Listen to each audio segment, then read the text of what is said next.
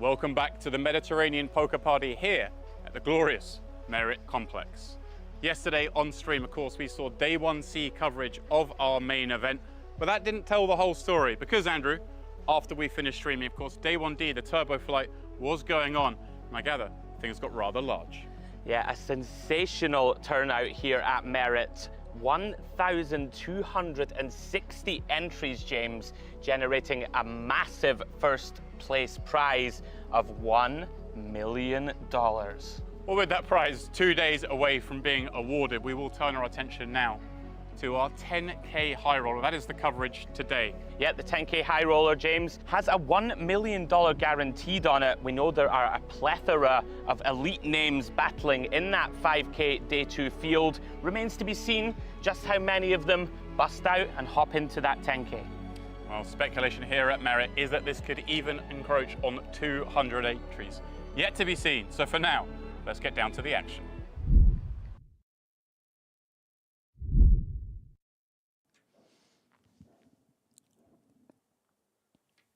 And it is that time, the aforementioned 10K High Roller, day 1 here at the Merit Royal Diamond. It is, of course, the Mediterranean Poker Party. It is, well, winding down this weekend, the end of what has been a great 10 days plus of action here. And I want to start things off, Andrew. How do you spell plethora? P-L-E-T-H-O-R-A, James. Okay. And you've used it in a sentence, so the spelling bee is complete. Here we are.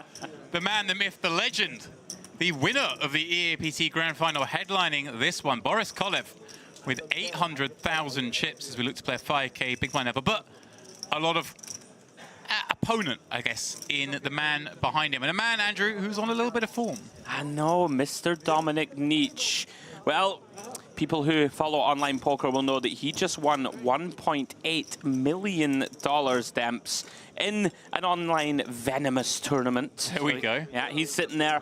Chunks in this one also, Demps, 700K. He's going to be a force to be reckoned with. And interesting there, towards the bottom of the counts, you see Lars Camphaus. Now, those of you who were with us at the end of last night would have seen his brother Timo run it up from 60K, 3 big blinds, on the last frame and bag the table chip lead. No way. The Camphaus run good. The mythical run good. Yeah, it was incredible. Sergei Reyach as well, propping this one up with 44 bigs. This one, of course, being very early in the tournament. We are just coming back at level 4, the first break, 40-minute levels. Starting stack 400K, so not a lot's moved at this point, Andrew, but those... Yeah, you've got 800K, you're loving life. You've got 20K's worth of chips. Yeah, and then we were referencing also on the intro, you know, it remains to be seen how many people are going to hop into this one. Already has 60 runners, Demps, in the early going. Wow. Very positive signs. Of course, day 2 of the main event going on in the background of the room. And I'm sure as people bust that, they're going to look at this, see already 60 in there. I want to get in the mix. Yeah, incredible. I hadn't clocked that. You looking at our clock here. Pardon the clocky puns, but yeah, 60 entries from 55 uniques, just the 5 re-entries thus far. But as I mentioned, we've only played the first 2 hours. And yeah, I mean, there are going to be loads of players who've got an eye on this. If they bust the main, they're going to jump on over here, especially, hey, cash the main, parlay it. Not out with the realms to find a little 2 milli pool here in my eyes. I think it's on now. Seeing that number I think it's on too. That's huge. Here we go then. Looking forward to this. You know, Boris, who won that EAPT Grand Final, really impressed us, Demps. Of course, Dom Nietzsche, fearsome player. There he is there at the right-hand side of your screen. Also have Sergei Reyach in the mixer. Very accomplished, strong player. Yeah, high-stakes crusher himself. Yeah, and here he is. Working with around about 45 blinds. Feels that pocket 3s is enough to open the action from +2. Makes it 10K to go.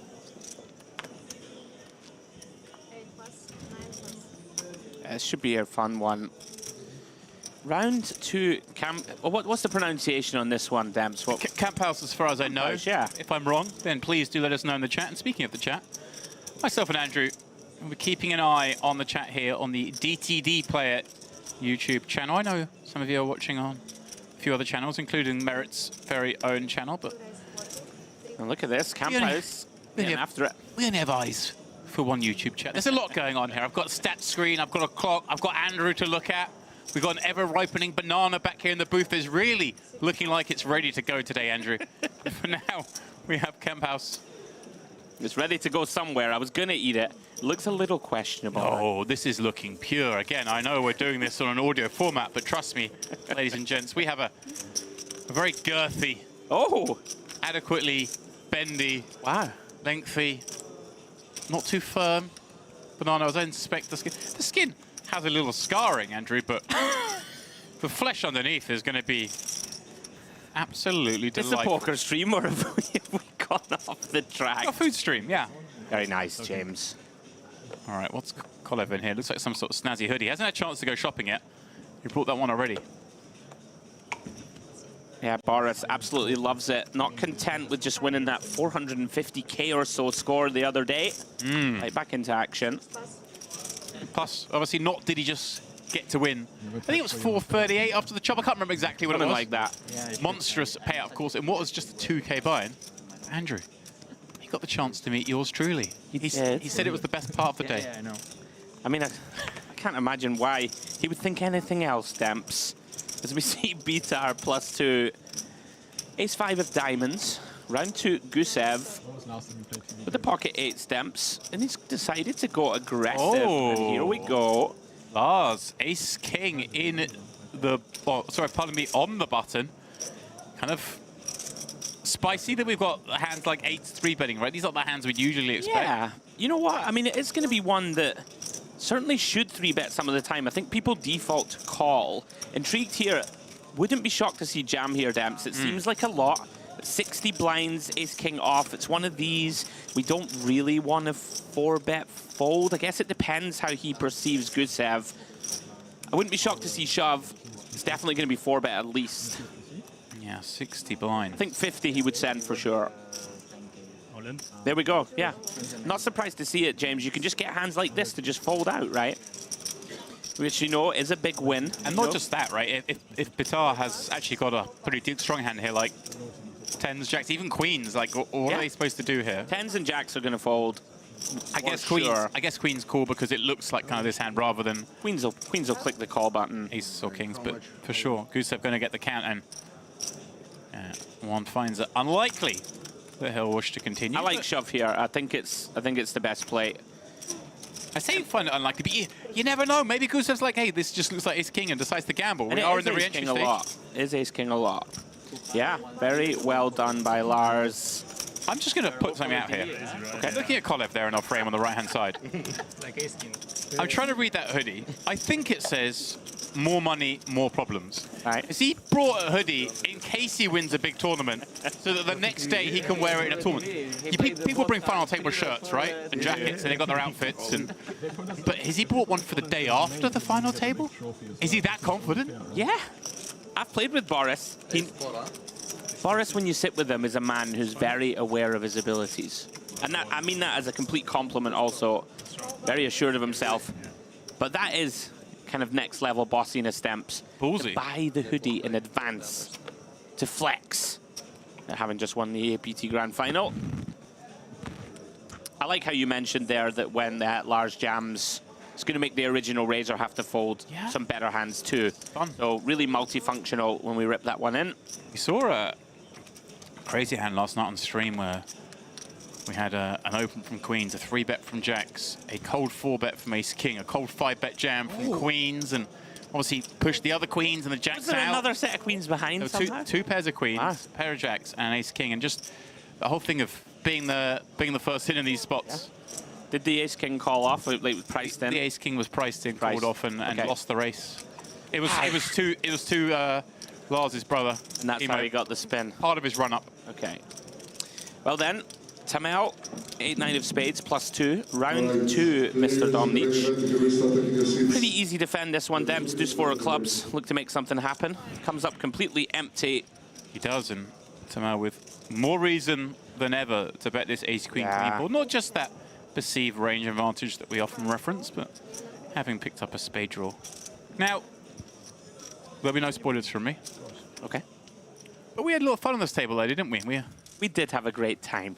We have played our commentators' Merit Olympics Grand Final. Did. For those of you who've been streaming throughout the week, you would have seen that we've been filming a bundle of challenges, and we've been accruing points in the process.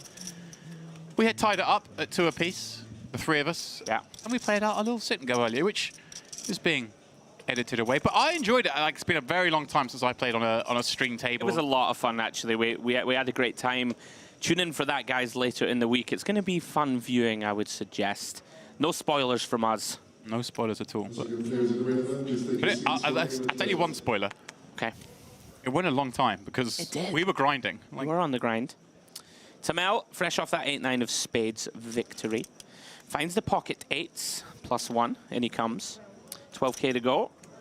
Shade under 2.5 blinds. In fact, exactly 2.5 blinds. No 500s in play. Gusev, here he comes. Ace, deuce of clubs. Yeah, and he is just going to call in, albeit with a multitude of chips, but those are the 1k chips. Slid out in front. Action. Then round to the blinds. Domnich going to have minimal interest in this one from the small blind. Yeah, one of these. Yeah, with the ace-5 suit in the big. Andrew, one assumes this just plays as a call?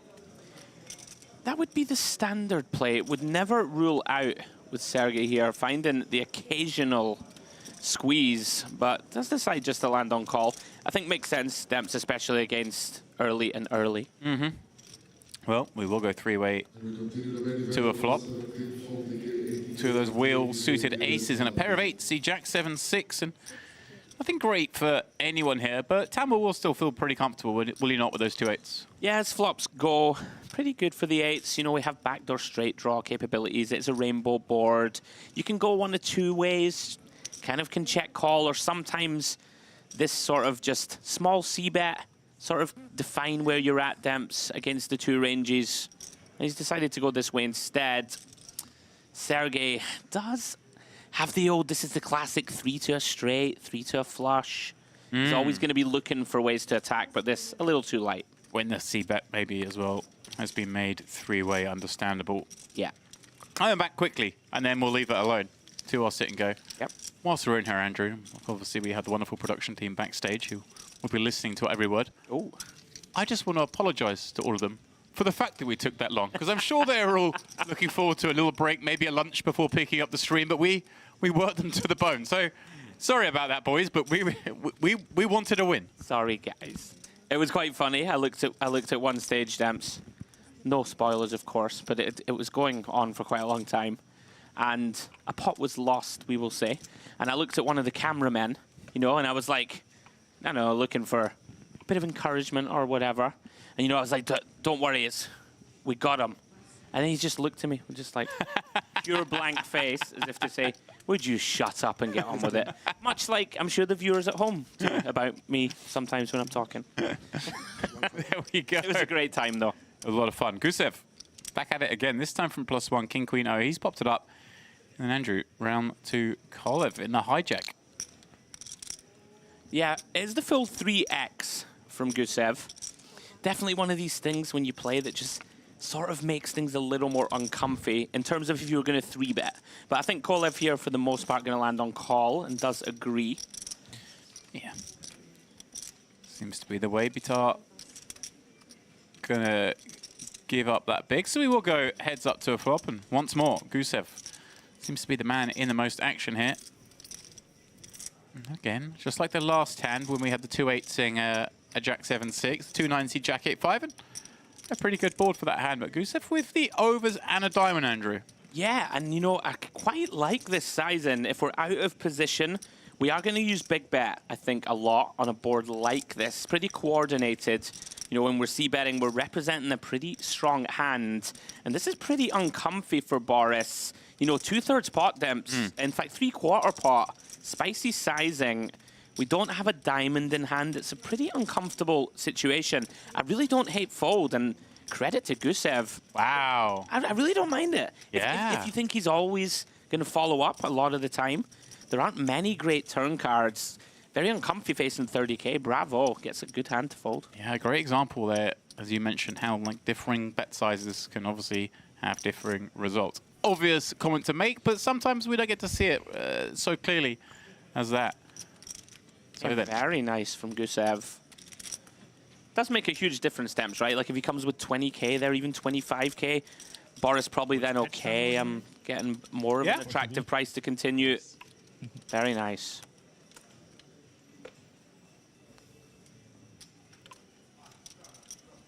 Well, he's back into the action again. Maybe he'll sit this one Maybe out.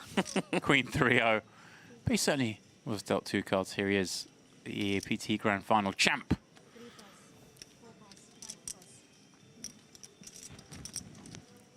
It is Rech on the button. Ace, deuce of hearts. Going to pop that one up to 10k. And then Bitar in the small. Jack 10 of clubs. Yeah, fun one, Demps. Both options seem pretty reasonable to me. Certainly call. 3-bet certainly good too. And he's coming aggressively. Here we go. Making it 30k. Yeah, sizing a little on the small side. We are 40 effective or so, you know, out of position. You do tend to see people bump it up a little. More in the sort of 8 big blind realm, I think. Button versus small. Has only gone 6 blinds, so Sergey, pretty attractive. Right. Obviously, the ace deuce never a hand we want to be playing 3-bet pots with, but on the button, for the price, with a suited combo, does elect to flick it in. The 2 will take to the flop. And a 7-7-5 2-spade board. Yeah, intriguing to see how Bitar proceeds. Of course, has whiffed this board, but still has the advantage. Quite nice to block. Well, it's maybe doesn't matter. Hands like jacks and 10s, because Sergey probably shows aggression with them pre-flop at 40 deep. But, you know, it's a relatively dry board. We can dislodge some better hands. Going to start with a small bet. But I like that, Andrew. Obviously, always thinking about the combination we have for removal. Sure. Jacks and 10s, possibly. Yeah, this is pretty tough for Sergey. Really depends how he perceives Bitar, I think. You know, took that attractive price pre, and now decides, has enough. Ace high can very occasionally be good, as we can see it is. And here we go, James. King of Hearts turn. The spice is right. As you mentioned, things getting that much more attractive for the man on the button, who's been checked to and has a little over pot behind. Yeah, these spots are really quite interesting. You know, it's a bit of a disaster, Demps, if we start betting now and get shoved on, for example. I'm not surprised to see this. Take our equity, and we do improve here. And it's a great card in that we beat every ace now that isn't exactly ace-king. Sorry, we chop. Yeah. My apologies. But this is a pretty great run-out for Sergey. And is this the sort of card that may see another bluff from Bitar? Because, I mean, hey, I think he'll go for it. We've told the story that perhaps we've got a big ace. An ace rolls off. We can maybe put hands like 8s and 9s in pressure, and there we go. No need for a showdown. Snap call and a snap muck. Well done. Yeah, very nice for Sergey. Yeah, one of those. We can try and target some of those one-pair hands that don't want to bet on the king. Maybe even potentially fold out like a queen, jack of spades type holding and just take the whole pot for ourselves. I call with queen high. Oh. No, I'm kidding. I had the ace. King high? I had King an was ace. on the board. No? I said queen. I said Queen high. No, I'm kidding. I had ace. Makes sense. Live on TV. Ace makes sense. I had an ace. So let's please. Okay. I did have Oh, a fun sorry. little, sorry, James. Oh, I did have a fun little convo with Dom's very close friend, Michelle. I was telling him, oh, Dom's on the feature table, and we're about to go into the booth, and I can't wait to blunder every analysis that I do on Dom. Dom is one of those players that I first met so long ago, and he's always been right there at the sort of the crest of the elite, and it's testament, because sometimes we wax lyrical about these players that go on incredible runs and we think, oh, this guy's the best, but then sometimes they fade into nothingness. Dom has been here for such a long time that there's clearly no fortune involved. Yeah, fabulous player. Someone I love watching play as well, because he's very creative. Well, speaking of creativity, Demps, Tamil here with the decision point. We've got a raise from Boris Kolev. with the 10s. Sergey calls with ace-8. Tamil, certainly an option to squeeze this one. Demps decides to land on call. More than reasonable. Round 2, Gusev going to complete with the king-9. So we're going 4 ways. Yeah, delicious little multi-way spot. 3 of these hands certainly warrant it. The king-9 we'll see the weakest, but having peeled from the big blind, price makes sense. A 7-high board. Good news for Kolev. See how he wants to approach this one, given the fact he's been called in 3 spots. Yeah, these spots are really tricky. Like, we're going to want to check with a lot of our range here. You know, multi-way, 7-6-3, there is a flop straight. You've got both blinds in there who can have, you know, a decent amount of the piece, especially the big. But decides that 10s specifically can just benefit from immediate protection, sort of define where we're at. I can see what he's thinking, James. Small bet. Button is in position number 1. That one, Sergey. Ace-8 of hearts. One of these hands I'm sure that would like to continue. Backdoor nut flush draw. We have to give so much respect, though, to this C-bet being that it's sure. 4-way. For sure. Blinds are 1K, 1K, 1K. Now you're going to see a lot of checks on the flop from +1 there. Pretty scary to fire into 3 opponents. And is it a case that he's just kind of happy to Absolutely. bet and see 3 folds? Thrilled to just take that one down. No stress, 9 blinds in the pot. Thank you very much. 100%. Let's go on to the next one. Yeah, if you face any aggression there on the flop, it's going to be really, really difficult to continue. Well done, Boris. That's a great hoodie. It Weren't really wrong. is. Is that I don't know. It strikes me as like a Philip Plein number, which would mean it is on the more expensive side. Been But speaking about the expensive apparel all week, haven't we, Demps? yeah, given that he must have known he was going to come down here and ship 200 plus buy-ins in that 2K EAPT Grand Final.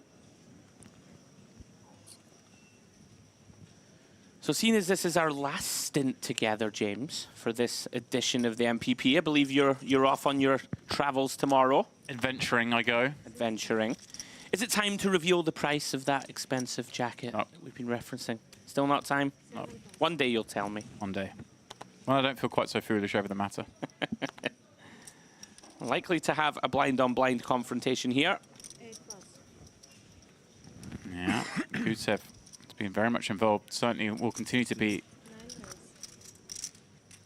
with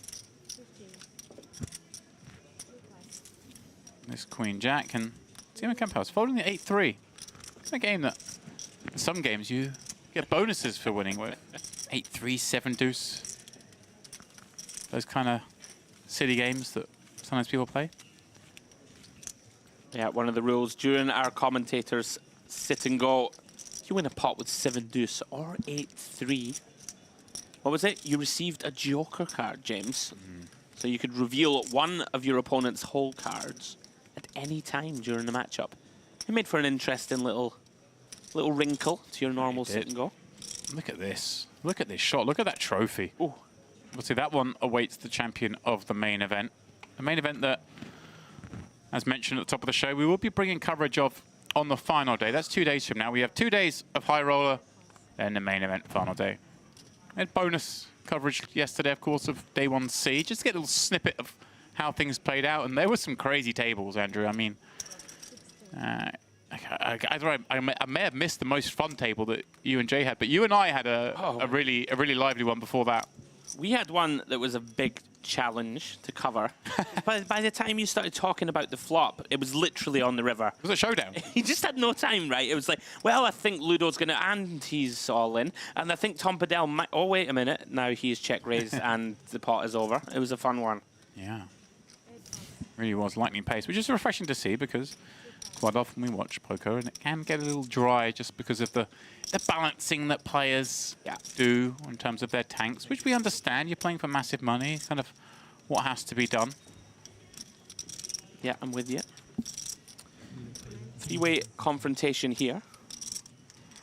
Loveris, Bitar, and Boris Kolev in the big. King 4-4 does check over to Bitar. It looks like he's just going to play this one straight up. Yeah, kind of intriguing. You could certainly mix a check in here occasionally. You know, it's not really a board that we should bet that often, Demps, right? You're probably not going to bet a hand like 7s or 8s here, for example, in position. But does decide with that king. Going to go ahead and stab. And intriguing here because they've just been in a big pot. And Bitar was bluffing, right, on the river when Sergey rivered that ace. So he's probably compelled to take one off. Not surprised to see it. And just for the value of the hand as well, right? The 6s just are very good. You've got to keep your man honest for at least one. Yeah. Obviously, we want to have some hands that are going to call a flop and check fold a turn. And this may be one of them.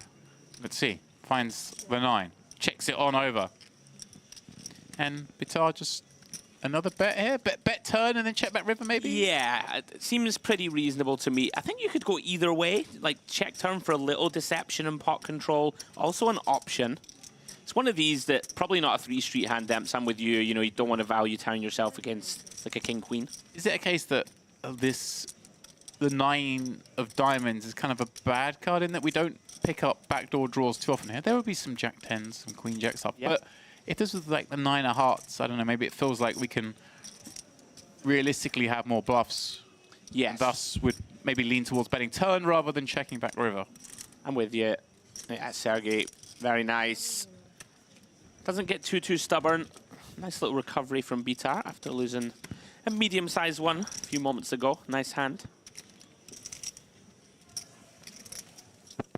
Always find these lineups quite fascinating, Demps. You know, we've got some, dare I say, theoretical minds in the likes of Sergey and Dom Nietzsche and Boris Kolev, for example.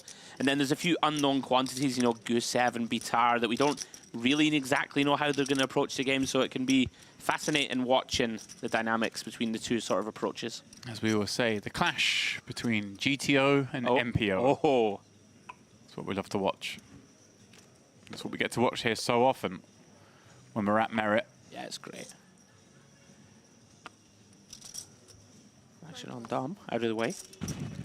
Man of Straw asking in the chat, did the comms mention Dom's recent win for $1.8 million? We certainly did, right at the top of the show. The man is on form. Coming in hot. Is that where I'm allowed to mention that I went very deep in that tournament and got hoodwinked out the door, James? You did, didn't you? In fact, Yeah, you got so deep you had to delay your arrival here by a day. My flight here, that's right. For all the good it did me. I literally missed my flight, Demps. And I'm lasted for 20 minutes of the day 3 and had to book another one. It's always the way, isn't it? Trolls from the poker gods. Kind of reminds me of the old days when people would get on flights regardless. I remember, like, in the early days of online Wi-Fi on flights, the stories of, like, Tom Dwan winning 200K on a flight. And he had to rent someone's laptop on the plane because he didn't realize there was Wi-Fi. Is that right? There was some guy sitting there in the cabin and he's sort of gone, look, let me rent your laptop. He was so desperate to play. And yeah, I believe the story was he won something like 200K on Rail Heaven back in the Full Tilt days. And I think, I don't remember, but I think he sort of flicked the guy a K or something. I hope he rewarded him appropriately. I don't know. I might be making all that up. No, he definitely played online. I remember having a big winning session in those early days. I think from then he probably just invested in a laptop to take on flights with him. You probably should. If you're going to win 200K every time you cross the Atlantic. I get scared when... What if it disconnects, man? Like, it's not the most reliable internet, let's be honest. Camp House there. Takes one down with the old ace-8 off 3-bit from the button. Is this for someone? I'd like to have a tea, please. Oh, The old Turkish tea. A man of taste. A Turkish tea, a popular drink, obviously in these parts. See it served in a very distinctive shaped glass. It is, right? I've never seen them anywhere else in the world, actually. Yeah.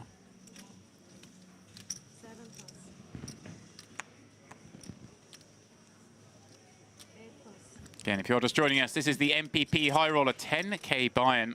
Very early on day 1, just level 4 here. Playing 40-minute levels. And we will be playing quite a long time this evening. 12 levels in total for the day. Players will then bag up, come back tomorrow, and finish this out on stream. So we will see this one to completion from here, which is nice. Kind of get the storyline building All right, then. Kemphaus from the cutoff, popping it up with ace-jack offsuit.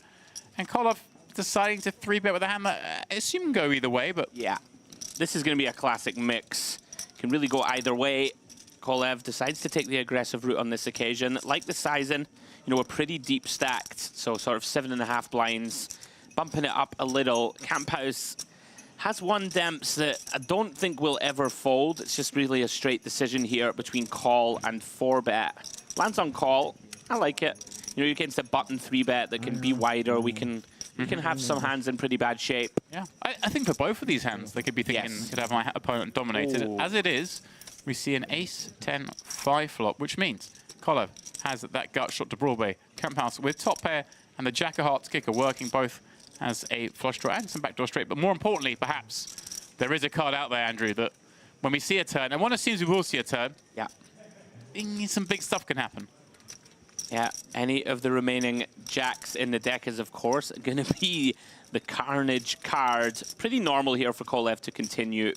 Just go ahead and bet. You can get some pocket pairs to fold Demps, all that good stuff. Kemphaus, very easy continue. You'd imagine basically always plays call. Yeah, you'd have to have some real reason that we can't see to ever want to raise this one. Yeah, these spots always fascinate me. You know, Kolev has one of these hands. Okay, things change a little. To the King of Hearts. They do indeed, because Kolev now finds a piece, but it's a piece that Kemphaus really likes as well, given that he now has a gut shot to a royal flush. Gonna check it, and he's going to check this one, I think. it just makes sense, right? We can still beat some of the 10x that appeal. We still have equity against an ace-x type holding. And also, if we've got like an ace-king hand here, we're not really going to bet this, are we? Yeah, even if we have a set here, you know, we wouldn't always bet the turn, I don't think. Very likely to check. Yeah, it does take the free river. Well, 6 of hearts, Demps, Kemphaus, second nuts. Yeah, that's a pretty good run out. Yeah, very good run out. Didn't need too much help. And is this a spot, again, that maybe we just use this as a bluff catcher? Because Kolev's going to have a lot of hands that... Yeah, it's kind of intriguing, though, because as you referenced, like, let's give Kolev, I don't know, ace-10 suited or ace-king without a heart. I love this. Ace-jacked. Just in my mind, Andrew, and I may be wrong on this, but it's just hard for Kemphaus to really have flushes here, right? A lot of the cards he peels with are going to be the suited combos, and he obviously can't really have them when the ace-queen 10's at bar. Yes. King, jack of hearts, maybe, jack 9 of hearts. Yeah. So you're looking at now, hands like this, the ace-jack with the jack of hearts. Yeah, with that, look at this. Very nice. Kolev going to try and bluff out an ace. Try and bluff out maybe even some 2 pairs. Yeah, really nicely worked out from Kemphaus. I was going to say there, Demps, also, I guess it works in a couple of ways. You get to bluff catch. And also, if Boris has a hand, like pocket 9s or pocket 8s that did mix in a 3-bet, right, that contain a heart, they're probably going to value bet. Right. Because, as you said, Kemphaus, really tough to have a flush. Yeah. Very nice. Yeah. Even more reason to get sneaky. I was wondering if you were asking for it the other day, you know, whether we do that little 10% river bet, right? Like, which is essentially a check. You know I love that one. I know, well, you know, there it might have been a pretty cool spot for it. As it stands, check worked perfectly anyway. Well done, Lars.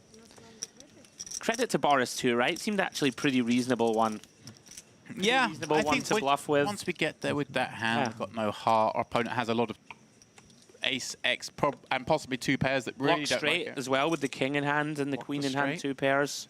Yeah, the king and the queen blocking some of those 2 pairs as well. Yeah, so leaning maybe back towards more that 1 pair. I like it. I like the line. I like the line from both. Really interesting one. High level stuff here at Merit for this high roller. It's only right we get high level action in a high roller, Andrew. So pay my money. I want to see high level stuff. As soon as I saw the lineup for this table, yeah, I was excited. You know, some real big names in the mixer. Love always to watch and see what some of the best in the business are getting up to.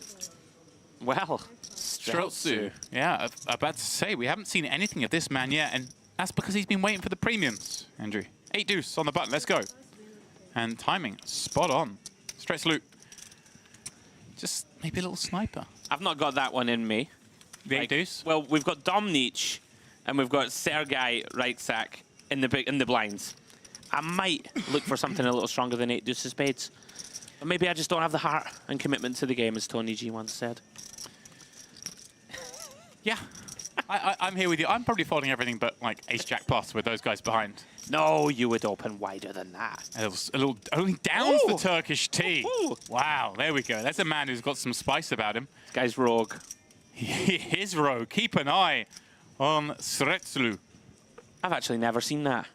Well, It's normally the type of drink that you sip on it and you enjoy the myriad of flavors. couple it with the button open with the 8 deuce into that gallery behind, and we're dealing with some stuff. Yeah, faintly terrifying sequence of events. As it stands, round 2 Dom Nietzsche. 10-7-0 decides good enough from the button. 17K to go, and it's the patented style that he has cultivated, James. The old Limpor 3.5x comes with the large open size. I can tell you from experience, very difficult to play against. Bitar, Yeah. Jack 9, is reaching for calling chips.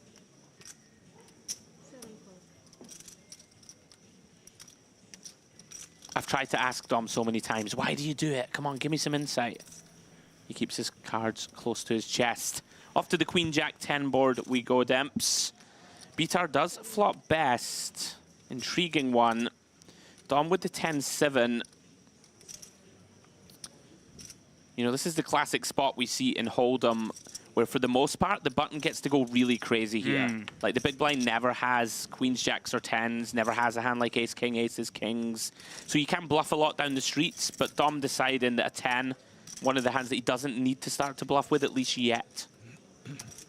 Let's check it back. As it is. Checks indeed. Safe-looking turn rolls off, completing nothing. And now, Bitar Yeah. gonna bet here with that jack, figuring maybe he's just got the best hand. Maybe Dom has a hand like this. Maybe he wants to protect against some king X that maybe checks. Yeah, I mean, it is going to get value, at least on the turn, so credit to him. I think I would check this one quite often. You know, we're not going to want to have too many leads on this board where, you know, we don't really have too many nutted hands. Well, It does get value. as we go to the river, a pretty good-looking card for him, right? Because the most likely hand we're losing to on the flop is the occasional check-back queen. That has been reduced considerably. Yeah, this is a really nice river for Bitar to see and for Dom to see. So this is going to be interesting. Will Bitar find another value bet? Unfortunately, doesn't.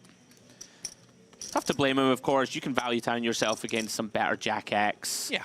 You know, and you also get to induce some bluffs. That's it. You know, we just saw a minute ago, reasonable. sometimes checking the river, Yeah. even you know you've probably got the best of it, results in picking off some bets. Yeah, well played, Bitar.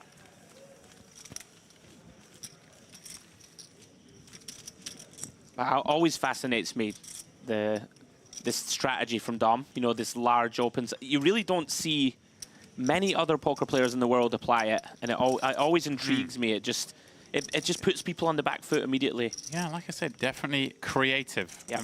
Sometimes I'm guilty in the commentary booth of saying creative, and that's code for not necessarily optimal. But here, I mean it. It's creative. It's different.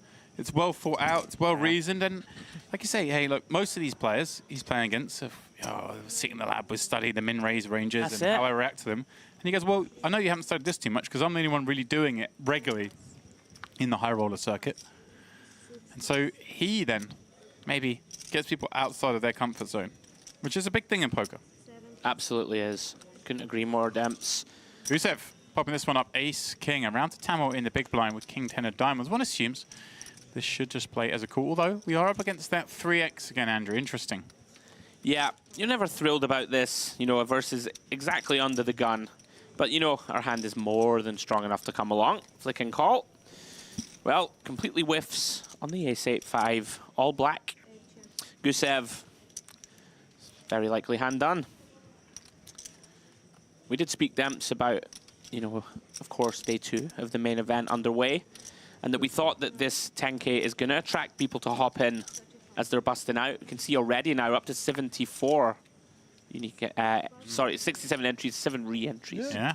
And that's like Had a 14 beautiful more hand. than we started, and that's only But nobody only played. 40 minutes or so ago. You, my friend. Yeah, yeah. This field is going to fly up exactly as you mentioned. That'll be the people, unfortunately, busting out in the main event. And of course, Beautiful hand. again, main event day 2 going on. Players now in the money. 10-9. If you guys are interested in that event, then please do head on over to Poker News, where there are updates, of course, on that event. Beautiful. Myself and Andrew will periodically look in on that as well, and Yeah. anything we see of note, we will, of course, pass on. But it's still fairly early in that tournament in the sense that it's halfway through day 2. 10 of diamonds. Certainly, as the evening goes on, there'll be some big storylines for me. Nice hand. Absolutely, my friend. X. No. And it's just King 10 of always, you know, diamonds. 1 million pretty for good. the win. Like, how good is that? It's just exciting. I don't know, anything with, you know, into the 7 figures. All $1 exciting stuff. million. 15. We're so childish. I reckon you could do a good Dr. Evil impression. I know mean, I had you doing I don't need the ball cap. KGB. Do I? I can You're very good at it. Not gonna lie. Right. Stretslu. He's raised it up this time, and again, a 3xer. King 9 of clubs from +2. Bitar wants a peek from the button. Ace 5 of diamonds. Tamil will relinquish his Queen 10 off in the small. Then Andrew Gusev with Ace 10 off in the big is going to flick it in, but a hand that sometimes we see some real friskiness with. Yeah, I think versus 3x and call, Yeah. one of these hands is just so tricky. I've spoken all week about my fear of this hand, because you can just be dominated a lot. Difficult to play out of position, decides just to call. Everybody essentially whiffing, although Bitar does have middle pair. Not going to love it, though, on the heart board. Is Gusev going to lead? Okay, thought he was going to for a moment. Streltsu comes up completely empty here. Going to give it up. Well, who knows? He might be doing something real funky. This is a man who's in with the 8 deuce. No, I'm just teasing. Yeah, yeah. Bitar, well, betting that 5 when check 2 on this monotone board. Yeah, don't mind it. We're going to have a bunch of sort of very small stabs here in position. He's gone a little larger. The old B40, James. Your favorite. And it succeeds, I'm learning. as it always does. Telling you, look out for that next couple of years. B40 is back, baby. Nice hand, Bitar. Nice to see him. You know, he lost that big one early doors and has recovered very nicely since, winning every pot he's played.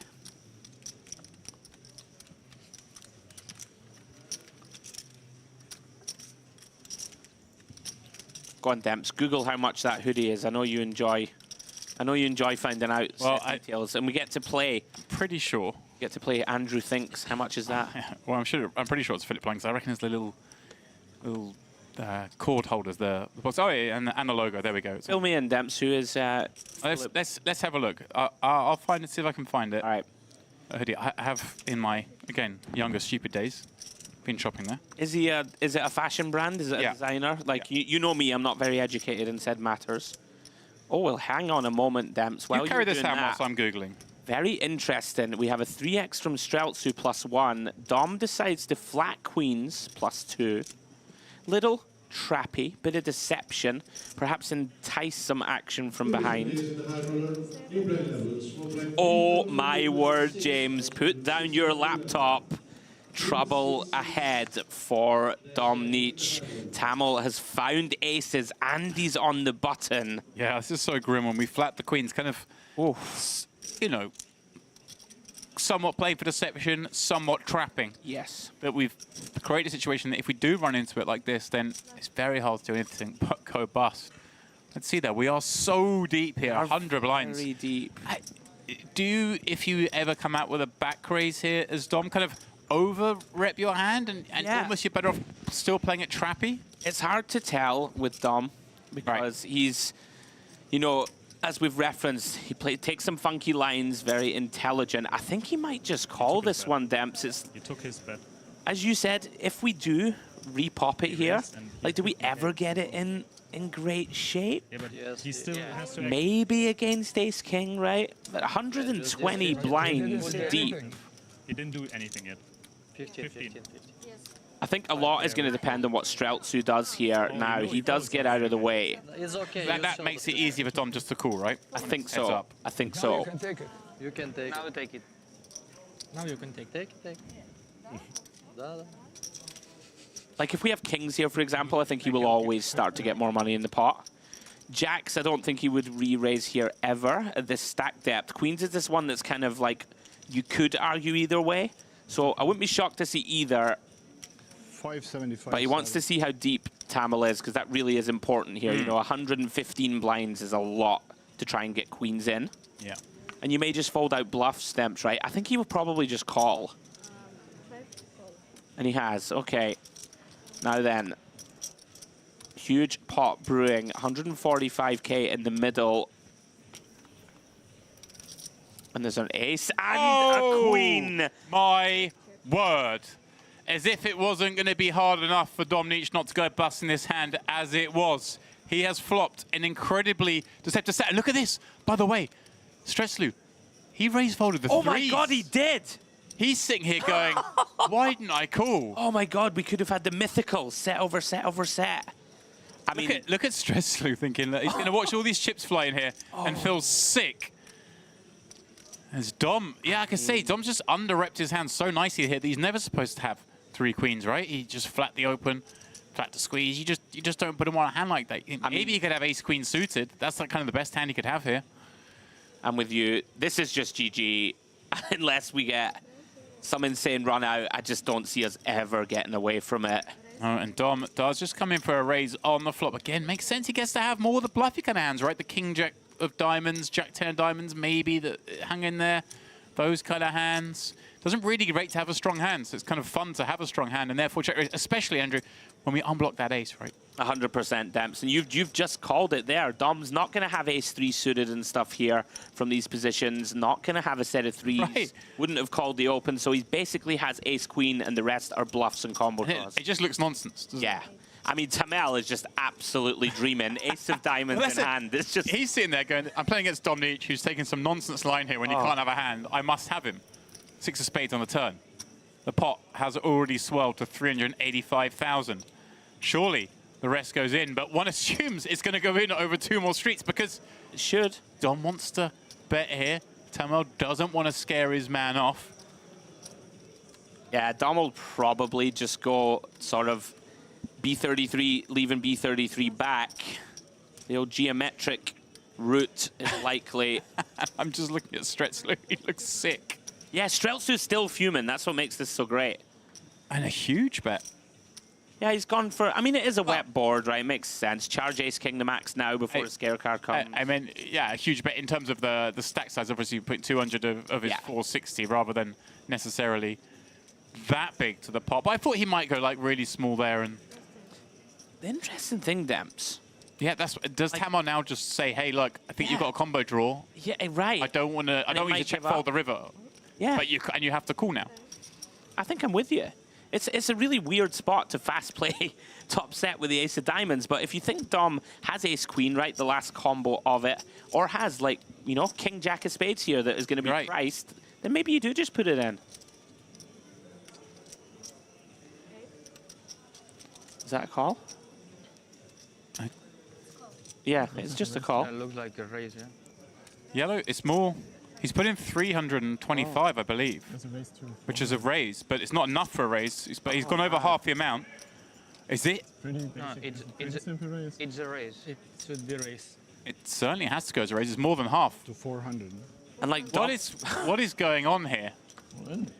Like, Call. you think I'm sure it's a mistake, but it looks kind of like it could be an angle. But it doesn't seem necessary in this spot. People don't angle this spot. Anyway, forget that. It's obviously all gone all in. It's top set, be top set. Yeah. Look, Stretslu now the happiest person in the room. Look at him! I think he was actually genuinely a bit nervous there, Demps. Yeah, He looks I like he's have sweating this ace-queen. big. Somehow. I put you in 6-6. 6-6. Sick. I put him on 6-6 as well. 6s with a diamond. Yeah, I was thinking, I swear I was thinking 6-6 would be sick. Anyone fold a queen? I had 4-5 of diamonds. So. See, they're all couldn't work out what Dom had there. King 2 of diamonds. Just goes to Right. show. Yeah. I wish I had 6s. I'm not sure if I cover. Yeah, I'm 100% confident that wasn't an angle. Exactly, you said, just a bit nervous almost in the situation. Oh my God, this guy's just blasting off to me. Dom Nietzsche is just going to give me all his chips. And also just being the local angle pro, you know, I'm going to put myself in that thing. But that's just not a spot you do an angle. You don't have to angle. All the chips are going in. Like there's so much of the chips. It's something to be aware of, though. We do see angly spots appear, but that's not one of them. Dom does have a few chips back. He has 65 back. What a cooler, though, Demps. Wow. To live so bad, eh? Yeah, fuck this place. Insane, insane stuff. Somehow we get a set over set situation. And yeah, you just can't believe your luck, right? Top set. This guy's piling money in. Probably got him dead. Or versus a big draw.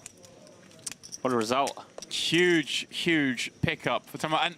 And dare I say it, no disrespect to him, but the rest of the table are going to be very happy to see Dominic Hulbert out of this table. I mean, I don't know who would take that seat on a re-entry when someone buys back in and draws that seat. But I'm going to go out on a limb and say they are not as strong as Dominic Nietzsche.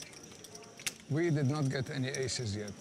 Tarmo Tamel, First aces of the week. the man from Estonia with a whopping 1.2 million chip stack, or thereabouts. Boris Kolev, he's nestled behind with 600k. Remember, this one started with a 400k stack, so still very early stages. But it is Dominic with just 10 bigs as we go up to 3k, 6k. And in fact, that hand took so long that we're about to play our first hand of 3k, 6k, and me and Andrew are looking at the clock here. We're over 8 minutes into the level. Incredible stuff. What a spot for Tamel. Very unfortunate for Dom, but very experienced pro. Yeah, and as we referenced Dempsey, we won 1.8 million the other day. He's all right. He'll be fine. He can buy back in. Tamel. May not need to. Tamel had a final table finish here back in January when you and I were on the calls during the High Roller of the Western Series, 7th place finish that day. Back end of last year, he had a 3rd place finish in an EAPT High Roller for over 200k. That was his sort of breakout score, if you will. Yeah, very nice. Has the pedigree. Another man with pedigree. Camp House limps the small. Jack 10 off. Boris with one of those ones, Debs, I think you can go either way here. Yeah, don't mind check, don't mind raise. King 8 of hearts. And obviously before that hand kicked off, I was busily on Google looking for that hoodie, and I've sort of found a discount price for it, but it showed the recommended retail price. So would you like to have a guess at the hoodie? I feel like I want the chat to get involved too. Okay. One of these ones, I'll have a few minutes to think about it. And closest guess wins. Well, this pot, not exactly developing into a blockbuster. So if you do want to get involved, DTD player, YouTube chat, we just want estimates on Boris Kolev's hoodie. I have found it online. Like I say, I found it for half price. So I might just snap one up. Oh. You know, little discount site. Camp House here. Deciding Demps. Little one big blinder here. Flop went check, check. Start to try and get value from one club hands. Hand like a 3 or a 5 that check flop. And Boris. This is a little spicy.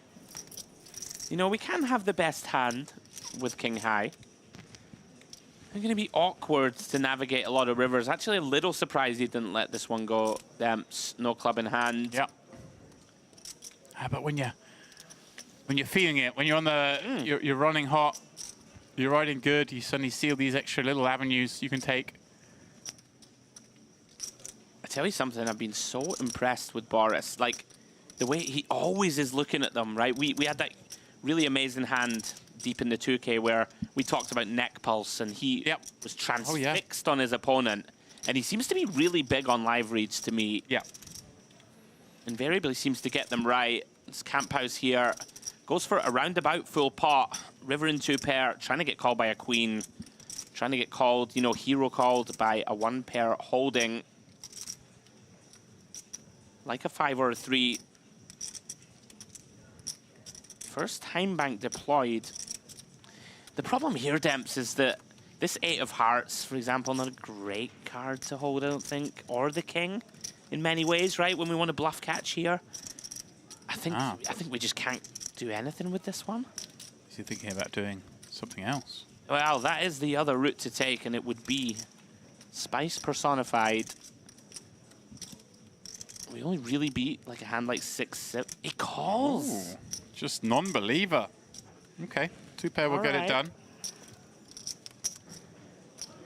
You know, chat kind of taken aback by that big pot. Set of aces v set of queens. Wow. It was a biggie. And we've seen some setups over the last week here. There have been, that's the second set of a set we've had. We had one yesterday. I can't remember if you in the booth. It was you and Jay, because he was telling me when I came back. 9s over 3s, was it? That's correct. Here we go. Now today we see aces over queens in a spot where your opponent doesn't really rate to have queens too often. Such a brutal spot. Like, Dom's just absolutely loving life as well. He's like, right, ace king's going to give me a whole load of money here. Some random bluffs will do the same. Super unfortunate. All right, Andrew, come on, come at me. Is it Kolev, time? the Kolev Right. hoodie. The problem with this is, right, if I looked at that and didn't have your knowledge, I don't even know how you knew about this designer fella who makes these. I would have just looked at that and thought, with the utmost respect, Boris, I don't really look at that and think, well, that's mega pricey. So you've kind of given me a clue. So, like, I would have said low, but I'll go with, I mean, how much can a hoodie be? Is it going to be something absurd? Right, I'll go with... It's not absurd. I'm landing on 300 euros. There we go. I'm going with that. Something like that. Am I a million miles away? A little bit. You need to treble up in a little bit. Like, Is it, oh, come on. Really? You need to spend a little over €1,000 to For a get hands on hoodie? that. But I found a link. I've got a discount Oh, site. brilliant. Yeah, right. I can get it for Send it to me, please, so I can get one. €540 we can get that for. My word. The man just won 438k the other day. All they did by the hoodie before that. More money, more problems, eh? Well, can't have that many. Yeah. All right. Enough of my nonsense about hoodies. No, we love to bet nonsense. Oh. Come on now, it's day one. Okay, well, anyway, it's fine. Sergey folded. We're back to it. Really, though? Yeah. €1,000 for a hoodie. Yeah. I'm a man of simple, means. I was brought up to respect money. Yeah. And, just take one step at a time. I actually think I would have an anxiety attack if I was to spend €1,000 on a hoodie. You get a bit sweaty if your luggage got lost, wouldn't you, when you're traveling? It doesn't take too much to replace my my Zara and H&M collection. But Could you imagine being on the phone to the insurance guy and they're like, "Sir, what were the contents of the bag?" And you're like, "Well, about £6,000 worth or whatever." And they're like, "Well, what was the most expensive item?" "Well, in fact, it was a mouse hoodie where it's got a speech bubble saying more money, more problems. Pay me. yeah. I want my insurance." What is the max insurance you get on lost luggage, I wonder? What do they cover up to? It's got to be a number. $5,000? I don't know. Yeah, I feel like it would be more, but yeah, who knows? Oh, I'm just looking at our tournament clock, and it shows the names of other people in this tournament we've not seen it. And I see two I'm excited to see. One, Tom Bedell, and then just under him in the alphabet order was, of course, Aquino, the man who came second to Boris Let's go, Aquino. the other day, and was by far and away the most exciting player at that final table. Right, let's come back to things, because Gusev has raised with ace-king. Boris Kolev on the button, looks down at 2 6s. He has enough to pique his interest, wants to see 3, and he's going to see 3, but he's going to go 3-way. Dominic from the big blind with that really small stack after the brutal cold deck of aces of queens v aces, pardon me, on a ace-queen flop. 10-4-4. Flop doesn't look so bad for Kolev, but Gusev, who has basically been relentless in the pots he's been in, right? Yeah. He basically 100% c-bet Demps. And once again, Boris can be put in this really annoying spot with a hand that figures to be good a decent amount of the time. But when you're facing these large sizings from Gusev, just an inherently uncomfortable situation. Of course, has Dom behind him. But he is, this time, going to say to Gusev, all right, let's see a turn.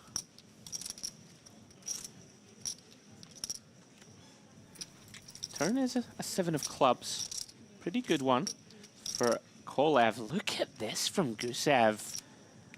Just fires again. Yeah, and last time, of course, we saw Kolev, what was it, peer with 9s and fold on a Jack-8 5-ball to a C-bet. This time he sticks around, but again, faces the second barrel. And I mean, Kolev won't be aware of the hands yet, but maybe he's just sort of picked up, like we have, on Gusev's willingness to sort of just barrel and says, hey, I want to see 2 cards. Yeah.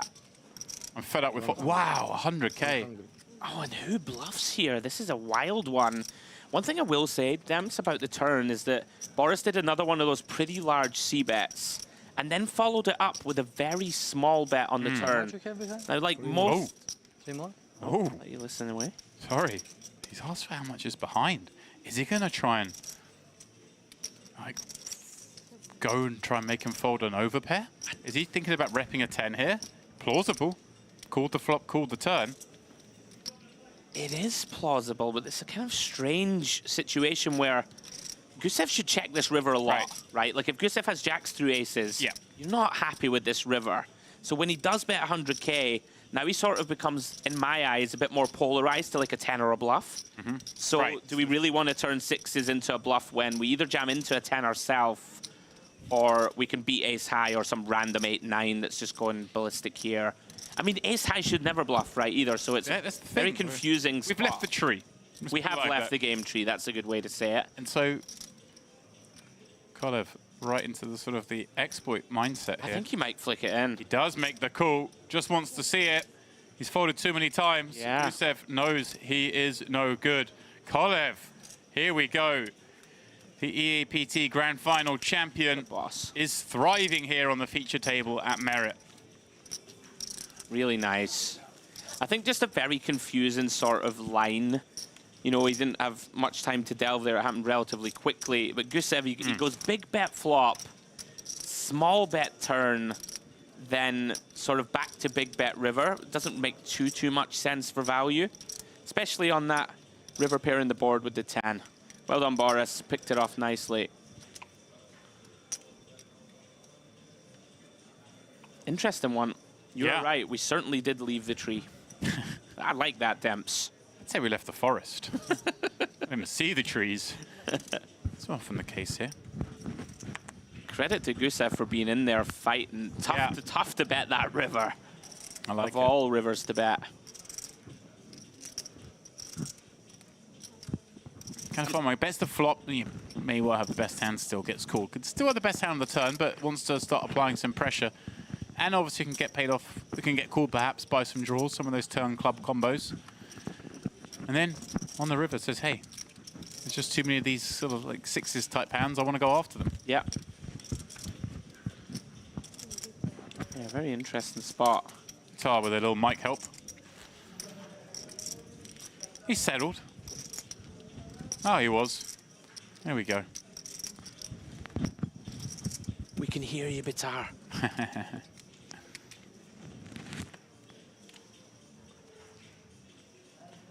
I'm still reeling from the 1K hoodie, not gonna lie. Yeah. One day, Andrew. One day. Honestly, even if I was like stupidly rich, No day? I don't know. Not on a hoodie? Yeah, that's it. Like for me. on a nice That's suit a suit or or a something. jacket or... Kilt, a suit. Right. Just a nice, even a Formal nice wear. pair of shoes, maybe. Right. I just think a hoodie is a bit much for me. Too much? There you go. Okay. I said jacket there to make myself feel better. You left it out there, but it's fine. Now, Gusev continues to be a bit of an unknown quantity. He's in there mixing it up. Limps ace 7+1. Streltsu going to try and pound stamps. ISO in 8-9 suited in the cutoff. Goal. Gusev, not to be denied, wants to see 3. Quite like this from Streltsu, sort of recognizing Gusev's in there a bit too often. Let's try and get him heads up. And they do go heads up to the Queen 8-5. Streltsu flopping best. Gusev comes up basically empty. Does decide on c-bet, as you would expect with the betting lead, and that's handover. What were some of the other guesses? Did we have some guesses in the chat about that? Not too many. I think everyone was just too flabbergasted about set over set. Yeah, what a hand that was. I can say, like, set over set's one thing, I always think. The server set when it's aces and queens is just like, come on. No one needs that much help. Just let the man do his money in on a 10-4-3 flop, you know? Yeah. And it was also so different because Dom didn't 3-bet the original opener, and people normally 3-bet there, I think. Yeah. Again, just goes to show the creativity that is synonymous with Domnich. Yeah. Not saying he's the only person in the world who wouldn't 3-bet there. I mean, lots of players will have some frequency of flat, but it just always seems to be he's the one kind of treading a different path. Yeah, agreed.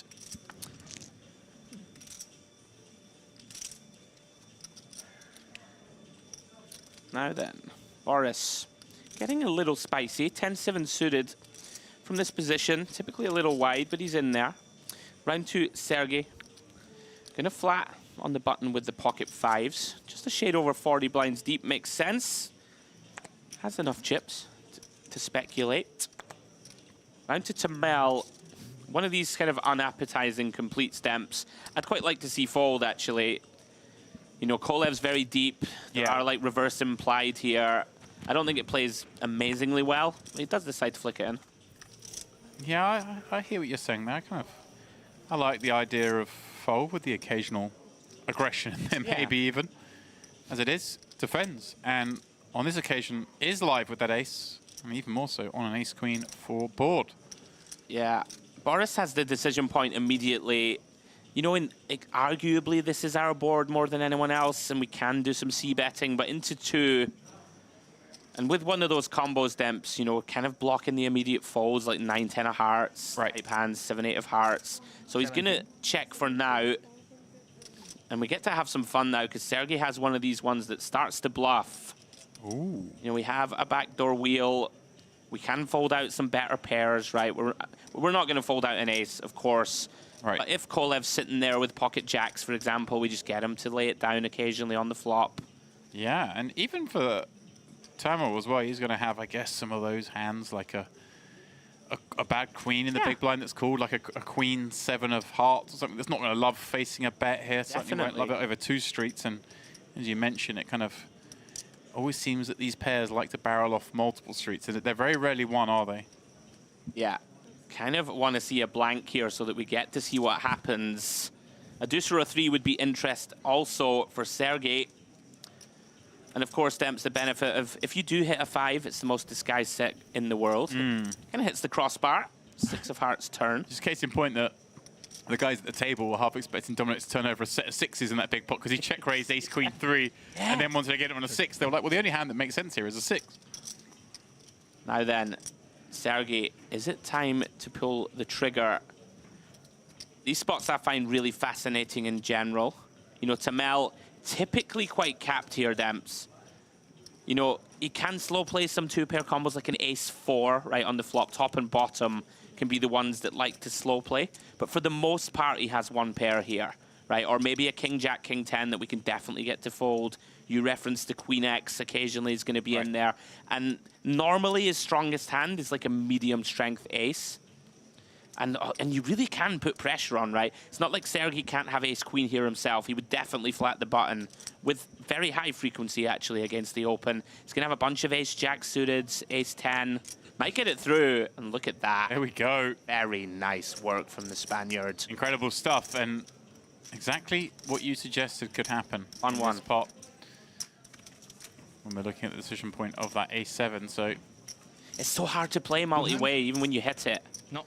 Yeah. You know, against these killers. 2 hearts. And it's hard to blame him, right? No. Hard to blame him for 2 folding. hearts is a good hand, right?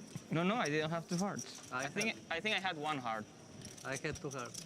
You have 2 hearts. Yeah. Why, there was a flush? I made a pretty big lay down. There was no flush, no. Not yet. Really interesting, Demps, that, you know, Tramel there suspects he was bluffed. Yeah. No, It's so hard, right, to click call, and then you know it's probably coming on the river. You can see it later. You asked me Great to hand. see it later, so I don't mind saying the truth. I had 5-5. 5-5? Nice. There was a 5 at the flop. No. Ace queen 4. I fold the best hand. One of the 3.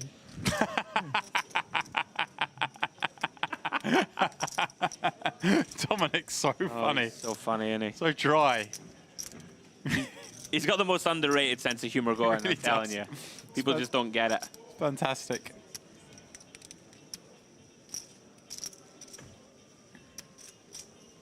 Kolev from +1, getting a little fruity, as we mentioned before, perhaps just feeling the rush, playing the run. Yeah. And Bitar with ace-5 of diamonds, going to get sticky once more. This is a very playable one on the bottom with the ace-5 of diamonds. And Tamil, here we go. Ace-Queen O in the small, seeing an open from early and a flat on the button. Attractive to perhaps squeeze against that button range, but he probably isn't as aware as we are that Kolev's opening this wide, right? I think this is kind of mandatory in my eyes. That just let's 65? just get, yeah, I really like it. Very nice size and choice too. Sort of 11 big blinds. We're very deep. I like this a lot, Demps. Just sort of thin the field. You can just pick up this pot. Boris is in there. Like, he knows that Boris is capable. And Bitar has a pretty, I don't want to say fully capped range, but he's not going to have any really strong hands when he flats button at this depth, you wouldn't think. And we can get him to continue with some hands we crush. Yeah, and here we go. He flicks it in with that suited wheel ace on the button. And a Jack-10 deuce board, well, would have been the one for Kolev. But as it is, these two, neither of them enjoying seeing that too much. Yeah, these are really quite interesting spots. You know, we are going to have quite a lot of sort of ace-king, ace-queen types to go with our really strong hands, like the aces, kings, queens, and the like. I wouldn't have hated to see check here. I don't think it's out of the realms, but typically you just see people go ahead and c-bet. And it is just going to dislodge lots of holdings. You're going to put 8s, 7s, 9s in an uncomfortable spot right off the bat. Well done, Tamil. Yeah, nicely done. Fantastic for feature table for him so far. Everything going his way. Interesting, I always enjoy watching these. Like, we've seen Boris deep in tournaments a lot, where we've picked up the coverage when he's deep. And obviously then, if you don't have the big stack, you have to be a little cagier. And he was so aware at that 2K final table of the ICM and of, you know, whereas here we see him with the big stack day one, he's probably just thinking, right, you know what, I'm going to get after it here and try and bag a big stack. Freewheeling. Yeah, changing gears, like, it's a lot of fun for us to watch. Yeah, and I mean, you're understating, I think, how much of a short stack he had the other day. Yeah, he was, yeah, absolutely. Came in with a micro stack. Shortest, right? Oh, by far. He had just 2% of the chips in play to start that final table. Had to 50x to get the victory, but that's what he did. This level and another one. Yeah, then break. Oh, what do you mean? Yeah, yeah, for the break. Yeah. Kolev, therefore, from under the gun, is going 2.5x like he did the previous hand. The two opponents from that one are out. And dinner break at level 9, yes. I think that makes sense, yeah. For the day, you mean? Dinner break. There. Now, level 6 is, after the level 6 is the normal break, I guess. And then... It's not just me, but it's the players who want to know when they get fed here, Andrew. I don't know what time. Queen Jack Deuce. I don't blame them. The food is something else. Very nice board for Kolev to attack. Backdoor nut flush draw. Immediate outs to Broadway. Overcard. Facing a big blind defend. Seems like an absolute fist pump c-bet. Here it comes. 8:30. No, 50-minute break. Ooh, 60k c-bet? No. Was it? 6 hours. What are the yellow chip stamps? I'm going to VAR. Yeah. Yellows are 25s. Yeah, it was just 25k. Okay. Okay. That would have been a pretty wild spot to... I mean, it wouldn't be unreasonable, but it would seem non-standard. Thought he was coming in with the old over 2 pots. As it stands, easy pickup for Boris.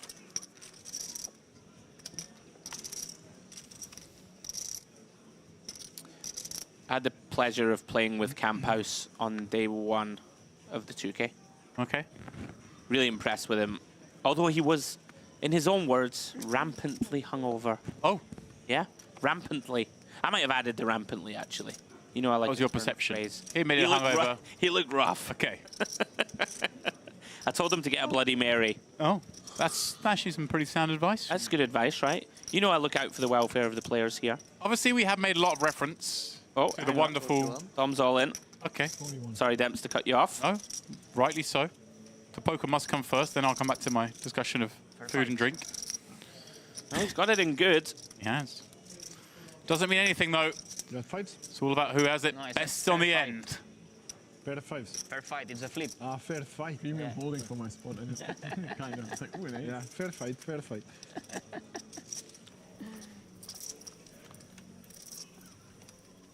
Nine, 8, deuce. Pretty good one for Dom. He won't be complaining at that board.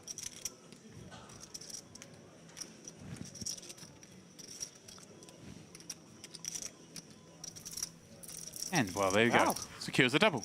Breathe. Yeah, what I was going to say, Master stay. obviously we've made a lot of reference to the fantastic hospitality here in the form of the outrageously good food.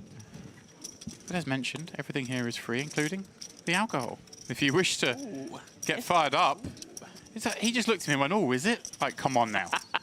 I know you're dry this trip, but I've been here before when you've been indulging. It is just amazing. Like, I just love...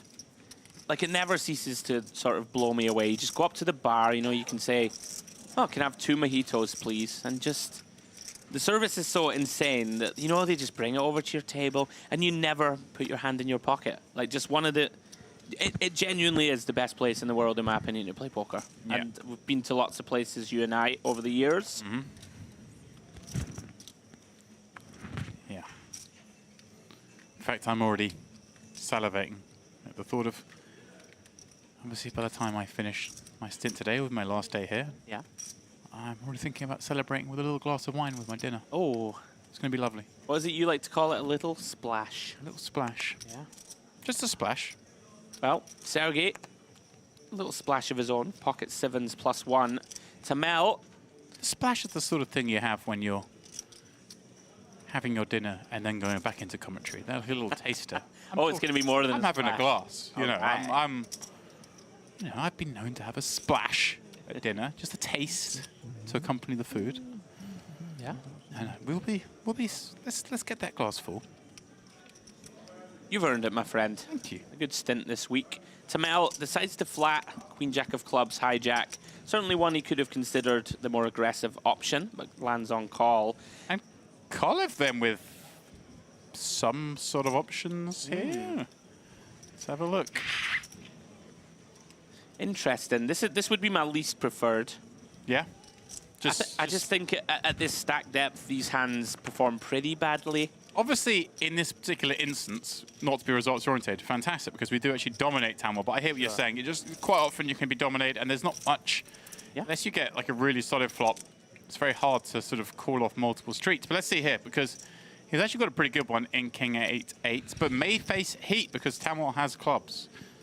Yeah, I mean, Sergey here with a pretty unappetizing continue. One thing he does have going for him, he's in early, probably covers this board better than the rest. So he's going to start with a small one. He is relentless, isn't he? Yeah. The Spaniard fires off 10K. Yeah, this is going to be intriguing because it's very likely to go call, call. I don't think Tamil will raise this. You know, his hand just has a lot of equity. We can bluff later. And now, this is the problem. You know, I know Boris has the best hand and he may well win this pot. But immediately, Demps, this is uncomfortable. Like, you know, we can just be up against king, queen, ace, king, aces. Yeah. 8-9 suited in the hijack, right? Even Sergey's going to open some 8-9 suited of his own. And this is He's a good going flop to for us. raise. Here we go. Ooh, hello, okay. Okay. Wow, differing path. Piques my interest. Not what I was expecting to see. No, me either. It's not a raise to find out where we are, kind of bet, but it's not far off that, is I mean, it? it kind of is. Yeah. In many ways. Now, Sergey deciding what sort of hands out of the small blind will bluff raise. I don't think it really... Wow, really? Okay.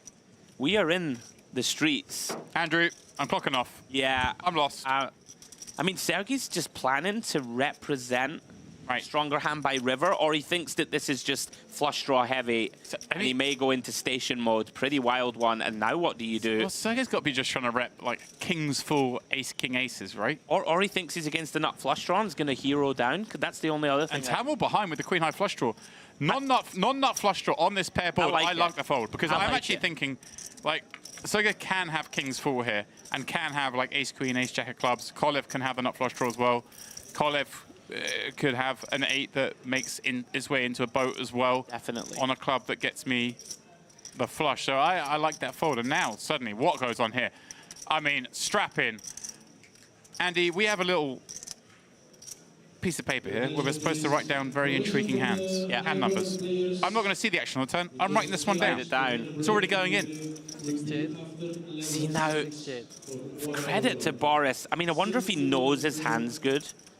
Because you can't really know, right? So, like, Sergey's not going to re-raise flop with any better king. He's not going to raise the flop with aces.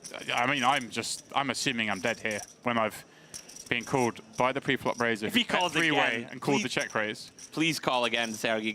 Let us see this go to the river. Is there any part of this that he's just thinking, hey, look, I got the 7 of hearts and the 7 of diamonds, the 8 of clubs and the 8 of spades on board. They're pretty decent blockers against the 8x. It absolutely is.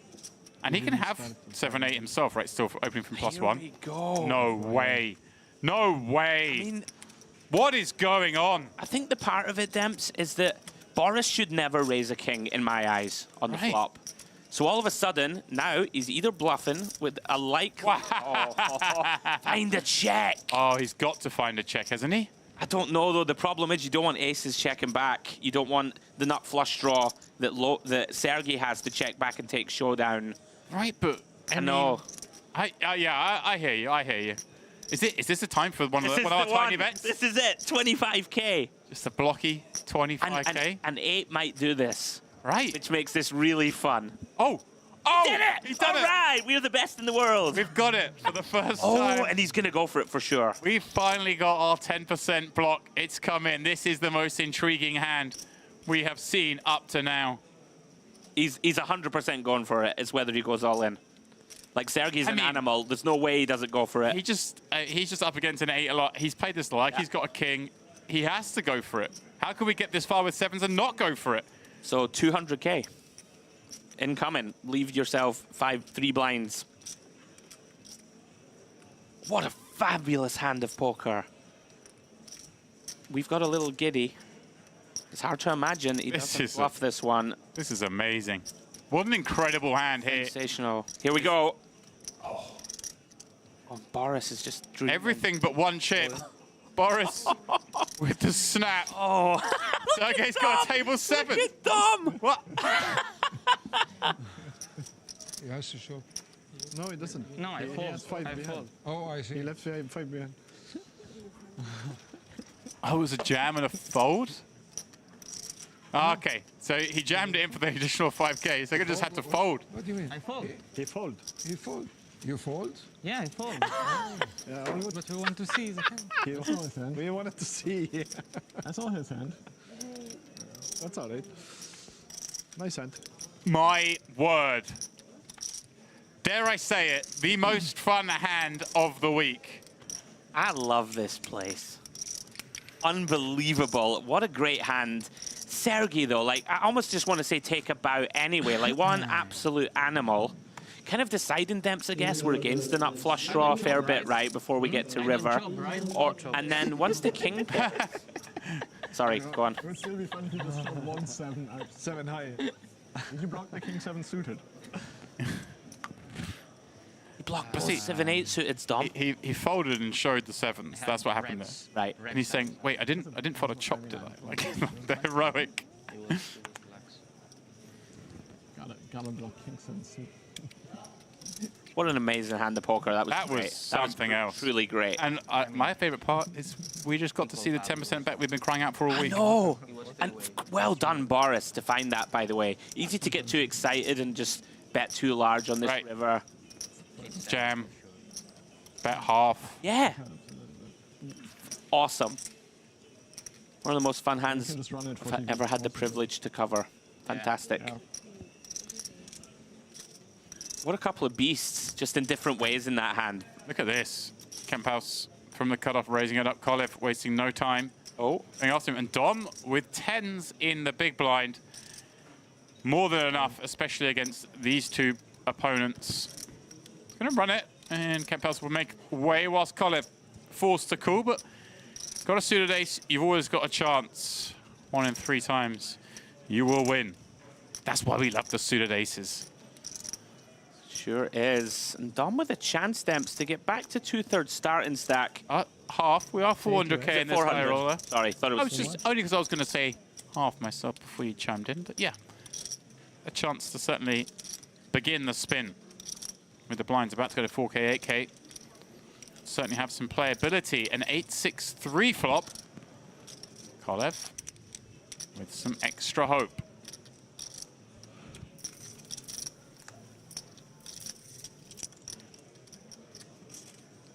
Kolev, amazing how he just got fully paid off in that last hand. Now needs a little help to make himself get paid.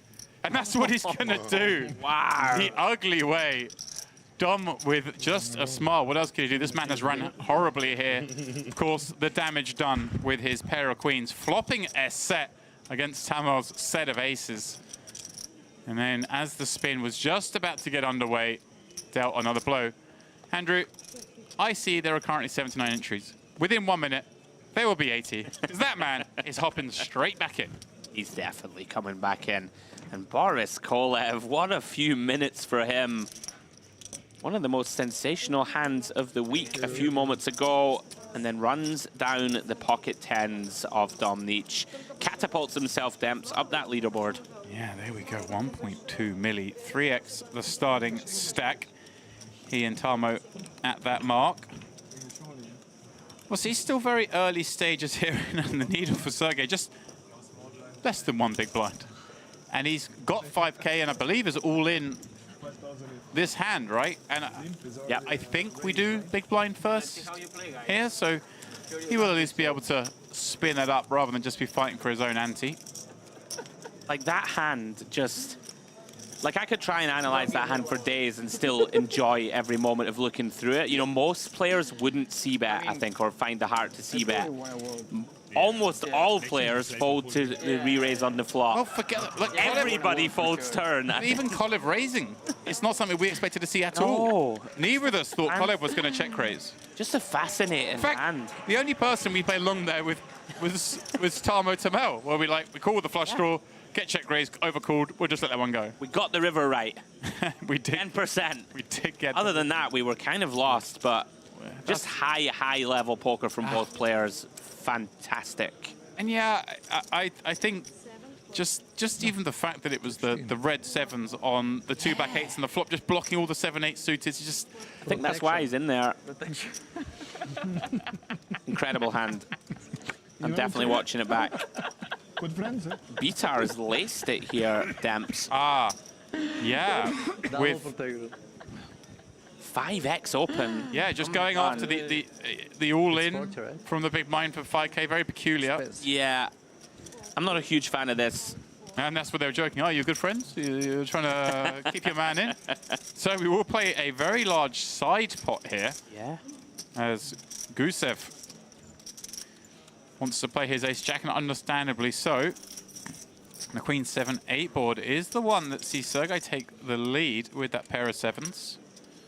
But as mentioned, the side pot's certainly more significant than the, what, 19k in the main by my reckoning. Yeah, I'm really intrigued to see how Bitar handles this. We've sort of made a rod for our own back, so to speak, with this massive open pre. Compelled to c-bet. Do improve to an open-ender, Demps, after betting 1/3 on this flop and being looked up. Sergey with 2 pair now. Yeah, this gets real murky, because this is not a card that we want to see from under the gun when we've 5x'd very often. But all of a sudden we kind of feel, well, I might just have to run this one. Here we go. Super tricky. 55k is the wager. Well done. We're going to fold, and Sergey's going to say, hey, look. That's a good start. Oh, he hasn't looked yet. Whoa. Well, he sees 2 pair. Far ahead. 10,000 I can win. Okay, Good. Five from each. Good. Plus the small blind. You happy? I hope you really will. You're happy and I'm happy, right? This should have 90. Oh, there's no small blind, of course, because Dom just busted. There we go. Oh, I know. I mean, I thought he had the queen. Well, there we go. So I get up to 15k. Yeah, apologies. Dominic busted the last hand. There was no small blind, just a solitary big blind, no ante, that led to the monstrous pre-flop raise. That's not bad after all. And yeah, not bad after all at all, because he got to pick up the side pot, did Mr. Bitar. Yeah, got the job done, James. It's a nice mistake. For you, doesn't make any. For me, it doesn't matter, but for you, it's good.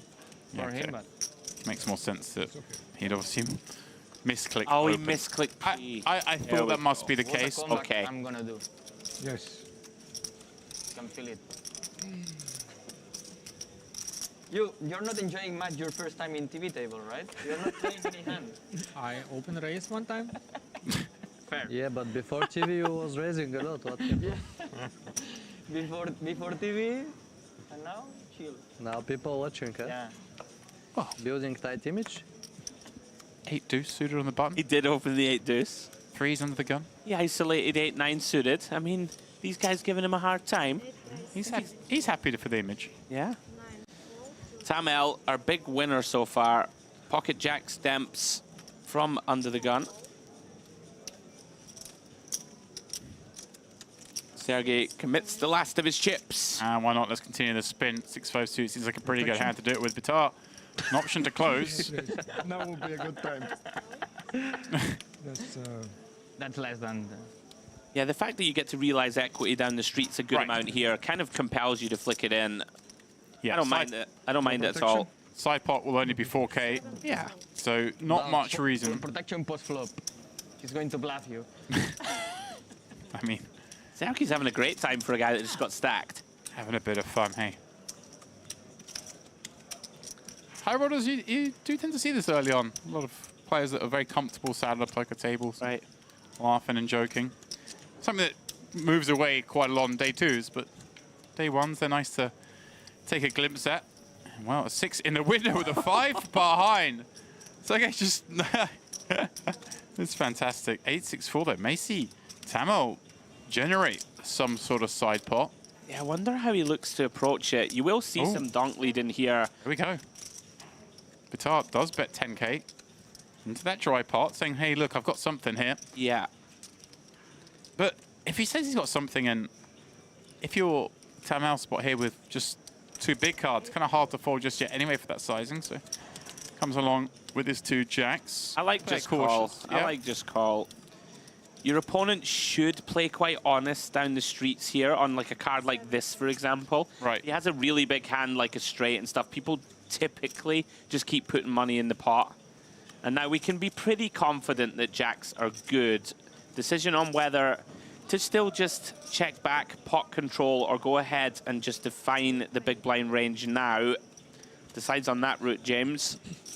And gets an extra 25K. Yep. So far, obviously, So plenty far. of outs for Bitar. So far, of course. Run down those 2 jacks. That not one of them. And Sergey doesn't mind even seeing this action, especially on that run out, because, hey, there are certainly plenty of 1-pair hands that want to bet for value. Yeah. Wonder now, Tamel does have that decision point, Demps. We can still get I value. think we go for a little bit, don't Yeah, probably do go for value from like an 8x.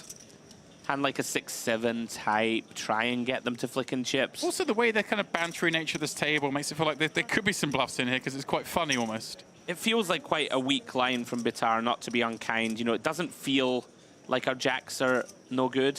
Right. And nicely done. Nice lay down. A7. No. Yeah. Well, it's a good Good start. start, good start. Boom. Boom chakalaka. All in blind What a twice, 2-pair You got twice. 25. Okay, up to, what, 53K? He has some decisions to make now. Yeah. All of a sudden, he's got 7 blinds. In profit, Spin up in progress. somehow. Very bad protection already. And what a great little spell. Would have been nice though, A7, and I just win like with a 5. Would have been more nice for the show. On we go. If you are just joining us, guys, this is the 10K Mediterranean Poker Party High Roller. 1 million guaranteed on this one. We look all set to smash that. Numbers going up all the time. People hopping into the 10K after busting that main event day 2. That is still in progress. Out in the main room, we're going to be bringing you coverage of the final day of that event on Sunday, as it stands. We've got day 1 of this high roller today, and then I'm doubling again. I might covering win it to a conclusion tomorrow, Demps. But I can bust you, they're not lucky like me. Now then, That's a voice of confidence, isn't it? I can bust you. My brother yesterday came to the TV table in the main event with 3 big blinds for the last 3 levels and backed over 90 big blinds. So it might be you as well. Might actually be your seat. I think this table works this way usually.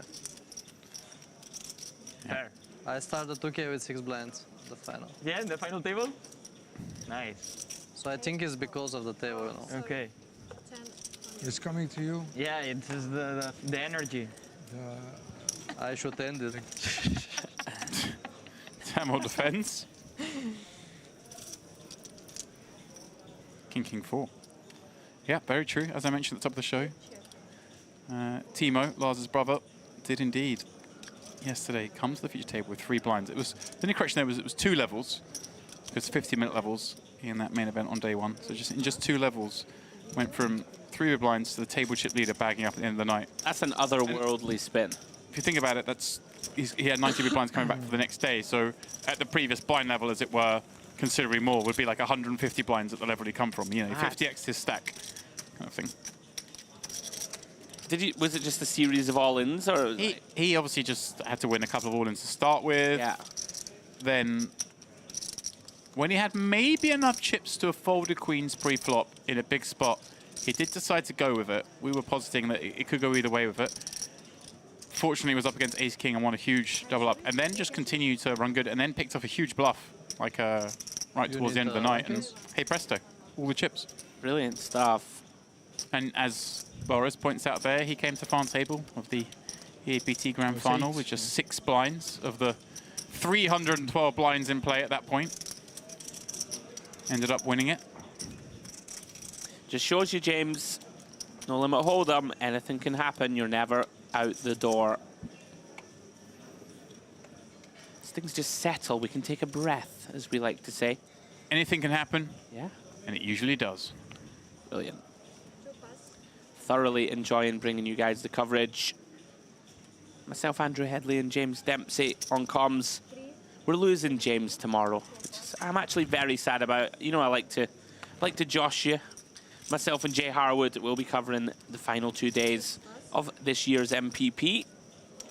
We see Kolev. I'm going to be out there in the Will you be having a watch? in the YouTube comments. Beautiful. Now then, Bitar, very playable. Jack 9 suited.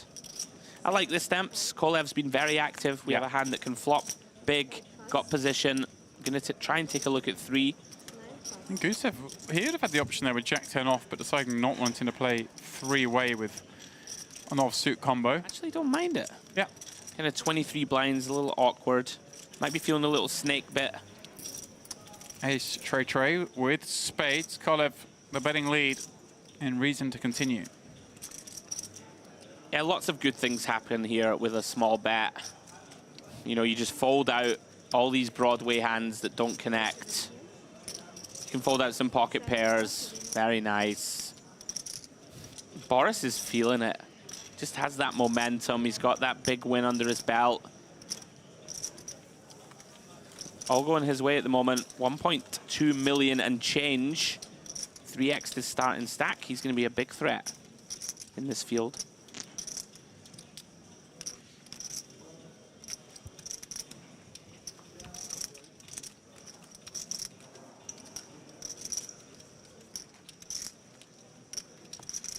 Small blind is for sale.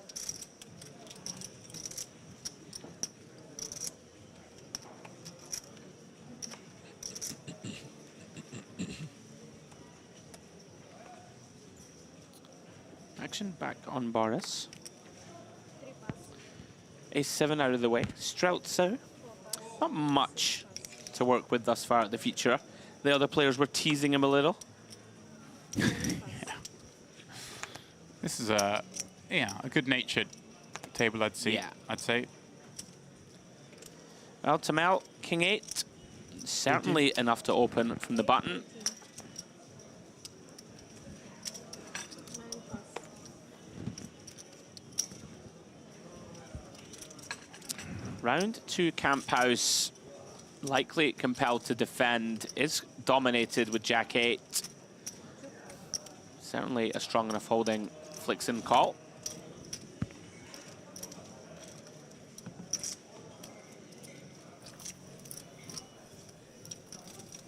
Queen, 7 queen.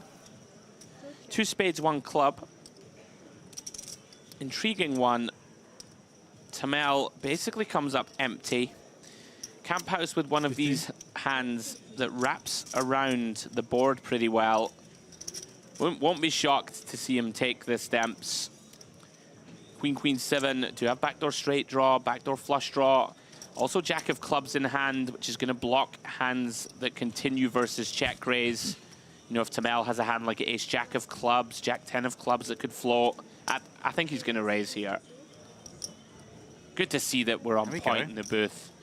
Well, These guys, they just never miss these spots anymore. So tough to play against. you say we, which is rather kind, because I didn't see it. But I saw it. Now, just because I know you should do it doesn't mean that I'm capable. But when I'm in the booth, it's easy to say that they're capable. Very nice, Camp House. Part of the game these days, right? Everyone's just quite savage with these 3 to a straight, 3 to a flush bluffs. Yep, certainly are.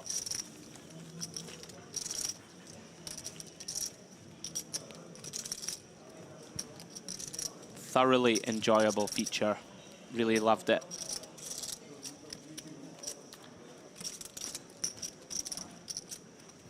The MPP main event trophy, that will be handed out in 2 days' time. Someone will walk away with $1 million. What would you do with $1 million, Andy?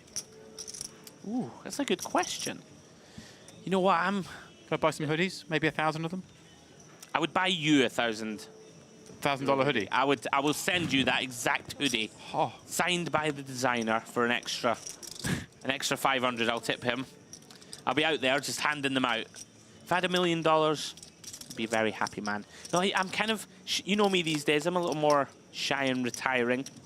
I would do something probably boring and just invest in a nice little property for me and my beloved. Yeah, as you know, we are expecting. So we're very excited about that. And You know, set up the Littland's future. yeah, Nice. it's a very boring answer, but That is a boring answer. lovely though. Your first time you pass on me. First thing I would do, Go on. I'd go to the bar here and buy everyone a drink. Very nice. You honestly, you're all heart. You really are. Free bar, for those that weren't tuned in 30 minutes ago. Imagine you just roll in. Free drinks for everybody. Way.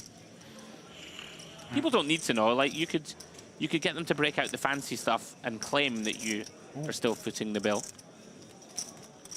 Is absolutely everything free? Like there must be there's some, like, anything badass premium. champagnes. Or there's premium drinks you can have. There's sort of the house spirit in cocktails. If you want to up that game, then obviously other things are available. I don't know what the house vodka or gin or whatever is, but I was in the whiskey lounge yesterday evening during my break and saw a rather well-known player who I'm not going to name because you know I don't want to blast his reputation. Okay. Although he's known to enjoy a drink or two whilst playing poker, but he decided to buy himself a little $50 whiskey just to enjoy in the whiskey lounge. And it's the right place to do it. Why not?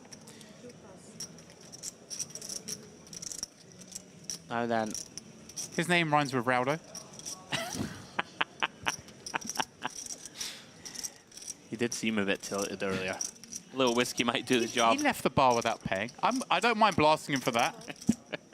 The waitress came over after you can see him and said, where's who's paying for this? I'm like, well, he's gone. And left us with the bill. Classic. Now then, Demps, Streltsu. This is an interesting one. You know, 9-7 is these kind of mid-range ones. You spoke to me the other day on stream about unpolarizing oneself. And this seems to be one of these situations. Gonna raise 9-7. You typically will see check. Kolev in there with a very nice king 10. So be careful when you call someone a nit. They were joking that he hasn't raised too many hands. Maybe he's tilted. Here you go. Have that up, yeah. Kolev's more than happy. The king 10. And like you mentioned, look at this again. Just eagle-eyed. Eyeballs moving from the head to the neck. Streltsu decides to check back. I'm actually quite a fan of this. You know, Kolev's limp call range connects with this board very hard. You know, he's going to have a bunch of these like Jack 9, 10x, Queen X, King 9s. Like, we're not going to dislodge any of them on the flop. So Streltsy deciding he's going to try and delay and potentially have the opportunity to bluff later. And if Boris leads, which it looks like he's going to do, you know, there's not too much harm done. I would imagine we just give up on this one. Meaty sizing. Yeah, very meaty sizing. Boris just knows where he's at. I don't mind this, Streltsy. Pretty interesting combo to use pre. Not one I'd use myself, but hey ho. Unpolarized. Yeah. The game just moves in circles and cycles all the time. It's just a fun word to say. I like it though. I like what you were saying with that. Давай, братан. Привет. Fresh meat to the grinder in the form of Nathan Chalskin, I believe, who... Together Умага. has, Andrew, just finished 10th in the EAPT Monte Carlo last week, so super deep run there. Ah, yeah, that's a tough one to final table bubble. 6 pass. I'm sure he'll reflect positively That's a great run. in time. Yeah, 70k the payout for that. 7 pass. I'm having a great time now just having a look at the player list. I saw you pointing at a few of the names. I'm going to have to reference one. He may not thank me for it, but Andrei Petichuk's in there. He, of course, the recipient of an all-time bad beat. Yeah. On that 2K final Ooh, table. my word. Not only is Chalskin here, look at this chip stack. Is that right? No. No. Decimal points been moved around here. That is 438,000. 4.4 million, is it? I don't think so. Apologies for the old misclick there. Yeah, gets to defend here with the ducks. Camp House flops the best of it, bottom pair. Tricky spots these Demps for Camp House. Yeah, not surprised to see him check back the 3. Pretty nice turn when you hold that ace-3. In the long term, at least. Now, Chalskin, a couple of options available, Demps. You know, this board connects with him a lot. The 6 pairing, gonna have the best hand with deuces against a lot of different overcard combos. I don't mind this. Decides on small bet. You know, you can get just some quick folds from some kind of king 10s, king jacks that don't have a spade or diamond in that have decided just to give up. Camp House won't go anywhere here. Likely just call, see what happens. That's the case as we head to the river. The newbie on his way to winning his first pot at the table. If, pardon me. He actually might value bet here. It seems on the surface like really thin. But you know, there's not too many hands likely to beat us here on the river. Yeah, I'm really not shocked to see it. These elite players, they look for the thin value. I quite like it. 31k. Try and get called by ace high Demps. Basically what he's targeting. Camp House. I think he'll just take a bit of time and call Demps. Look at Kolev just staring at Chalskin. Yeah, I mean, he's going to call this one off, I think, with a little bit of thought. Really nice.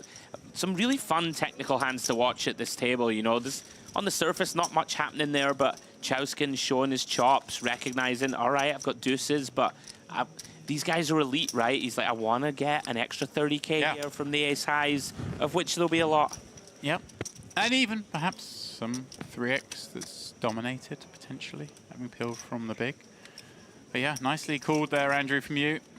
Ken, you're on point today. We should get you in this tournament. Registration's still open, of course, for 10 levels. I know a few, you know, I know a thing or two about the game. I can't wait to watch that Sergey versus Boris hand back. Yeah. Because that was one spot where we were really, you know, I don't want to say outmatched, but it was just a wild one. I just didn't know. It was so difficult to call. We were all good right up until the flop. She even pre-flop. You had some criticism, but perhaps of the call from the small blind. So even there, we weren't on with every street. But that's what makes this game so great. Yeah, really enjoying it. Already, as we look at the top right-hand corner of our picture, we see we're at 99 entries. Remember this one with a 100-player guarantee, $1 million. Wow, it's already getting up there. So I suggested at the top of the show that speculation perhaps could get up to 200 entries in this, and it's very possible, of course. We have 80 players currently in. Obviously, you think re-entry is more likely as time goes by. Oh. There we go. Sergey, he's been on the run. Can he continue the spin? This one seems a little less likely. Dominated. Like Queen Jack, something like this, more fair. I mean, you're still gonna win. I feel good about you too. Yeah? Should have opened for it. Keep the story alive, right? Well, the sixes are winning. Sixes are running, that's true. It's bad for you that you feel the same way. Sixes are running. It's too much hope on this table for the A6 in my mind. Oh, Well, here we go. Hard about. An equity On flip. GG, I would win. Here, not sure. Is it too many outs, Andrew? is it, Demps? Well, it is through the turn. 10 of spades, no help. Still a ton of outs, but we can see some are dead. Can he get there? 8 of clubs on the river. It was indeed too many outs, Demps. Here we go. Sergey, right King back. Jack suited? King Jack off. King Jack. There we go. Discussing the previous hand, because obviously Boris never tabled his hand. There we go. Sergey out to the floor, and he may be the one that takes us up to 100 players, because 8,000. you're pretty sure he's coming back in. He's back I in. can't. It was like a really lovely moment there where Bitar just like slid over and was like literally like Actually, I will. providing the support, you know. He was like right side by side. Come on, mate, you're gonna get there. Just fives or you need one? Fives and ones. Almost. Almost, yeah. Almost.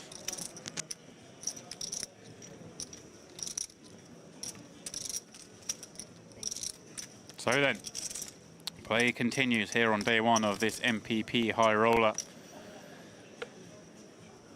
Plenty of time in late reg left to go as we are on the cusp of that guarantee. Huge credit to all those involved in this series. Obviously the brains behind the EAPT, and then Yeah.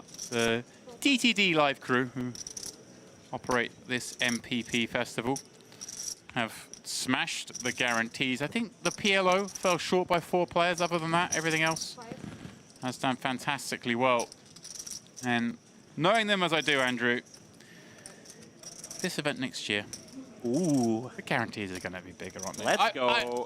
This is no privileged information. I just know the people involved. They're not messing around.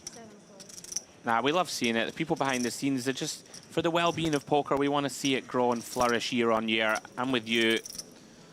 Chowskin deciding, 9-3 suited on the button.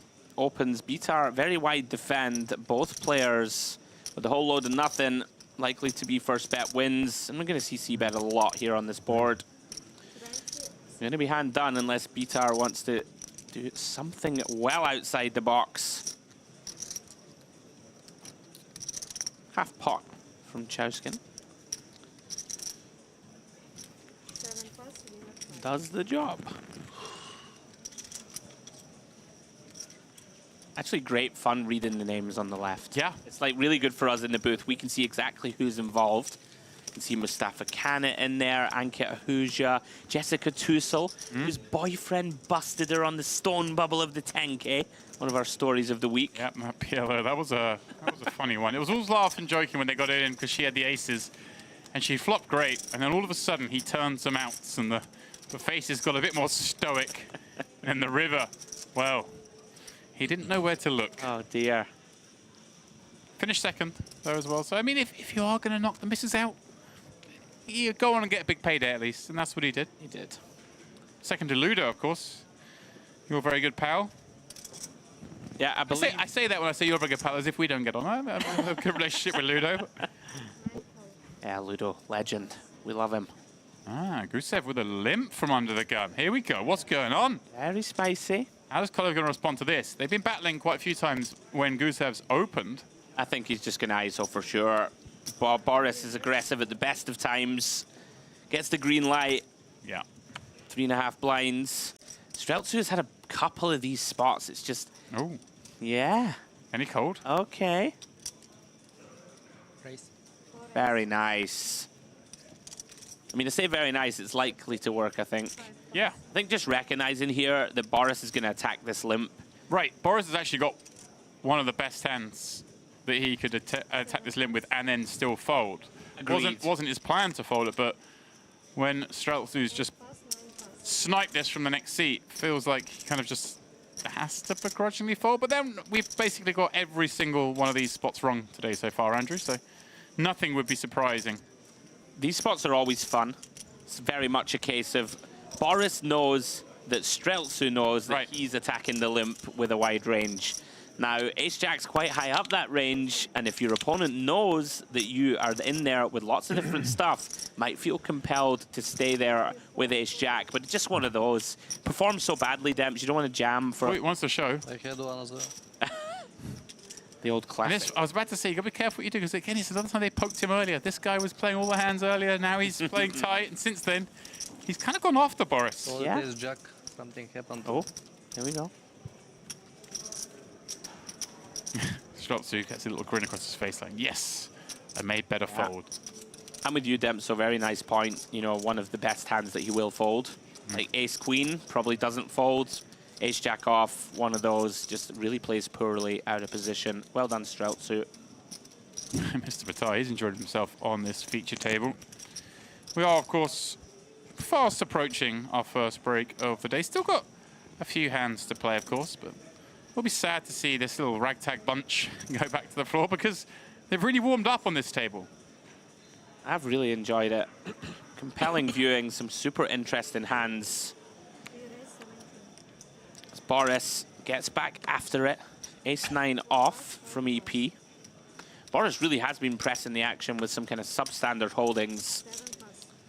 Credit to him. Timing has been great. No more so than that King-Jack hand versus our recently departed Spaniard. Now to Gusev. Really hasn't gone his way, Demps. His stack has gone all the way straight down since arrival. Tricky spots for him.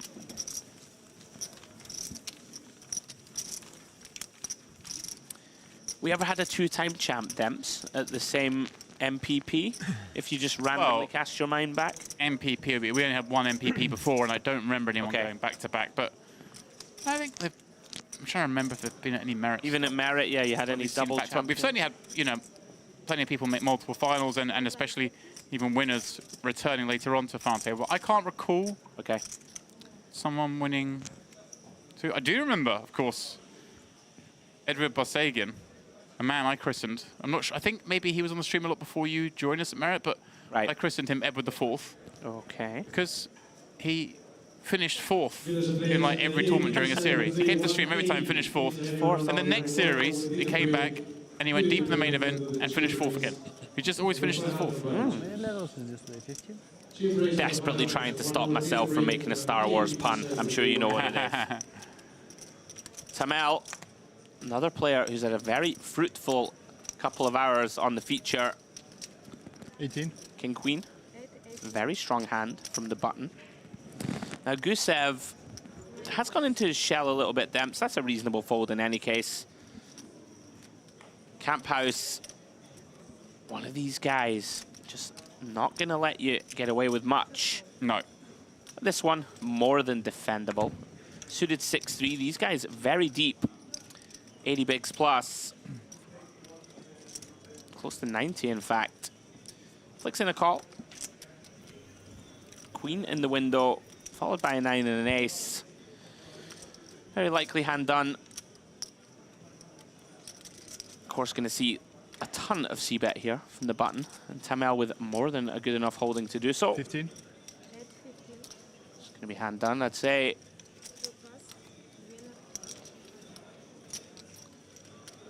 I think we need to keep our eye on Camp House.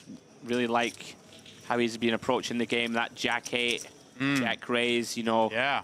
Like, You know, he's very aware, finds the ace-3 check back on 8-6-3 and calls 2 streets. Just very tidy overall game. Yeah, the Kemphouse brothers certainly a force. Do we know if he's still in the main, his brother? I don't know. Okay. We'll have an investigate. Well, let me load up Poker News. Go on, Demps, give us some I'll updates. have a little look. You talk us through this hand. Okay.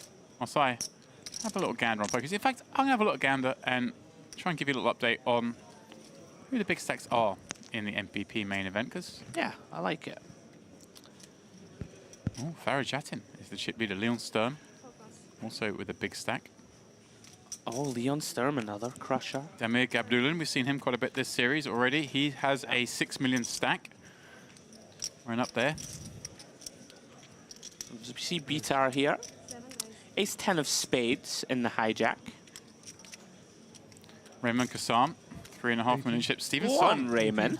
Steven Song in there. Matas Chimbolas also in there. Matas is in the mix. He's great fun on the feature table, isn't he? He For a is. chat. What a spin up for Raymond, by the way. He was down to 300k yesterday on stream. Bitar makes it 18k here. Amana De Nicola, he's in the mix. Mitch Johnson, Attaboy, Mitch. agged a big stack, we know. Still in there. Now then, Camp House. No, he is going to be the type of man to get involved. Ooh, lands on call on this occasion. Very reasonable. Going to mix this one between call and 3-bet. And Boris, pocket 9s. Yeah.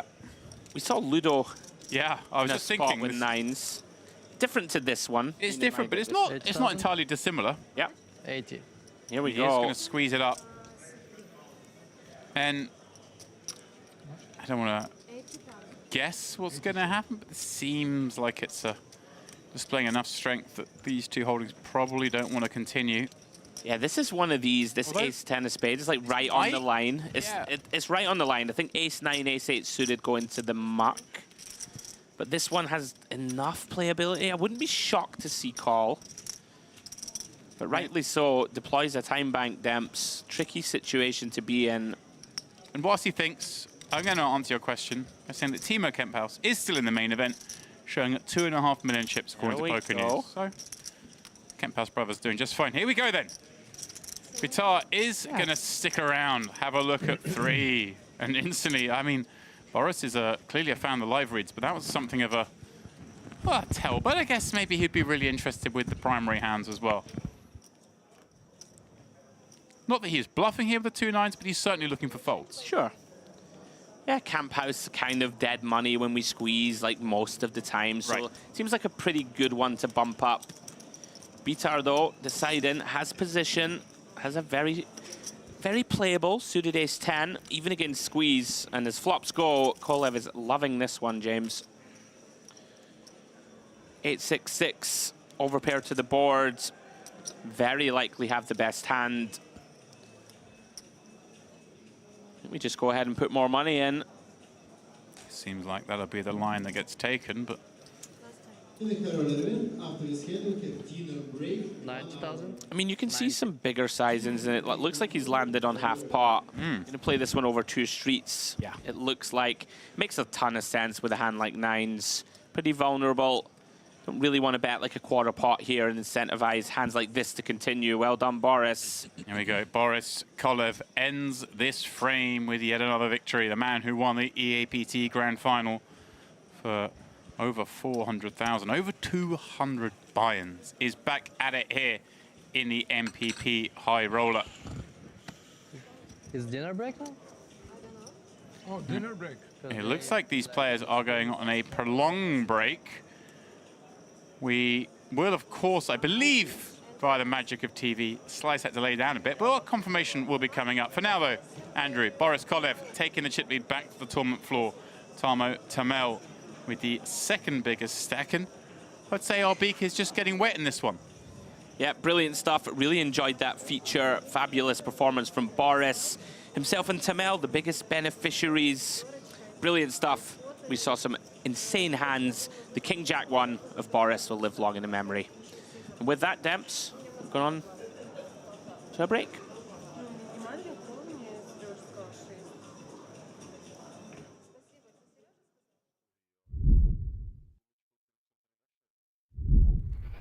On top of the morning, on top of the wave, on top of the team, on top of the days, on top of my purpose. I do, I create. Y'all wanna copy, but we're not the same. Sometimes when it can be dark, sometimes when it can be scary, sometimes you still gotta push on and just do what is necessary. You need that mindset, dog. You're just like a mercenary. You just gotta go push on. You just gotta go and get it.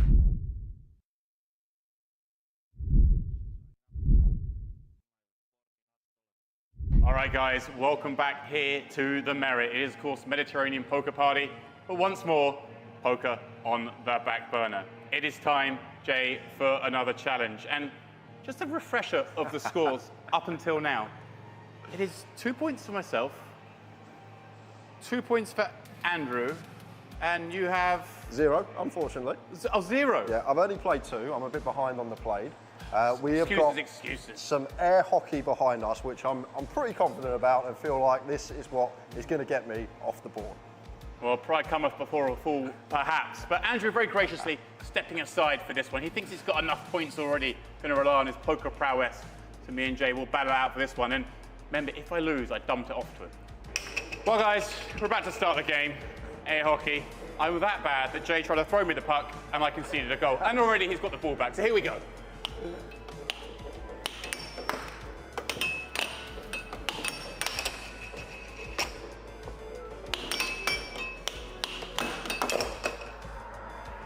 Not going well. But remember, I'm dumping this one off to him. I'm sure.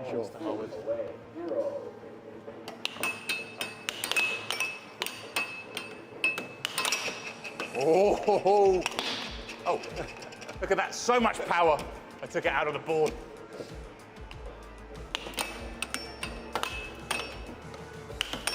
No, OG. The only way I'm going to score, but they all count.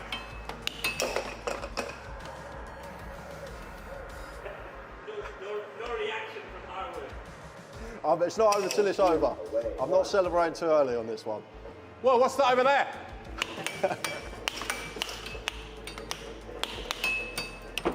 Yeah, what is it? What is it?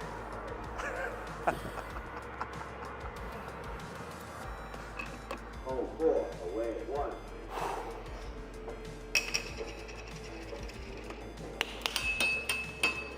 think that's my first shot on target.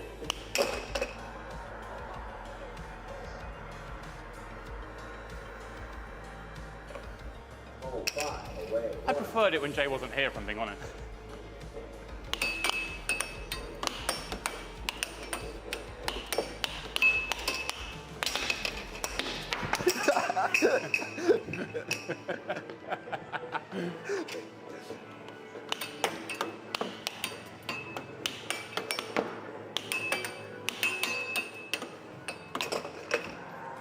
Can we cut that? Please, can we edit that bit out?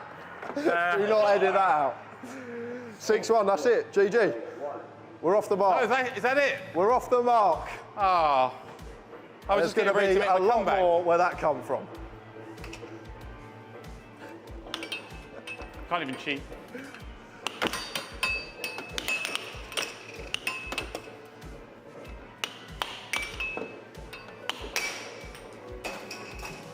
Whew, I feel like Andrew Hedley after a game of chess. I thought it was game over.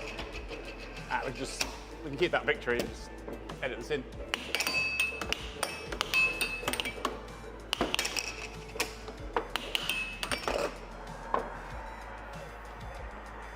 I found my calling. Found it. Found it. Well played, Jay. Well played, sir. Well played. Thanks for the point. Thanks for the 3 point. He's a much tougher opponent than Andrew is, and he is now off the mark. 2-2 the scores. But, Jay, perhaps it's time to get to what we're here to do, maybe call the action in some poker. I like your idea, James. I think we should get in the booth and start with some poker.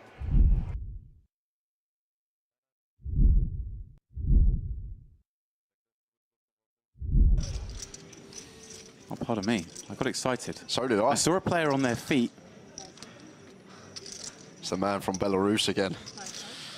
Yeah, that was nervy, Jay.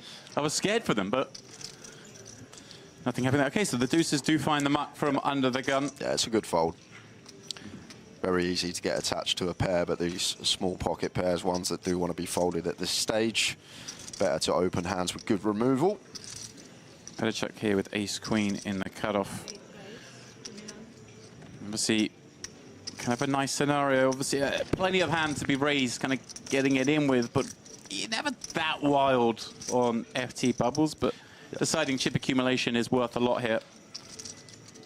I was wondering where the line is in stack size that he might just elect to open jam that hand from cutoff rather than... Yeah, probably at this stage like 13, 14. I don't think we want any jams off of 18 here with 2 tables of 5. Like, so much better to just open here, give the big blind a chance to shove like an ace-jack, an ace-10, get them to defend a hand that we dominate. Ooh. And even here, king-jack suited, these suited Broadways are very nice candidates to choose here, and it wouldn't actually surprise me if Puts went for this here. Just because he'll recognise that Patrick has to call very tight here. Right. And even when called, these suited Broadways do very well in terms of equity pre-flop. Like, even if we're up against an ace-king, still going to have that 1 in 3 shot to get there. Let's see, he's certainly mulling it over. And he does! Well done, Jay. Well called. Puts, putting Patrick to the test. And... Oh. What happened if 2 players lost in one hand in different tables? Yeah, okay.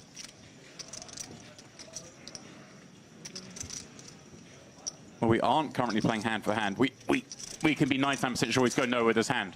Right, Jay, but he just wanted to know if it's worth burning time banks, was checking the other table. They're not playing a hand currently. I guess cards that are being shuffled there. So he does make the call. No need to burn those time chips. And here we go. A monstrous pot. Patrick just doubled up a moment ago and a chance to basically tie the table chip lead if his ace-queen can hold on here. But as you mentioned, these suited Broadways, they do all right when called. Yes, they do. 36%. Not the hand he wanted to see, like you mentioned. No, he wants to see an ace-jack, an ace-10, an ace-5 suited kind of holding. 9-4 deuce. Clean for Patrick. But needs lightning. No real backdoor equity. Well, the outs change. Loses the jacks, but picks up the 10s, all of which are live. Yeah, improved. I'll take it. Give me 10. There it is. Clean run out. Patrick continues his ascendancy. Yeah, and a great example there as well as why we just want to open these hands there.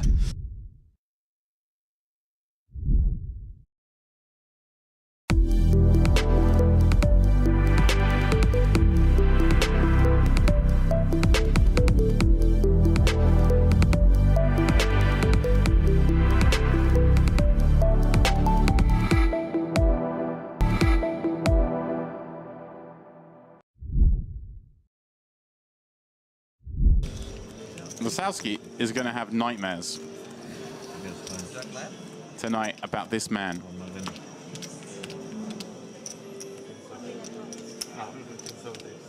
Hard to believe he only has 2 recorded caches on his Hennemob database, Aquino. The first of which coming back in March, it was 3rd place in a high roller in his native Brazil in Sao Paulo for $41,000. And then he found his way onto that WPT voyage, the cruise that, you know, a lot of people seem to have a good time on. He final tabled a turbo there, and then, hey, his next appearance on the live felt here as one of the 8 qualifiers to make this final table. So newish, it would appear, to the live arena, but certainly not new to poker the way we've seen him play.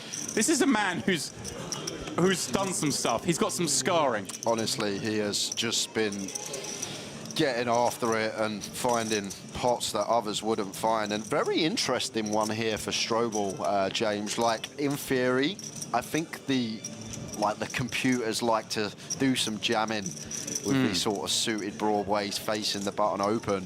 Like the Queen Jack suited, the Queen 10 suited, the Jack 10 suited, this type of stuff. Whether he'll taking it, he's gone for it, Strobel. Oh, here we go. And well, with the folded cards, we see this one's actually a lot closer than the players will realize. The two compatriots all in. I know the chat, or a corner of the chat, will root for both these men. Unfortunately, they are all in against each other. Yeah, I know we've run into ace-king here, James, but it's actually a high-level jam here from Strobel that not many people would find, in my opinion, on a final table. And unfortunately, just ending up running into that top end of range here.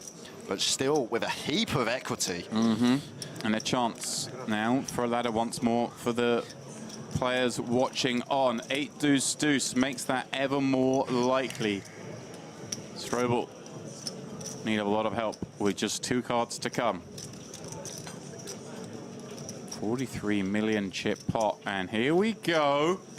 He turns a lot more equity. And every out bar one in the deck. Look at them live as you like. It's a cruel one, a trio of ducks. Estoy impaciente, quiero comerte. Quiero jugar, baby, una horas más. Estoy impaciente, quiero comerte. Quiero jugar, baby, una horas más. Estoy impaciente, quiero comerte. Quiero jugar, baby, una horas más. Estoy impaciente, quiero comerte. Quiero jugar, baby, una horas más.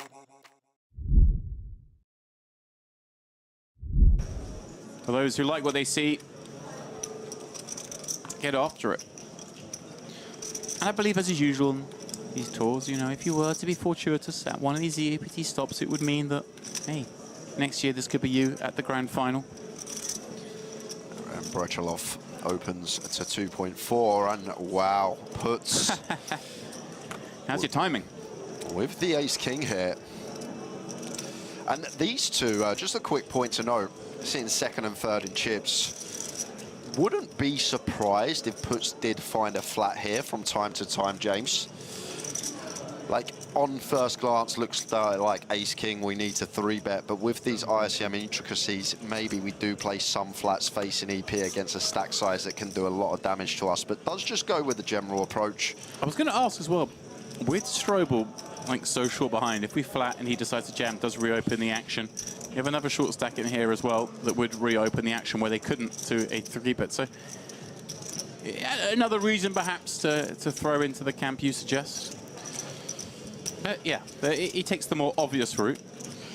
Yeah, and probably just going to proceed with call here as Brechelov. It's close, ace-queen off, but I think as covering stack, we do get to come along. If stacks were reversed, probably lean more towards fold.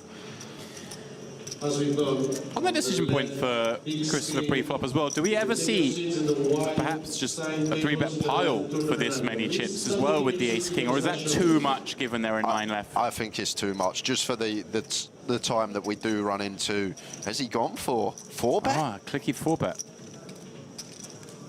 Let's have a look. He put in a heap of chips. Look to be around. I mean, a stack of those greens is, what, 10 million? Yeah, here we go, 4-bet to 15 million. Dreamy scenario for Puets, in that he set up his stall to 3-bet and then have to 5-bet jam. Obviously, right now, worried he could be moving into the nuttiest of ranges, but understandable, Brechelov, with this ace-queen, you advocate flat, but it does lend itself quite nicely, doesn't it, to a 4-bet fold potentially? Yeah, it's what are we trying to fold out though? Do we think that we get some jacks 10s to fold some of the time? Maybe 10s does go into the muck, but is ace-king ever going to let it go? Right. You feel like it's wasting a strong hand perhaps, but the counter argument is, hey, I don't want to play out of position against this extremely competent opponent. And here we go with 5-bet jam. This final table continues to deliver fast-paced action. Yeah, a huge pot going to go puts his way here. Brechelov just has to fold now, and that's a big, big pickup for the German, uncontested. Another 18 million chips to go with the sort of, well, about 18 million chips he won in the last pot. Now up to 61 million, clear second stack.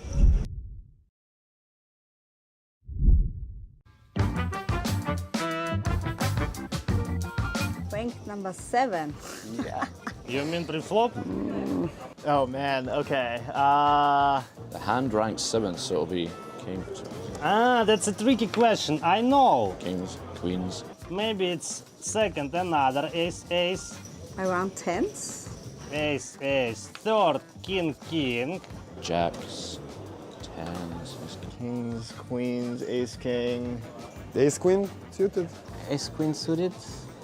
I would say 10s. 9s. It's same class. I'm a smart guy. Ooh. 1, 2, 3, 4, 5, 6, 7. Jacks. You lose.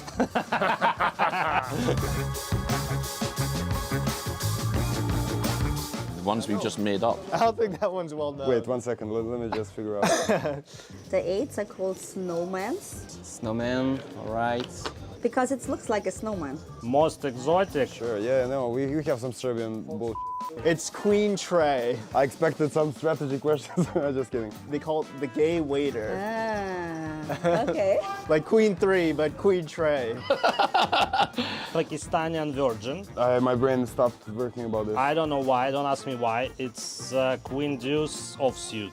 The deuces are like ducks. Kings are like King Kong. We have a name of how we call the straight. I just heard it somewhere. Kenta Mallorca, but... Well, in French, 10s are called Zinedine Zidane, Zizou, like the football player. Straight 10 to the ace, 10 jack, queen, king, ace. But it's like Mallorca because it's major, straight, whatever, so... Aces in French, you call them like les flèches. 8-4 of hearts. Scottish aces. I think someone just played this hand one day and decided to go a bit crazy with it, and I believe it was just known as Scottish aces afterwards. So whenever if you see a Scottish person, they can always have this hand. They've raised under the gun, they can't have, on board at 8-4-5, they can't have 8-4, they can't.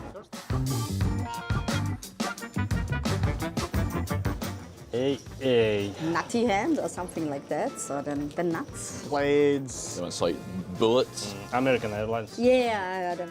American Airlines. Oh, and Austrian Airlines is the same like American Airlines. The bullets, yeah. The blades.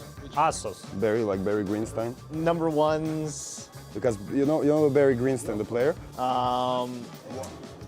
The rockets. Pocket rockets, okay. The nuts, I guess. There's a lot of aces crackers. King 9 of diamonds. Every small pairs. By percentage is Jack 10 suited. 8-7 suited, I guess. I'm not sure, but it gotta be like something like 7-8 or 6-7 or something like that. 10 Jack suited. Always these suit connectors are very good to crack the aces. 6-5 and you make the lowest strip. That makes sense. Okay, yeah. But I like, Scottish aces could be aces.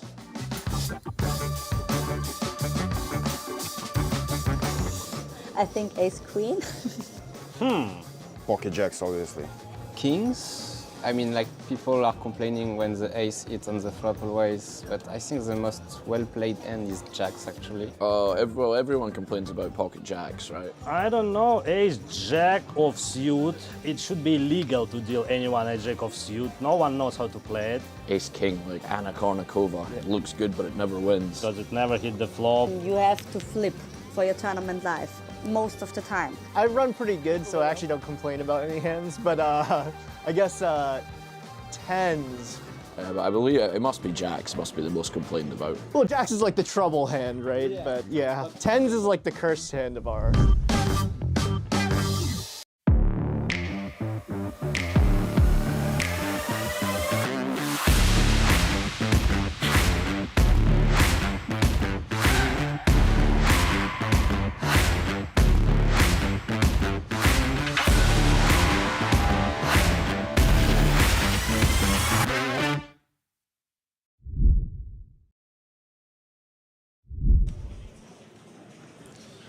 I'm actually kind of sad that Andrew's jumping in after the next break. I'm enjoying watching this final table. Well, we'll just keep it warm for you, and then, by my reckoning, you should be in here for the culmination. Yeah, I'm hoping to be. Some positives. Wasowski finding a positive. Ace Jack. ripping it in. Breshov, King Jack suited, out behind. They're not going to be able to call, though. Pretty hand. It has to go into the muck. Ooh. But this one will have to call. Umarov, 2 10s. Asks for a count. It is sub 10. And are we going to lose a player on the last hand of the frame? Yeah, should be getting it in here as Omarov. You see, as Levine puts behind. With 28 million chips, really not enough to worry about those players. Has he announced cool? He has announced cool.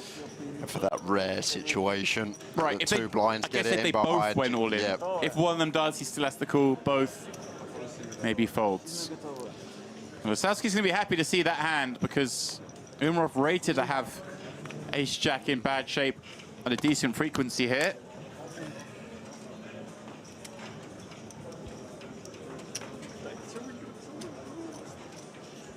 Can he win a race? Finally, all in this man. And a 9-deuce-deuce board looking very bad for Lasowski's future in this tournament. Likely to lose our first player. Well, hold up a second, Jay. A heart on the turn brings a whole host of additional outs. Ace, jack, or heart is needed. And there it is. He finds the 5 of hearts on the end. Lasowski with a sigh of relief was on the verge of being the first one to bust this final table. Instead, finds a double up, gets back to 25 million and isn't far off where he started this final table.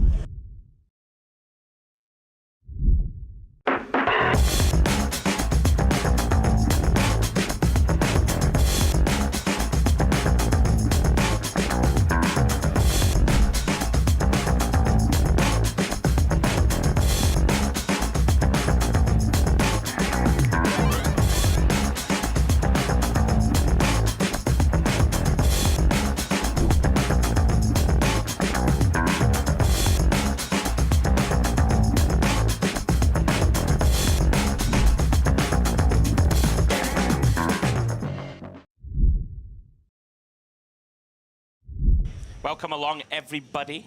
Yep, if you are joining us here on YouTube, we are streaming across multiple channels, but myself and Andrew do both have the DTD Player YouTube chat open. So if you do want to join in the discussion with us, that's where you need to be.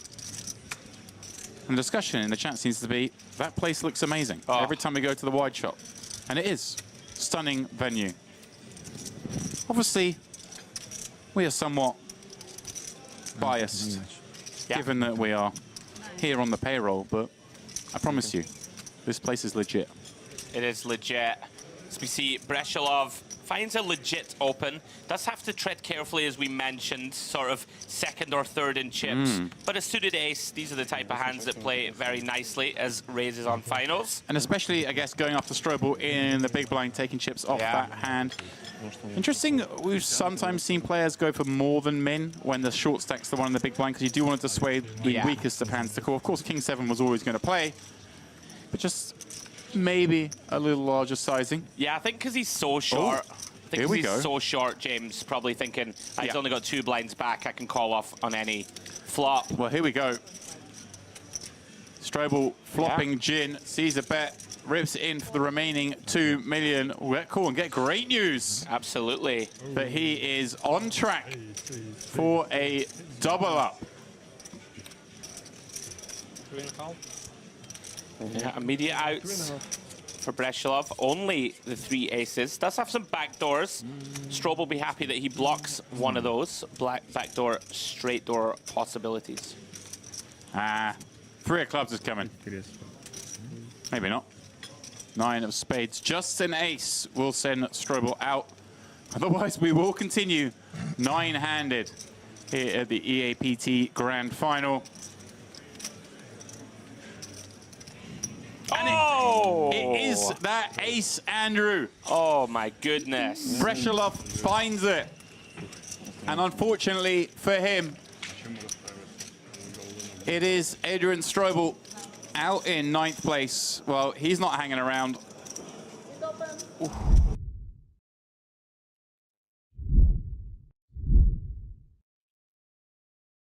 Welcome, guys, back here to the Mediterranean Poker Party, where for now, poker is taking a back seat because it is time, pardon me, for round 3 of the Merit Poker Olympics. And some of you may have noticed Andrew Hedley's gone under a slight change because it is now time, finally, to welcome Jay Harwood here to Merit. How are we doing, Jay? I'm doing great. Hello, everybody. Today's challenge, we are playing table tennis, and Andrew not here at the moment. If you've seen the previous challenges, like myself, you won't be surprised knowing that he's already warming up for this one, looking for his first victory, losing the 2 previously to this man, James. And well, as he says, Andrew is out there grinding, but it is now time to get bat and ball in play. Right, guys, we're back. The next challenge, table tennis. I need a win badly. It's not going well so far, Jay. This is going to be mini games of table tennis. I'm going to take on Jay. The loser will take on James. The winner is the first person to get to 5 points. And at the end, the 2 winners will play each other to find out who wins this challenge. By God, I need it. Let's get after it. Good luck. Good luck, sir. You're going to fucking need it, I've buddy. seen you in the basketball. You're good at hitting the net. Right, Not. Oh. Right, you ready? Let's go. Oh. Oh, he's sharking at the lad. All right. Yeah, you can serve this one. 1-0, let's go.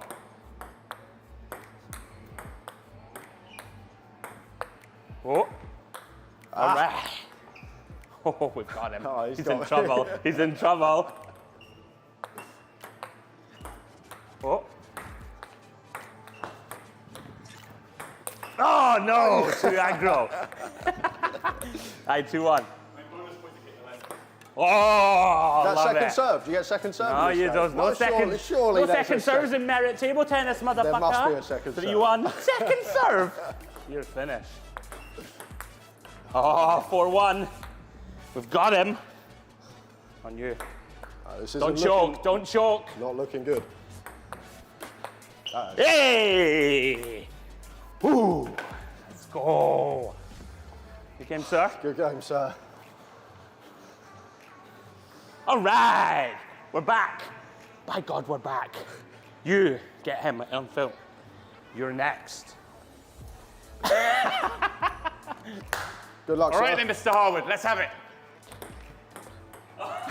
Well, that wasn't at all embarrassing.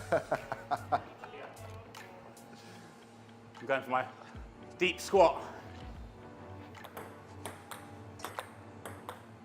Oh, the war of attrition. That's not good. There we go, 1 apiece. See, he's a first timer here in Merit. He's not used to the table. Oh, rally. 2-1. It's coming. We both want the same thing, and that's Andrew not to win in the final, so we're all good. We're all good.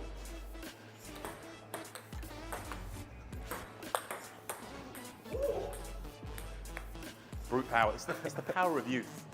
But finesse wins in this game. I've lost the score. 2-1. 2-2. Oh, better now fall. Oh, he got too happy about being all square.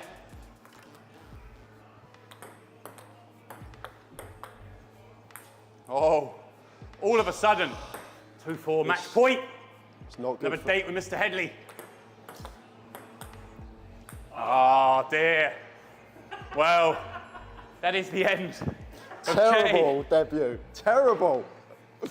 Jay, his first day here, his first challenge, and he's done the honourable thing and taken the wooden spoon away from my next opponent, Mr. Andrew Hedley. The old- right, is it? Yeah. Is that, That's a big. you can't. That's a huge disadvantage. What is this? This is ridiculous. You just realised you've now Now seen call a the huge floor. disadvantage. Call the. Excuse me.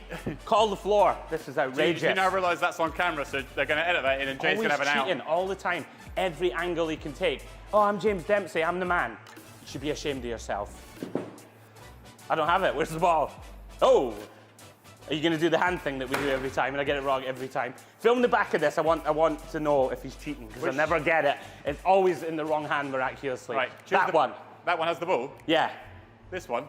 Right, come on, what's going on? Get it revealed. Fucking unbelievable. Like, every time, whatever, you can have serve.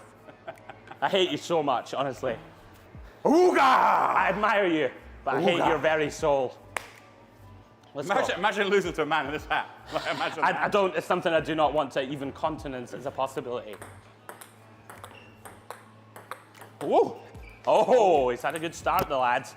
Oh, the first point I've ever won off you. All right. All right. Oh, no. We're back. Oh, no. He's got this secret spin serve thing he does, and I don't think it's legal. If any table tennis people know. You could have had a career in it, mate. Nice you've had a career in something. Alrighty. Let's go. Let's go. 2-1. 2-1 to the man now who props up the table. Watch oh, no, the ball. he's going to mug me up. Watch the ball. Be the ball. Okay? You ready? No. You're all backhand, I've noticed. I am. Something You're going to play to my forehand, are you? Yeah. This serve is not legal. It's got far too much spin. Woo. What even is that? I don't know, but I'm gleeful. I actually better win We've from literally here. been waiting the best part of a week to see a victory dance out of this man. He's gone up in the challenge. I need to win because I've gone too early with the celebration. 3-1 you. I've gone too soon. I think you're there. All right, let's go. Oh, wait a minute, that's a let. Oh. There's no second serve, Jay, but if it hits the top of the net, you get a let. Oh.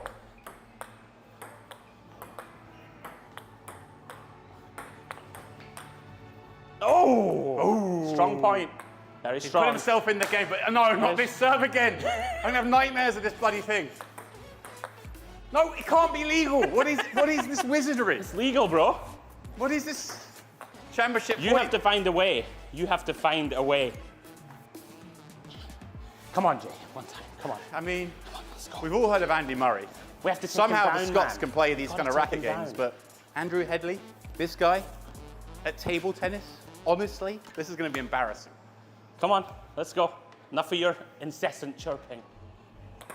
Oh! Woo! Yeah! All right. Come on, buddy, it's going to be okay. Now, come on, I'll be gracious.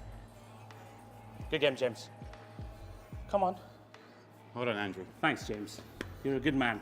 I want to apologise to my family, to my friends, to everyone who knows me. Your cat? And to all the people Andrew's going to gloat to. I've let us all down. I won't gloat. Good game. Jay, good game. Come on, I'm back. I'm back in the Olympics. Whew. Yes. Someone play the Rocky music. Play the music. Da-da-da, da-da-da.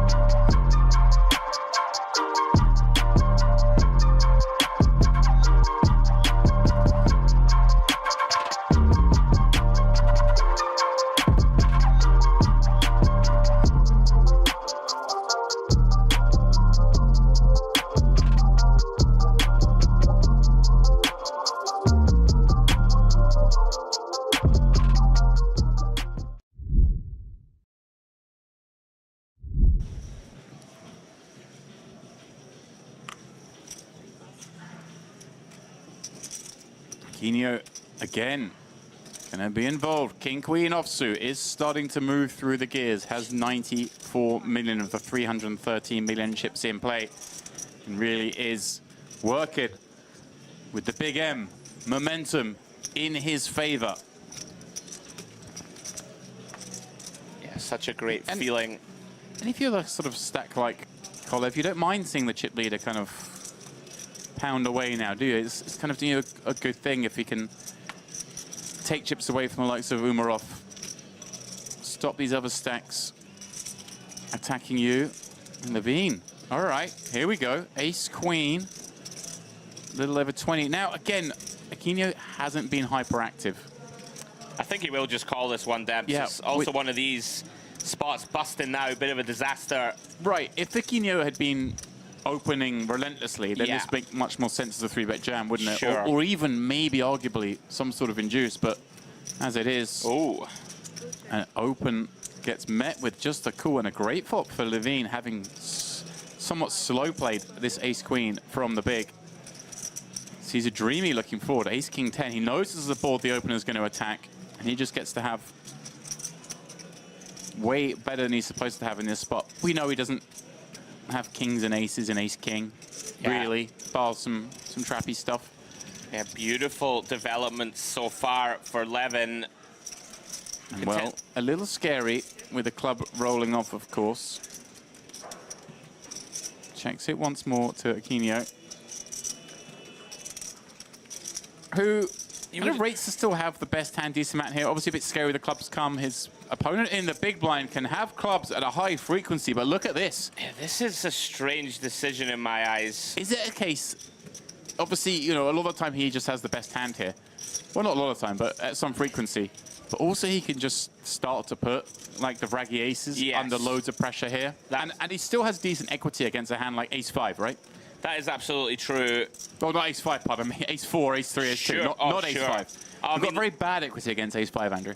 If Levin has like an ace-4, you know, ace-7, you know, spades type hand, he's going to have to get rid of it. So it's kind of, I kind of like it a little more on reflection. I did expect just a check, though. We can just win, and you did reference the big blind's going to have a lot of flushes here. Well, look at this. 27 million chips in the pot. Aquino has swelled this one with that second pair. Levine loving life up to now. And wow, another club on the river. Well, Levine hates this run out. Now, Andrew, given that Aquino has bet flop, bet turn been called, is this a hand that now we kind of do want to fire 3? We unblock the ace-x. If our opponent did say turn a flush, well, they might not love life anyway. What's happening here? A block.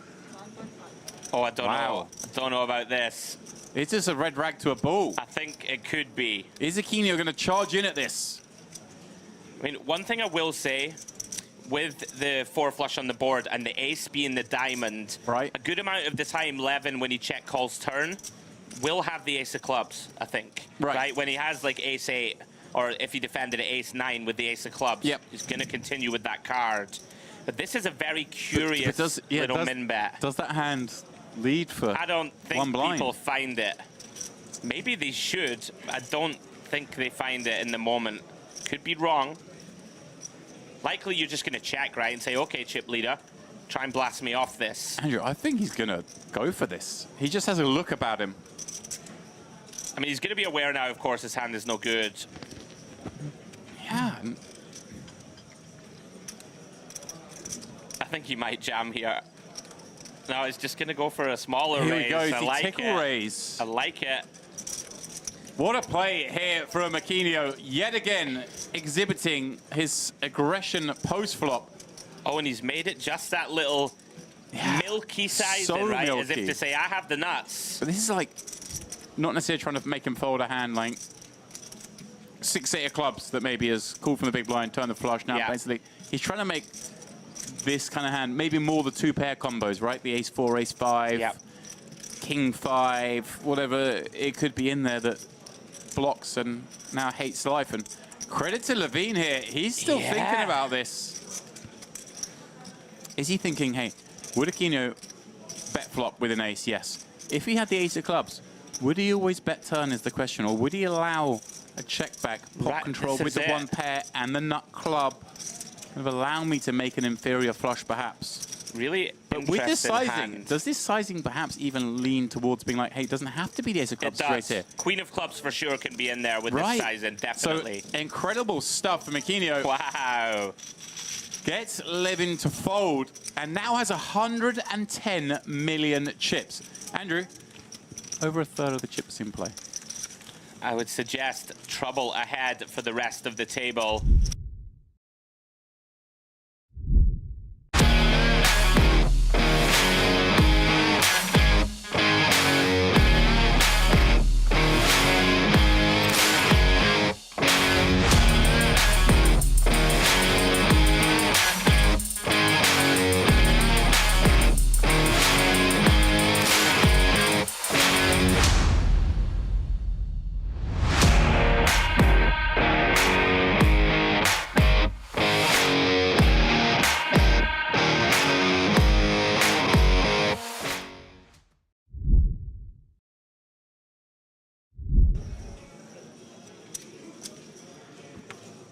Yeah, interesting. Maybe Breshilov just perceives 60% to be more value heavy. Maybe thinks his opponent would go larger with bluffs.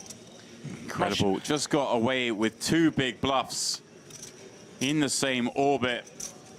Really extending himself here. Oh, Patychuk opening up. Kolev away from the table for this one. Bad time to miss a hand. See him coming back into frame now. I guess deciding, let's go now before the blinds hit me. I like this from Patychuk. We're going to have to find some steals. You know, we are starting to get to that very dicey stack depth. King-Queen qualifying as a raise fold. And Lasowski, Queen 7 of hearts in the big. Yeah, these are real dicey. Off the short stack, though, is going to stick around. I think the problem is Patychuk is going to be pretty tight and going to have a lot of picture cards. Oh, hello. Oh, wow. This is as cold as this could get with these 2 holdings. Lasowski flopping top 2. Patychuk with top pair, loving life on the Queen 7 tray. Oh, my goodness. This is an absolute disaster. I mean, there's no getting away from this, Demps. If Lasowski fast plays flop. Lasowski. Oh, he's trapping. Hello. Actually, don't mind that. Wow, and such a wet-looking turn card that one assumes Lasowski is just going to let to bet this fairly big and leave not a lot back for the river. I agree. He has so many draws that could be bluffing here. May even bet at a size that means Patychuk just jams over the top. Yeah. Reasonable, I think, to just jam here. I think he will shove here. You know, you're going to get called by a queen. You may even get called by a 9 Demps. Right. Very occasionally. You deny / you know, maybe get it in against some combo draws, but you definitely don't want to give him the free pop. Wow, is he just slow playing this? What? He's seen enough of Lasowski. Maybe he's thinking Lasowski's way out of line here. Sure. Which, if you've been watching, is possible. Oh, king on the river, albeit a club, Andrew. The club is somewhat concerning. Wow. 2/3 pot back. We have top 2 versus 2nd and 3rd, or 2nd and 4th. What an interesting river. Lasowski hates this card. Very comfortable on the turn with his 2 pair, but not anymore. This just falls into bluff catch, surely. Yeah, it does. But it's one that we do press the call button with, right? I think so. I mean, when we check, you know, Patychuk, this is super interesting. Gonna have like 10s and jacks in there, Demps? Or is he not just gonna bet 1 big blind on the flop? Is there ever a chance? If let's say we do check here. Okay. Is there ever a chance Patychuk values? Yeah, he's gonna jam. He's going for value. Yeah, does just go for value. Still has a lot of misdraws himself, and like loves this non-snap, right? He does love the non-stat. I just don't see this getting through, even though it's a scary card. Yes, but the 4/5s, the 5/6s, the 8/10s, the spade combos. Jack 8 of spades, type hands, 10-8 of spades. Not enjoying it. 10-6 of spades. And then maybe occasionally you do see the Queen 7, the Queen 9, King 9 even perhaps. Oh, pardon me, King 9. Oh yeah, King 9 with 2 beats, sorry. King 10, King Jack, would they? I don't think they would jam. Yeah, it's pretty grim. They've both got such a strong hand, but on a scary board, where ranges allow them both to have far better than the hand they do. What a fascinating spot. Pretty grim for Patychuk in that all the 10 Jack get there that would feasibly bet turn. All the club combos get there. So this is also effectively, in his mind at least, Demps, a bluff catch. Probably don't think your opponent's going to have too many 2-pair combos, seeing as we block most of them. Oh, wow. No. Oh. Oh. Did you... I mean, I don't think it's impossible that he folds. I don't think he will, but... There was a flicker across Lasowski's face when that went in. I don't know whether he thought it was a chip.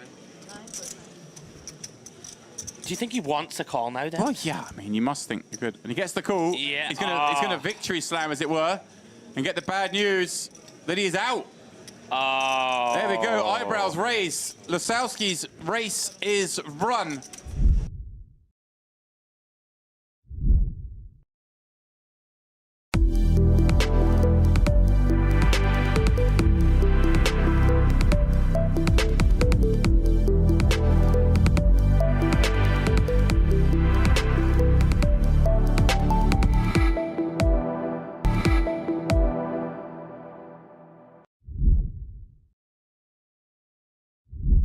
I was just looking through. I mentioned I've been impressed with Breslov, the man who's under the gun here now, and the way he's approached this one is he looks down at Ace-King.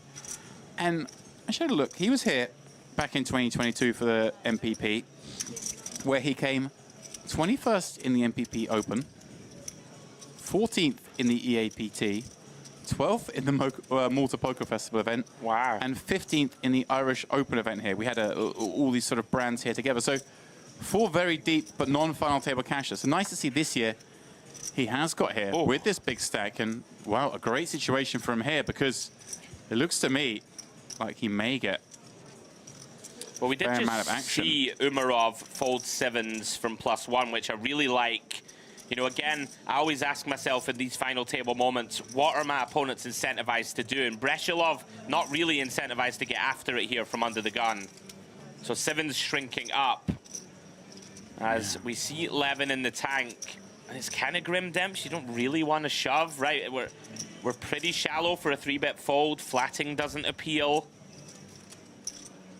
Like, it feels like if this is a Keno raising, right? Or puts with the big stack raising, we can just put it in. Yeah, this coming from under the gun. Like I said, Breslov's played a pretty sort of snug game that I've been very impressed with up to now. Let's see, though. Oh, Levine is going for it, Andrew. Wow. He thinks he's seen enough, has a playable one. Decides he needs to make things happen here at this FT. With all the players still to act behind, maybe a pip wide. I think if this was ace-queen, we'd be saying it's a slam dunk. Exactly. And it's jack-suited even.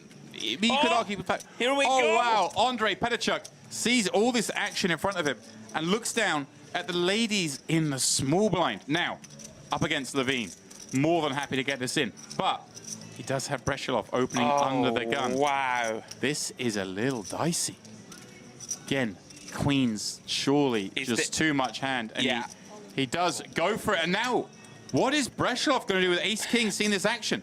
What hand does Petachuk put all these chips in with, Andrew? I think you can fold this hand. Yeah, he does, and he just and quickly he does it swiftly. I like it, honestly. Wow. Petachuk never has worse. It's like queens, ace-king plus, I think. Yeah. Maybe jacks very Do you occasionally. think partly that was the speed at which Petachuk put the chips in? I think he's just super aware, Breslov. He knows that Petachuk has to have just such a narrow range. I spent the start of this hand heaping praise on Breslov, and then that hand comes up. Brilliant. Just signifying how good he really is. As we see a 10-9-3 flop, we will flip back, of course, to the action here. As Levine has just, what, 2.5 million chips back. They're surely going to go in now. Petachuk asks for it, and Levine's like, well, this isn't great, but here we go. You figure you're going to have 3 outs here. The most interesting and Breslov, thing... let's see his face as he gets shown. Sorry to cut you off there, Andrew. He's going to feel very happy about the fold he's made when he sees it was queens. He kind of knew it was queens plus, maybe ace-king. Probably chopping it best against Petachuk, I would suggest. Great, great fold. But it means Levine is live, Andrew, of course. If it was a 3-wall in, would basically be dead here. Right. Can find an ace or 7 or queen now would do the job. Although, looking at the folded cards, there aren't many left. 3 of the 7s gone. And the river being the offsuit, non-connected, 4 of clubs, sends Levine out in 7th place. Good for 78,000, and maybe, just maybe, a little wonderment as to whether that was the time to make his move.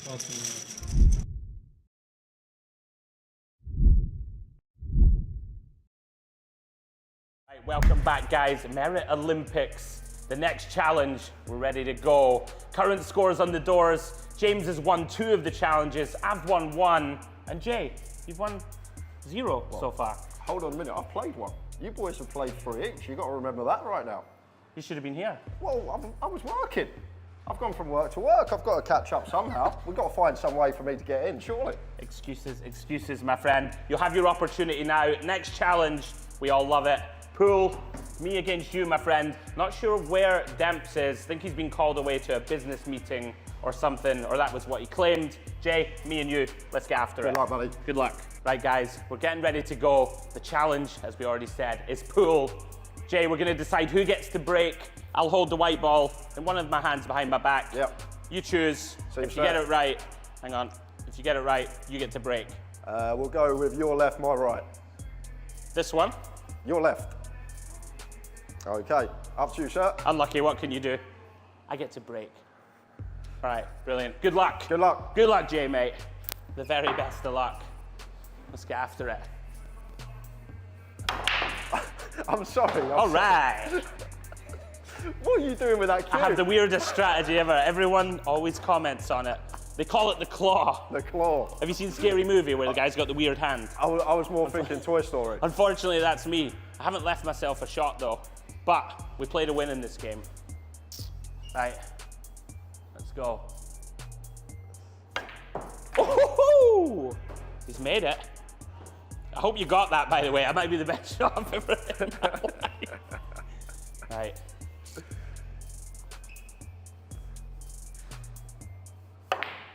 Ooh. All right, you're in, Harwood. Let's Show me what you got. Let's see. Not much. Show me what you got, bro. Not much, I don't think. Etiquette. I won't stand in the way. Very nice. Oh, get there! No chance. I might be in a little bit of trouble. Are you hustling me, Harwood? I would never do that, Andrew. I don't know, like. There you Okay, go. okay. There's a no hustle. This is what they do, right? When they play snooker, and they look Yeah, look pensive, as if they're surveying the table. They definitely do Right. that on the telly. They do, right? Pretend to know what they're doing. Oh, it goes. It goes.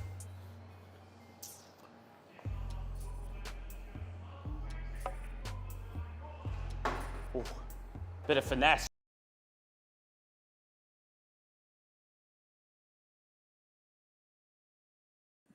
There we go. It is the 10K High Roller day one. A little bluff there that maybe we give you some more PLO action, but no.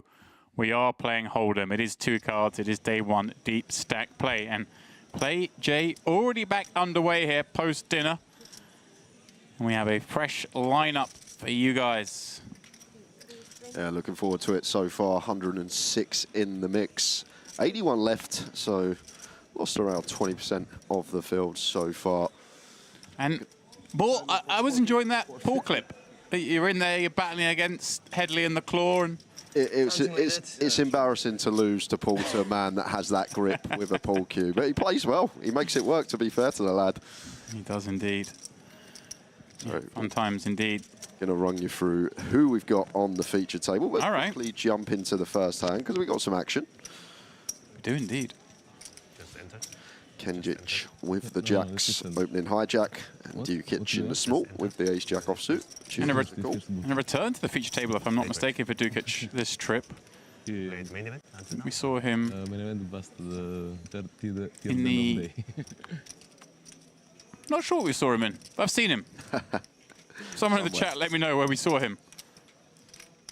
It's over pair for Kenjic here. Seems like a fine to continue. Maybe have some more checks versus the big blind defend.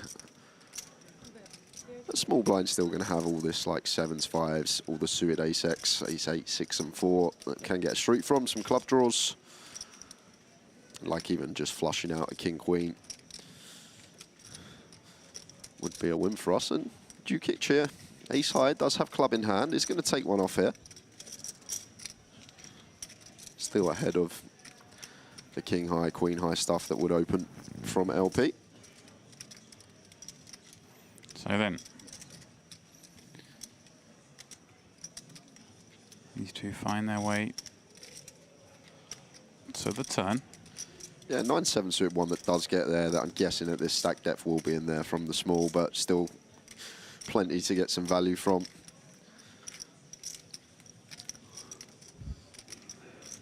Maybe a decision point now for Kenjic, whether he does think this hand's strong enough to go for 3 streets.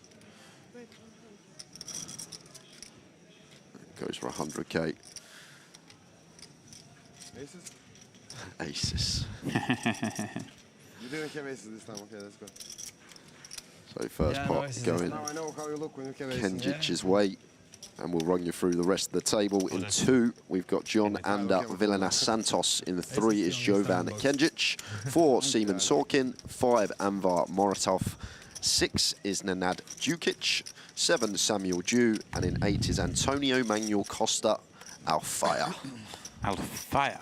That's a nice name to have, isn't it? But Samuel Jew's a player I'm reasonably familiar with. Plays in some of the biggest tournaments going. Seen him battling away in Tritons. But the rest of the names here I'm not overly familiar with, Jay, which is surprising to me given that we're in Merit. Yeah, I'm in that boat as well. James, not too familiar with many on this table.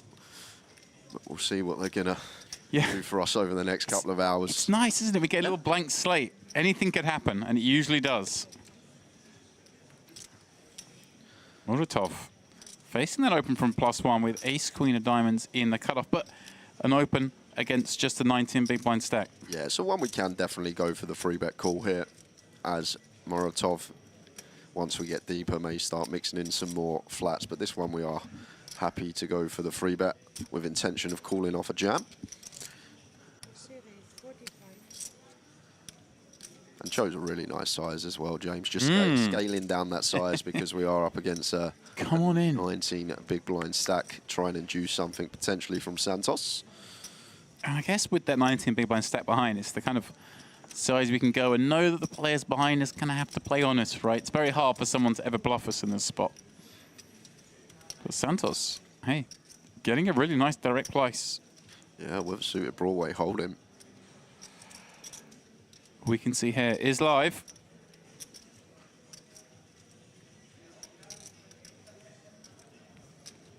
Hard to imagine. Yeah, hard to imagine he doesn't want to take a flop. He does. It makes a reasonable point in that seat. Hard to see the old shot clock on the iPad across the way. But wow, what a flop we have here. King high, 2 diamonds. Yeah, and just 120% pot back. Could potentially go in here, but wouldn't be surprised if it did go in on the turn. Seems like Muratov got one that just happy to bet call off with the ace-queen suited and is actually just going to set. Oh, I thought it was all in. 26k, go small. Just north of 20%. Right, this being that, hey, like, if I get jammed on, I'm happy anyway. I can always get it on the turn regardless. Maybe just trying to get Santos to misstep with something, maybe something that could call here and fold turns, or something that could check raise that's worse. So it is a call. Nice card for Santos.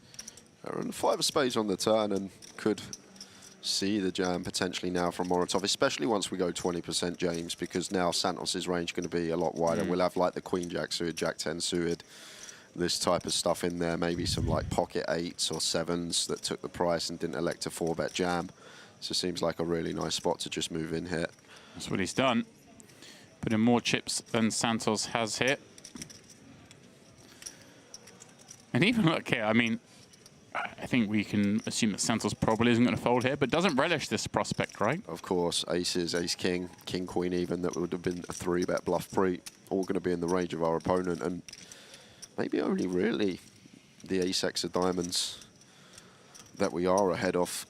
Maybe something like a queen, jack of spades, jack 10 of spades, although that shouldn't 3-bet at this stack depth because that just wants to see a flop. Yeah, and I guess the ace-x of spade combos fewer because the 4 and 5 are on the board, and they're the ones... Yeah, good point to make. We like to bluff with pre-flop.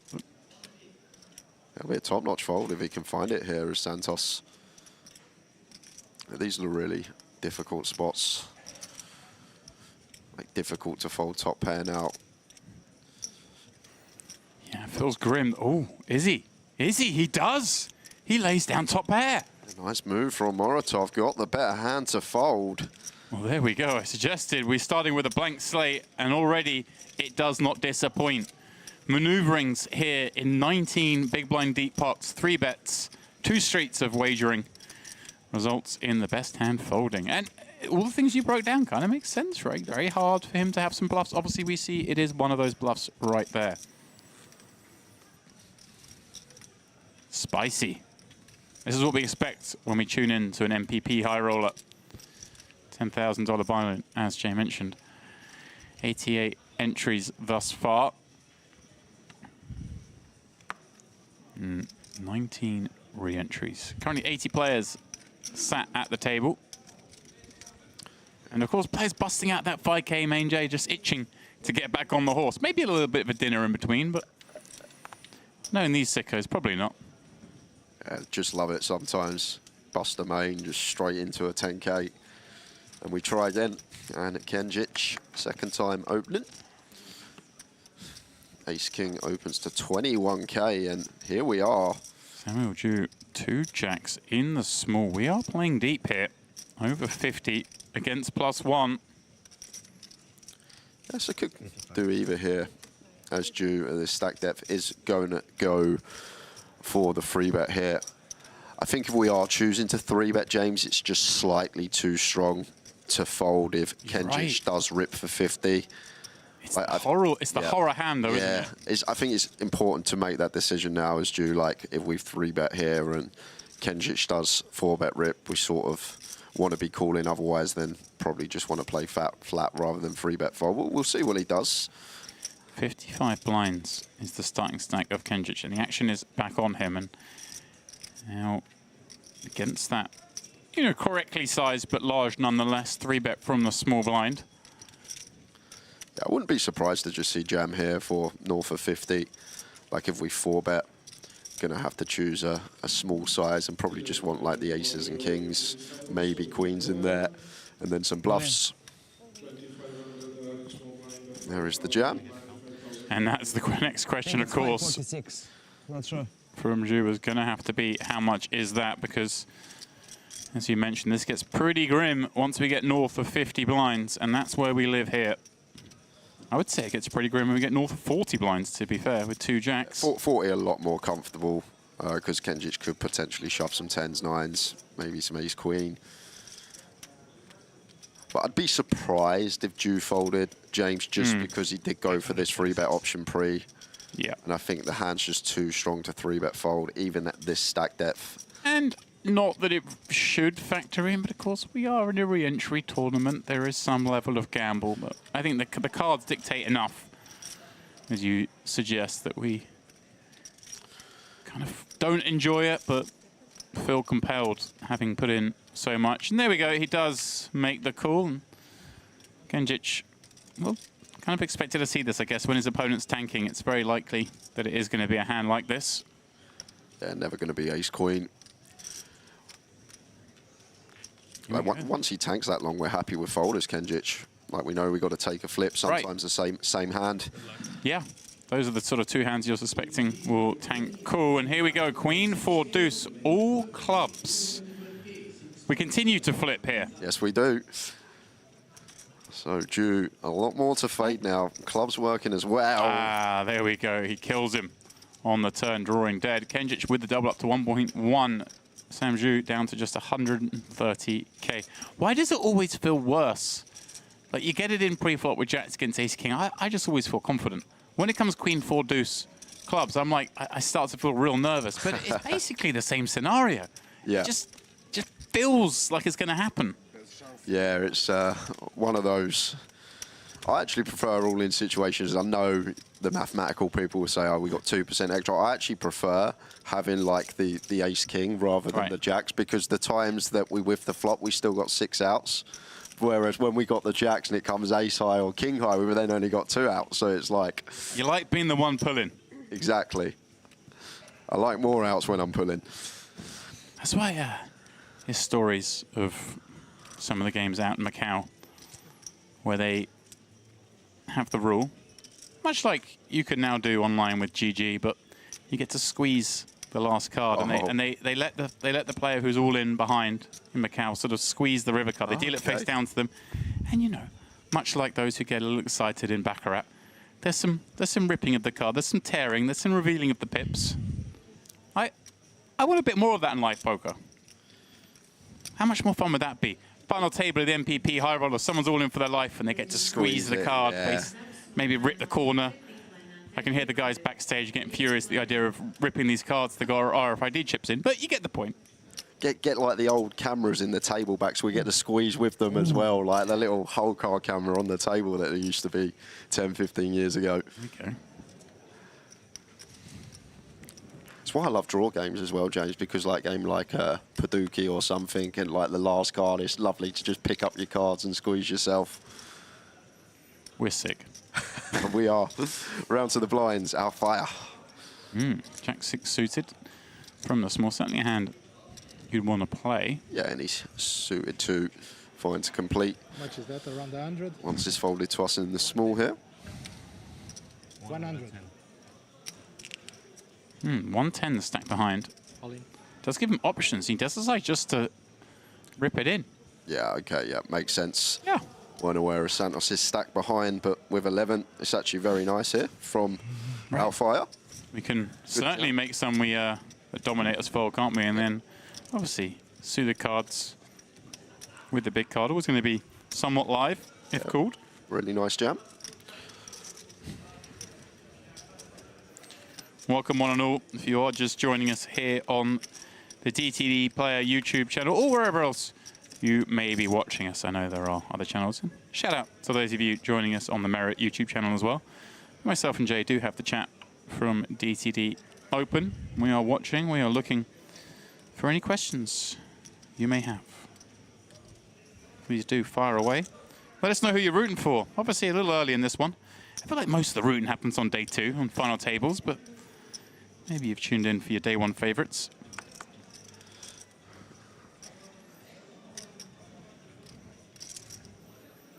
And there are some big names in this field, has to be said. Not to take away from those on this table, but this is building, as myself and Andrew suggested it may, into quite a star-studded lineup. Naturally, the players are busting out that 5K, as I mentioned. Players who built up stacks. Going to hop in here. And of course, the 5K will be the attention of the stream in a couple of days' time when Jay and Andrew will call the action down to a winner where someone's going to pick up a cool milli. That is first prize in that 5K. And there's some interesting faces appearing near the top of the chip counts. Some high rollers in there. Tulizanov, who we saw last night on the stream, he's got 14 million chips. I saw Leon Sturm had chunks as well when I looked a few hours ago. Not sure if he's still going along nicely. He's showing us 9th in chips according to Poker News with 7.5 million. Alex Keating up there, top 3 stack. And Dmitry Levine, currently the chip leader. Again, someone we've seen on stream with 17 million. Aaron Dukic here opens Queen 10 and Dew, the aces here. And 13, right, come on, against +1, can we do it? Do we just flat? It's kind of awkward because then we need to sort of think what part of our range wants the flat that isn't these nutted holdings. Like, what flats are we going to have in here, James? Like, are we really going to flat like a king-jack suited rather than just electing to shove it? But it becomes much better to flat from like the small or the big when we can plausibly have some flats off this stack size. So I think this is just... That will make sense. A nice little jam spot for Dew. Dukic is just going to have a lot of hands that call off a 13, right? This may be not one of them, but... I just like seeing the trickery. Yeah.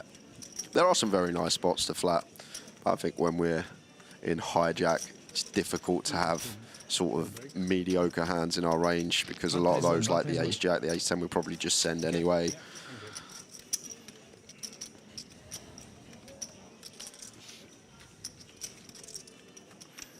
But then, let's say we're at a table, which isn't going to be a case in this tournament, but that people don't have a clue what's going on, then we can just flat if they're not thinking this guy shouldn't flat any hands off this stack, so he's probably nutted here.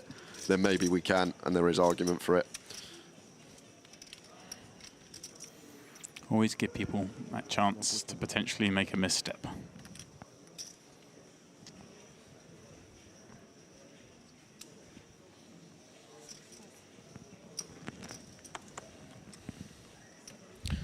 Was there any talk last session, James, about what we got up to earlier? I didn't tune into any of the stream, but I have an idea that there may have been some chat. Well, those of you who have been watching throughout the coverage here of the MPP will have seen these little challenges we've been doing in the breaks and coined at the Merit Poker Olympics. And before today, the scores were tied 2 apiece. And today was, of course, the grand final of the Merit Poker Olympics, where we played a 3-handed sit and go. Now, obviously, that has not been streamed, so we were offering no spoilers, but I did let everyone know that it was a very protracted, much more so than people would imagine for a three-handed sit and go, because we were all taking it very seriously. There's some pride and a little bit of ego naturally in this booth, and you just put 3 poker players together, they're gonna battle it out. So it's gonna be a lot of fun. That will be coming your way over the next couple of days. And it was fun for us getting to play on the stream table. You know, we had the whole crew set up there, filming away. It felt very special. It was nice. And shout out to the crew for letting us play on this lovely featured table. Back to this hand. I did mention earlier they probably wish we got it over a bit quicker so they can go get lunch, but you know, what you expect? I mean, I think we got to the point where there were 13 blinds in play or something, as it is. Queen Jack 10-5 on this board. Kenjic 5, still best. And one, I guess you can kind of go barreling on, even though. Yeah, potentially blocking some of this 2-pair type stuff. Ace of Hearts in hand as well to potentially bluff Heart Rivers, and we've obviously got the nut advantage. Our opponent can't have Ace King. Maybe one that seems close, because we are still beating some 5x, but is a very scarce proportion of our opponent's range. So he's going to do exactly that, James. The double barrel coming in, targeting some 10x, maybe some stuff like Jack 8 in there as well. But the Ace High Kenjic, Ace High Boratov just out the way. And started well, the Croatian. Sorry, the Serbian. Easy now. Easy now.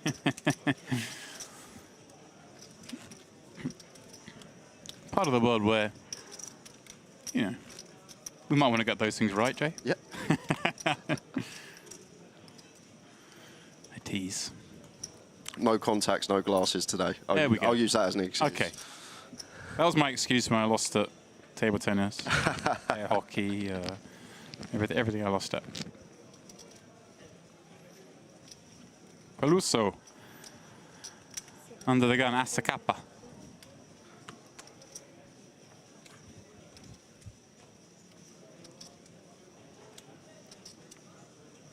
A lot of Italians make it down here to Merit for these events. The Imperial Card Club in Milan is one of the partners here for MPP, and Merit in general. Always a strong showing from these boys. I think it's one of the tournaments where I've seen the most diverse nationalities just coming from everywhere, it seems, James, and I think that's great and just shows how many people want to be here, how many come back. Yeah. So Djukic gets involved again, this time defending from the big. Oh, a little interest for him. Jack 7-4. And over to Paluso here, and I think either or, one we can go for check, one we bet, maybe one that we mix the Jack 7-4 from early versus Djukic. Like a lot of straight possibilities from the big blind here, so many sort of gut shots, 6-5, the up and down. So maybe we could potentially go for a bigger bet to sort of flush out some of these.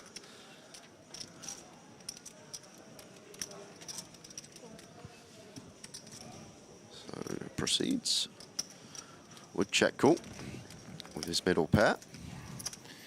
And the 9 of clubs does fill in a fair number of things, although more so for, of course, that big blind than the under the gun. So I wonder if this is enough to give Paluso cause to slow down.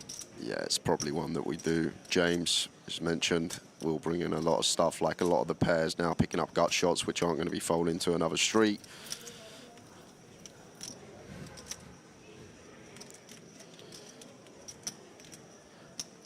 No option here for Djukic, and seems like one that could be a very tidy 10% block with the intention to 3-bet bluff river if our opponent went for raise. Oh, look at you, you're getting feisty ahead of time. It seems like a very nice one to use, James. Like with the 10%, we can still get called by worse, and the times that we get raised, we can turn this one into a bluff when our opponent never has 10-8. Well, he is on the same page as you. Kudos to you for suggesting this line, because it is a funky one. So nice to use this one, and it's great that he recognises this Djukic. And I'd love to see Paluso go for like the raise bluff. He can't do it with this hand, just to see if Djukic had that in mind. Ace-King just going to fold, and rightly so. We don't really beat anything now on this particular run out. Everything that calls flop is ahead of us. Like Eva got there already, has a pair plus. Feisty.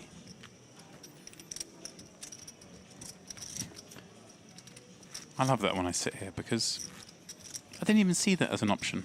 And you've called it out, and then Djukic just comes out with it. Obviously, who knows if he was going to go the way you were going to go with the third bet, but I'd imagine so. So much fun, this game of ours.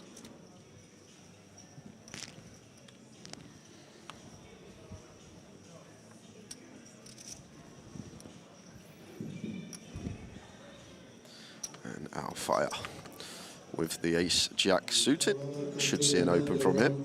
Lovely little holding from any seat. 72 blinds is his stack.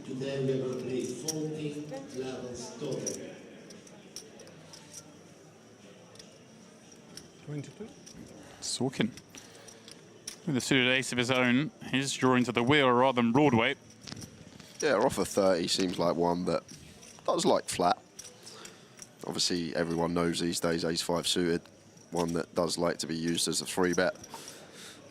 Seems okay to just call off of 30, facing +1 specifically, but looks like is going to take it. I know, is going to call. Got to get used to these chips. We change things up. The greys 1K, blues are the 5Ks, yellow 25, but it is those reds you want. They are 100 beans apiece. 400K starting stack in this one. Again, still, well, we're getting through the meat of day one here. This is the last hand of level 7. Day has been extended to 14 levels today because of the size of the field. Yeah, very nice fold there from Djukic with the ace-10 off in the small. Impressed by this man already, 20-odd minutes in. Just after the open and the flat, likely to be in a dominating spot. Right then, let's see 5. Well, let's start with 3. Don't know where I got 5 from, Jay. Now we might see 5 on this board. That's good board for me. Not too much going on here for our fire. I think out of position to cut off. One that does probably like to do a bit of check-in, but is just going to take initiative. It's going to have the strongest hand still. We'll have all the sets, aces, kings, the stronger queen X. Just going to elect to continue. And can't see anything happening here from Sorkin. Does let it go. There you go.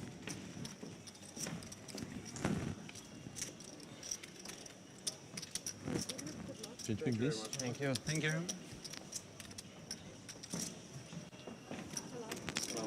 Thank you. Well, we will kick things up to 6K, 12K, which means everyone now drops below 100 blinds. Is the 2 Serbs atop though? But still bundles of play to be had in this one with a starting stack still over 30 big blinds. Santos, we own a very short stack. Samoju, of course, having lost that flip, is not on live support, but certainly not thriving. There's still a chance to spin the old 14 BBs up for Jew as well. Yeah, sometimes it's fun having 14 bigs. You kind of know what you're going to do in every spot, right? You can chill out, you can relax, maybe. It's when you got 64 bigs and you've got to start thinking about what to do in all sorts of spots. A lot easier to make a mistake with 60 plus, I tell you that. Yeah.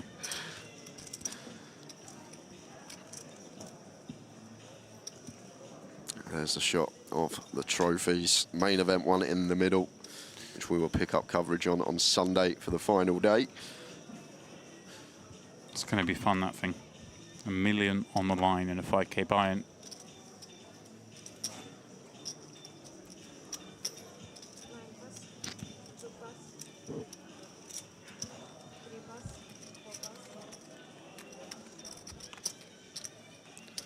Moratov here, ace-3 offsuit.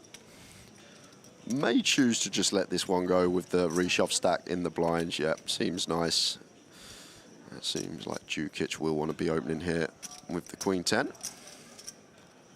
Or is it 2 reshove stacks in the blinds?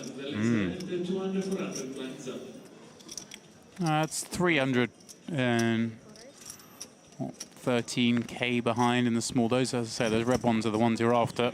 Sorry. Yeah, Peluso with plenty, so it does open the Queen 10. And over to Dew. E6 off. Seems like one we can defend. Facing button open. It's easier to defend when you just got to put the chip forward. Always Yeah. problems. Psychologically. King 7. Yeah, check 1BB, hand on. Probably what's expected. Right, I want to see if Dukic bets one big blind, I am going to put serious consideration to the theory that you and he are the same person. He has bet 12,000. There we go.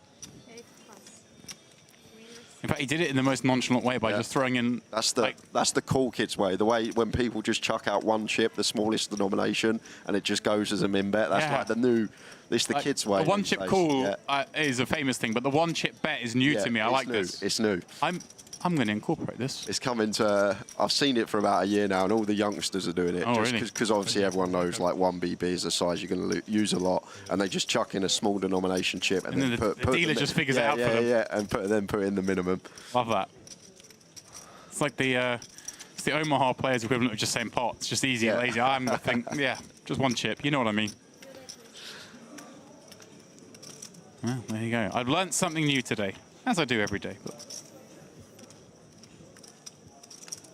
I'm going to think of you, Jay, as I do that for the first time this summer at the World Series. Oh, the problem is, you know, by design, I go and play the World Series because I get in fields where, you know, people don't really know what they're doing. And I'm worried that people are going to think I was trying to actually bet that amount rather than knowing I was nonchalantly betting one blind.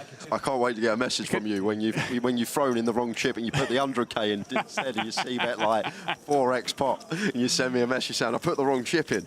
Yeah, that could probably happen too. When running cold. But this is a 10k. You do expect most players to be playing theoretically sound, like decent caliber of field. Stumping up $10,000 to play this one.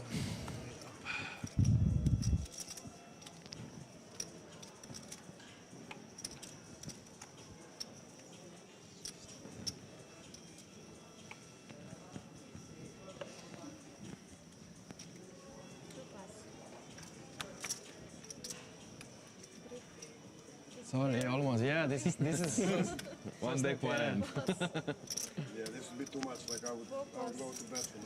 I have a cigarette. 4 plus. And here he is again, Dukic. I'm going to get this one as well, James. He's going to open. He's going to open the ace queen suited from the cutoff. 24. Come on now. 24. Even I could have got that one right. Maybe I have the joker card. Maybe they didn't take out the joker. Did you see that there? He put in 20k, knowing it would go as 24, and then threw the 4k in after. Declared 24. Oh, I didn't hear. Yeah, I like that too. And our fire here, King 8 suited. Seems like nice one to just defend from the big. You started with 9? Something like that, yeah. Something like that indeed. A little more, in fact. Just 50k from a mil. And you? 750. Thank you very much.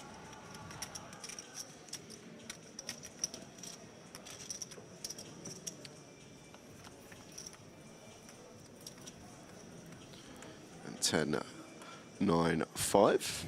2-spade board.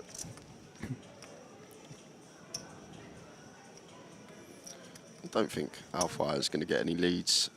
Should be checking over to Dukic, as he does. And this stack depth seems like one that could definitely continue here with the 2 overcards and some backdoor properties with our hand, but going to check back. And does let Alfire turn the best of it.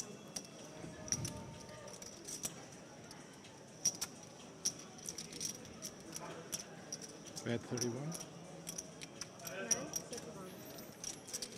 Comes with 31k. Yeah, Dukic has the queen working, Jay.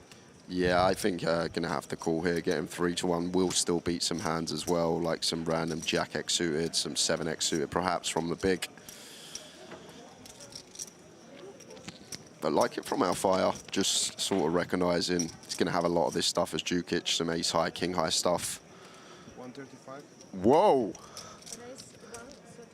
Well, I didn't find this one, James. Here we go. Put a hand like this in the bin. That's the plan. Yeah, so blocking Queen Jack. Yeah. And giving herself still some equity versus some like 9x, 8x, 10x with the 2 overs as well. And does make all these one pair holdings without the straight draw to go alongside it. In a real tough spot, but...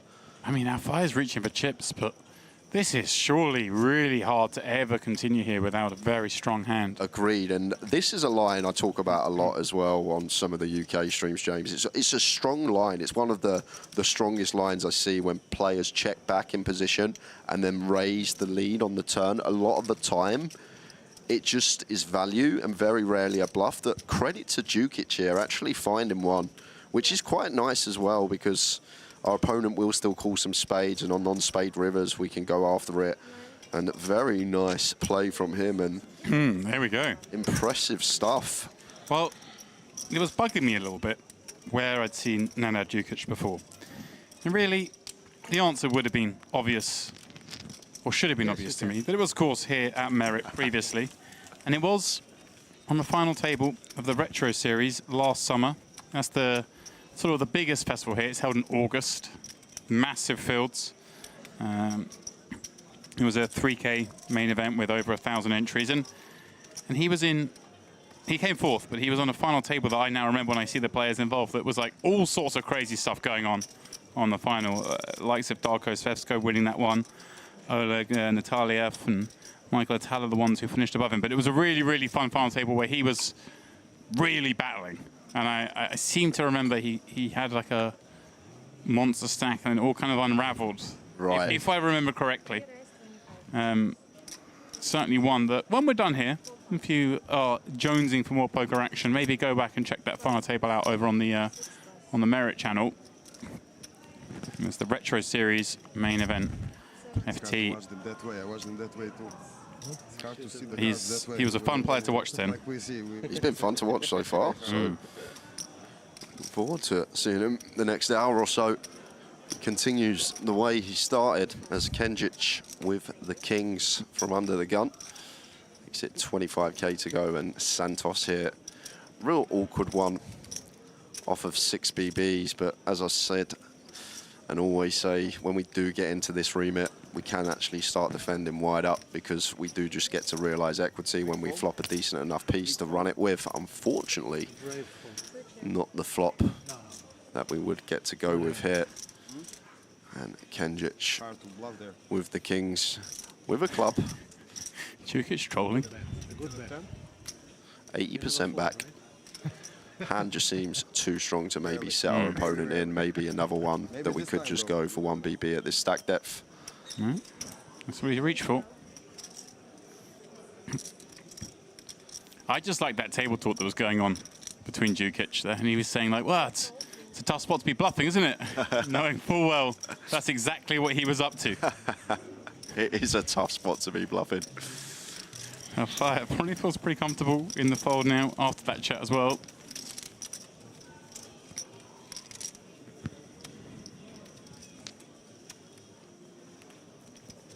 What it also does, James, it creates that sort of dynamic with that opponent when we are playing against his big blind and we do check back flop. We may get to realise more equity with overcards when he has a second or third pair that now wants to check more because he's aware that we will play some raises even after checking back in position.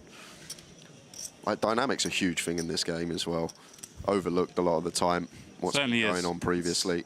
Yeah, I'm a big believer in that as well. I think sometimes people get lost in the book sometimes. It's not to say the book doesn't have its place.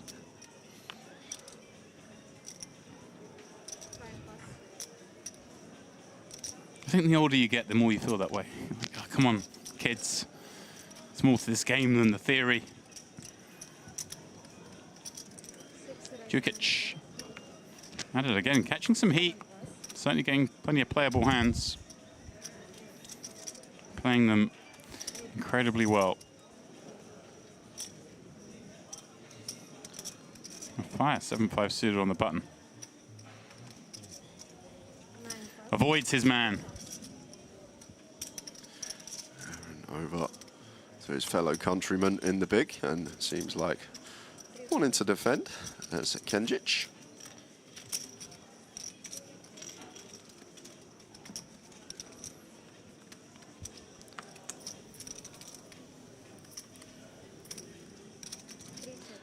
King 9-7 is the board, and if we do find c-bet here, as Jukic will be taking it down, but could go either way. Right, is it sort of 10 of spades in our hand, maybe we're more inclined to check? Or? Yeah, I like queens is probably a better check as well, maybe 10 still like equity than ante, a jack or a queen. It does just continue, and the Serbian chipping up nicely. It really is. What? You a football fan, James? I am very much so. You are. My favourite player as a kid was a Serbian. I'm a Spurs fan, if I could tell you that. Would you be able to guess who it was? I feel like I'm going to say something bad here, and if he's not a Serb, then I apologise. But is Berbatov? No, Berbatov's Bulgarian. There we go. It was Goran Bunacevic. I wouldn't have got that in a million years. Like between, I'd say, 2003, 2006, maybe 2007, he was at the Spurs. In what capacity? I don't know. I just liked his name because No, but where was he playing? in midfield. He was in midfield, yeah. Huh, I don't remember him. Of course, in those years, my team was hovering around League Two. So Brighton now. Oh, competing with the big boys. We taught you guys a little lesson earlier this season. Enough at the football Amex. talk. Back to the action. We were there. I remember we had a comfortable 4-0 lead, and we threw you a couple of goals to make it interesting. And interesting it was. Somewhat nervy. 10-3 offsuit here for Kenjic. May just give the big blind a walk. I have to say, Berbatov in my mind doesn't sound like a Serbian name. But I couldn't. It's hard. It's hard if you're not a Spurs fan, to be fair, to know that one. It's not near.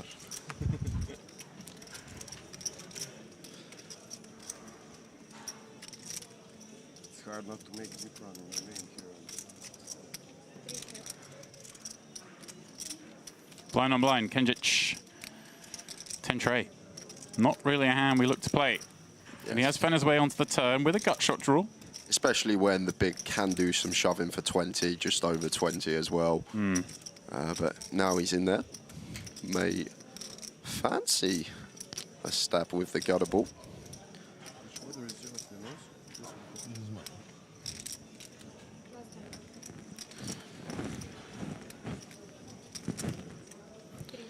And does go for stab, and probably going to work. Can't see Saw can continue with the king high, so does win a pot with a raggy holding.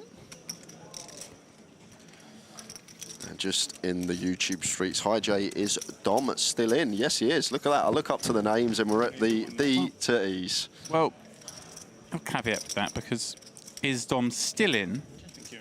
No, Dom re-entered. We saw him bust out on stream. But I've just referenced the point. He played the sickest hand, perhaps the second sickest hand actually we saw on that frame. But there was an open from under the gun. Maybe +1. He's the next seat with queens, playing hundreds of big blinds. Hundreds of big blinds? Yeah, plenty of big blinds anyway. Early stages. So it's just to flat the queens. Yeah. Holds around. It's fine. Button squeezes. Under the gun, folds 3s. Tom calls with his queens. Flop. 3. The 2 3s are like shaking their head. What have we done? Ace queen behind. Top set every second set. Wow. Obviously proceeded to get it in. Oh, what the other guy had aces. Yeah, the squeezer had aces. You left that part out. You left that part out. I thought he said it. I thought I said he squeezed the button with aces, but maybe you just heard the word squeeze the button and assumed he was up to no good because you're a degen. But the point is, it would have been set of a set of a set, but It still was set of a set. Dom, the wrong side of that one, lost a monster pot. Had shrapnel left, never managed to spin it up, but obviously has re-entered. What can you do about that one? Nothing. You got 1.8 million burning a hole in your pocket. Exactly, and the rest over Well, years. yeah. Yeah, the 1.8 million just got thrown on the pile. Like, probably isn't cashed out yet. Just sitting there in an account. Well, so you're gonna have to call this one. 51? I won't mind the situation. Tough one, bro. Was getting a little frisky from +1, but not too embarrassing a hand to turn over, Jay. Ah. Italian aces. Probably. Is that what it is? Italian aces, the 6, 7 of spades. Suited Italian aces. King, Queen, 8. Pelusa's still alive, but Santos can kill this on a number of cards. It's all fun and games now, right? Stoke before the flop. And there it is. Locks it up on the turn. Meaningless river. Santos starts the spin back over 10 BBs. Yeah, it was a sick one. We were sort of we were wishing, just wishing, if only the opener had continued with the 2-3s and we just got the set of a set of a set. But I mean, I spent a lot of time in the booth. I've never called it. I've never had it. I've had it. I've played in a hand where I've seen it, but once. We had one in the UK. Ace X of hearts, King X of hearts, Queen X of hearts all go to the flop 3-way. They all flop a flush. Wow. That's probably the sickest one I've ever seen, but I've never seen a set over set. I guess that's like the holy grail for us poker commentators. Right. Set over set over set.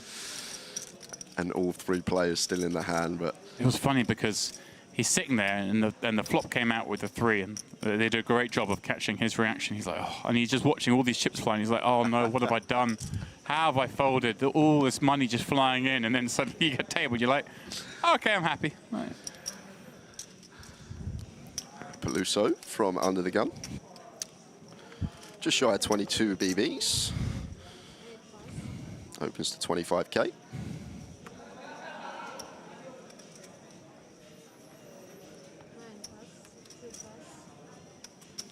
Yeah, I think in the booth, I think I've seen nut flush versus straight flush in Hold'em.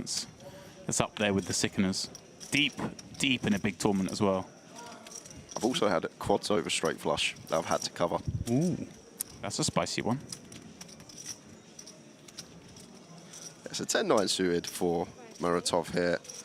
Just got to play flat. Interesting though, if like Peluso was as deep as us, like these ones we can use in the 3-bet range, but at this stack depth, just going to have to play cool. Brings Dukic in from the big.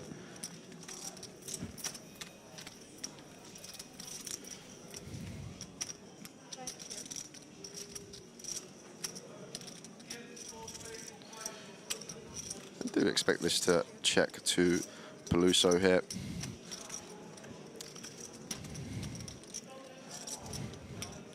Looks like he's going to c-bet on this ace-high board. It's actually a very intriguing board, this, from Gun James, because one that I do see over c-bet when, like, theoretically we can play a lot of checks, and it's the simple theory behind it is we get stripped of so many flushes from our gun opening range with that ace of that suit on the board. So we only have like 6, maybe 7 combos of flushes, whereas the big blind has all of them. Right. So a board where on first glance it's ace high, we want to bet, but when you actually delve into the spot, it's actually a board that's good to check because we get stripped of all the strongest hand, whereas the big blind has a lot more of them. And when we're this deep and get check raised by the big, we can just even put ourselves in a grim spot with top set of aces. Like we're not even loving life with top set there. Yeah, makes sense. Super.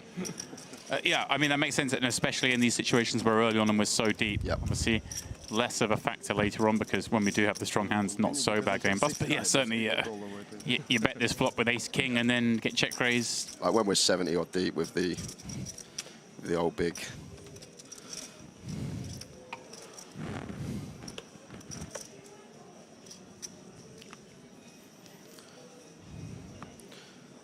Fun times here at Merit. It is the MPP High Roller. Myself and Jay enjoying some day one coverage. And we will stream this tournament from this point all the way to its completion tomorrow.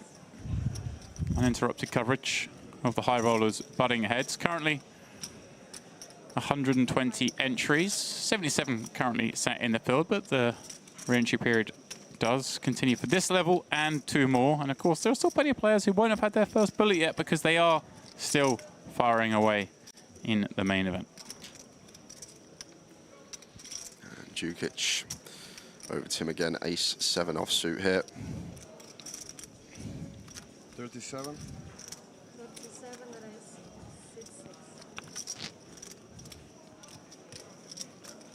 Looks like it's going to go for the, what I'm assuming would be raise fold against Peluso's stack size if he did elect to jam.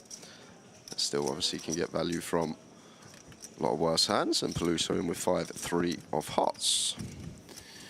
Yep, this certainly qualifies as a weaker holding, but always hard with these ace X's out of position unless you just find little aces up, Jay. I don't know why I question this man. He hasn't...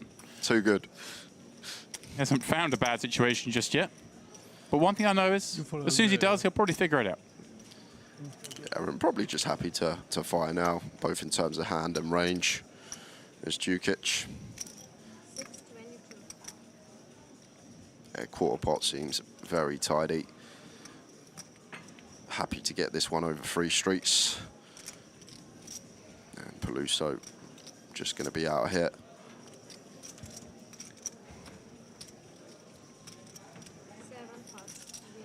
Continue with my legs. Good moment to fold. That.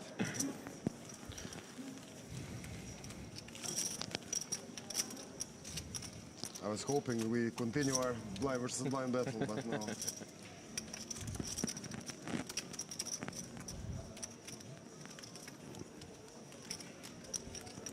The ace to 40, like some shit. Not good word.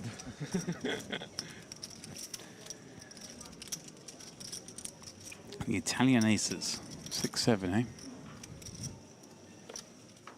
Do you think that you just get away with saying that whenever he gets caught with a light open? And he just goes, oh, it's Italian aces. I'm going to use that in Vegas this year, of like, you get caught out, English aces, English aces. Santos with 11. Yeah, seems close, like jam going to be winning long run, but maybe open makes slightly more from +1 with almost the whole table to get through. But we'll be continuing. It's just whether he wants to jam or whether he wants to open. Like, if we got 13, seems like a much better open, but 11 seems really close for Santos. It's just going to go with the all-in. 15,000, 15,000, 15,000, or 180.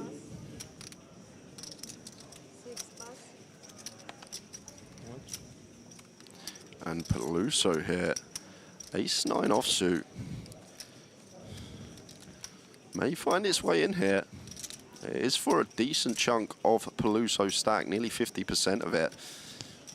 Like, we'll be ahead of some of this suited ace-X, some king, queen, king, jack, the queen, jack suited, this type of stuff. As mentioned, it's a decent proportion of his stack. And it's an early position jam. It's going to choose to fold.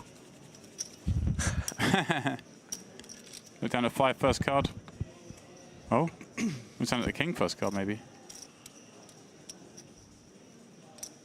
Thinking about it. Hard to imagine he wants to call this against +1. I've seen crazier things this week, James. Yeah, but I assume he just looked at 1 there because he sort of started thinking as if he's thinking, right, what's the other card I need to call? With the pocket? A7. Better A7. He had Spanish aces. What Spanish aces? Spanish aces? 8-9. 9? Yeah. Deutschland aces? Italian aces 6-7, Spanish aces 8-9. Jack 10 suited the Deutschland aces? Yes. I'm going to go out and say the German aces are aces. Those guys don't get it wrong. So.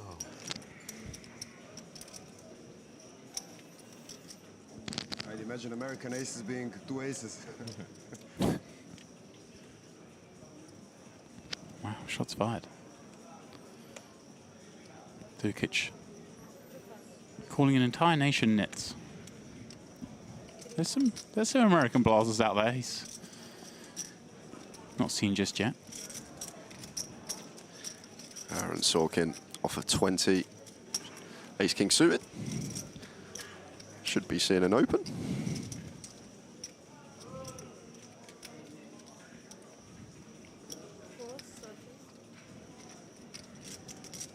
Ooh, and Moratov with the pocket 8s here. Tough spot, right, against that open. Yeah, like 9s and 10s, you're happy to 3-bet call off. Maybe 8s is sort of the line, which still probably you want a 3-bet call if we did elect a 3-bet. But if he doesn't want a 3-bet call, then probably more inclined to just play flat. Depends what he thinks of Sorkin as well as a player, if he's more on the tighter side or more on the loose side.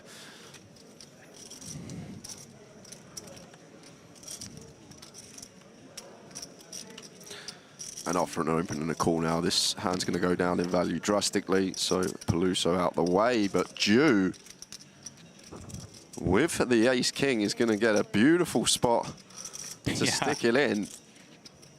And then... I guess... I don't know. The 8 suddenly... Yeah, it's great. Well, they obviously, I mean, it's a dreamy scenario for them, but... I don't see how he'll call it off, though. Right. Just expect Sorkin to ISO. I like this. 11. Asking for the count. And Muratov eyeballing the count himself because he's like, right, how much I have to call here with my hand that's probably good, or I'd like my chances with. And Sorkin doing a good acting job here.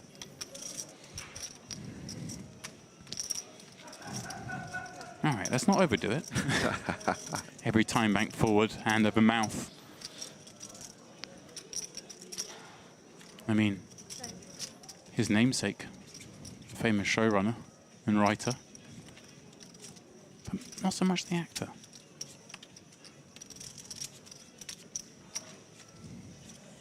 Is there any way this may fool Muratov into an overcall? I still don't think the 8s are going to be able to call off as Moratov, but we'll see, because he may have sold it to him. Right. He may have sold it to him, oh, I've got 7s, I've got Ace-Jack. Yeah. If that was a snap jam. But this kind of looks... Oh, he's not falling for it. Or is he? Well, we say falling for it, James. If he made the call, he'd be in great shape. He would be, but more the point that it was a tough decision rather than a slam dunk that Sorkin has. I mean, I'm watching it, and I can see Sorkin's cards, and I still felt like he doesn't enjoy the situation, but Muratov does revert back to the hard facts. Ace King, Ace King. This is Korean aces. Korean? Yeah. I don't like the clubs. But maybe the dealer shows some heart. Believe in the heart. Clubs, Queen, 8, 6 flop. Only the one club. And we move on. 2 8s though, of course. Time lost with a club is it's too much. Why did he use the time deck? I don't. For trapping. Probably, yeah, something good. Pocket 8 here though, but yeah.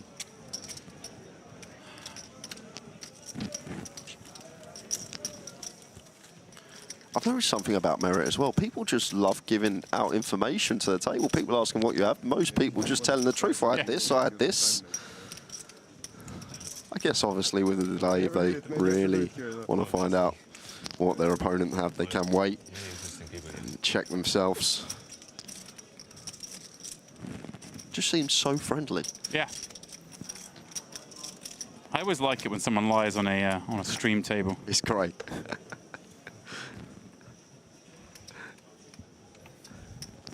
Although my favourite stream table antic I heard was, I believe, again, this might just be myth and legend, built around Phil Ivey, but that he was playing a cash game with the regular Vegas people that you'd always play with, and they were playing 7-deuce game or something. And he didn't claim the bounty on the 7-deuce on the string game, but gave like a little wink to the camera so he could claim it off them when it aired months later on TV. What? Now that is advanced. That is advanced. I've never heard that story. I'm surprised I haven't. It wasn't like High Stakes Poker or something like that. You know, one of the premiere shows that. Oh, wow. And he just did the old, I'll get that one later. That's a funny one when you get the message 3 months down the line. You're like, oh yeah, you owe me 5K. Yeah, that's great. That is, and here we go. What do you mean? Turn the telly on. Another all-in and cool. And Ju just deciding to take this one. And I think it's probably a factor of how active Djukic has been. I doubt he'd take this if Djukic wasn't as active as he's been the last hour or so. But maybe just trying to attack what he perceives as a lighter opening range. Unfortunately, running into it.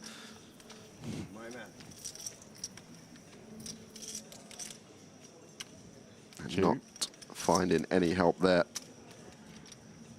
Looking for runners, perhaps. Queen deuce. Bad fold. Queen 2. No, Queen 2 is nuts. I was dominated. Not to beat. Djukic continuing to run hot here and play great. Was it suited? Sam Ju. Well, I imagine, Jay, maybe quick break, but then right back into it.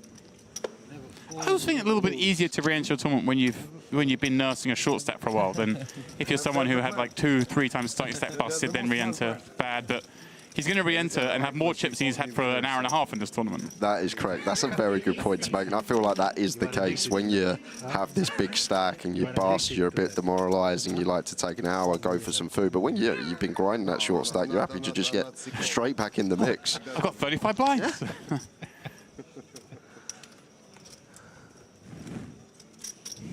It's the ones where you've got those multiple flights and you bust at the end of day one, and you bust it in like a 20 starting stack part, and then you've got to turn up the next day, do it all again.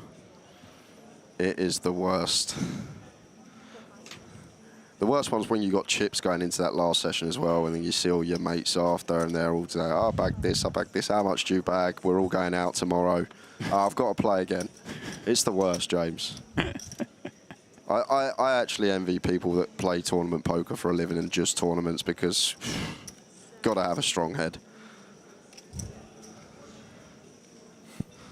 Certainly do. Peluso with the, well, a 7-6 is the Italian aces, and what are 2 7s? Like the super aces?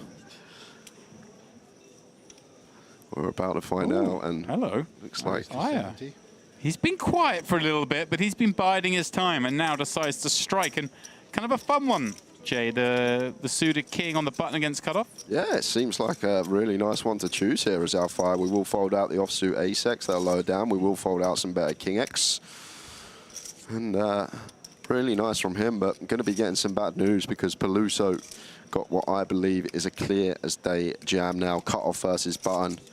We start the hand with 290k, which is shallow enough to just stick it in 24 bigs. But he's just going to go with cool.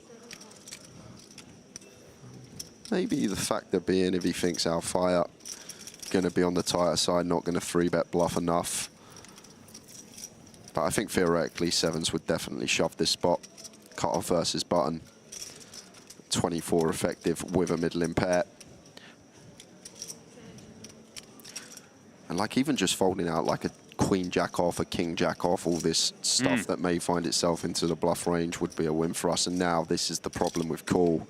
Going to be met with overcards a lot of the time and difficult to navigate when we don't flop that set.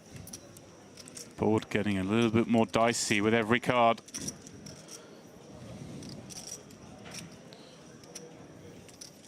And at this stack depth as well, like just because our fire's check back here doesn't necessarily mean he hasn't got much. He can still check like aces and kings here because he can still get the money in over 2 streets and bit of deception.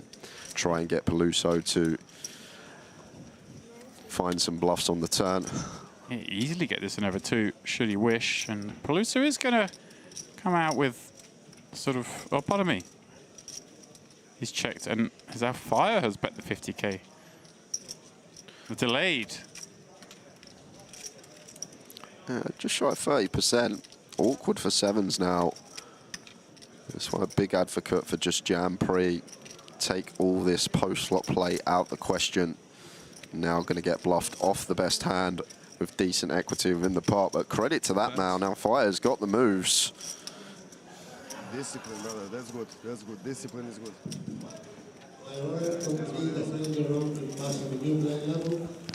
Well, here we go. A small increase. 10k, 15k. 10 or 8? 16. 15.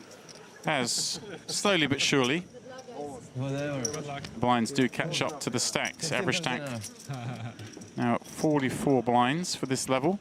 But as I keep mentioning, re-entry still open and 400k stack still gives you plenty of play should you elect to press that button. Antonio Alfaya with 51 bigs after that victory. Fabio Paluso, the victim, down to just half that starting stack with 13 blinds. But of course, it is the Serbs doing the front running here. And most of that front running, Nedad Dukic. He's been the most impressive thus far. Of course, been dealt some nice situations, but has played fantastically well up to this point. And you're happy there, sitting there with 3 startings. Yeah. Just continue going about his business. I'm sure he will. Yeah. 3 startings, but exactly what I said, you don't want to have to place re-reg. Yeah. If it all goes wrong. That's the worst. Ace-king for Muratov.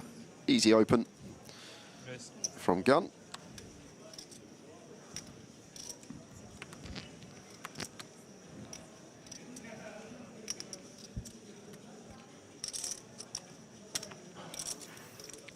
I like that approach from Alfaya in the last hand. Bided his time, found a spot, and didn't just do the sort of the easy, oh, I'll just c-bet the flop, but he showed some, not flair, but a little bit of something else. Awkward one for Santos here. Looks like he's going to play flat off of 9 on the button with the Queen Jack suited here. Yeah, a bit wary about the gun opening range. I think if this is like +2+, we've got pretty easy jam, but maybe just a bit more wary and happy to just see a flop off of this shallow stack, catch something to go with. Yeah, fit or fold. And that is the fit. Nothing yet, but overs alive, gut shot, and of course, the flush draw. Makes him a comfortable equity favorite. Yeah, and just going to be able to shove, I guess, for 1 SPR here. Fold out some ace highs, fold out some king highs, and the time we are called, we've got an absolute heap of equity. I'm not going to shove, just going to go for bet, and this is going to be awkward for Muratov now. Is this one of these bets where you can obviously always get it in, bets 15 here, almost hoping for a call so he can jam turn and I think maybe win a slightly larger pot? I think that's what's going on here, James, just trying to get like sort of value, if you like, here on the flop, even from like ace high, king high to fold him out on the turn. Yeah, it's actually really nice, and 8 of diamonds on the turn. And now, surely we are just going to see an all-in from Santos, because the other thing here, if Muratov has like jacks through aces that check, they're probably just going to check set us in. So it does seem like very weighted towards this type of holding, an ace high, that we could potentially get out the pot here and now. He's going to go for on all-in sizing. He's going full milk. 35K. What's the line? Yeah. Which line would you think? How many runners? One finish. And now surely Moratov can't do anything with ace-king. We're getting this price, but so hard to continue. And I'd be suspicious as well once Santos flats off of 9 pre. Right. It seems strange. Yeah, we're looking past that point. Obviously, you mentioned it pre-flop, but yeah, it was a 9 big blind flat. Just does look like aces. And aces probably would do exactly this. Tiny flop, tiny turn, tiny river. Fill the line. Some cool if he makes it as Moratov, but I can't see how he can. Yeah, this just isn't a hand you'd expect him to see make this line either, right? If he's thinking maybe my opponent's got a flush draw, but would they really play the flush draw this way? And there we go. Very creative stuff from Santos. What did you say? Sorry, I didn't. Yeah, some outside-the-box stuff there, and it works perfectly. Are you up? Gets the absolute maximum with the worst hand in a way. I bet only when I have a hedge. Why you set at this table? I don't understand. I don't understand, really. Hey, wait. Not for you, but...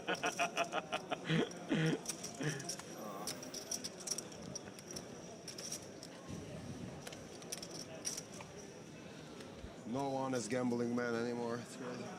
Everybody wants it. That's right. I just got mad. I got some information, James, from some ongoings on outer tables. Hello. And according to what has been written here, chip leader in the room for the 10K at the moment is our man Aquino, a Brazilian. Wow. That we saw finish second in the 2K a couple of days ago, and when he was on the feature table, he was putting on an absolute show. So hopefully he can keep them chips and we get to see him over the course of this tournament. Of course, we saw him crack kings with the Brazilian aces in Jack 6 offsuit in a peculiar pot that you and Andrew got to call the action on. Probably, you know, you look at the hands that make it out of a series and the ones people can remember. Was it the most technically intriguing? No. Is it the one that everyone's going to remember and will probably get the most watches on social media? Yes. Yes, it is. Yeah, nice to see he's back in the mix. You know, he said, recreational poker player, just having a great time, having some fun. Chop that 2K EAPT with Boris Kolev. Flicks in the GG Millions first time, comes third, why not as well online. Wow, there we go. All right.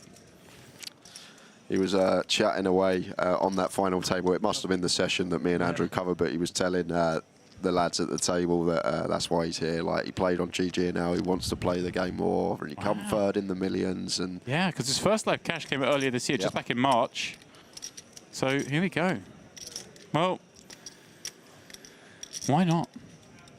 Expect big things from him then this year. Would you look at this from Alfaya? Yeah. Just taking advantage, perhaps, of his image. The rest of the players would have observed that he hasn't played many hands. Of course, we saw him 3-bet King 5 suited from the button. Last orbit. And Sorkin, though, well, he doesn't care about that because he's found ace king. Yeah, nice, easy shove for Sorkin. Starting the hand with just shy of 16.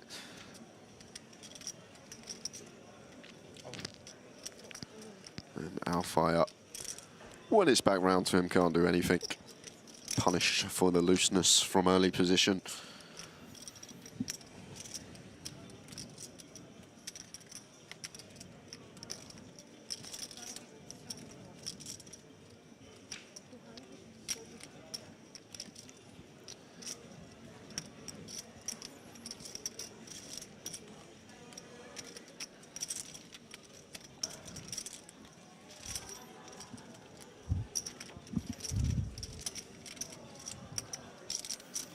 How much do you have, Djokic?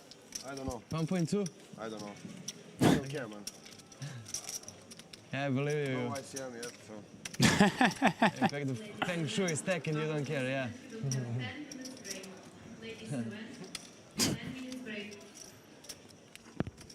Maybe you see me talking and I get all the cards, so you started talking now, maybe you get something, yeah. I don't know, yeah. Good question, actually.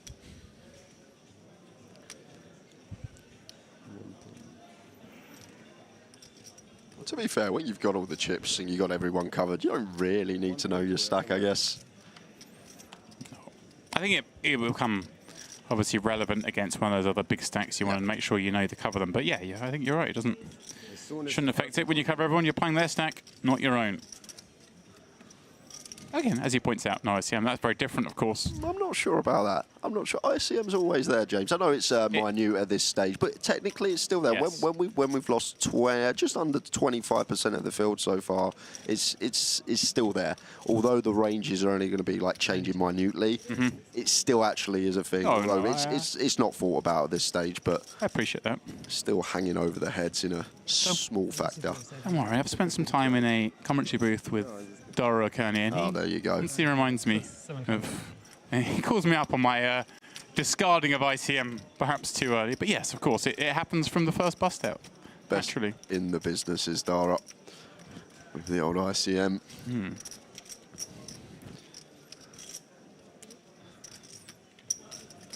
Like whenever anyone has a spot, like in a satellite or a tough ICM spot, everyone's like, ask Dara, Dara will know. You got pocket eights now. You're a happy man with eights, right? I know. Eights you'll get. Yeah, incredibly knowledgeable player.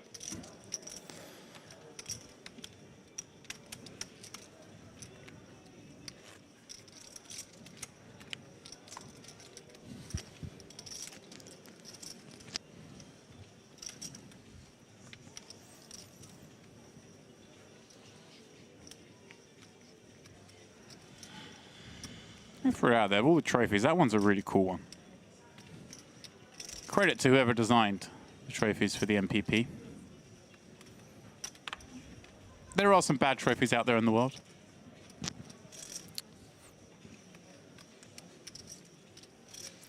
So over to Jukic on the button. Expect King 10 to open. May even jam here. I think it's two shorties behind. Oh no, Jew busted, didn't he? So it's just the Italian in the small that is short, so just going to see open.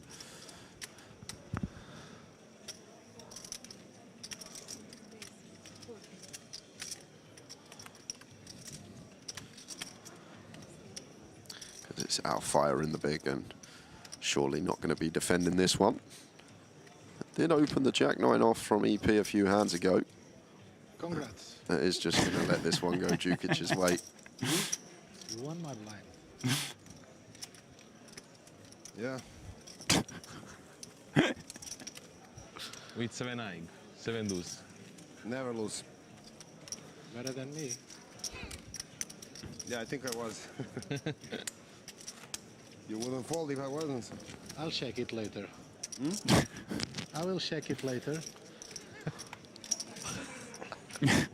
Gonna check the one hand when Jukic raised and took our big blind.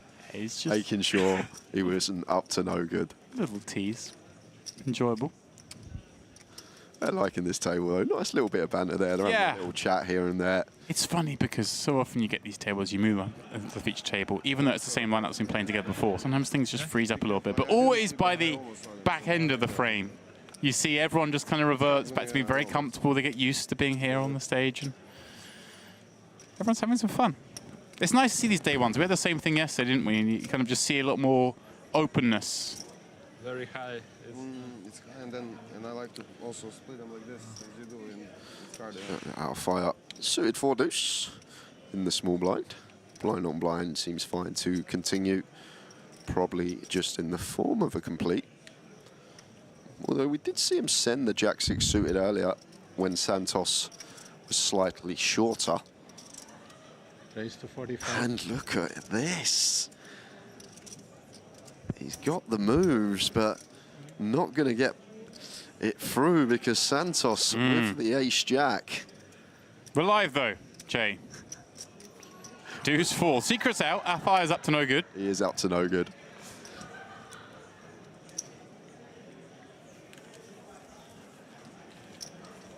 Just under 30 minutes of the session to go. Give you some numbers now, having 132 players in this field with 75 players remaining. Average stack around 700k.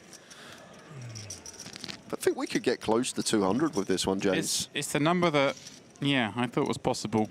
I was quite bullish. I'm going a little bearish now, though, with what, a level and a half of late reg left. But, you know, the re-entries, they come at the back end of the buy-in period, of course. The fresh entries, still be some to come, of course, but I don't know. We've got 75 active from the 99 who've played, so there's still 24 who have played and haven't re-entered at this stage. Possible. Maybe those who are going to play one bullet, but now looking at the top and going, I want to get back in, selling, swapping, whatever it needs to be done. Maybe just deciding to come in for the last minute. You also have that percentage of players that think about their hourly and just love to max late reg everything these days as well. Just jump in with the max late reg, see if you can spin it up. Those people, they just don't enjoy poker. That's the problem there. Don't worry about the hourly. It's fun to pick up some plastic, throw some clay. Our fire's having the time of his life right now.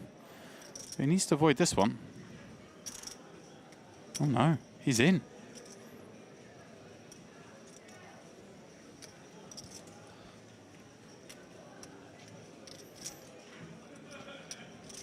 Is it going to be a Serbian sandwich?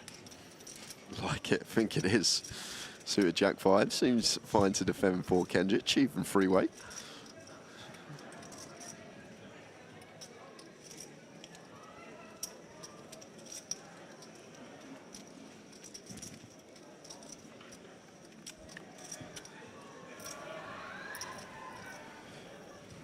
And ace 4-4. Rainbow board. Love this from Djukic. This is actually really nice, and the lad's playing well because I think a lot of people just instantly bet this board here, James, but we will do a lot of checking LP versus LP out of position to the player on the button. And rewarded with a king on the turn, although Kenjic picking up clubs may put up a little fight.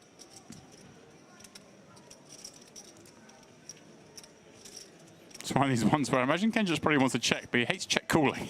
Yeah. What's he there for? Dependent on the size. It's just so difficult to lead here as Kenjic into two players, but undeterred. Yeah, and I'd like to say, he's just going to go huge and try and rep a 4, and that's exactly what he's done. We can't, of course, do this with every combination of clubs, but once in a while, I guess, makes a little sense. I guess the 5 of clubs is actually really nice to have as well, because Djukic seems like one that will open stuff like 4 or 5 of clubs. And our fire would definitely peel a hand like that as well. But now really rough spot for the king-queen here, especially when button could still potentially have some check back ace-x. But this man is just on point. He is on it. Hasn't missed a beat. And now going to be losing our fire from the pot. And it's just so difficult now for Kenjic when he doesn't make his flush to bet river, because should recognise that Djukic should be checking this flop a fair amount with the button player in, and we'll still check a fair amount of ace-x here, which is going to be difficult to get away on the river. And let's see what he comes with. Like, we have to probably go huge to try and get an ace-x out of here. Obviously, he needs to be thinking about hands that Djukic would play in this manner. But without fire on the button, can definitely still have some ace-x in this spot, but look at this. Looking at his chips. Trying to say, I've got a 4. Can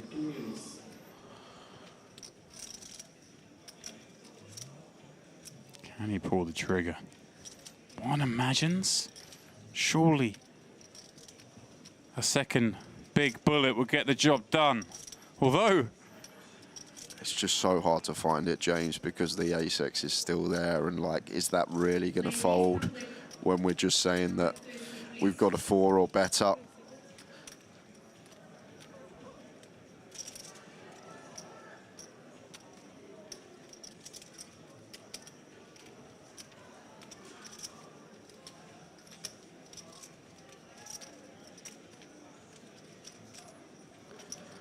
now taking a good... Whoa!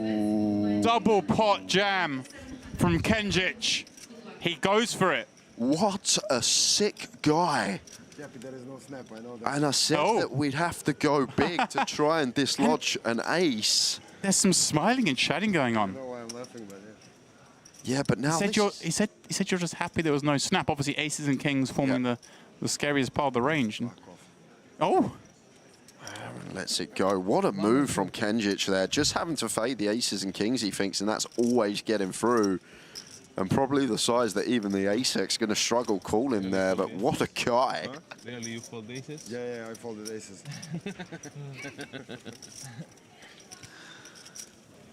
I folded flush draw, my friend. I'm just kidding.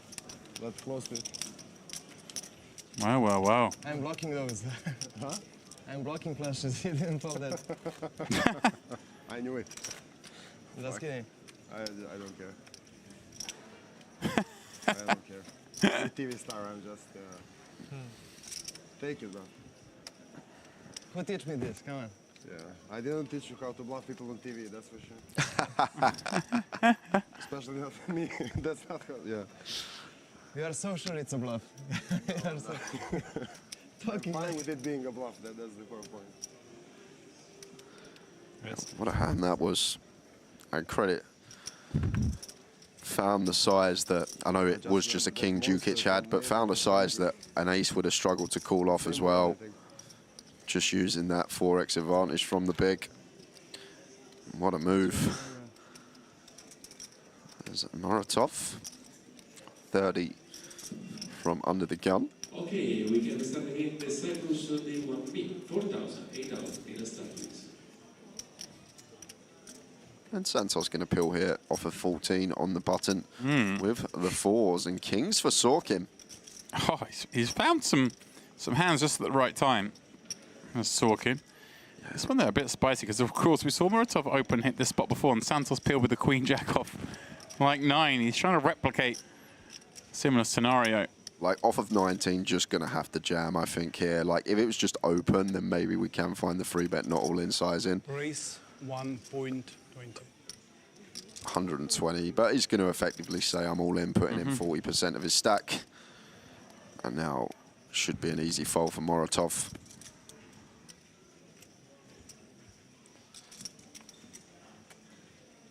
And same for Santos. That can, when you check raise ace 4-4, right? It's ace 4-4. Yeah. Yeah, when you got called down by ace 9, right? From the main event last time. Yeah. Same. That's why I started laughing. Now I remember, yeah. That's why I started laughing. But that time I check raise flop. I know, yeah. but it's same board, and I'm like, should I be that monster, you know? Yeah. And I was like, no way. You're not getting that. Yeah, it was ace 3-3, yeah. Oh, okay. That's kind of funny. Two Serbians discussing a hand that seems like they played together in the main that was similar. Yeah. The one that just played out. And that's why Djukic, we saw the wry smile come on his face while he was in the tank on the river.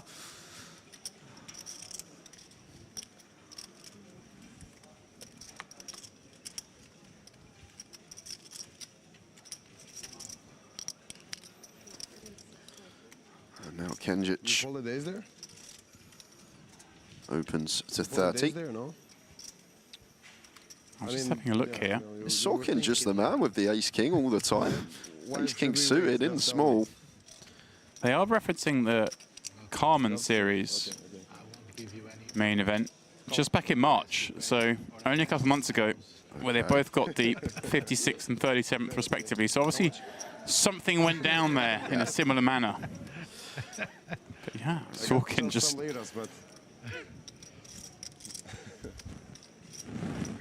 Wait, Sorkin? Yeah, it's one of these that I think we just need to 3-bet, James. We want to get value from our hand. I was Hender mobbing and I come back up to see ace-king flatting. I was surprised. Yeah, it's working out on this occasion, but a couple of cons with this. First thing, we give the big blind. Big blind's going to come in a lot.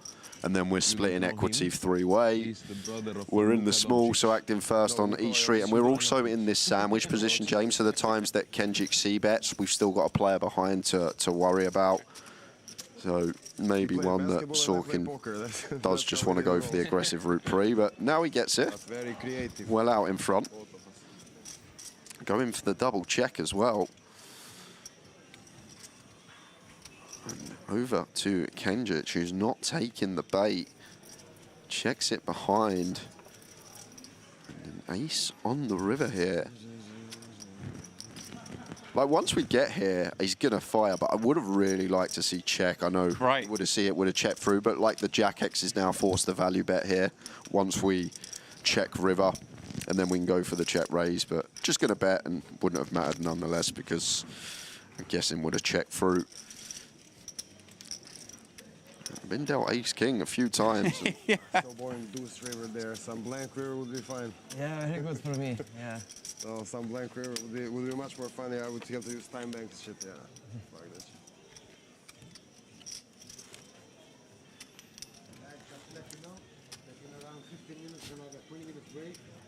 During the break we're going to chip raise your chips and move it back to table 3. Okay. When you come back from the break, go back on table 3, okay?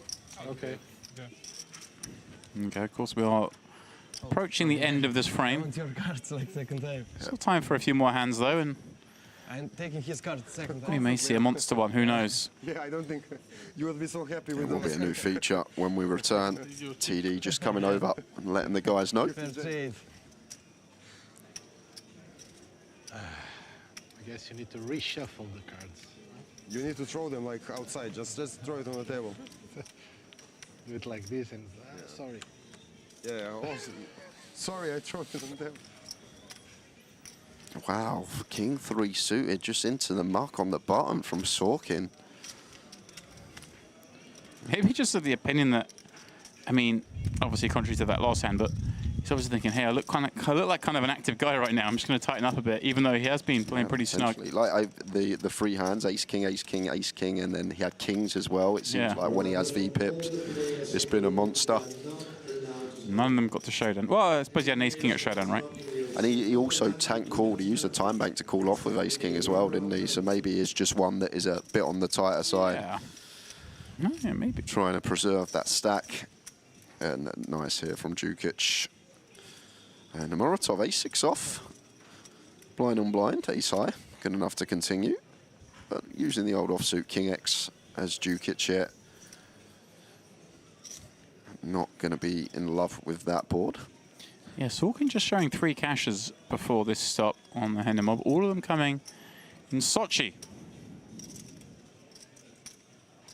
Interesting one for Djukic here, blind on blind. Obviously, in terms of range, as the Razor, we are going to have a lot of ace-X, but when we are blind on blind, one that could already be thinking about showdown with the King height. So it does go for the check back. 15 minutes break, please.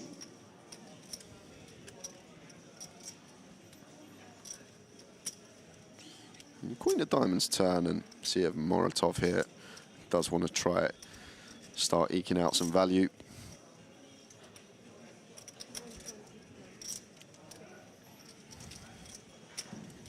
So once again, 15 minutes brace and the Cyprus, they want also chip raise, 1,000 value chip.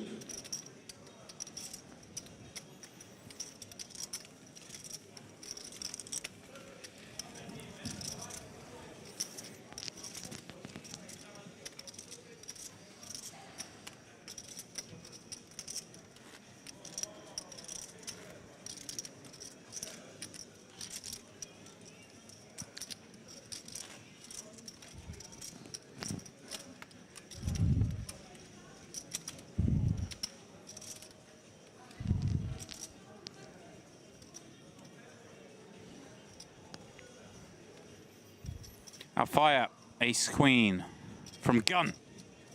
Love it. There we go, Jay. Down with the kids now. I'm not even a Taught me kid a lot of anymore. stuff. I'm 30 this year. I'm not even a kid anymore in my eyes.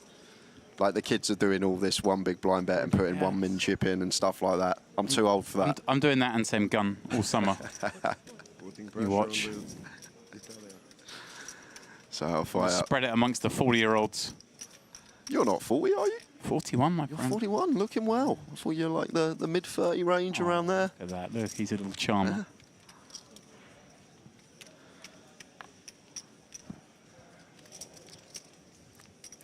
It's a legitimate hand this time. Paluso. Queen 10 in the big. Yeah. 40. Seems good to defend off of 11. 25k more. Does make the call against Alfire, who's shown propensity for friskiness. I've really enjoyed this table. Seen some fun things.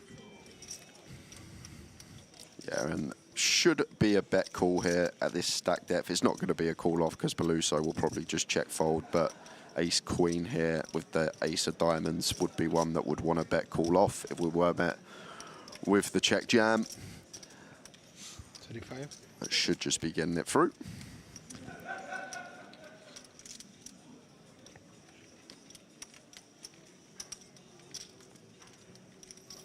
Feels wrong, doesn't it, when you peel from the big and that opener just gets to somehow find the 9 deuce 3 flop and you never get to fight. I feel like I deserve something when I peel queen 10. Just give me a... Especially from the big. Give me a 9-7. Like, just... I can have something I can continue with. Some sort of believability.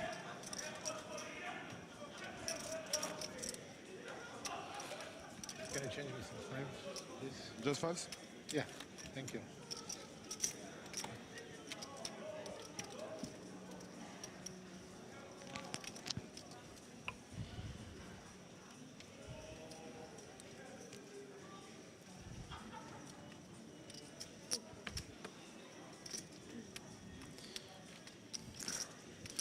King queen for Kenjic, going to be opening from +1.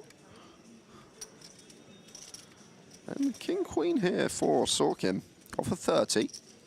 The way he's been playing, probably expect him to just fold as he does, but maybe one we can use once in a while to get aggressive with. Paluso can't do anything with the 10-9. Been a rough session for the Italian, hasn't really had too many spots. Right?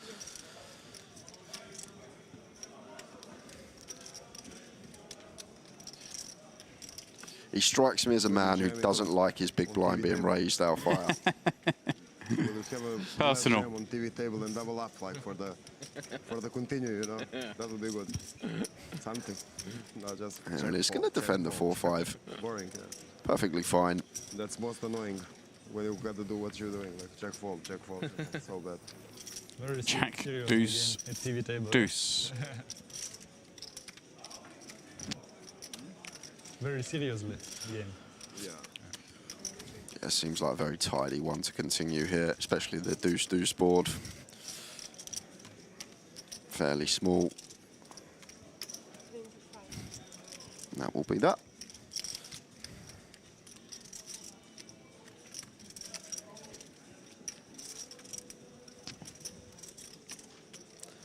Well, I say that will be that, but Alfire does have a tendency to... I think this is just posturing, but yeah. It's got to be, hasn't it? I wouldn't rule it out. He seems someone who seems to sort of play in flow rather than necessarily dictated by the cards. Here we go. Here we go.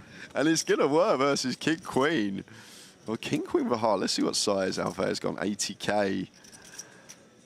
Maybe Kenjic could continue this one with the 2 overcards and the backdoor straight and flush draw. I mean, he's trying to rep such an narrow range, right? The deuce X, and we're not supposed to have too many deuce X's when we peeled against +1. So here we go. But then we do see our fires in here with 4-5 offsuit, so maybe we do. But look at this. Sniffs it out. He does sniff it out. Continues, and well, a bad card, pardon me, to continue bluffing on. One would imagine. Yeah, got to be shut down central now. Kenjic will have all this probably Jack-9 suited, probably even open Jack-10 off the way he's been playing. Just seems like a bad card to be barreling on here for Alfire. And if we did have a deuce here, do you think we'd slow down and check? We probably would. Look at this. So he's gonna fire again. No slowing down from our fire. And just a snap fold now from Kenjic, and this man has got moves. Well, there we go. 5 high. Hadn't been going in his way, but found a play, found the timing. Yikes. It's my first gig, James, but I've got to learn at Merit to stop saying that will be that, because these guys just have different ideas. No draw, no pair, 5 high, let's go for the check raise. Yeah.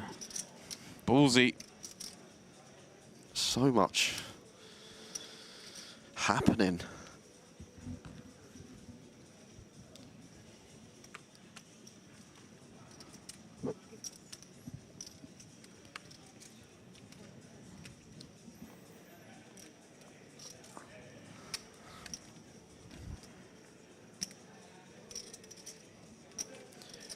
For Dukic does have the chips, but we would be raised into 2 reshove stacks here. Fautso on the button and Santos in the big blind. Like if they were both like 20, 30 or 30 effective, I think more reason to open, but it's just still going to take it with the removal in there. Opens the 30k. And can't see our fire folding this one.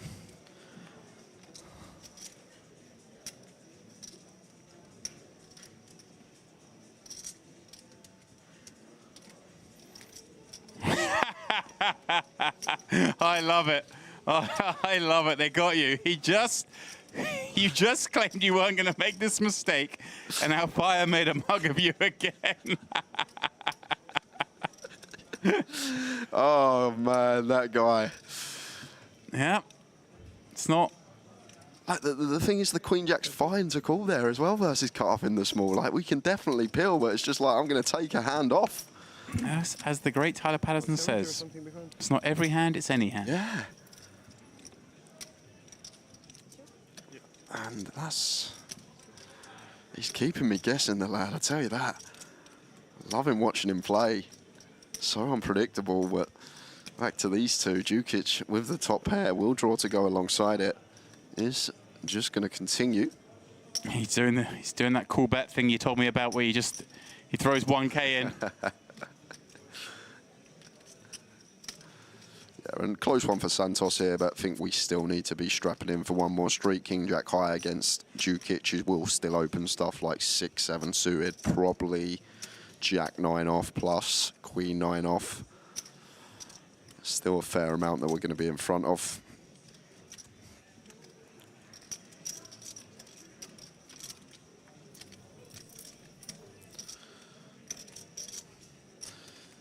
Well, some interest perhaps. Turning a Broadway draw.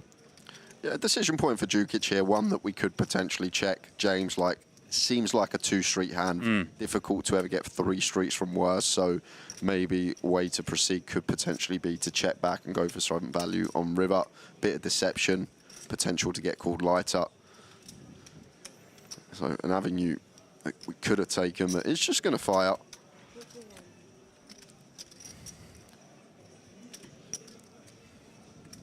And set Santos in 162k. It's an overbet. 162 into 115. Just shy of 150%. Like what are we trying to get called by here? Did you ever think a 5 heroes is off? It's a spicy line. Whoa. Hang on. Oh, the bet size is incorrect. Oh, that okay. makes so much more sense. Okay, yeah. There was a lot of confusion there for me. And me. Once Dukic went for that size after playing exceptionally throughout this session, but makes sense. Graphic hopefully will catch up. 41k. Okay. Seems a lot more reasonable. And was enough to keep King High around again for another sniff with that gutter. Now, surely we can't get 3 streets, Jay. That's why I just referenced on the turn, and maybe now we just check back river. Like, no real 10x out there. Maybe King 10. Well, he is going to go after it. Does go for the all-in here. Really hoping that Santos puts the cape on. Like he's got to have like King 10 here, or thinks that Santos is prone to call light with like a 5. And maybe that is it. Maybe he's just thinking, hey, I've been playing kind of hyper-aggressive. Santos has seen enough. Albeit we see Djukic actually hasn't been that out of line, but has been very active and understanding that image, perhaps. The big problem we got here, James, we lose to a bluff. It's not some, it's a. I guess the King-Queen could be in there as a plausible bluff for Djukic, which we lose to as well. But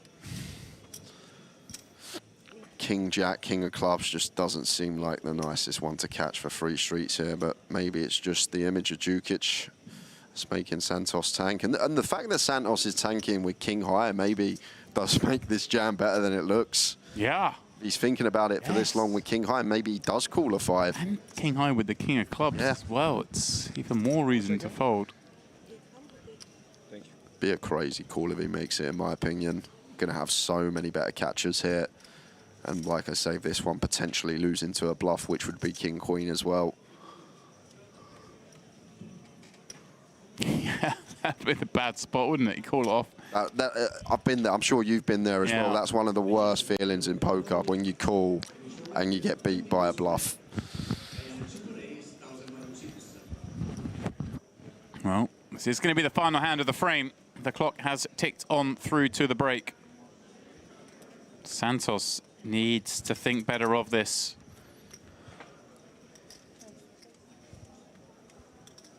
Thinking long and hard. Just so few combinations that could be bluffs, and he does block them, as we mentioned, with that King of Clubs. But sometimes you just get a feeling, Jay. Yeah.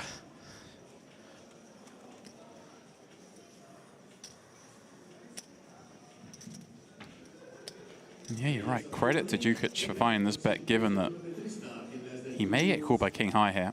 We were suggesting it's very hard to get value for the third bullet. The thing is, it's difficult for Santos to have a 10. He can only really have King 10 specifically, and that's about it. So like very scarce 10x combos we target. All the ace-x beat us. I don't expect the 5 to call, but when he's tanking that long for King High, with King High, he shows the 4 as well. But the 4 must be it, right? Yeah. The 4 beats a king. That's the problem. He doesn't realize King 4 suited. He's tanking. Come on. Blocking both straights. King 4 suited. One. It's the one. There we are, guys. That is the end of the session. There's the leaderboard. It's been the 2 Serbians that have been getting amongst it, putting on the show. Kenjic and Djukic, 1.2 and 1,080,000 respectively. And we are going to head out on a quick 20-minute break. We'll be back with a new featured table shortly. EAPT tournament, players can make your seat at tournament restart in 30 seconds.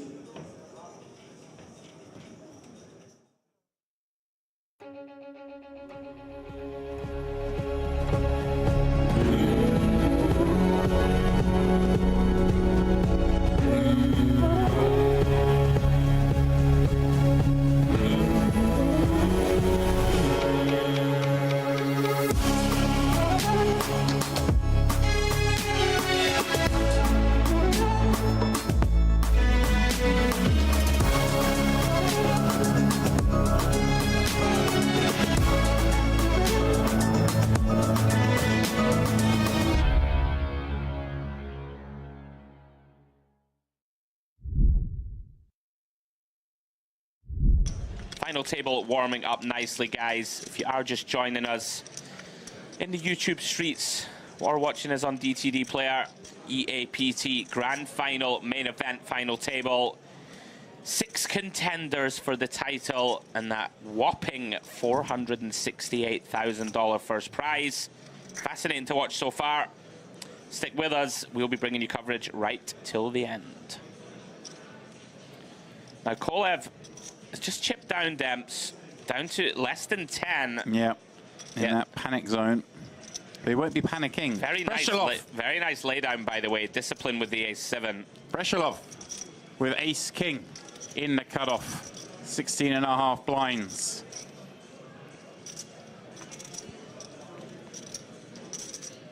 Ooh. Oh, hello. Hello. Hello. Is this one? obviously has to concern himself with the player behind Aquino having a big stack as well. But he can make a non-committing 3-bet here. I think he'll fold here, Demps. But I was wrong a minute ago. It's one of these that, like, 3-bet calling here for, what, 33 million is a bit of a disaster the times that Breschelov puts it in. Peeling is pretty unpalatable. But you have been right again.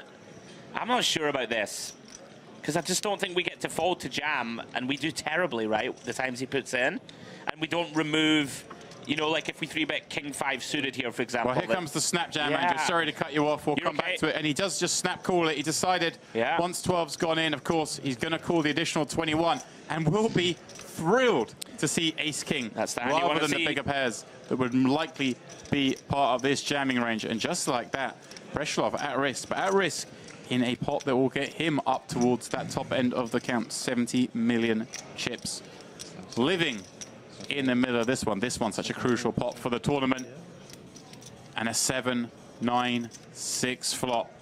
Poets fades an ace or king, and also obviously finding a nice looking board that could redraw should he need to. 10 on the turn. Well, that 8 would of course now result in a chop. Ace or king. The only ways for Breschelov to survive here, the man I've been most impressed by thus far on this final table. And that is what's going to happen. Breschelov busted in a pretty grim fashion. I wish we had a camera here. You guys could see Andrew's face. He feels bad, I think, for Breschelov in this one, because that one felt a little dirty from Christopher Puetz.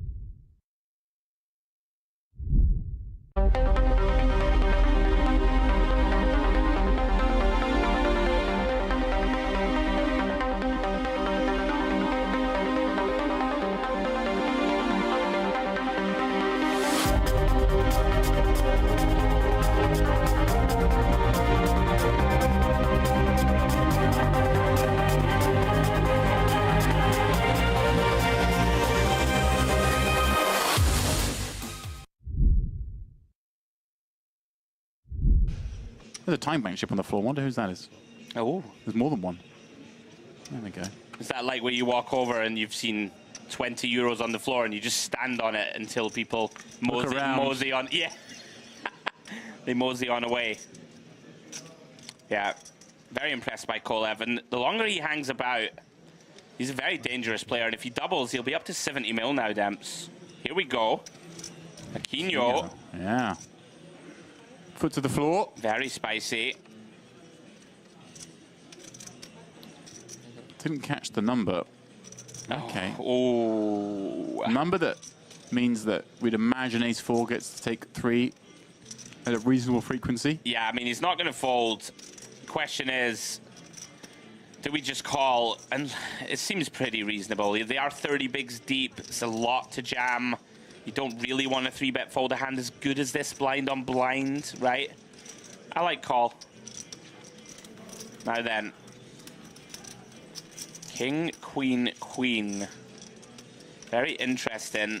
Aquino essentially with the kind of nut low, so to speak, Demps on this board. And knows he can't win without betting, and does start with a small one. I mean, we probably got to call one. It's grim, though. He kind of fills it, doesn't it? But yeah, we've got a cool one. And I mean, we've got the 4 hearts working as well. Yeah. Not that we're thrilled about chasing 4 high flush draws on 4 heart boards, but I don't think...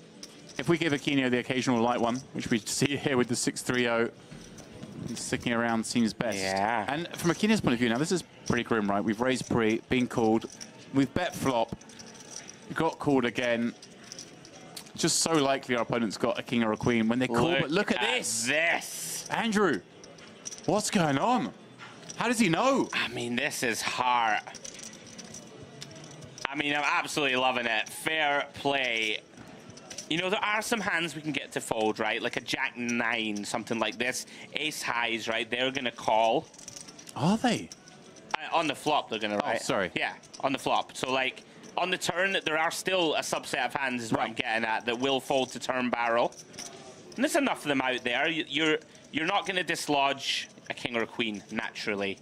You're very unlikely to dislodge like an ace, jack, ace 10, which doesn't just get it in pre all the time. These hands will continue. But you can, wow! Is Payout gonna find it? He does. That is class. He just, I guess we've seen a few of these kind of hands to Makino where we saw the bluff when he turned an open-ender. Kind of gone with these sizes and repping like too thin a range. Well, let's come back to that. Yeah, sure. Because the river has rolled off a jack of clubs. Kind of a, oof. No, surely not. Oh, if he finds this. Been called not once, but twice. Has 6-3-0. No coordination with the board. Out here on a flyer. 34 million chips in the pot. Every time we have seen him hit these lines, though, he has never slowed down. That's the point I was getting at. Oh. And I mean, wow, if he finds it, because his timing will be spot on. Hedley in here with just ace high, making two great calls. Desperate to see his opponent check. This is a genuinely pivotal moment in the tournament. Oh, wow! Overbet jams the river. Wow. I was about to say, he set this pot up to the point where he can't get pot on the river, leaving himself to overbet jam. My goodness, Aquino. I'm a bit lost for words.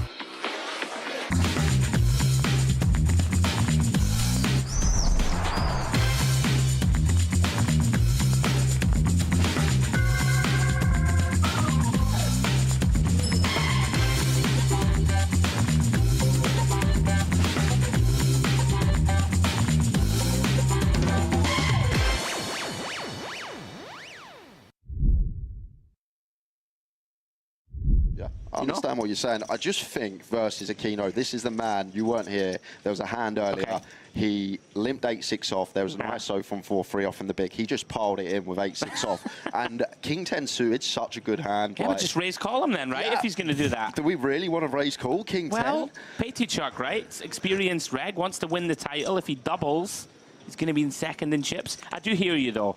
I think there's arguments. He could have done lots of things. Did land on raise. As it stands, Umarov finds a real one. Pocket tens. Puts now probably a hand that he would have liked to got in the mix, but recognizing Umarov's been very tight. We don't really want to 3-bet fold a guy with 13 bigs behind. Now, Aquino has one of those hands, Jay. Might be tempted to make it 4 blinds. Yeah, if we are going to go for the 3-bet bluff, that's the size we have to choose here, Andrew, when Umarov's opened off of 15 BBs. Well, time bank utilized. But something I will say about Umarov, what I saw the session that I covered with James, he was fairly tight. Very tight in this FT. Every time he opened, he had a legitimate hold in, no real attempt to stills lightly.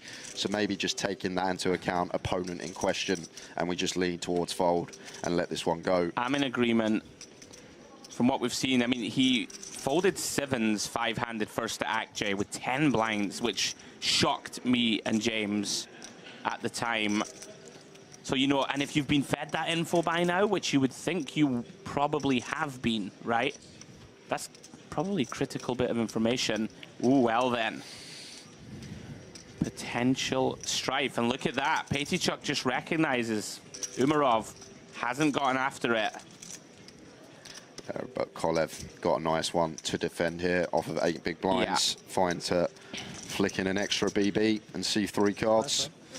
I think worth referencing also, of all the players who are not incentivized to open this pot, it's Umarov, right?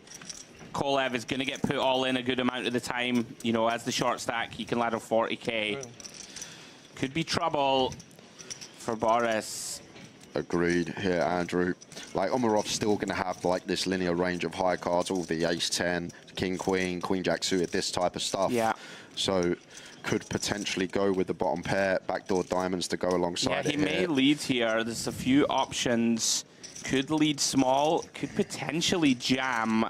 Yeah, lead small, order of the day. And he's going to get the bad news, Jay. You would think 10's the type of hand that probably wants to fast play here. Yeah, and still can get called by worse. All this like 6-7 suited, 6-5 suited, 4-5 suited, 5-3 suited that would defend from the big blind.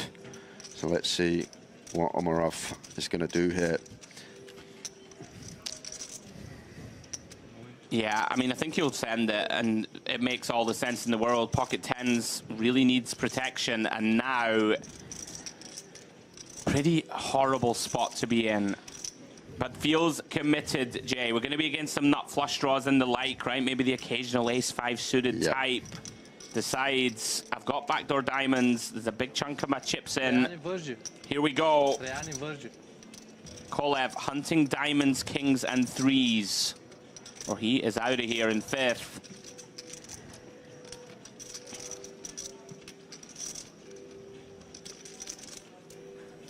Oh my goodness me. No way around. The king of clubs. Umarov, heart sinks. All of a sudden, looking for a 10. Cannot find it, and what a body blow to Umarov.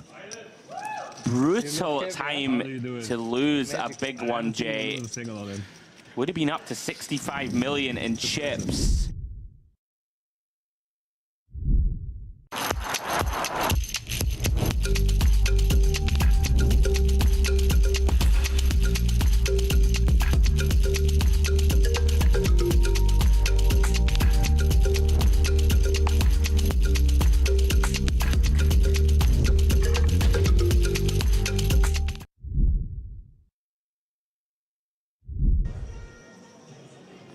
Chuck, seemingly at the moment the one managing to stay afloat.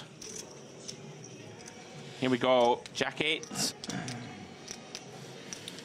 These spots always interesting. He's aware, puts is short. So could attack Kolev. Cover and stack. We'll be continuing, whether it be complete or aggressive route. We will see. And Yeah, I like this.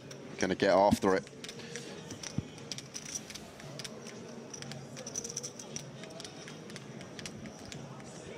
Now then, Kolev. Hand that seems too strong to fold. Blind on blind. I think it's just one that wants to call Andrew and take a flop with position on Payout, who should have a fairly wide range here as the cover and stack, and as you mentioned, puts sitting there now with around 15 BBs. Yeah. Kolev. Undeterred. That's flicking calling chips. Every pot now critical, 18 million in the middle. And how about that for a flop for the Bulgarian? Top 2. And Payout does have a gut shot. Could be a bit of trouble for Payout here, because seems like a hand that does want to continue here once we get to the flop with the dummy and gutter. And I think Kolev good enough to just play cool here with a hand as strong as this with position. The times we see these brick turn cards, Andrew, I do expect to see this combo go for a double barrel a lot of the time as Payout. Starts us off, 4 million. Around about 20%. One of these, try and fold out. King 7 of hearts type holding, something like this, that is with the board. And even the ace highs have a hard time continuing here with put sat there with 15 BBs. Turn is a 5.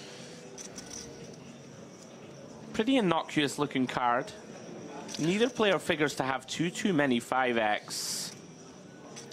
Like Kolev gonna have this like suited 4-5 up to like 5-7, king 5 suited, ace 5 suited, this type of stuff. Payout now with the decision. And is gonna go. Is gonna go for it. Wow, and he's gone big. Yeah, just shy of 2/3 pot here from Padacek, and now Kolev gonna be licking his lips at this one. And I assume we're just gonna see Cool again here, set the trap, Andrew, keep bluffs in of our opponent here. If our opponent has ace, queen, king, queen, queen, jack, we're gonna get the money anyway on the river. But we just wanna keep stuff like the jack nine in, the ace jack, the king jack, some spade draws potentially. And it's gonna play Cool, loving this from Kolev, playing it to perfection. Wow, and all of a sudden, half pot back. Critical river incoming. And like, if it's an offsuit 3, 4, 6, something that has no interaction with like the king, jack, jack nine, well. Oh dear.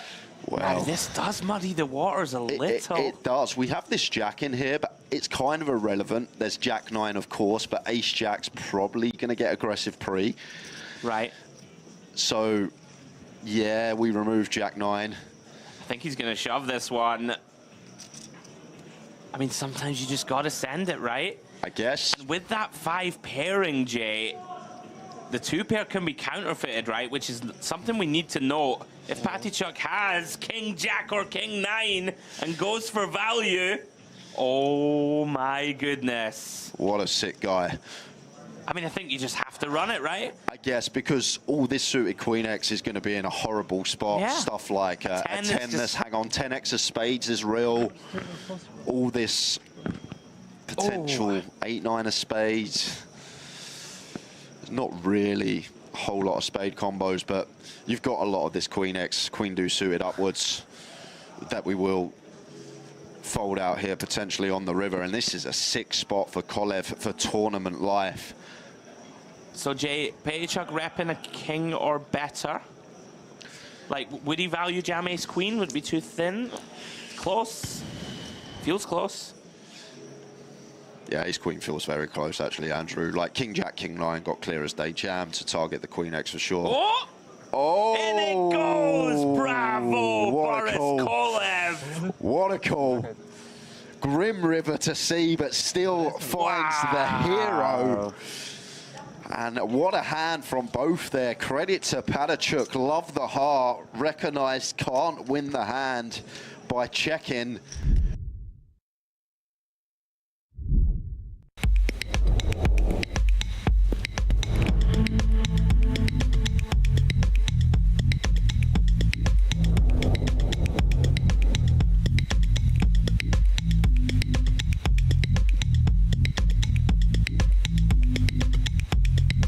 Welcome to Mediterranean Poker Party.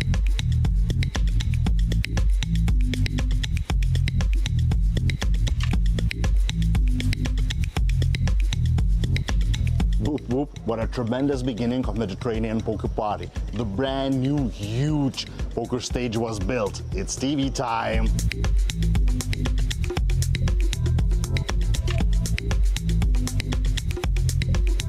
Don't forget the main thing that unites nation. A bunch of poker events running now. And I'm from Norway. Turkey, Australia, the Netherlands, Lebanon, France, Bulgaria, Venezuela, Belarus, Iran, Ukraine, Austria, Serbia, Russia, Germany, Armenia, Hungary, Kazakhstan, Italy, Greece, Romania, Moldova, Scotland, Poland, China, Spain, Sweden, England, Georgia,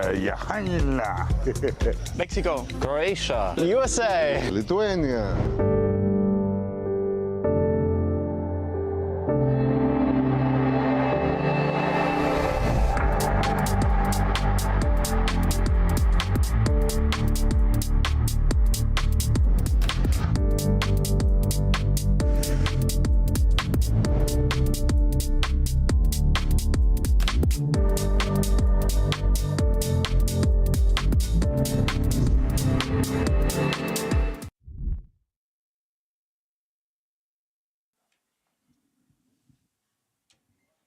And we are back at the Mediterranean Poker Party here at the Merit Complex. I can't choose which one we're in. Look, we've got the Diamond there. We've got the Royal Premium on your right, Cove on your left. Pick your poison. All the piers, the restaurants, the bars. It's all to be had here, Jay. So much to explore, I found as well. You can just walk to a place, you're like, I never knew this was here. Yeah. I've had a lot of that this week. You don't come for a few months, and there's a new place. Oh, yeah, that's it. They build so quickly here. Here we go. Boris Kolev, the man who won the EAPT Grand Final, back at our feature table here with 1.6 million chips. Ihar Soika, another regular we see often here in the bigger blind stuff at Merit. Roman Gadzhiev also in this table, but it is a different Roman leading the way. Emelianov with 93 big blinds. Viktor Ustamov, another reasonably well known in the poker world. He's in here with 30 bigs as the shortest. And Fausto Tantillo, another player, again, with some notoriety, pardon me, in the field. Something for everyone. And of course, I've overlooked Draushiotis. Draushiotis, does that work for you, Jay? Sounds good. That sounds good. I think you've got that spot on. I've already noticed you've got a far better take on the accents than I do. It's the accents, pardon me, the pronunciations. I'm just guessing. It's all guesswork. And well, it's confidence. You project confidence, people think you're right. That's it. So let's get How we both got underway. here, let's be honest. Another 2 hours of poker. Oh. Hotel Max Royal. Julia, I love you. I love you. I love you, Olivia. Thank you. That is Roman Emelianov, the one with the chip lead on this table. A little message for those at home. Nice to see. Enjoying his moment already.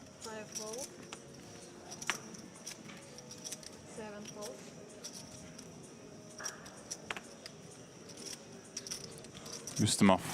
Why you do it? 40. Do you need it?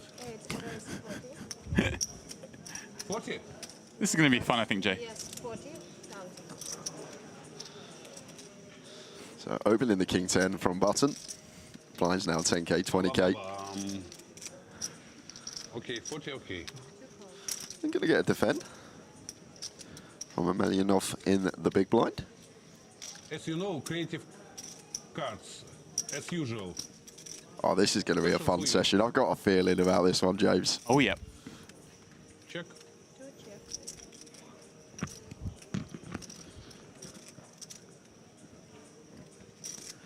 At 996. Rainbow board. I like this check from Ustamov here on the 9-9. Seems pretty nice. Is he going to get a bet here from Emelianov? We spoke about it. I doubt it. Probably just going to check it over, and now potential to go for the delay continue once check two twice. But I can tell you something. Okay, thank you. I have many. Yes, it's okay. I have time bank. Yes, okay. How people do something when cameras all around you? Somebody wants to be a hero. It's me. Yeah. Yes, because I want to be, yes. Something shit, but you play, yes. He won to win. Okay. Okay, we have 40. Eventually, after that speech, Emelianov comes out with the bet. And, like, does anyone give that speech and then bluff? No, this is what I was about to say. Like, when someone's talking like that, you just feel like they've always got it. But we gave them nearly 4-1, and we've got a gut shot and an overcard. So going to have to call Ustamov. But I'm loving Emelianov already. Goes quiet, but reaches for chips once more. Oh, it goes milky. It looks so strong, Jay. It does. And don't really see how Ustamov can call. He's getting a nice price, 4-1, but even like this 8, some like 7-8, 10-8, stuff that potential bluffs on the turn could have rivered the pair. He's got big chips in hand.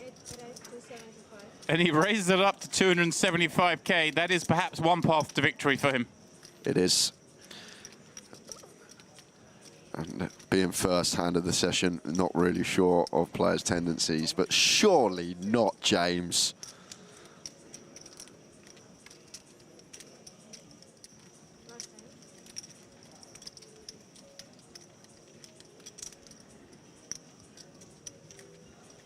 He's gonna bank. He says he just wants to be a star. He's a star already in his first hand. Surely. Like you say, he can't do anything here. Can he? Okay, next time. Next time. Very brave, huh? Well. Ты чего такой довольный? Ну, чуть-чуть как-то грусть, сопереживание. Вот ты бы проиграл, я бы тебе сопереживал. Я бы выиграл, я бы сказал, да-да. Да-да. How's your Russian, James? Он 100%.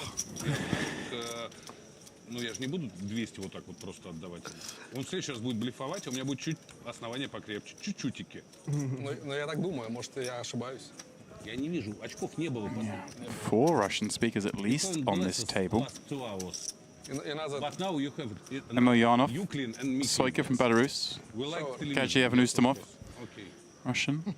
Boris Kolev from Bulgaria, Bulgarian and Russian not too dissimilar. One imagines he has at least a reasonable understanding of the language. I'm going to go out on a limb and say the Italian and the Cypriot have got no idea what's going on. And look, ace 4 off from +1. I've just got a feeling this is going to be a spicy session. Fairly loose open, and Gadzhiev hit with the king 10 in the hijack. Expected to hit the muck.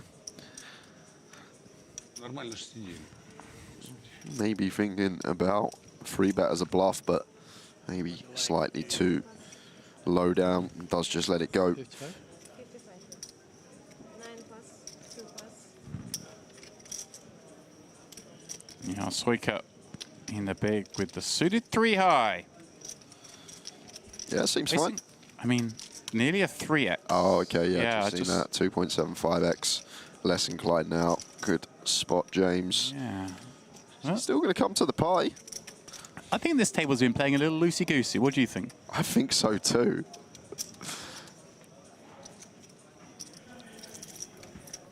Oh, wow.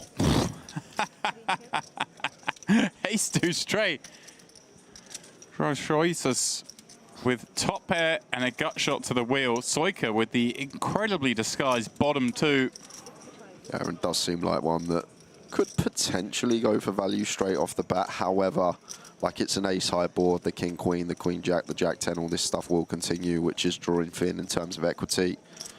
But maybe the bottom 2 here on a fairly wet texture does just want to go for it now. Because the times it rolls off a 4, a 5, a heart, potential not to get another street from the ace-x.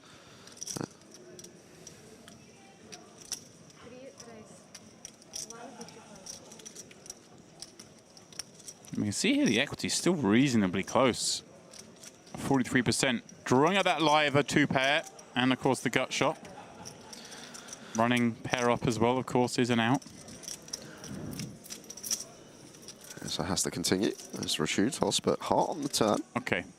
Surely that'll slow things, but as we say, Jay, don't predict too much in this room. Yeah, the thing is here, like, as Soika, Drashutos shouldn't really have too many flushes as +1 opener. Like with the ace and 10 of hearts on the board, only probably like the king-jack suited, the king-queen suited, maybe jack-9 of hearts, 8-9 of hearts, but no more than 7 or 8 combos, whereas we're going to have a lot of these. So big fan of this from him. Just recognizing that a lot of people here may just choose to shut down James and check, and now let a hand like ace-jack, ace-queen, ace-king with a heart check behind, whereas we can still get value from all these type of holdings, the ace-x with the heart that are in there. And even here with the ace-4 could potentially stick along for one more street with the wheel draw to go alongside it. But well, if you could see his opponent's hand, he would surely be in. Drashutos drawing at a better hand.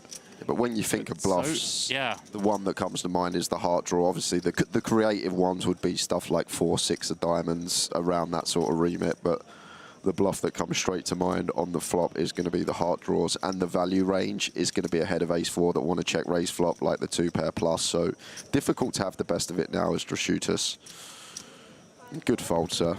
Nicely done. Soika breaches the 7-figure mark. This is the last level of reg in this 10K high roller. We currently stand at 138 entries. 30 minutes more, and it'll be the active 30 minutes. I noticed on break as well, I had a little look on Poker News and went to the 10K, and chip leader now. Mr. Dominic Niche. Oh, there we go. Second bullet going much better. Wow. Yeah, set under set on the first bullet. Queens into aces. Yeah, he had 2.4 million going into the last break. Good luck, field. If you were thinking about late regging, just realise there are 6 Dominics in the field, and think about that.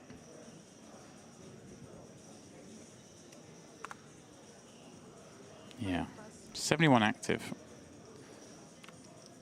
139 stacks, but 6 of the 119 stacks are Dominic Niche. I might not register. Big yawn there from the 2K winner a couple of days ago. Still feeling that late night, probably. Kolev out the way.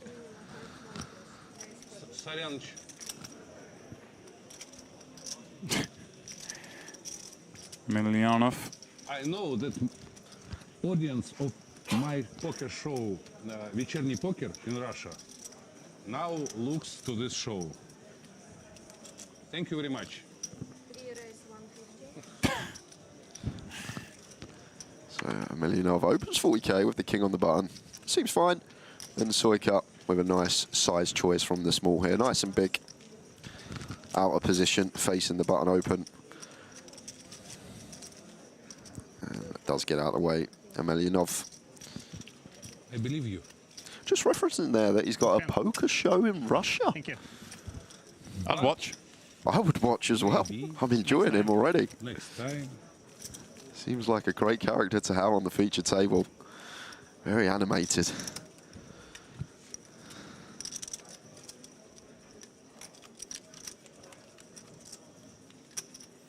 Just looks a character. Is that a WSOP bracelet he's rocking as well? It's probably not, but it looks similar. You're right. Does it like a bracelet? Have a little looks like an old one. It does, that's why I said it. Maybe one from early 2000s, perhaps? Yes. After tomorrow, I sleep. No? Bracelet on the Hendemob database, I can tell.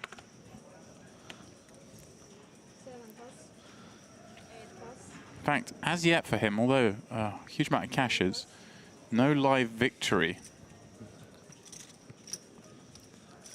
So some deep runs and some big binds, mind you. Why your name here, Hugo? Soika opens the ace-4 on the button, raises the 40. As you open up the ace-4, you get that question. It's really funny. I know that you're not Hugo. Not Hugo? Not Hugo. That's when he could have said, yeah, I'm not Hugo, I'm just the boss. Oh, there we go.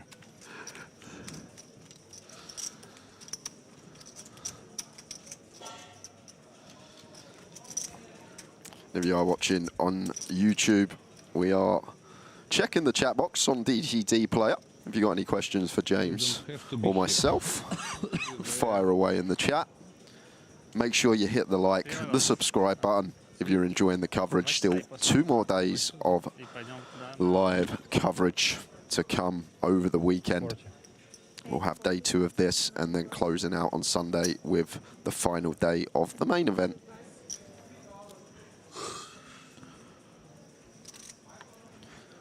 Ostamov opens the 40. Smidge on the loose side. Seems like what we're going to see from this table. Going to be a raise and take. Give me 5. Смотри аккуратнее карты. Вот последнюю почти увидел. На тому. Хорошо. Просто я так сижу, как бы. Просто читаю. Я после тройки уже вторую не хотел смотреть. I finished, bastard. You worried about it, but...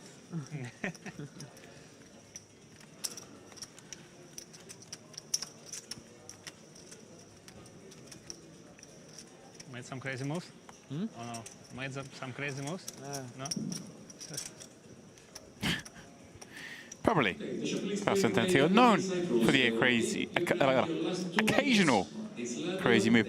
I just saw a name cycle through the active players that we have not had on stream once yet. this stop, and I'm angry about it. Get me Georgi Shkulukia. I want gear on the table. Never. I'm going to go out there and make sure you guys have him for the end of the day. Thank you. That would be nice. Yeah, That's what I'm going to do. Of course, you're leaving us after this session, James. Yeah, I've only got about 25 minutes more in the booth with you, Jay, to round out my stop here at the MPP. You came late, I leave early. Andrew's the workhorse, we just flog him all the way through. Exactly that. So hijack open from Soika, and Gatsiev not going to be going anywhere here with the Queen 10 suited in the small. I think happy to just play cool. And once we get 70, 80, potential 2-3 bet. Gatsiev looks the business with those glasses today. There's a million chip stack. Soika now slightly more. 5-5-6 board.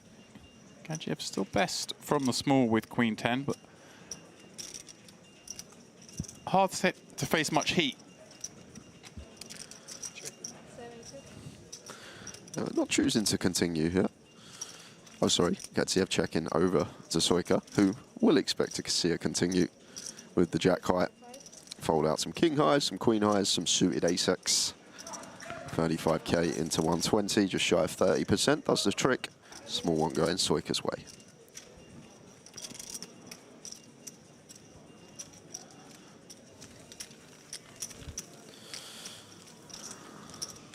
Gatsiev, someone who first played on these shores all the way back in 2015. And has had a bunch of cashes over the last couple of years here. Really found some form. Fifth in the Eureka Tour, the EPT Eureka 1K. Obviously, fifth in one of those events pays a lot with over 2,500 entries. It's a great country. My name is Roma. I live in Moscow, in the capital of the Russian Federation. It's very, very big city. Many, many people live there. In our city, we have many restaurants, parks, gardens, yes. We have Red Square there, yes. This guy is great. No? 100%. So, Drashuta's here. At the end of the story? I was going somewhere. Goes for cool.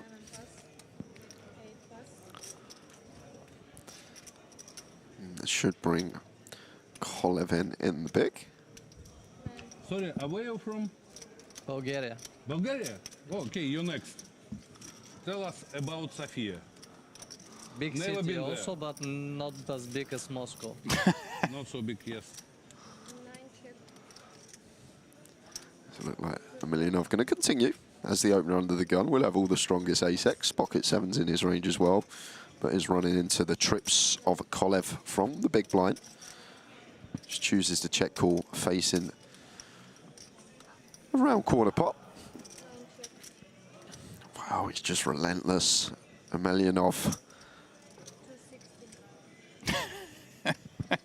60k now on the turn. Boris Kolev just loving life right now. Yeah, do you think that he's just going to play check call? Maybe he knows Emelianov well, thinks that he's going to have a lot of bluffs. But I might have read into this sizing once it's like 25%, 30%. There's a hand that wants to check back river, maybe like an 8s through kings, a 7-8 suited, something along those lines. Maybe when you're Boris in a spot like this, you know, is that kind of play, you just kind of have to accept the fact that might happen sometimes, but get the value against the bluffs. And yeah. So does shut it down as Emelianov well-timed white flag wave. What? 9. 10? I also have ace. Ace 3. I referenced this hoodie earlier. Not It says, more money and more problems. Fresh off winning $400,000+. Did he bring this hoodie, Jay, to wear it after winning a tournament? Like people bring their final table shirt. I was discussing with Andrew earlier. You got your final table outfit, but he's brought the outfit for after he wins a tournament. That's unbelievable. I think that's next level. And I saw you sort of... What, did he have it before he won the tournament? Yeah, well, I mean, he hasn't bought that here. Okay. So he's just brought that along. It's good. Manifest it, James. When I win a tournament, the next day I'm going to wear this hoodie. Yeah, there you go. You see it sitting there. You really want to wear it. You can't wear it until you win the comp. So you got to take it down. Love it. Gadziev in the cut-off. Pocket sevens.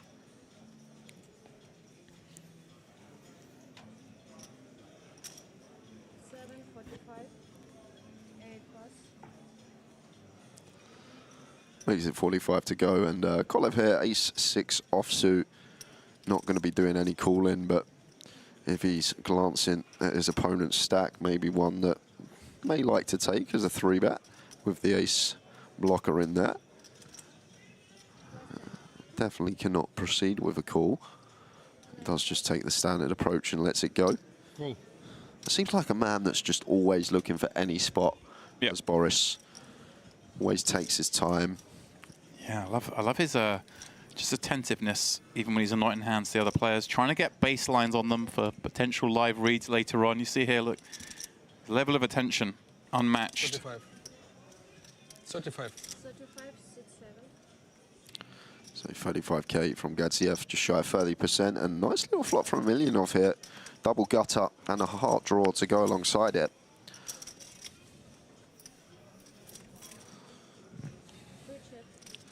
So deuce of spades turn, and seems like sevens here. One does just want to do some checking. We beat enough hands still, can potentially pick off some river probes on certain runouts. That's just going after it here. And gonna flush out a heap of equity. Nicely done. There we go.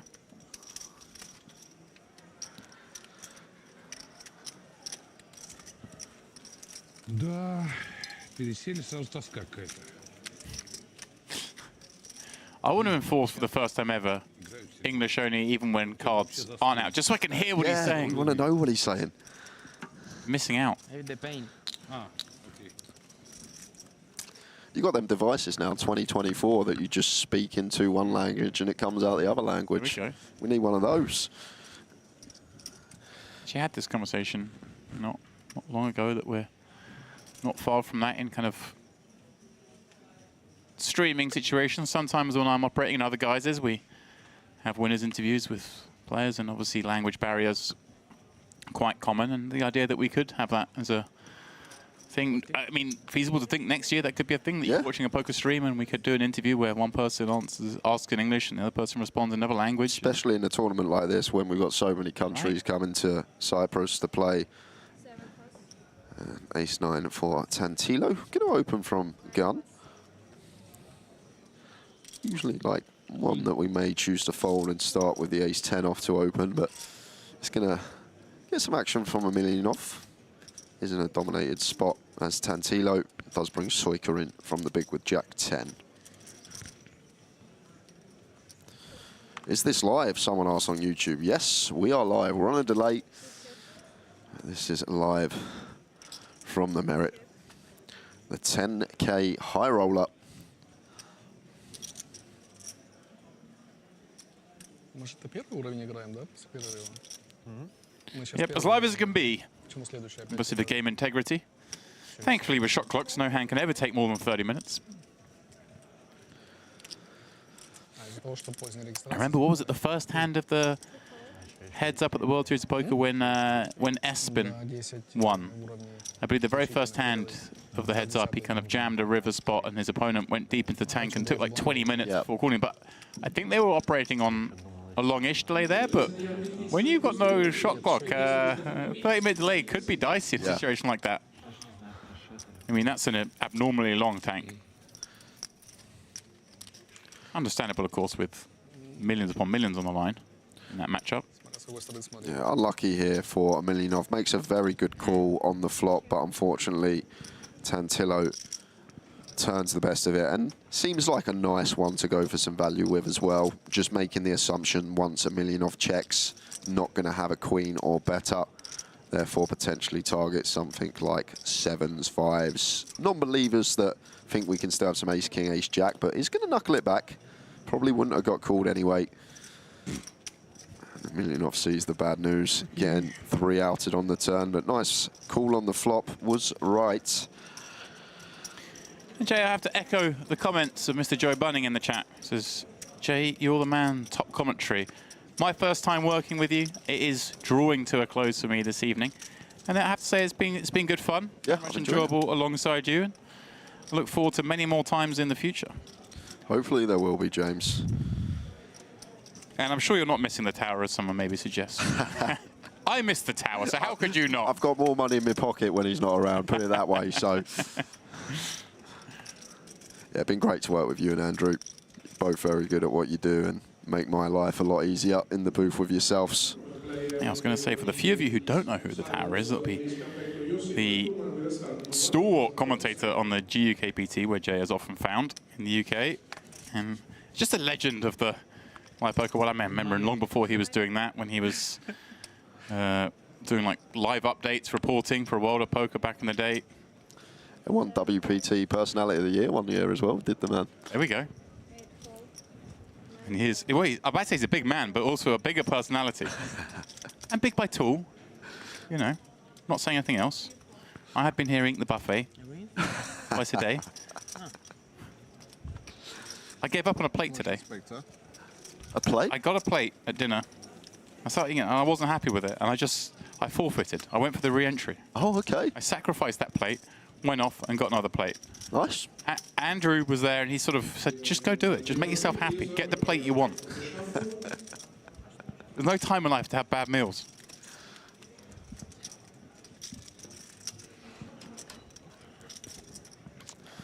One of the things I've loved this week at Buffet, just so much to choose from. Yeah. Options galore. All the food's fantastic.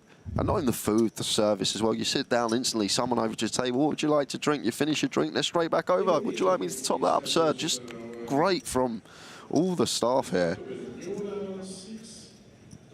Been pleasantly surprised, James, all week. Yeah, if anything, you would be careful. It's almost too good. Sometimes you kind of, they see you just stop eating, they see your plate, they come to clean it up. You have to fight for it sometimes. Right, it's exceptional. In every part of this complex. More and more impressed as each day goes on here. That's why so many people come from all parts of the world to attend. And if you are watching at home and you've never been, and you do have the option to get out here some point this year, cannot recommend it enough. Yeah.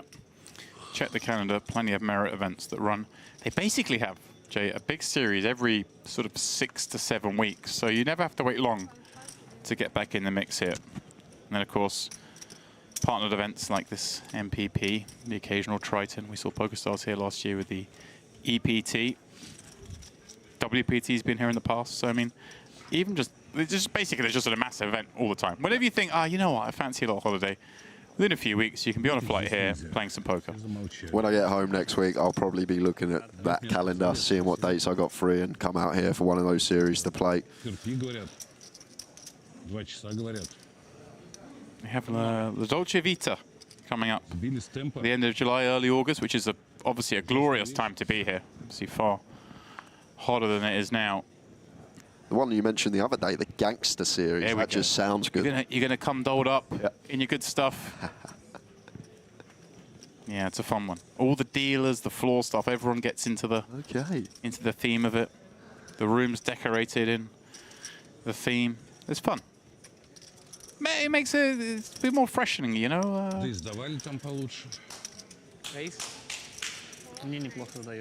Tantillo on the button, opens the 40.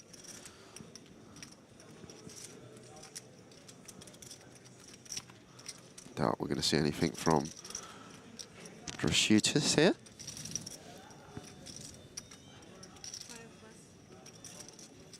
Neither Gagiev, one assumes, from the big 10-4-0. Facing that min open, but a pretty garbage looking hand. Of course, he knows Tantillo can be in here with a very wide range, but 10-4 doesn't do good. against any range. First time I've seen Tantillo play in a while. Very well respected Italian pro.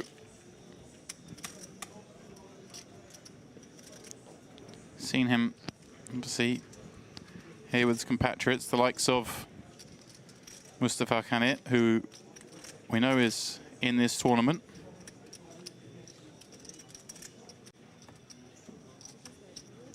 Fausto, another one, a regular here at Mayo. Already a couple of cashes this series, the EAPT 500 and the EAPT Grand Final. He also cashed. Deep run in that Carmen Series main event back in March here, just a couple of months ago.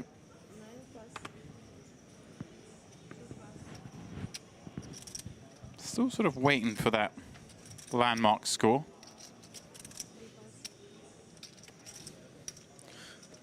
They're going to be back-to-back opens for Tantillo. Ace-Queen in cutoff. Raise.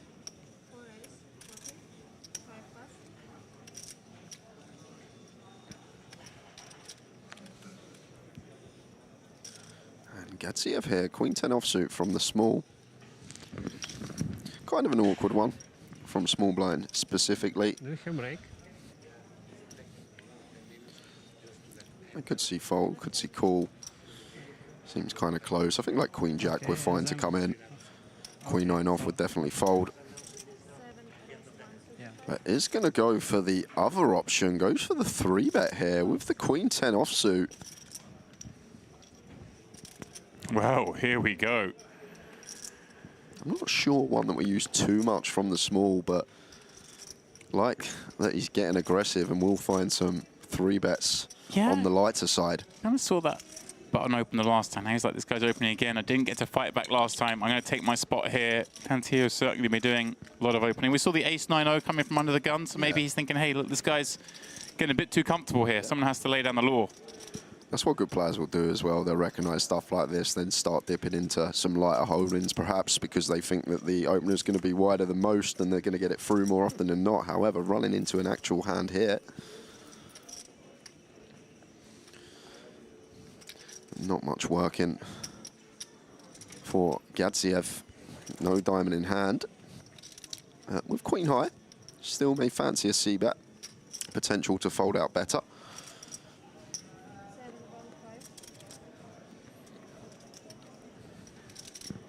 Does go with the third pot sizing. And getting a bit awkward for Tantillo here, but should be doing exactly this, calling once here, still ahead of the bluffs. Maybe some stuff like ace-jack, ace-10 that may have been doing it for value. Ugly card, the 9 of diamonds. Tantillo certainly gets to have some flushes here, doesn't he? Having killed. And many more flushes than us as well, James, because like the suited Queen 10, Jack 10, all this stuff shouldn't really be doing too much 3-betting at this stack depth from the small. Even like the ace-X of diamonds probably does more flatting than 3-betting, so much better card in terms of range for Tantillo, who will be peeling some suited connectors with position, all the ace-X suited as well.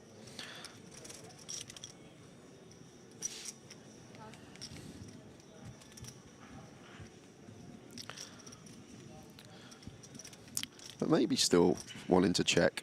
Just maybe we dislodge ace-king, no diamond, maybe something along that line. But not really folding out much better than that. So it seems like a nice one to do exactly this. Just check and hope we get the check on the river to check behind and sometimes be good. Yeah. Will Gadziev give him that opportunity though? The bet check bet line here can certainly represent some of the strongest overpairs, can't it? Of course, 10s for aces would take this line as well. And he's gone for it. Love this. He's going to try and say, I've got an overpair that check turn once the flush completed, and makes sense. Wow. All the 10s for aces would take this line. Loving this from Gadziev. Recognizing pre-flop, maybe, hey, I'm going to do this a little wider than most because I've seen Tantillo with a handful of opens and one of them got the showdown a little light. Took that aggressive option, followed up on the flop, showed restraint on the turn. But now recognizing that there are a fair number of hands like this that he can make fold on the end. Well, Yeah, He can make fold. He might not, though, but this would be heroic, wouldn't it? Yeah, it would, James. If he finds it, credit to him, but I can't find this call with ace-queen, no diamond, as Tantillo. Like, he's got all this 10 through aces that should just play check on the turn, then value bet river. All 30 combos combined for value. Plus, I guess, some flushes that some did, right? Like ace-king of diamonds, ace-queen of diamonds, this type of stuff. So it'd be some call if he finds it. I just don't see how we can. And maybe Gadziev also reading into the check back on turn at this stack depth. We have a stack that can go bet turn, shove river to get all the chips in, and just thinking Tantillo is going to be betting his strongest hand, so he's not going to have any traps. Yeah, that's what I'd be arriving on at this point, I think, as I just don't think Tantillo has checked back a strong hand here for exactly that reason. Yeah, but really mulling it over. Good senses. You feel like Tantillo would, of course, 4-bet those big pairs as well, so he really is limited to sort of hand like maybe 8s. 6s. Yeah, but does Here we go. Nice move, Gadziev. I like the fold from Tantillo. Yeah. With the ace-queen.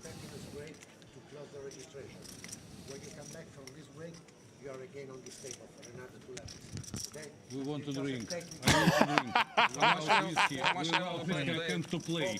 In 4 minutes, in 4 He minutes. cannot sit of poker players. Only 3 level. No doping for you. Я пил весь вечер. Почему меня лишили алкоголя вдруг? За что? 4 минуты как раз Obviously, the floor staff advising the players that in 4 minutes is the end of the level that ends late registration. Not a schedule break, but just in order to do a bit of housekeeping, tidy up those re-entries. Obviously, some players will bust out, get the option on the last hand to then go buy in.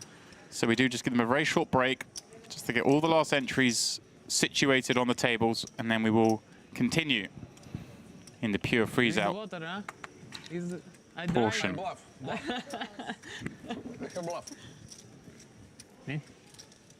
I wasn't lying. I wasn't bluffing.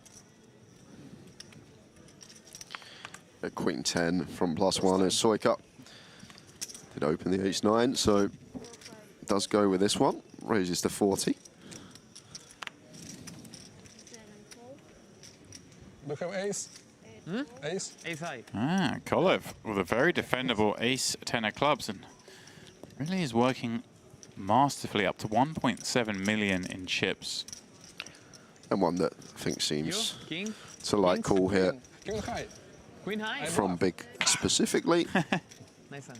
Starting the hand just shy at 60 BVs. What's Roman doing here? Where's he gone? He's wheeled himself over to the trophies. Oh, this guy. He's box office stuff. Come back, sorry. Смотри, вот на кубке.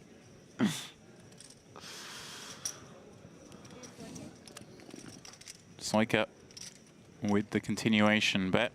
It should be calling one, as Kolev here, even facing +1 with the ace-10 suited. Still could likely be the best hand. Some backdoor possibilities. I can't tell you how jealous I am that I'm stepping out now and you get to carry this on. I know. I am looking forward to the rest of the day. And seeing as I'm leaving, I'm going to throw a little spoiler in there. I'm looking ahead, saying that a new player will be added to this table for when you come back with the far side of the break, filling the empty seat, and it is that of Aquino. No way. Our Brazilian superstar will be joining this mix on the far side of the break. Well, I can't wait for that, James. How can this table get any better? But it turns out it can, just in terms of characters. And Soika here, nice opportunity to go for the triple on a lot of runouts here, James, versus big blind specifically. We've got good removal to some of the stronger King X, King Queen, King 10. Our opponent in the big will call once with some 9X and 4X, as well as some ace highs. So we put all the 4X and ace highs into the mark. 9X may even start folding, and we can still set up a triple against some stuff like King 6 suited. So very nice double barrel there from Soika. Good pickup. So then, Jay, I have time for one more hand here at the MPP. It is this high roller. Last hand of late reg. Currently at 152 players in this one. 71 actives. Meaning we have an average stack over 40 blinds. And yeah, the pace of play is about to get a bit faster on the flip side of the break when our Brazilian superstar joins the mix. I hope he's still got his chips. Look at that seat. That seat there. You're going to get Aquino in that seat there. How lucky are you? We are lucky.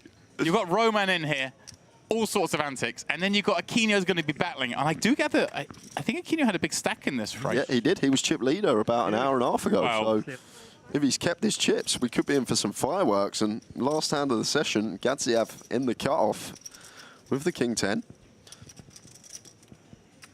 But it is only a short 10-minute break, guys, just to sort all the late reg out. Just so the people who bust his hand can go and re-enter, get in, anyone who was waiting to enter.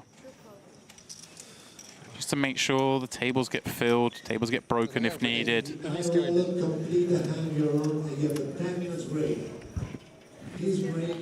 Jack trade tray, Emelianov. No interest on this one. Gadziev quickly checking back, finding a gut shot and club draw on the turn. Checks back swiftly once more and backdoors into clubs. Флеш доехал. А у меня восьмерка доехала, подумаешь, флеш. And there we have it, guys. That will be that. Quick look at the leaderboard. And unfortunately, James, this is when we're going to say goodbye to yourself.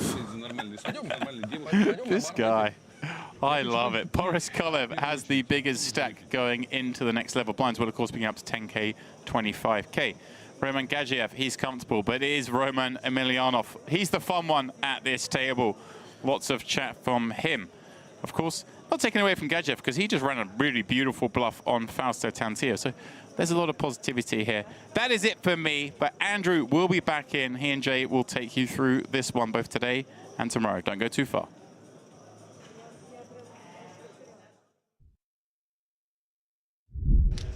Look at our man. That's one of those intangible spots in poker, I think, where you look at your pal and you say, well, do you have a 9 or do you have a draw? And make a decision, yeah.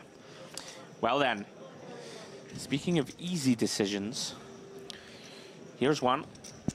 Pocket kings for Payout. Yeah, I'm way too strong to shove for 14. Want to get some value from our hand. Opens to 6 million. And Aquino just going to let this one go in the big blind. Annoying for Payout. Is he though? You never quite know. Surely not the offsuit six the 3-4 gapper. off earlier. They got Here he comes. Oh my word! Oh no! Oh no! Oh my goodness! Oh no! Makes it 15 million. And he's gonna be priced in again. I don't think he's worrying about prices, Aquino. He's a vibes guy. Not to be disrespectful, I think he's just timing, right? He's just going for it. Just the feel. Now, does Payout ever just call? I just assume that our opponent's all in here. Yeah, but it's Andrew. just when Aquino does this, right? It's either a really strong hand or a pure bluff. Like most of the ace-X, I think, would jam. But how can he put 15 million in and fold for 21 million more? That's the question I'm going to be asking. He's got Jack 6 off. I know he's got Jack 6 off, but yeah, I know. Wow. He might POJ it. I can see it. I felt it. Great shout, I felt Andrew. it. What a shout from you. I mean, I think you can just remove a lot of ace-X now, right? I don't think at this depth that Aquino will 3-bet bluff ace-deuce or something like this. He's likely to call or shove. So now all of a sudden, you keep in stuff like this, like the real nonsense. Oh my word, flops top set. And Payout. He jammed! He set him in! And what a gift for Payout. Goodness. Gonna be up to 88 million. 2% equity for Aquino, 7.5, the only way out of this one. So unless we see something extraordinary, that is gonna be an early Christmas present for Payout. Now there is a 5. No, the turn, the 5 of hearts. Always a sweat, never Not easy. like this, Jay. Surely not. Surely not. 4 7s working for Aquino for the ultimate rub down, and he's found the 5-7 run out. That did not just happen. That did not just happen. Oh my goodness. That's one of the sickest ones I've seen in a long time. 4 left for $468,000 up top. We flop top set. Our opponent only has one way to wiggle out of it and finds the running straight.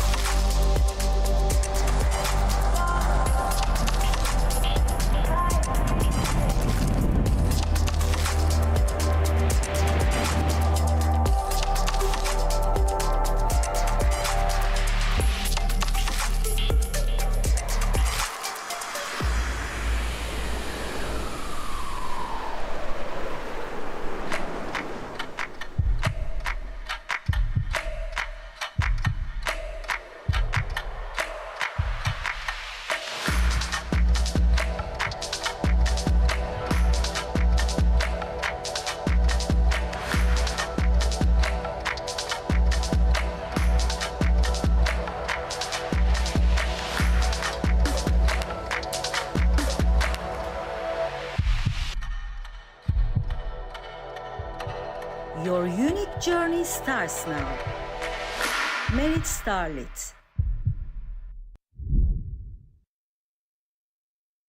Welcome back, guys, to the Merit Royal Diamond here for the Mediterranean Poker Party. Although poker taking a back seat for the moment. We're having a little reprieve. We are going for another round of the Merit Poker Olympics, where today's task is, of course, the great game of chess. Looking forward to it, Demp. It's going to be a lot less strain on us than the basketball. I'm still recovering. To be honest, I'm still sweating from it. This one, going to be a bit more relaxed. The rules are simple. You have to attack your opponent, capture his king, and then we're going to find out who the true king of poker commentary is, Demps.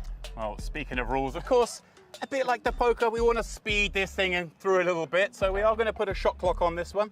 We've got 10 seconds per move, which, given the size of the board, maybe there is a little bit of sweating to come.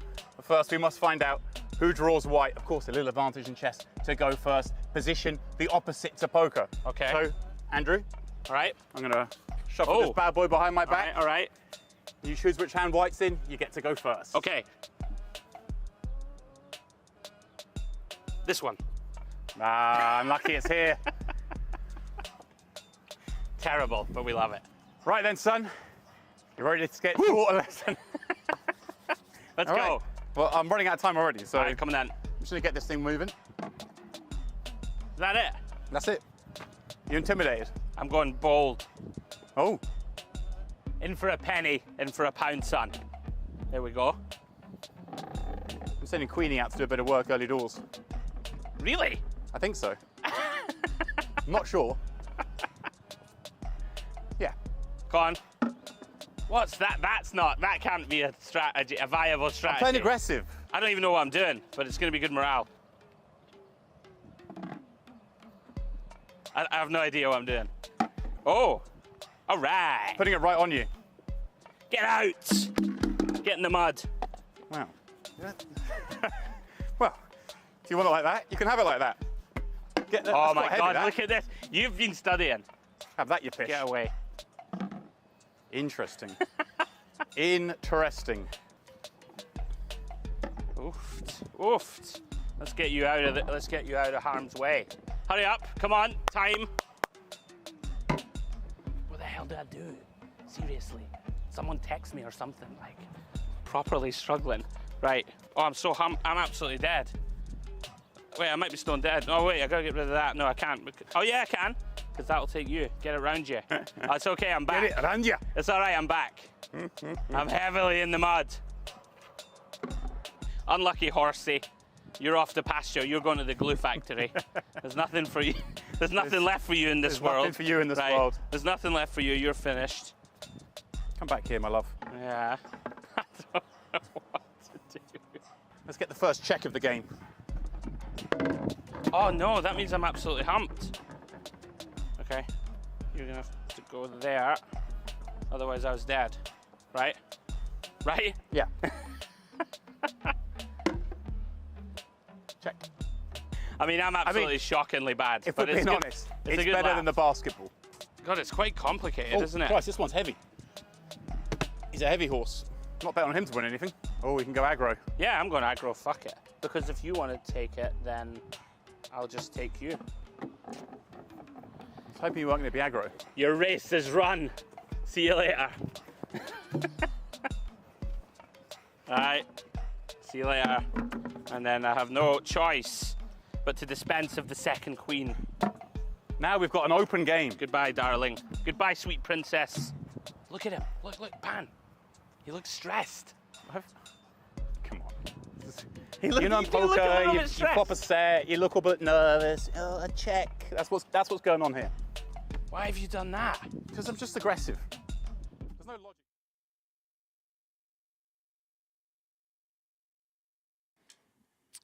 And a very warm welcome back, everybody. How about that for review? The beautiful mountains in the background, Jay. That is a wonderful aerial shot of the Royal Diamond Hotel here at Merit. Beautiful setting, huh? Always is, Andrew. Been so impressed this week with the whole complex. And here's the table. You're just joining us, Andrew. Me and Dempsey kicked it off for the session, but we got some table here. Boris Kolev obviously winning the 2K, chip leading at the table. But Roman Emelianov, he's been having some table talk. He's been making us laugh. He's up to some antics. He's a fun man to watch. We haven't had to do much comms, me and Demps. We're just listening to Roman chat away. We got ER Soika with 50 big blinds. Victor Ustamov with 29. Fasto Tantillo, 24. Ioannis Drashitis with 16. Very nice. And then our man that we loved watching the other night, I heard he was chip leader a couple of hours ago, so seems like been a rough couple of hours for Uberton Aquino. But what we saw a few days ago wouldn't surprise me if he could manage to spin that up. Absolutely, very combustible player. Kudos to you on the pronunciation of the second last gentleman there. We've been talking about it all week. There's some challenging surnames, especially out here at Merit. Just another shot of that fabulous ballroom. You can see there, guys, main event day 2. Tables at the bottom of your screen. They're getting to the business end of that one, Jay. Yeah, $1 million for the winner. I believe it's like final 50 odd as well at the moment, so it is crunch time in the main, but we are covering. He's there again. Here he is. Wow. Emelianov loving the swivel chair. He's here to be a star, I'm told. Yes. Just to spend that chips that you give me. This could be intriguing. You love that though, right? Just like random characters making us all laugh. I was terrified earlier. We had the chance to be on that feature table, didn't we, Jay? Yep. I was worried I was going to roll into one of the tripods and cause somewhat of a catastrophe. So here we go then. If you are just joining, guys. 10K high roller, 1 million guarantee. Like when you pay to me to play. Yeah. Like staking? It's like staking? Yeah. And they've smashed the guarantee of this one as well, Jay. I went down to the room on my break just to see what was going on. I think they've got like 170 runners or so. For this one, 159 is the confirmed number. Insane. For the amount of entries. So smashing the guarantee once again, 1.5x once again, and all week long it's been the same story, Andrew. Guarantees getting smashed out the park. Beautiful. First look at Tantillo for me. Opening sixes here, Jay. You're never thrilled with this one, right? Sort of with 24 bigs or so. Tantillo's been one that has been getting after it. Had an ace-9 off open from gun last session. Had a queen-10 off open from +1. So seems like one that does like getting after it. So he's not going to shy away from the sort of bottom of range stuff. Look at this from Drusiotis. Decides to 3-bet non-all-in Jay, a little non-standard. He thought he might have just sent it in here with sort of 15, 16 blinds. Yeah, seems like the standard approach, but going to get the same result. Yeah. Sixes out of there. My 3-bet with 10s, 9, jacks maybe, and to protect the tournament.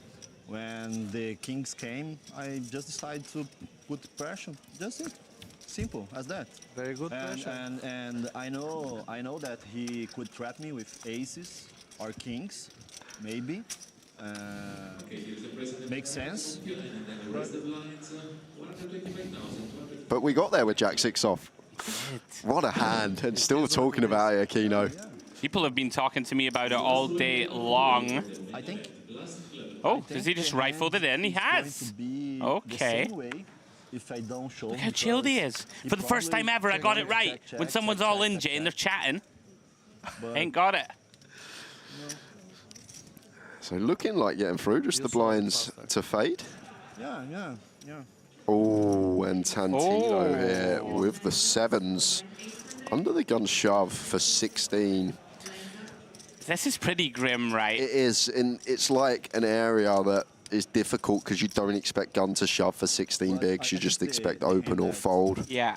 So difficult to know like what part of the range should be calling, but decides to call it off. He's called it off, and Aquino going to be delighted to see that, Jay. Flipping versus 7s. Had a crazy hand or just as high.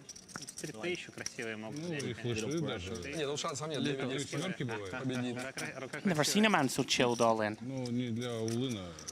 Well, here we go. Looking to run down the 7s of Tantillo. No help on the Jack Deuce 3. Does have one heart working, Jay. A couple of back doors. Queen of diamonds on the turn. Never easy. There's the back door possibilities. King, 10, 9, or 8 needed for Aquino. Can he find it? No. Ace of spades completes the board. Sadly for us and sadly for Aquino, very short visit on this feature table. Yeah, no one likes to see that. Entertained us thoroughly a few nights ago. Would have loved for him to stay with us for the whole session, but couldn't win a flip. And Tantillo up to just shy of a milli, which is good for more than average stack at this point. Yeah, big boost for him. Blinds, guys, 10K, 25K with the 25K ante. Average chips at the moment around about 880K. So 35 bigs or so. 25, huh?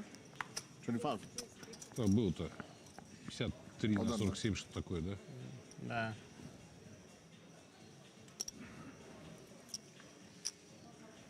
Always find it intriguing, Jay. You know how it's pretty much universal English only at the table. Yep. But over here at Merit often, there's a lot of Russian players or a lot of Russian-speaking players. Don't you think it should be like flipped for them, where they should be like Russian only at the table? Me and you are there. Trying to like look up Google Translate. Yeah. Try and get in the mix. Me and Deb spoke about this because they were chatting all the Russians with each other in between hands, which is perfectly fine while there's no cards in the air.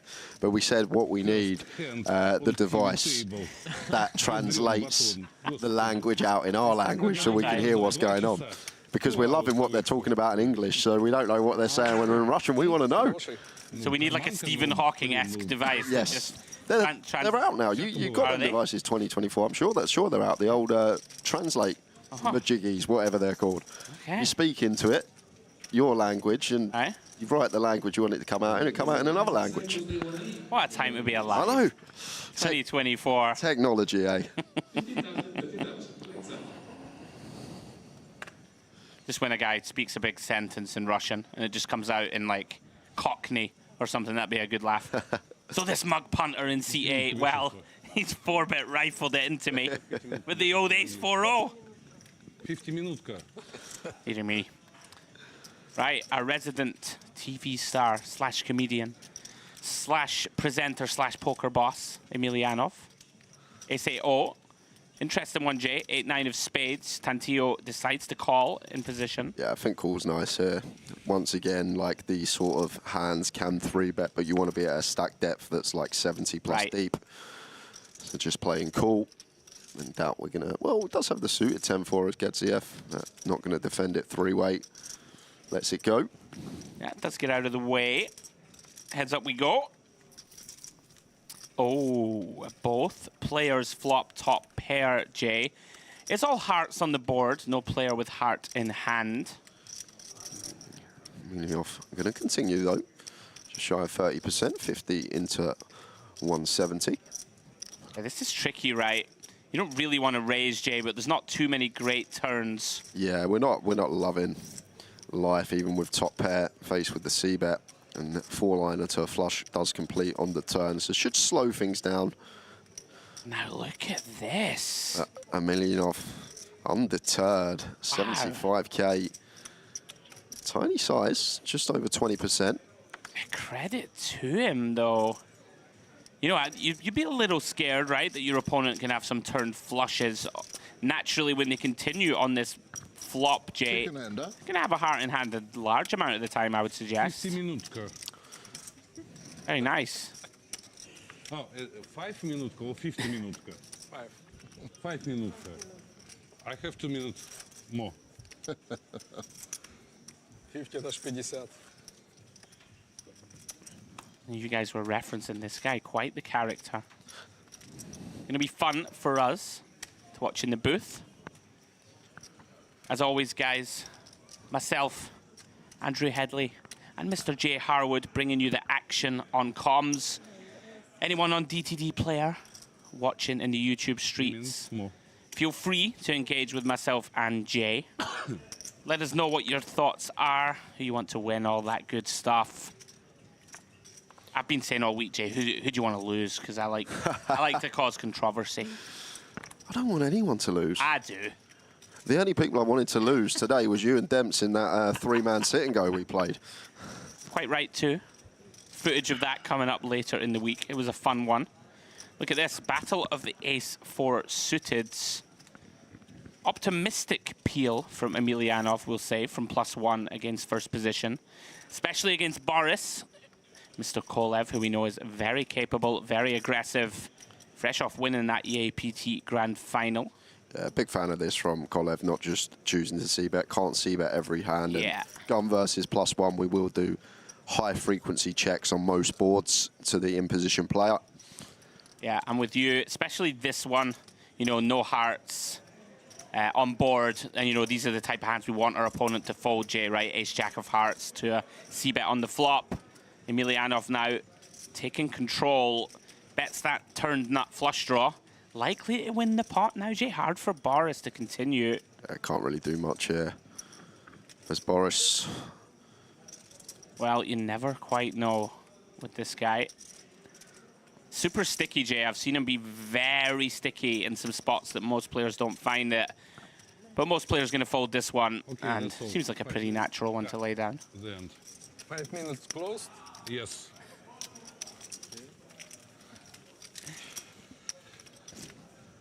Boris seems like the guy to me who just wants to be an absolute terror and just win every pot he's in, which is a good trait to have, right? I can see it, yeah, I can see pro. it.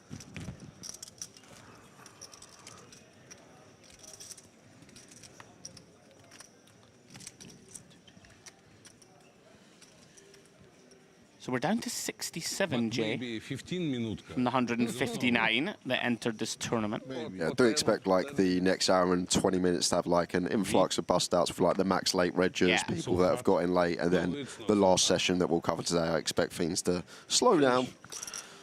Yes. We'll concentrating on this table for the next hour and 20 minutes, and what a table to have as Soika opens to 50 from +1. So I must wait 15 minutes. An interesting spot for Gadziev. I think this deep, fine to just flicking a call with the deuces on the button. It's yours. Yeah, okay. This stage of the tournament. Still you watch, but you haven't it, okay. I don't know. You tell me. You don't know when it will start. Big problem for you. Yeah, most pairs happy to set mine, as it were, at this depth, especially from button. You're going to get to C3 a lot, Jay, right, from this position. Interesting spot for Kolev. Парни стоят такие. Oh, he's gone the aggressive route. Yeah, ace-8 offsuit. Don't mind it, you know. Yeah, we do like to use the offsuit ace-X. Maybe we dip a bit lower. We go for like the ace-4, the ace-3 off this type of stuff with a better unblocker. But still, as you mentioned, one that does like to get after every pot. And sevens of Soiken out, difficult to continue. Yeah, grim. And even eights, I'm not loving life, and probably lean towards fold, which means that sevens probably should go in the muck. I like this. One of these spots, you know, you have 44 blinds behind. Gonna have to commit 20% of your stack just to see a flop. Not very appetizing a prospect. Same situation for Gadziev here. You would think so. Really nice size from Kolev, though. I like nice and meaty, 4.5x. Yeah, gotta go big here. I want to see some old school gangster poker. Just back jam this, right?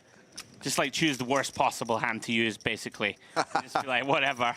You're at it, pal. Well done, Boris. Эту песенку пускай со мной поют. Oh, he's having a sing. Пусть летит она по свету, я спою. Ты зря все не поверил. Твои же 5 минут. Да, может быть. In case you didn't know, that was Kylie Minogue with I Just Can't Get You Out of My Head. My brain works in funny ways sometimes, Shay, as you know. Haven't shared the booth with me for a long time. Yeah, it's been a while now, Andrew. I wonder if he's the type of gentleman to like keep this energy up, but like even until like 2 a.m. Well, he kept it up for the full 40 minutes when these guys come to the table. Right. If anything, he got worse as the session went on. Worse or better? Well, better for us, better for the viewers. I mean worse in the sense that he was more chatty. I know. He was rolling over to the trophies on his chair, having a look at the trophies. I know what you meant, Jay. Does seem like that time of the night, though, right? It does get tiring, right? These really long days. You know, when you get past midnight, you've been playing all day. Round to Boris. I understand. Let's go to that side. Is going to limp. Just a second. The Jack Deuce. Okay. And well, from what we've seen this week, Emelianov's about to double up. The Jack 6 off. That will never be forgotten, that Ever. hand. 9-6-5. Emelianov flopping best. Little 1BB. Yeah, very nice. Just flush out some equity, a little bit of protection value. Anyone alive in the YouTube chat, Jay? Is it quiet at this time of the night? Kind of quiet. A few people in there. A few laughing faces. I'm guessing that's because of the Russian in seat 1 entertaining everyone. Oh, Roman. Oh, Boris. Making some people laugh. Can take to Moscow. Aeroflot will don't take it. It's a big problem for me. You have to understand me. And I'll take something little. Yes. Yes, big, yes. Because from Maine. Well, Tantillo with the worst suited ace. From what you've said, Jay, if he sees 2 cards remotely playable, he's going to be in there. Round 2, Drusiotis. Nice laydown, I think. King Jack, 18 bigs, nowhere to go versus under the gun. Pocket 3s also find their way into the muck. Round 2, Boris. 7-5 of clubs. Yeah, intriguing one. Probably happy to fold versus gun, but I think Kolev very capable of continuing still. Yeah, I like folds. Oh, especially. No, it's different tournaments. It's for main event? No. So. Good for us. Now, we're going to get a speech here, Jay, or what? Talking and raising. Lovely size choice, though, from Emelianov. Nice and big, nice and chunky versus gun from small. Unfortunately, not going to get a customer in Tantillo here. Yeah, got to get rid of this one. Wow. Shows the table. Couple of rockets. Какие бывают за ТВ столом.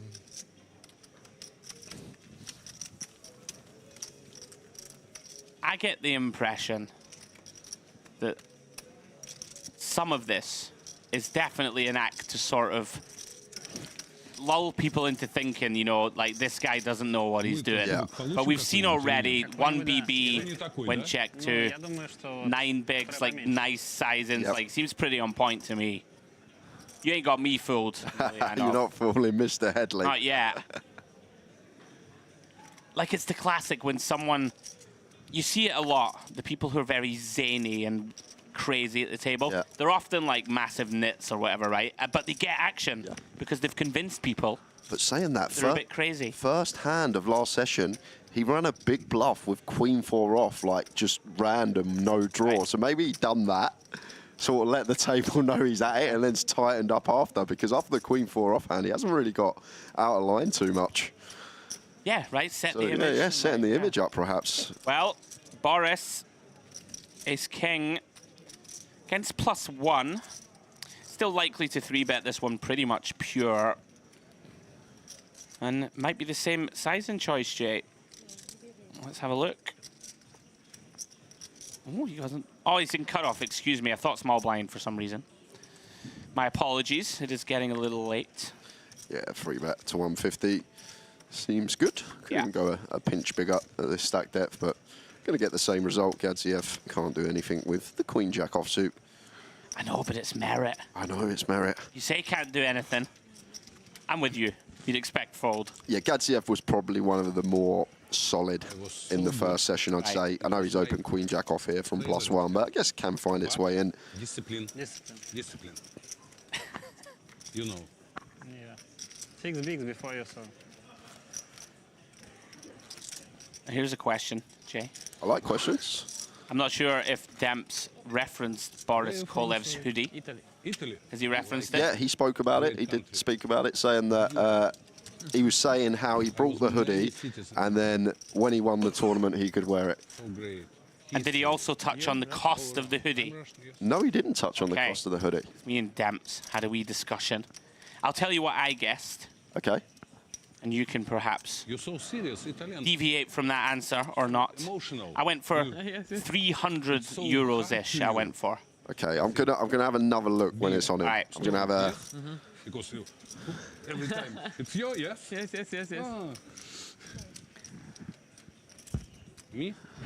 You can have another little think. And Yeah, I'm gonna have a little think when it's on him. I want to proper observe.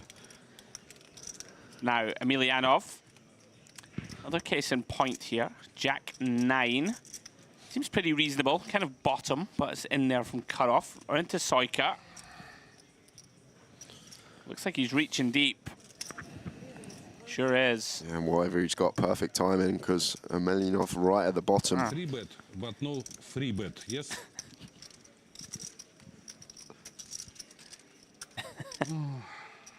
Maybe I have 2 aces again. What do you think? No? You have 2 aces. Okay, it's for you. Thank you. Not 2 times in a row. No, not every time. Not every time. No, I had an ace, so... Ну, тут был, а чем, я думаю, ну, какой-то такой валет. Какой-нибудь такой, что-нибудь средненькое. У меня была хорошая карта. Ну, туз у меня был, могу честно Ну, туз сказать. был, понятное дело. И не с двойкой. Wonder what they're talking about, Jay. That's what I mean. I'd love to know. We just need one of these translate devices on the table. Get it fed back through to the comms in the stream. Everyone can listen in. He's like, I'm sick to death of you and your 3-betting ways. Unfortunately, I had Jack 9-0. Happy family. Here we go. New blood arriving to the table. A man I recognize. The name escapes me, but will be with me momentarily. Boris Kolev decides. Try again. Ace-9 off for the open. Like this from Emelianov. The way he nonchalantly threw it in as well doesn't look like it. It looks like he's got something mediocre. Bit more speculative, perhaps. Like this a lot, though. You can get some squeezes behind. Okay, well, this is not the hand he wanted to squeeze, Jay. You know, yes, Wow, what a spot. Professional players tell me about it. Yes? You know it? Yeah, welcome to the table, Araka. I mean, I think he's likely to just shove this, Jay. Non-all-in's going to look suspicious. 185. Well, he does go for non-all-in. Okay. I thought 22 blinds, you know. We're going to have lots of hands that just want to jam, right? Yeah, we are going to have some bluffs. Maybe we construct our range in this spot as having the aces and kings as the free bet, not all in. And then if the problem is not enough people then find the right bluffs at a frequency to balance it out. But I think with kings here, fine to go for the not all in sizing. And that will lose Kolev while I have a little scan of his hoodie. It looks expensive. Them little hexagons on the hoodie. I am going to go for $700. Oh, it's not bad. We'll come back to it. Higher or lower? I pointed to the ceiling. Now, Emelianov, can't really blame him, Jay. Feels compelled to complete here. He's very under-repped. Agreed. With that ace-queen of spades and a Rocha. Loving life. Gonna feel like he's flopped pretty much the effective nuts. Yeah, and although we have less than pot behind, probably one that we want to get over 2 streets. Yeah, definitely. Want to keep some hands in of Emelianov. Oh, look at this, the old 10%er. 40K and I like it. We ain't got to continue now. I like it. I'm maybe going to get it over 3 streets here, Andrew. Yeah, that's going to be the... Ooh, this is going to be the plan. Now, when you bet 10%, some bad things can potentially happen. Nut flush draw turned for Emelianov.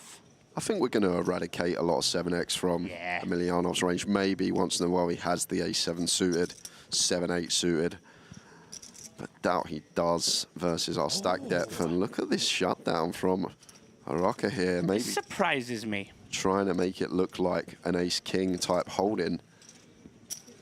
Is going to induce 55K. It's 10% club here, this hand.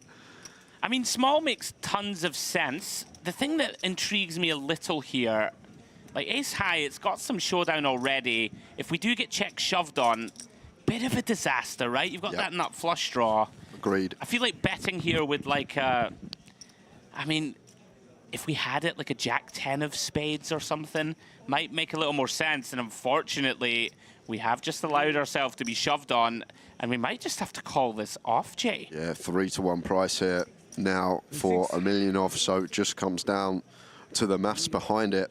So from his perspective, if he believes his ace and queen alive, would have 9 spades, an ace and a queen, 15 outs, around 2.4% per out. Yeah, he's literally getting break-even price now. Yeah, he's very mad at himself for betting turn. But now we're getting more than break-even on a call. Here we go. Flicks them in. There is some universe, Jay, right, where we can be up against like an ace-king that's tried to look funky and look stronger than it is. But not normally, of course. Seems optimistic. Well, we're going to have to get there. And the rocker just shoves ace-king pre. It's one that wouldn't be in the free bet, not all in. Yeah, I was trying to think of like some bluffs from a Rocha, not many of them. Well, 10 of hearts completes the board. And the Spaniard plays his man like a fiddle. Gets paid. Well played. New table, first hand. What a life, huh? Doubles up. Welcome to the table, sir. Yeah, unfortunate that one for Emelianov.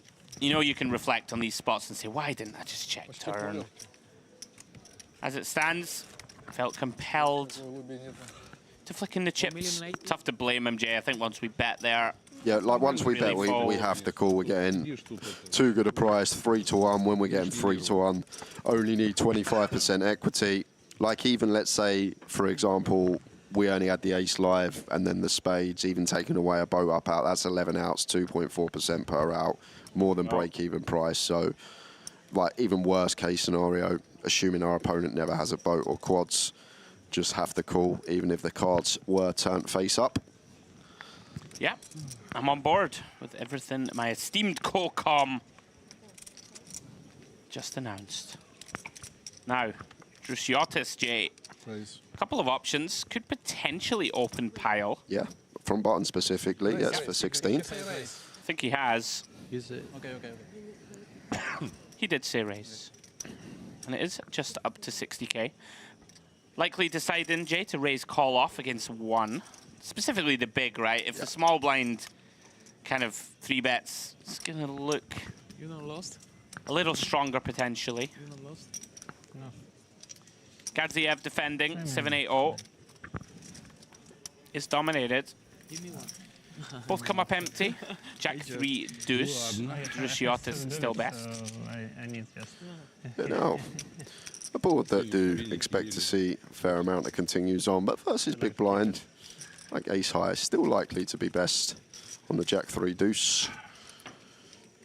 Yeah, you like seeing the deuce and 3, right? Not a lot of interaction. So much better than like the Queen 5-4. Because do expect a lot of the offsuit deuce and 3x to be into the muck. Yeah. Nice little c-bet from Droshutas, gets it through. I envy this man. Oh, go on, why? Because he's got the Cyprus flag by his name. He lives here, so he gets to come to this complex and play poker tournaments here all the time. That's you now, Jay. Yeah. Anytime there's a tournament on here now, you'll be like, to the missus, come then, me and you, off we go. Out to Heathrow. I mentioned it to them, so I think as soon as I get home, I'm going to look at some of the upcoming series here and get myself over to play. Yeah, you'll love the Merit ones. Incredible place to play.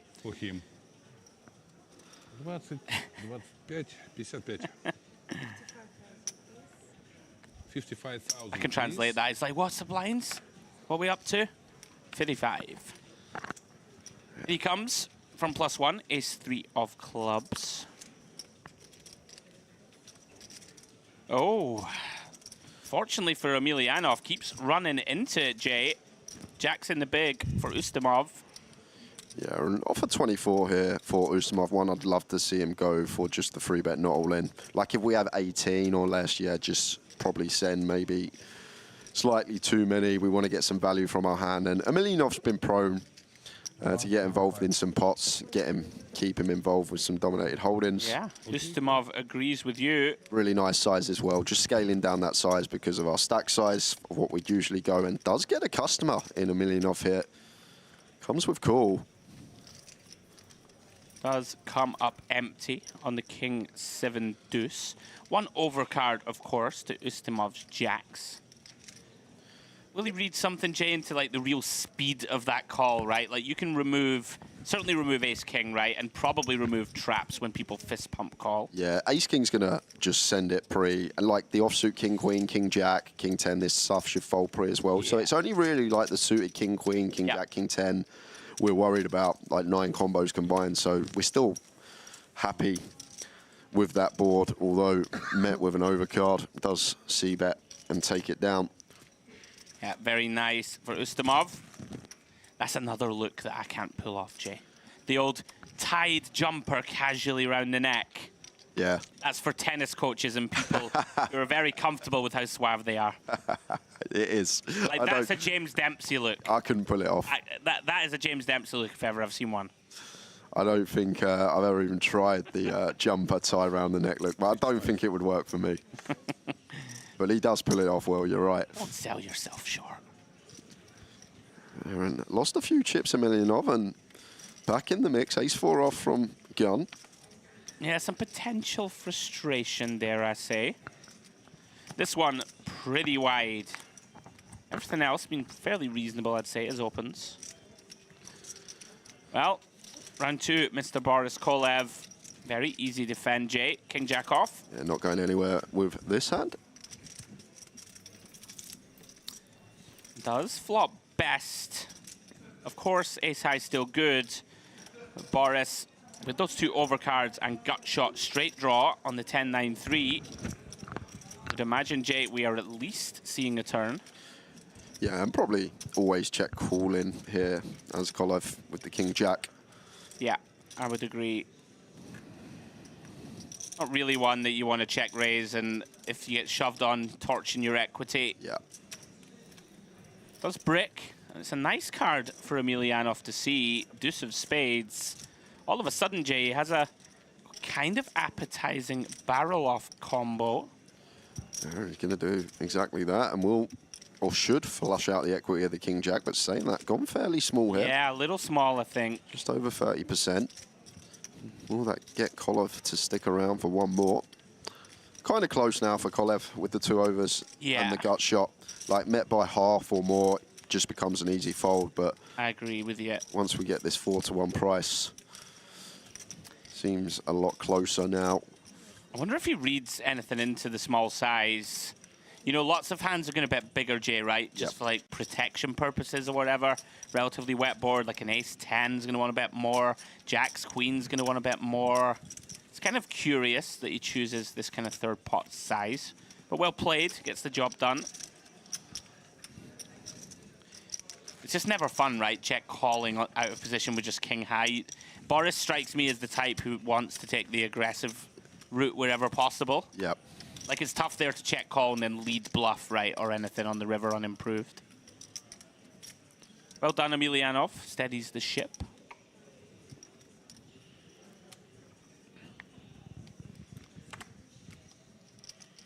Is he okay? He's gone quiet. Maybe just losing a few pots, doing some of his stack, just settling down, trying to get back in the zone, perhaps. Because he come to the table, I think, with like 1.7 milli. He was the chip lead up when me and Debs kicked off with this specific featured table. Me and you. Oh, he's back. Why me? Why you have to do it with me every time? Does defend. Queen 7 of hearts against the king 8 of clubs, button raise of Ustamov. Yes, I know. Oh, here we go, Jay. Yeah, could be some trouble ahead. Ustamov with the flush draw here. It seems like one nice to continue. Good board for us as the opener. What yes? Can still fold out Not more. some ace highs, maybe like a 3 with no backdoors. Not for that size, goes 40k. Through to the 6 of hearts turn. Decision now going to be on Ustamov. Do we decide to take a free one, Jay, and realize equity, or is this one that he wants to line up the barrels? Yeah, I think I like barrel here. Just because when we go so small on the flop, it widens Emelianov's range. Now he can have like more. Oh, he's jammed. What? Sorry to cut you off. Kind of like it. Whoa. Kind of like it, Jay. He's just decided you're going to over bluff. Just the gut feel from Emelianov, maybe. Feels like he's got the best of it and just says, I'm going to run this top pair.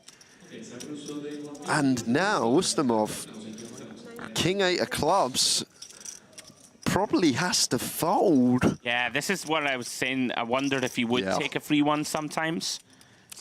Obviously, nothing wrong with barrel. You are going to dislodge a lot of holdings. Loving it from Emelianov, just saying, no, no, no, my friend. I mean, it is over-bluffed, right? I will say that. You know, when we block the top pairs, we're very vulnerable, Jay. Like, we don't have a 9, a 10, a king, an ace in our hand. No clubs. I can see it. Yeah, I could see it. For sure. I think you'll normally see people have a slightly stronger queen. Maybe why you were somewhat shocked. This is a horrible spot now, right? Yeah. Oh. And I believe we have to fold here with king X of clubs specifically. I think so. Like nut flush draw maybe becomes closer because could be some combo draws that we're ahead of. Yeah, I guess that's what Ustamov's thinking, that maybe, Jay, very occasionally we're up against like a crazy 4-5 of clubs, 5-7 of clubs. Which would actually be a very nice. And I like it a lot. Absolutely would be. But credit to Emelianov here for finding this jam. Brilliant. Like a 9-10 with a club, something like this. Maybe not even with a club if he's getting spicy. Ustamov just cursing himself, Jay, right? Just going, oh, why didn't I check? Yeah. Very nice pick-off from Emelianov. I honestly think the barrel's fine from Ustamov, but maybe against this particular opponent, maybe take player in question into account and play more checks because he is capable of doing something crazy. Actually had the queen on that occasion. It's a fair value jam. Yeah. Nice move. I'm not fooled by this man. Said it already. Well, me and Dems couldn't work it out, but next time the camera shots on him, have a little look on his right arm. It looks similar to a WSOP bracelet, but we had a look online. We couldn't see any wins. Okay. But it looked similar, like to one of the old ones, like the early 2000s, around that sort of time. Okay. I feel like if we find him in the room, he'll definitely tell us. I think he would as well. Maybe next break we need a quick rundown. Yeah. That's a pretty cool t-shirt, not going to lie. I'm on board with some of these looks out here in Merit. Guys, if you are just joining us, Mediterranean Poker Party, 10K High Roller, 1 million guaranteed. We have already obliterated it, as has that main event. We referenced it earlier, down to the sort of last 50 runners. 1 million up top there. Going to be a lot of money up top here also. Hope you're enjoying the coverage. And if you are, please do us a solid. Give us a like, give us a subscribe. On DTD Player specifically, we're trying to grow this channel to bring you as much high stakes, high octane poker coverage as we can over the coming months and years. Not much here, Jay, for Soika to get excited about. Pretty wide defend, in fact. 6-3 off against Boris. Yeah. An ace-high board here. And Jack 10 seems like a nice, clean continue as Boris, especially with a diamond here. Yeah.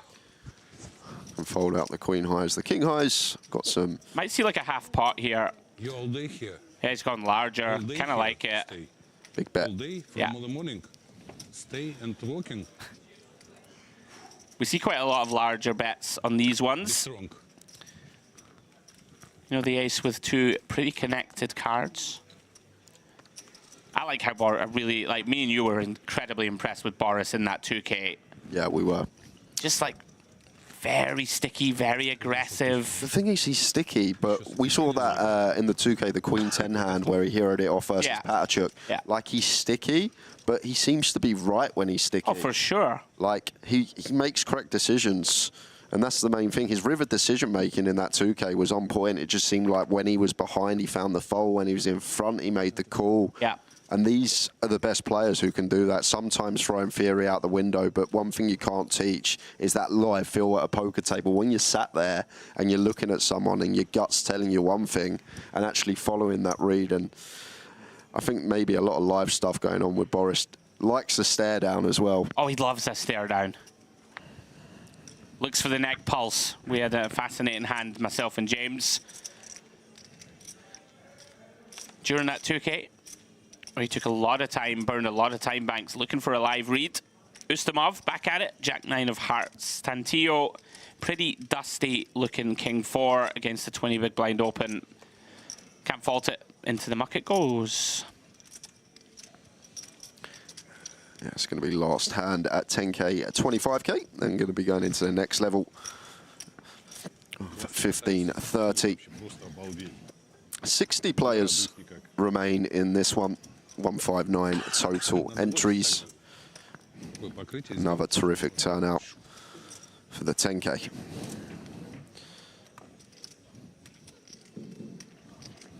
We have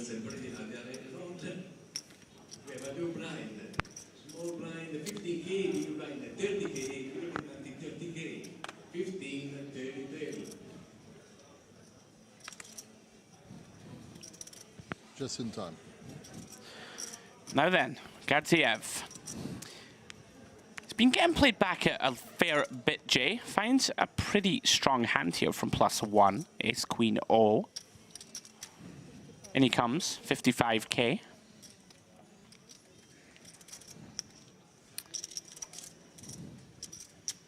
Why don't you play? Round to Soika.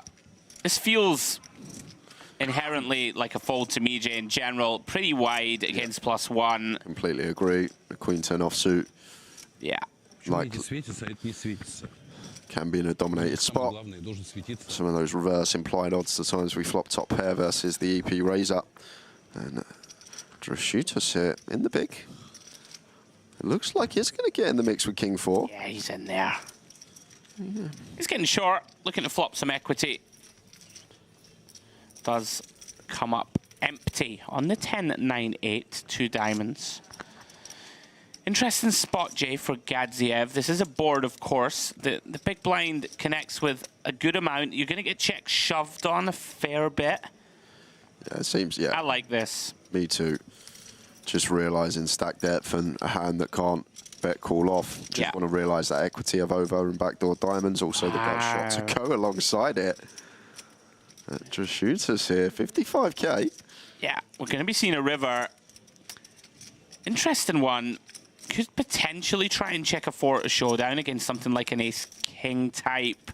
Does go for a little bit of protection. We can, of course, be behind still on the turn. Unfortunately for him, Gadziev drills that ace of clubs. Decision on him now, Jay.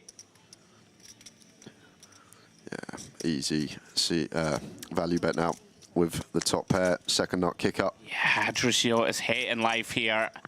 Made a very nice read on the turn that his 4 was good. Yeah, now we just specifically need our opponent to have King Queen or King Jack, whereas he's going to have so much more for value. Good fold. Down. Yeah. Yes. Oh, great read. Yeah. He even said ace queen. I always find those spots quite interesting on river. For the most part, +1 is like very capped, right? Like they will have some ace-9 types, right, for 2 pair. Maybe an ace-10, but normally just bets the flop. Anyway, Jay, a little look at the leaderboard for us here. Boris Kolev, once more, top of a leaderboard, 1.7 million in chips. Followed by the 2 Romans, Emelianov and Gadziev, both in the 1.25 million to 1.4 realm. Arocha, who we saw double with that beautifully played Kings against Emelianov, working with 40 blinds. Soika, just a shade behind him. Then on the short stacks, Tantillo, Ustimov, and Drusiotis with 11 big blinds with work to do. Tables does seem to have finally settled a little. Yep. Seems like the first sort of hour of coverage that you and James were covering was a little bit more frisky, a bit more banter going on, a bit more craziness. Yeah, Emelianov was table captain for sure. He still is, but has toned it down, maybe because he's done a few chips back, trying to get his game face back on. Try and get some back. I told you, Jay, it's late. It's getting late. Emelianov, he needs a coffee. Somebody go and give that man an espresso for our entertainment. Soika, 6-7 suited. Arocha, content to give up. Can't blame him, Jay. 8-4 off. And Alberto in the YouTube street says Tantillo, top player. There's some great names. Tantillo. Like, I'm not going to say that Hedley is not a nice, good, strong British name. But, you know, Tantillo, it just sounds good. Yeah, it does. Fausto, Tantillo, 730,000 in live earnings. Biggest cash of $85,000. That was a first place finish in the IPS Grand Final back in 2018. Comes 7th here last year in March in the Carmen Series. Oh, very nice. One of the Merit signature stops. Now then, back into it. Ustimov. This one's intriguing, Jay. Jack-9 suited, working with 19 blinds. On the risky side, I would suggest probably just about makes it in there. I think this one can be table dependent as well. If we're at a table that aren't 3-betting enough or playing too tight, then yeah, let's get after it. If we're at a table that's fairly active, lots of 3-bets flying about, probably lean towards fold. I agree. Very intriguing. Drusiotis mixes in a call. Don't mind this in some ways. Like, this looks pretty scary to Ustimov. It does. When a player flats here off 11 blinds, you're going to be worried that there can be some traps in there, excuse me. Tricky spot now for Ustimov. Well, not so tricky now. Top 2, Jay. on the Jack 9-3 all heart board. They don't seem like probably just happy to continue here. Should be smallish size on the mono board, maybe somewhere around 50k for quarter pot. Yeah, I think with the stack depth, especially of Drusiotis, less reason here, Jay, to sort of pot control or play down the streets, I would venture to say. You've landed on it, 60k to go. And now then, Drusiotis, 2 overs and a gut shot, but no heart in hand. Oh, makes the call, Jay. Dicey waters. Yeah, wants to see one, maybe on the Jack 9-3, two-tone or rainbow. Yes, I can get behind it, but we've got a lot of dirty outs with the king-queen, no heart. Oh, and Ustimov gonna extend some rope. You know, very occasionally we're behind to a flop flush, but almost never, Jay, at the stack depth. He has decided, gonna try and induce some bluffs, and it's gonna work. Yeah, and now just gets the check jam. You would imagine that's the plan. Like if Drashutis has somehow got like a king-queen with a heart or an ace-queen with a heart that didn't elect to jam, he has to call off now. So we don't want to just flat let river go check against hands that brick out and give up. Even if he has like aces or kings, right, that trapped, they're gonna call off. Yeah, I think he shoved. Camera wasn't on him, but there it is. Great result for Ustimov. Stabilizing after that king-8 of clubs hand a little earlier. Frustrating, Jay, for Drusiotis there. Yep. We can see jam pre would have worked. Credit to him for going for the little stab turn. Unfortunately for him, runs in the top 2.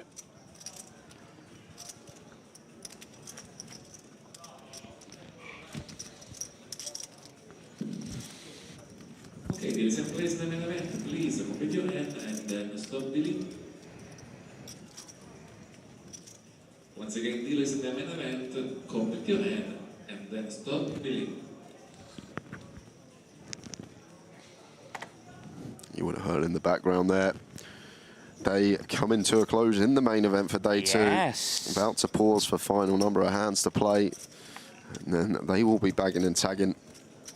We will pick up with that on the final day on Sunday when we will be playing for $1 million. $1 million. I got to give a little shout out to my boy, Dean Hutchison, my roommate, very good friend of mine, of course, final tabled the main event. The big one of all big ones in Vegas last year. He is in the mixer still for day 3.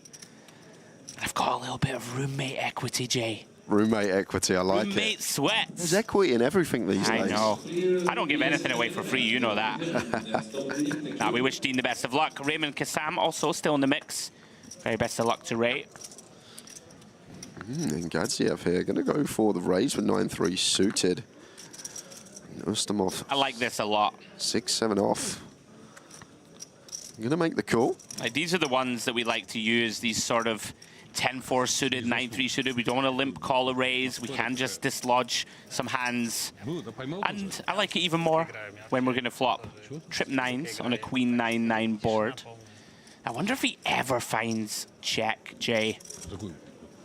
You think this is one that, in general, just gets c-bet, or can we find some checks? Maybe we can. I think it's fine to just do this, though, at this stack depth, because so many hands continue against Yeah, exactly. It, right? Like ace highs, even king highs, this type of stuff. Obviously, Queen X never fold in, heart draws. A lot to get continues from. And as well as that, we keep the betting lead as well. We can then just go bet, bet, bet, try and get as many chips in by the river. I'm just greedy, you see. Flop 3 9s there. Guy's got 7 high. Only joking, of course. Very standard stuff. Very nice pickup for Gadziev. Who would flop trips blind on blind and check back? Exactly. And I was beat, wasn't I, Jay? Knuckled it back. Waited to improve. No spoilers, but there was a fun hand played between me and Andrew in the 3-man sit and go between the comms. Me and Jay played a very spicy one. That will be coming to you guys when our magnificent production team edit the footage over the next 24 hours or so.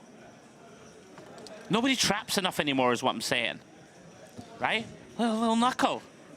70. Emelianov, Jack 10 of clubs. 70k from the one seat.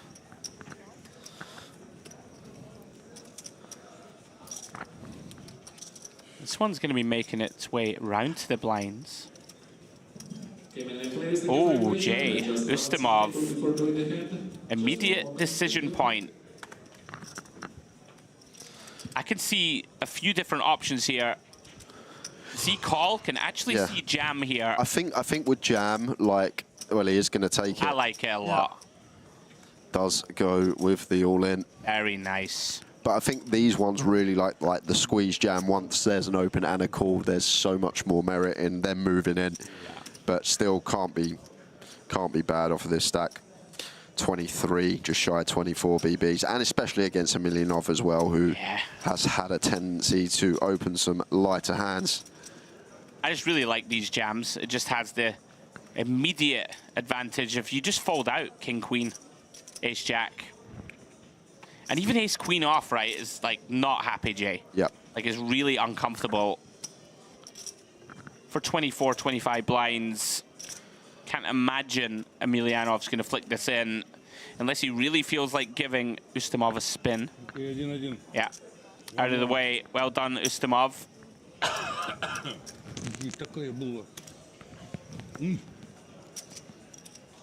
Очень надеюсь, что у вас не было 7-4 или 4-5. У меня была живая карта. Живая. Живая. Если живая, то... Живее всех живых. Я сделал грубейшую ошибку. Да? Что было? Ну, я посмотрю же Трасс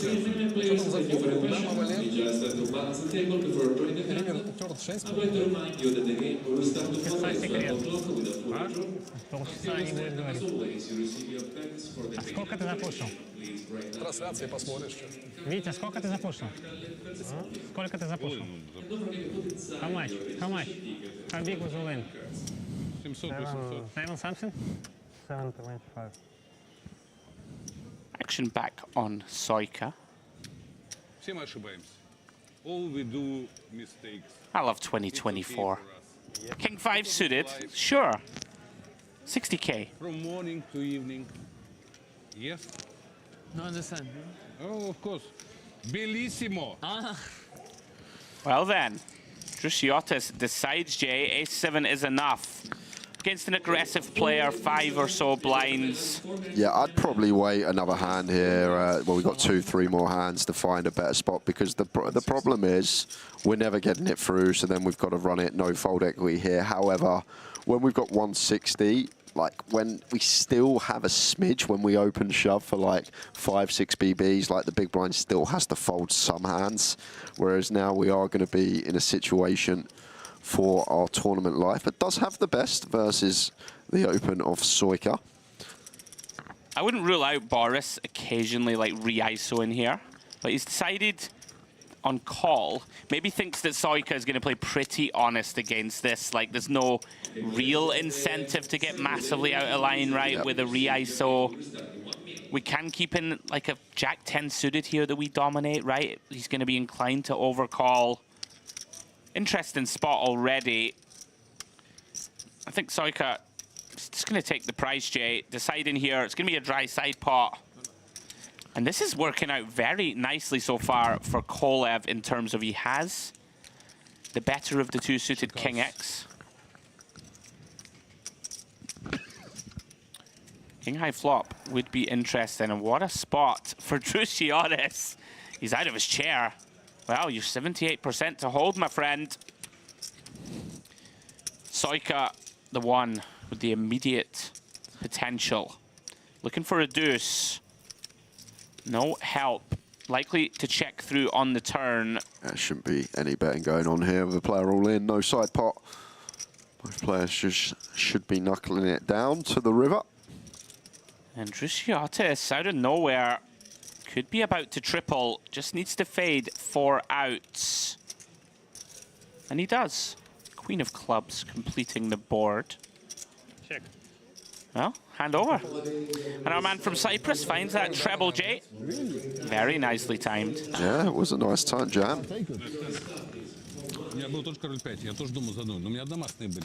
That feels good. Back over starting, 540. Yeah, huge pickup. I'll put the sunglasses back on. I'm staying. 5 BBs, up to 18 or so. Welcome back. I wait 530. Oh, look, payouts are out, Jay. No, 40. You want to take us through them? 40. And there they are. Let's see. First, 365k up top. Just a quarter of a milli for second. 165k for third. And another six-figure payday in fourth, 122k. If you make the final table, you lock up 35,400. And just waiting to see how many are going to be getting paid in this one and what the min cash is going to be as the prizes scroll across on the monitor we've got here in the booth. So it looks like a min cash going to be 17k, 23 paid in this one, Andrew, 55 remain. So probably going to be close to the bubble when we finish this evening. Yeah, very nice. All of our tournaments so far exceeding expectations. Love seeing it. 365k up top in a 1 million guaranteed. Chunky. And guys, we will be taking you through all of the day 2 action of this one tomorrow, crowning a champion, and then on Sunday it is the end of the Big Daddy. And there is the Big Daddy trophy at the right of your screen. That one going to go to the winner of the Mediterranean Poker Party main event 2024, where the winner, of course, will receive that and $1 million. One day, Jay, that's going to be us. We hope so. Hopefully this summer in Vegas. Imagine just saying, right? Yeah, this summer. Imagine just saying, won a poker tournament the other day for $1 million. I mean, that'd be a lot of fun. The illustrious 7-figure score. Yes. Well, Arocha, we did see him double up hand 1 when he joined this feature table.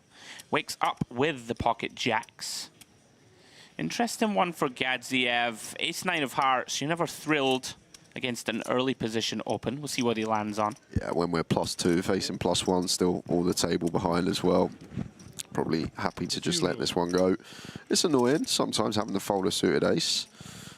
He's gone for chips, and is getting involved. And I much prefer this, Andrew, than call if we are going to go for a continue in the pot. Much prefer this option. Wow.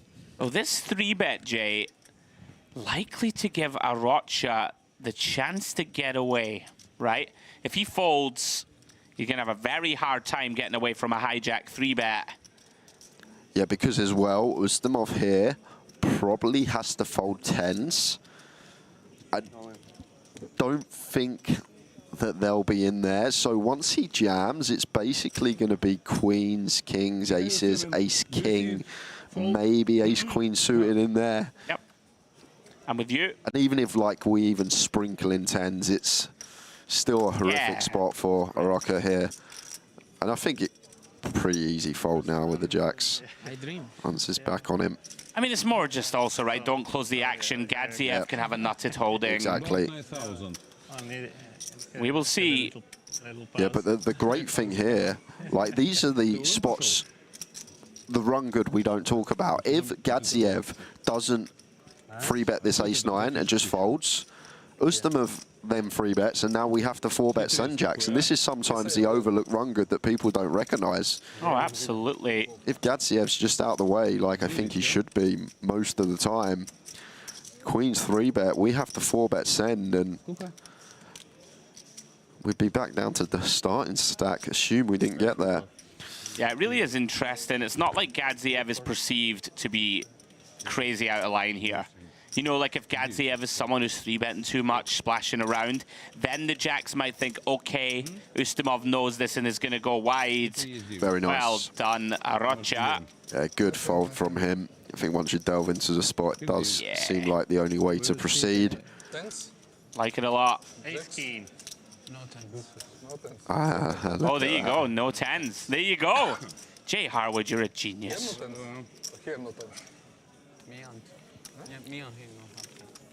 He can't have 10s, he says. Just shows you how smart these guys are, though, right? They just know 10s probably doesn't make the cut. Fun hand. Very nice fold from the Spaniard. We want back to our life.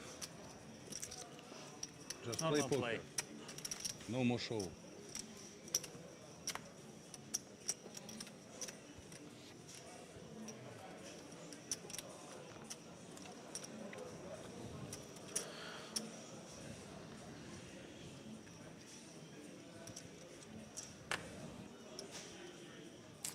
Well then, back on Gadziev.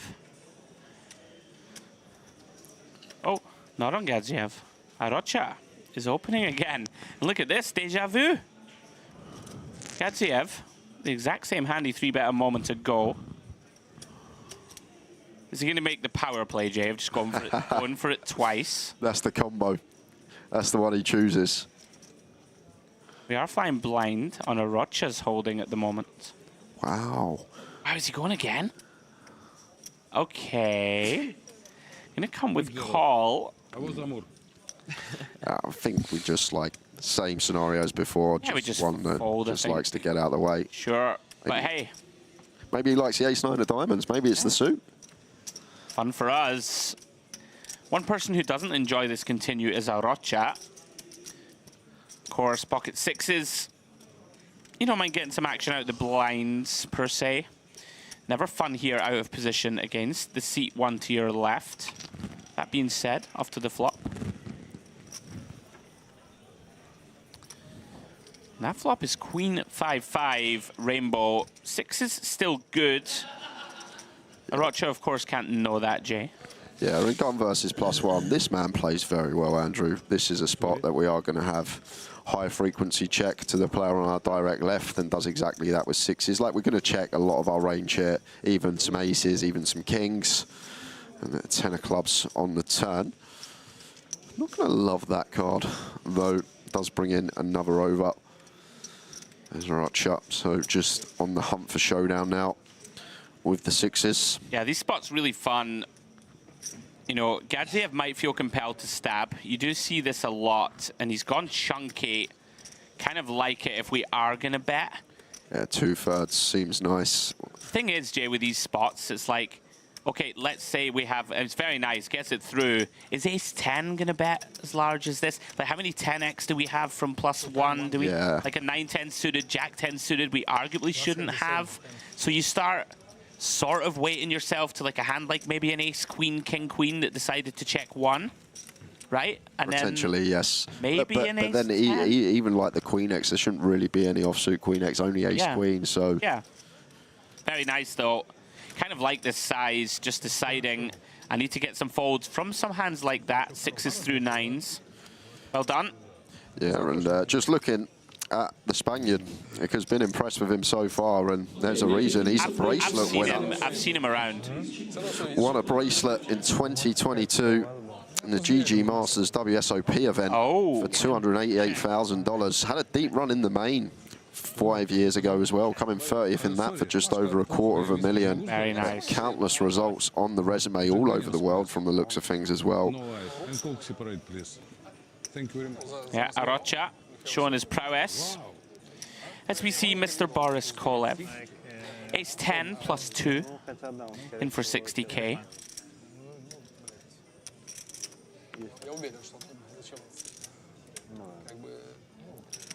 Round to Tantillo. Yeah, very disciplined, like it. 20 blinds, nowhere to go really with Jack-8 suited, little too wide. Action on Arocha. One of these hands, Jay, maybe the stone bottom for defending for me. No? Maybe 7-4 might find its way in as well. 7-4 off. Like, we're definitely in with 7-6. We're 100% Yes, 7-6, right? And 7-5 doesn't seem far off. And then 7-4 probably either way. You just love the game too much. I just love it. 8-5-3, 2 hearts, 1 diamond. Got battle sometimes, Andrew. You do. Neither player with a red card in hand. Arocha does flop best. Decision point on Boris. Has one of those holdings that I would suggest, Jay, can fall into check. I like this a lot. We don't really have potential to barrel off on many cards. And we can have showdown, of course. 4 of hearts, turn. Arocha now, decision point on him. I could think about having some leads here, because now there's plenty to get called from all these like linear range of high cards with a heart in them. We'll have to call once. All like Jack 10 up to Ace King with a heart.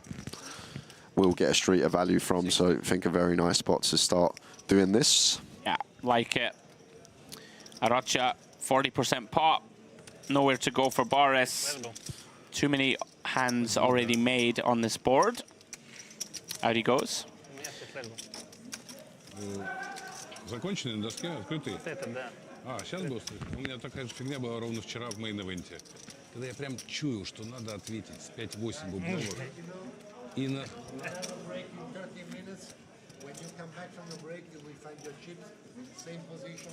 Thank you very much. Thank you. We're waiting for it all this time.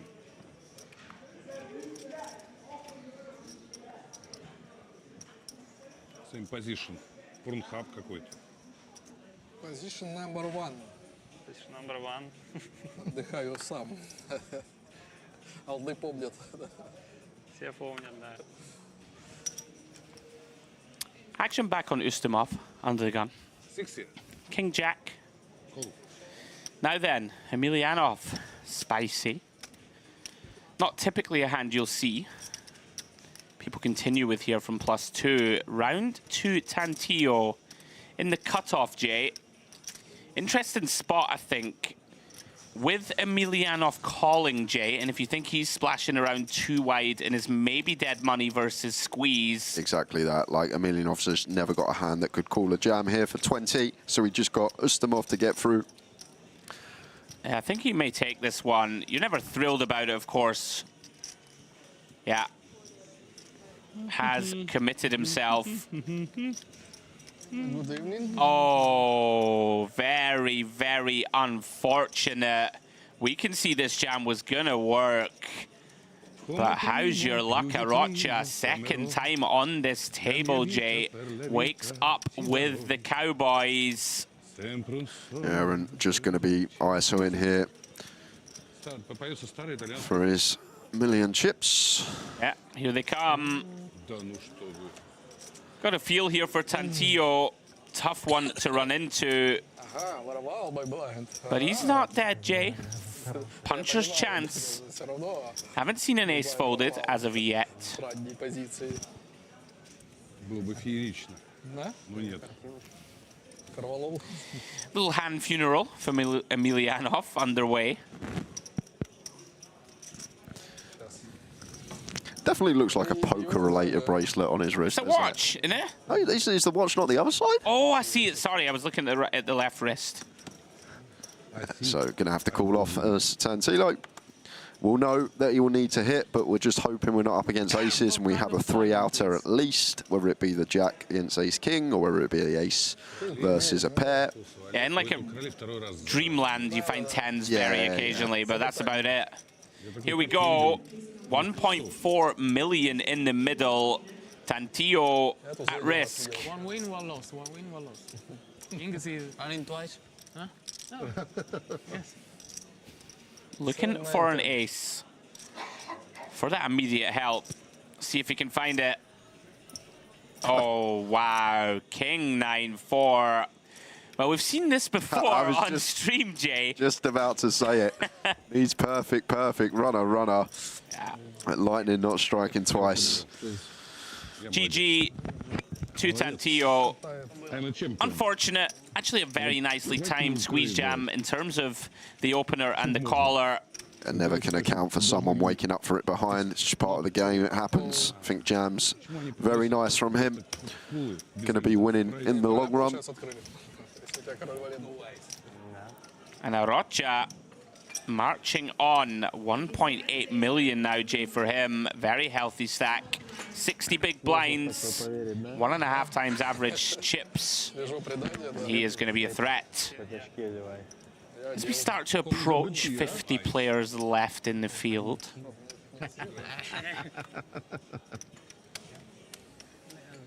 I got aces once and I lost. Another good call. Выпил немного, не хочется это пьяным ебалом светить. 60. Знакомый Action on Kolev now. Under the gun. 50 big blinds or so. Жена не одобрит. Emelianov once again casually flicks in the chips with ace-10 of clubs. One thing I will say is we saw him earlier with ace-queen suited just snap call also. So he's going to have some big hands in there. Has Kolev dominated in this one-on-one confrontation? I say one-on-one for now. Action going to be on Ustamov in the big. Queen 8 off, Jay. Not going to make the cut. We go heads up. And two very strong ranges perceived. Gun versus +1 hit. Oh, hello. Wow. Well then. Ace 9-4 with 2 hearts. Yeah, gun versus +1 once again, just recognizing Kolev. Oh. This is a spot we do a lot of checking. Oh dear. Action goes check, check. Boris with a very disguised flush. Trouble ahead for Emelianov. Almost impossible not to lose some chips here, Jay. Yeah, 100% going to do one street at least if Kolev does just start betting now. Looks like around about half pot, a little bit less. 80k into 195. Yeah, 40% up. And clear call for Emelianov with the ace-10. Oh, it's tough to be dead here. But he is, of course, commits the chips, and rightly so. 3 of clubs on the river, completes the board.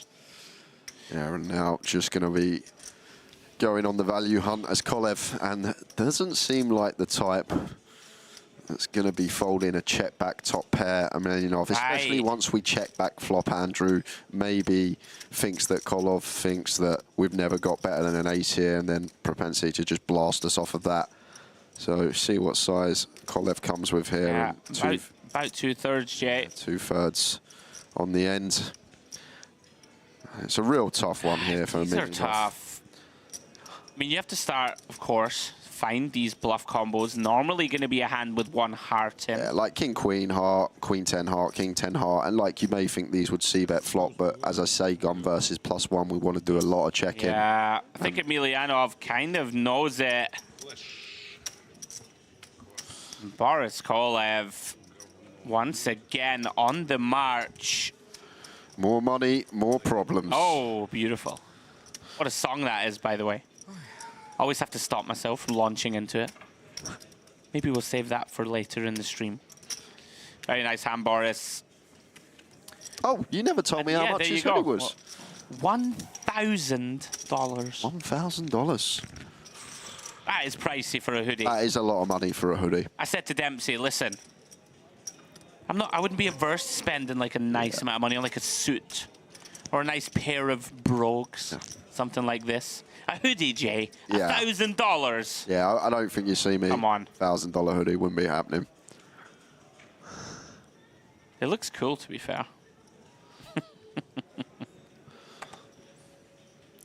I had a situation a couple of years ago. Went to the Vic, was doing some work in London.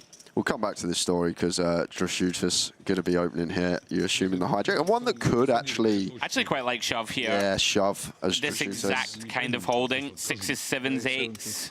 Hands that don't really mind just denying behind. It's uncomfortable to raise call off. You know, only got 4 people to get through. Well, Gadziev, ace-3 of hearts is a hand that 6s actually does pretty well against. But recognizing, I like this, Drashutis only working with 15 blinds to start the hand. Not as much playability, right? You don't really want a 3-bet call. You can't 3-bet fold versus 15. And Kolev, decision on him. Could see either, Jay. Yeah. I think call going to be fine. Maybe one could go for jam with. Suited Broadway against 15 effective. Yeah, does decide just to call. typically what you will see here. Great flop for the sixes. Spade in hand, 7 high board. Drosiotis. Likely hand done if he commits further chips. Let's see if I got one of those. Just announces he's spade checking. I wonder if he says, yes, I have. Brilliant. Was that an Australian accent? I thought it was. Decision on him, Jay. It's going large. 105K. Job done. Do you know what? It would be great if Drashuta's had 1.7 milli there, and then he has no flop flushes after he says that, and Kolev could just go raise, bet, shove. You just love the savagery. I love it. I do love the savagery. You just love the savagery of this game. So anyway, Vic, last couple of years ago, Give it to me. doing some work down in London, Right. turned up, I had like a jacket, but it was freezing, so I went to buy a coat, and I'd seen a lot of poker players wearing them big parkas, you know, the Canada Goose coats. Okay. And I expected them to be like 300-400 quid. So I've gone down to Oxford Street. I've walked in the shop. I've made the mistake of picking up the jacket. I didn't look at the price. I took it to the desk. Oh. And the woman has scanned it and told me how much I nearly had a heart attack. Honestly, I nearly had a heart attack, Andrew. And she said how much it was. And once I was there, I couldn't do the old, oh no, I'll leave it, I'll walk out the shop. So I stomached it. I still wear it to this day, 3 years later. I've seen you wearing that thing. I still wear it to this day. I want to get my money's worth. Getting the value. How much was it? Come on. Nah, it's just, Come on, mate. It will make me sick still. It will make me sick. Dempsey wouldn't tell me how much he spent on his jacket either. But this is the thing. I'm not really, I like nice hats, but like hoodies and stuff, and just something that keeps me warm. That's all that matters. With you. Well, back into the action. Ustamov, king 4 of diamonds. Quickly defended. Wow, here we go again. Ace, queen 7, 2 diamonds. We already saw Emelianov check jam against Ustamov in an earlier confrontation in the same seats. Ustamov, very easy c-bet for him. Drawing to nut diamonds. Now then, on a blank. We saw him bet fold the nut flush draw last time. Intrigued to see what develops. My goodness, Emelianov with the most disguised 2 pair imaginable, Jay. Do you think he's a bit of deja vu here for Ustamov, and this time he's going to check back because he doesn't want to get check jammed on? Yes, there you go. Well, prudent check because he was getting shoved on a good amount of the time, and Emelianov improves to run a boat. Yeah, Ustamov recognizing you're really only going to be able to dislodge a 7 potentially, Jay, when we bet river. Yeah, and we still actually beat some hands as well, like worse diamond draws, some Jack 10 perhaps in there. Yep. Emelianov manages to stem the bleeding. And we are down to 48, guys. Going to be paying, as Jay referenced earlier, 23 players. Mint cash, around about $17,000 in this 10K buy-in. Exactly $17,000. And all the way up to that first place prize, 365K, plus one of our beautiful MPP trophies, which we'll be awarding tomorrow evening. Live on stream, myself and Jay will be here. We've lost James, of course. Yes, we have. He's not dead. We've just lost him. We've just lost him for the rest of the trip. Oh, there we go, guys. Last hand in progress before the break. So you see our players begin to rise from their seats. Right. Emelianov going to get involved in the small. Goes for 2 BBs, and Soika ace deuce suited here. Not going to be going anywhere. He was lost earlier in the week, wasn't he, Dempsey? You was looking for him, I saw. Some filming. Looking for who? Dempsey. He was meant to be doing some comms, and he was having by the pool, drinking. For me, he lost me, of course. Yeah, I mean, listen, they told me, Mediterranean poker party. I thought to myself, I'll put my feet up, I'll check out the spa, have a little swing in the hammock. He found me eventually, gave me a dressing down, and now, you know, I'm all business. Yeah, and a bit of business on this flop. We got piece versus piece, up and down versus gut shot and bottom pair. Well, how's that for a turn card for Soika? Did defend pre.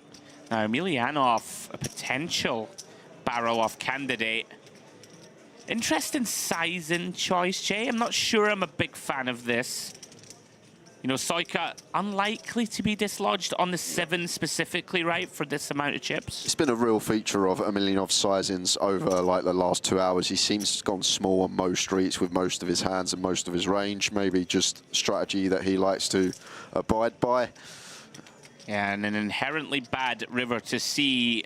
Soika going to have a lot of this 5-6 or 5-8 type, any 5 to be honest, versus flop size and turn size. Going to have some 7x, some 4x in there. Yeah, I think it's a pretty prudent give up, Jay. Soika, bottom pair. Takes that one down. Very nice pickup for him. So that is the last hand, guys, before the break. But we do have more coverage coming your way shortly as I take you through the chip counts. Arocha, 1.8 million, has the chip lead, closely followed by Kolev. Then we have Soika, Roman Gadziev, Viktor Ustimov. And then on the shorter stacks, Emelianov, fresh off that one, and Ioannis Drešutis with work to do. So guys, myself and Jay will be taking a break for around about 15 minutes. So please, come back and join us for more continuing coverage of the 10K High Roller.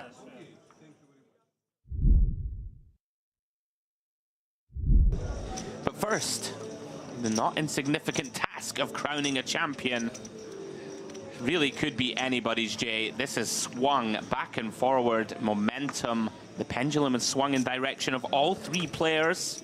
Just a reminder, guys, all 3, 210K locked, 327 for second, and $468,000 for the winner. As we see Christopher Puts, min raise here with the King-8 of Hearts. Blinds have gone up, 2 and 4 million. Things getting shallow, Jay. Going to be a tipping point soon. Kolev, decision to be made. Ace-7 off. Yeah, it seems like one just happy to defend. Yeah, it does. Flick in the call.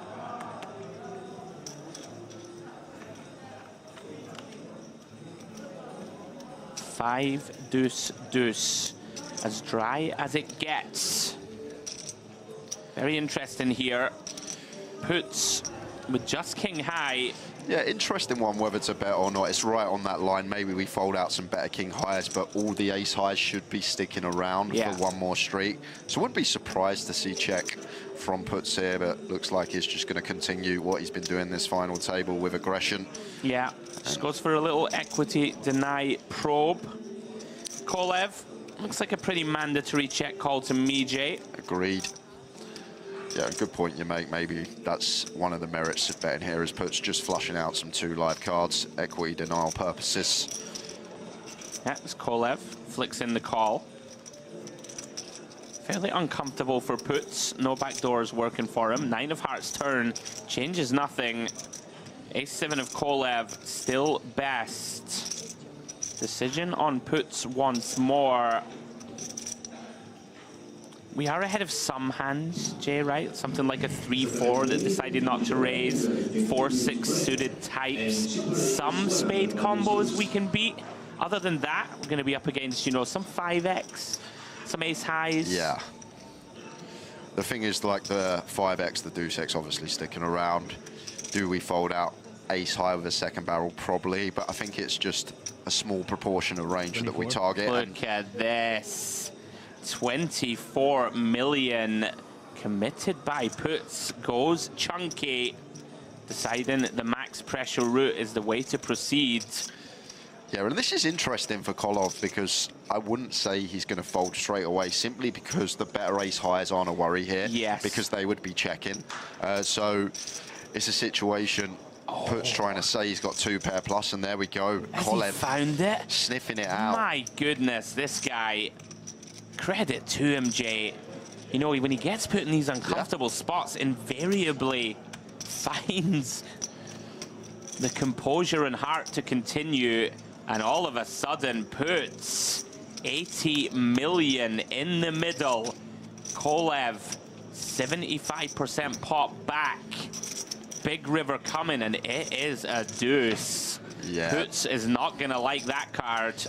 One that I think we're just going to have to slam the ankles on here, Andrew. Like, not going to get a 5 to fold now. 9's definitely not folding if somehow there's 9x of spades out there. And we probably expect a lot of the ace highs to be folding to the second barrel as well. So it's so difficult for puts here to unload the clip. Is there any way that we, like, I mean, we can beat some of the lower flush draws, like 6, 7, or 7, 8 of spades that didn't jam. That's true. Like a 3, 4, 4, 6 of spades that didn't jam. We can beat these hands. So we have a sliver of showdown. Unfortunately for puts, gets the bad news, and Kolev, bravo. They hurt them once when you see your opponents just heroed you twice with ace high. He might have heroed river. He might have done. He very well could have.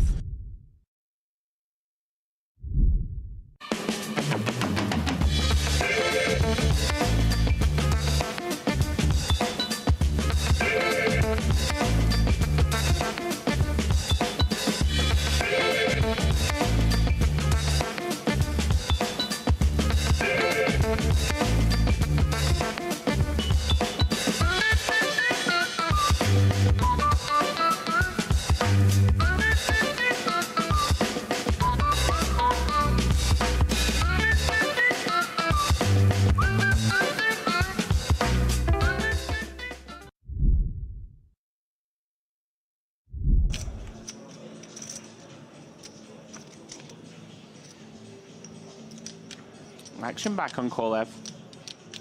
9-10 on the button.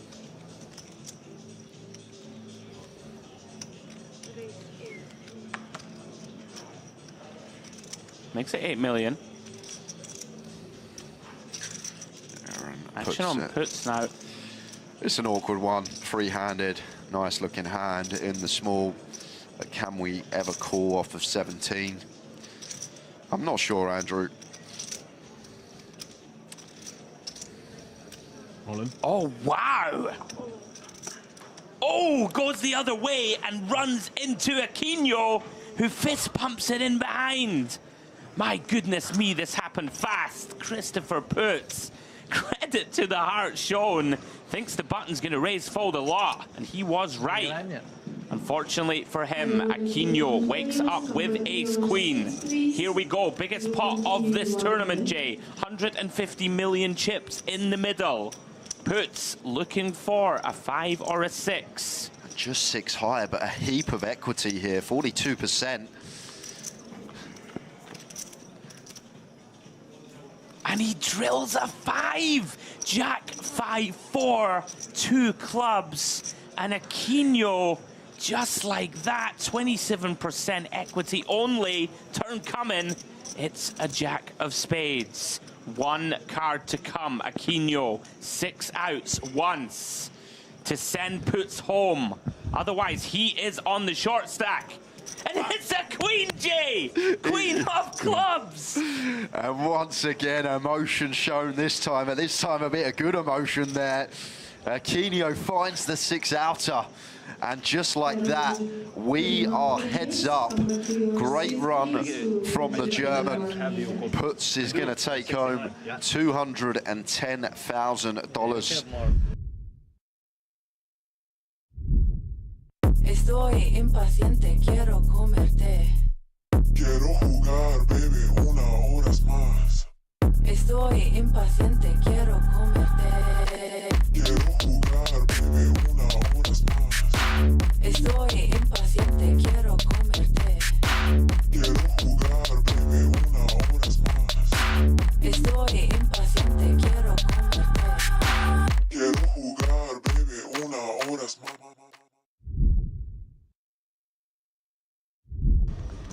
My blood pressure was skyrocketing. That Kings versus the Jack 6 off, that will be one that's shown for years. Probably the most disgusting run out with, you know, considering the amount of money on the line I think I've ever seen. And that's saying something. Aquino, 8-6. In there for the raise. Kolev Very attractive looking Jack-7 of clubs.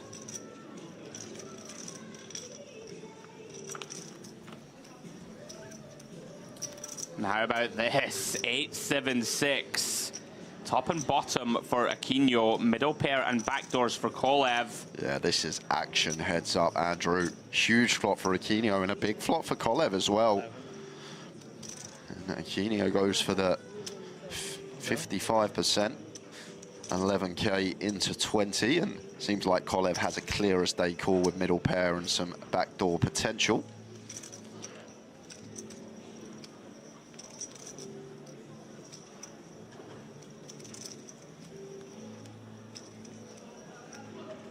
Yeah, 11 million, half pot. Quite like this as a sizing choice, Jay. Pretty wet board. You want to bet large. And heads up, half pot, relatively so. Quick check call from Kolev.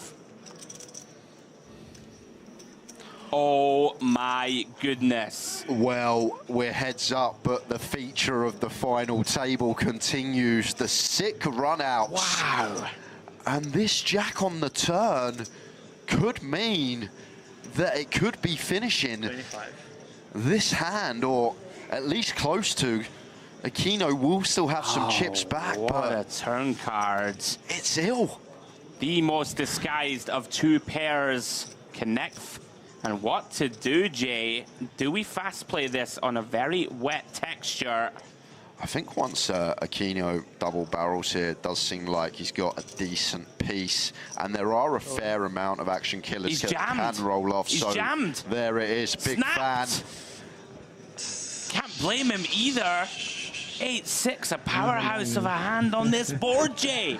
And Kolev about to take a 10-1 chip lead, Jay. 6 dinner, please. These guys all the time do it. Do these things. One more time. So 4 outs to find for Aquino, 4 to fade for Kolev.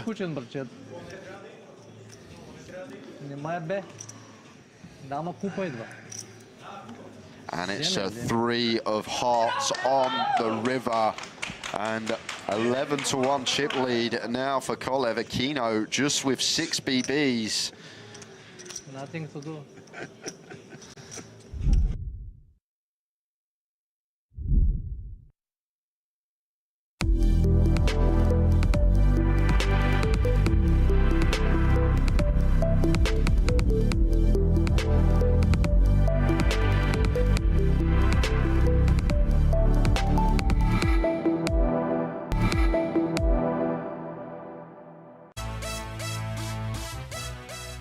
Guys, seems like we had great success this time with our basketball game. We had 13 players at once. Seems like 11:30 is more suitable time than 10:30. And what I can promise to you, very next Dolce Vita series, we have more that kind of entertaining stuff. Let's go, it's more than the poker.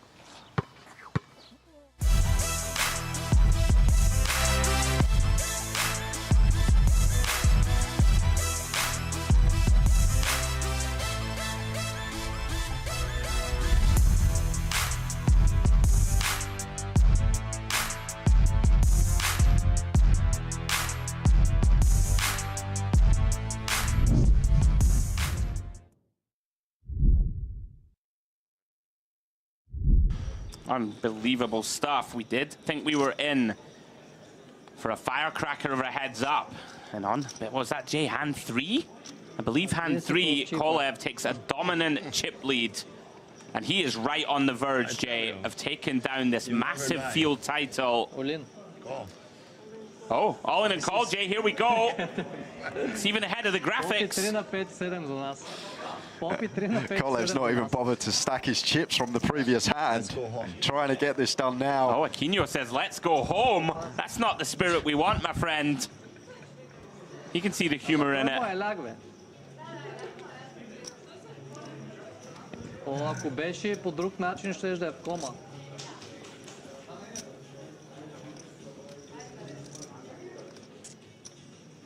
Now, here we go. Cards on screen. Aquino, 7-5 of clubs. up against the king 3 of diamonds of Kolev. Can he find a way? Has 45% to stay in this match. Oh, Jay, queen 4-3. Yes, it does pick up a gut shot to go alongside with a 7 and a 5 as the outs here. Still will win this, just shy of 40% of the time. Hunting the middling cards. What a turn!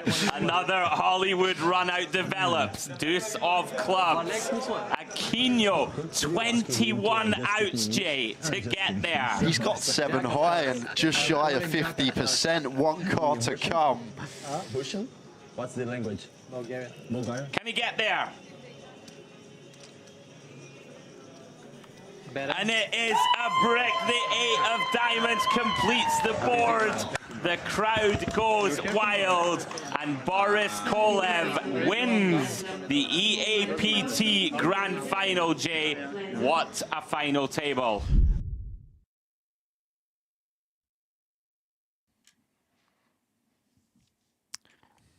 Welcome back, ladies and gentlemen, as night has descended on the Merit Royal Diamond Hotel. Beautiful shot there. Magnificent place for us to host this Mediterranean Poker Party 2024. And the room beginning to quieten down finally, Jay. Players have bagged up on day 2 of that 5K main event. I believe we're down to 41 players as it stands. Couple of levels to go here in the 10K High Roller day 1. And a new feature table lineup for you. David Misikowski, 120 big blinds. That's got to be good for chip lead in the room, surely. Agreed, 4.8 million. Alexander Kirichenko, working with 55 bigs, 2.2 million. Damir Zugrelin, just a shade under 2 mil himself. Anatoly Nikitin, 30 big blinds, 1.2 million. And the 2 short stacks at the table, Dmitry Zakharov and Alexander Zubov, both with work to do, 17 and 9 big blinds respectively. And there's the stacks, and we'll give you some numbers regarding the tournament. We had 159 entries in this one. There are 46 coming back after this break. 23 will make the money. Won't hit the money this evening, this being the final session of an hour and 20 minutes. But I think we're going to go close. I reckon there'll probably be 30 odd left, maybe late 20s when we finish up today, Andrew. And with you, everybody going to be looking to finish strongly. Blinds about to go up 20, 40K with a 40K big blind ante. And yeah, very much looking forward to this final sort of hour and 20 minutes, Jay, as you referenced. Room emptying out. What a beautiful place, honestly. I say it every time. We can't say it enough on stream. And yeah. It's one of the best festivals I've got to attend. I haven't even played a hand of poker. That's going to change, I would imagine, over the coming years, Jay. I know you've been loving it. Plenty of tournaments out here at Merit to get involved in. So, as we just wait for the action to get underway with this new lineup. So 23 paid, 17K for a min cash, but they're all looking at that first place prize, $365,000 up top. $250,000 is good for second, and 2 more 4-figure scores, third and fourth, 165K and 122K respectively. And another feature table to close us out. Let's get into it. Yeah, there we have it. Oh, and look who's back in seat 1, Jay. The most entertaining man going. He was on main event day 1C. I think it's Zakharov. Zakharov's back. I think it is. Now, I could be wrong, but I think it is. You are right. Dmitry Zakharov in the 2C from Russia. Absolutely hilarious he was. He was a joker. It's that seat. They just keep putting the high comedy value Russians in seat 1. To be fair, you sat in that seat in the sit and go this afternoon. Sure did. They must just put the very funny, hilarious individuals in there. That's what I was getting at. That's what I was getting at. Thanks, mate. You might be trolling, but I'll take it anyway. I'll let you guess. Okay, mate. Yeah, it was admiration and love. right? Yeah, we'll go with that one. We'll go with that one. All right then, ladies and gents. As always, if you want to interact with myself and Jay, if you are watching us in the wee small hours on DTD Player or on YouTube, please don't hesitate. Give us your thoughts. Let us know who you're backing, who you fancy to win it all. First look here, Zubov on the short stack. 10-7 off, going to kick it in. Now then, round 2, Misakowski. What a stack to be rolling with. Ridiculous amount of chips at this stage of the tournament. And yeah. Over 3 times average chips, folks. That's pretty wild with 46 left. Now then, going to run into some resistance as we see the button get out of the way. Pocket Queens I caught a glimpse of. Zugralin, 50 effective, Jay. Decision on him. yeah, and I think just clear as day here, facing the cutoff open. Just going to go for the free bet here. Probably somewhere around like 330 mark at this stack depth. 365. Yeah, got a little bigger. Yeah, bigger's better. I like bigger, better from out of position. Yeah, 9 big blinds. Interesting spot for Misakowski. Look at that, just quickly ditches. Certainly some potential to defend, but the offsuit variety, not very appealing. Gives him the old death stare. Don't do that again. Yeah. Or I'll find me 4-bet shoes. Well, Zugralin had a big one. Pocket Queens. So as Jay referenced, we are going to get down close-ish to the money tonight, guys. We'll bring you full coverage tomorrow, myself and Jay, of day 2 of this high roller as we play down to a winner. And then, of course, on Sunday, it's the big one. I'm very excited to get into it. Overnight now, day 2, only 41 left, I believe, Jay. So we'll be very close to a final table when we pick up that coverage on Sunday. Winner of the main this year, taking home $1 million. Always exciting when we get into the 7-figure realm. 40 is the big blind, yeah. Race here, 280K. It's not Misakowski. You can ignore that. And it's not Zakharov. You can ignore that. So we just wait for the graphics to catch up. I'm pretty sure Misakowski folded. Yeah, it's a strange one, though, because it's got Misakowski in the hijack and Zakharov in the cutoff, but there's definitely a player sat between them. All good. Our production team will be all over it.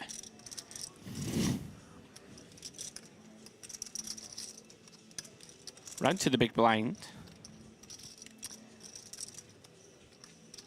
Is very short. Started to hand with 9 bigs. Has committed, of course. The big blind plus big blind ante. So 7 bigs back, Jay.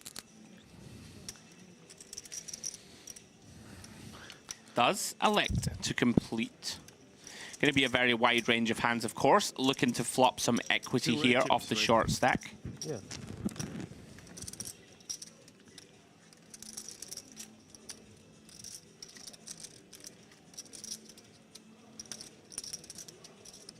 We are flying blind for now.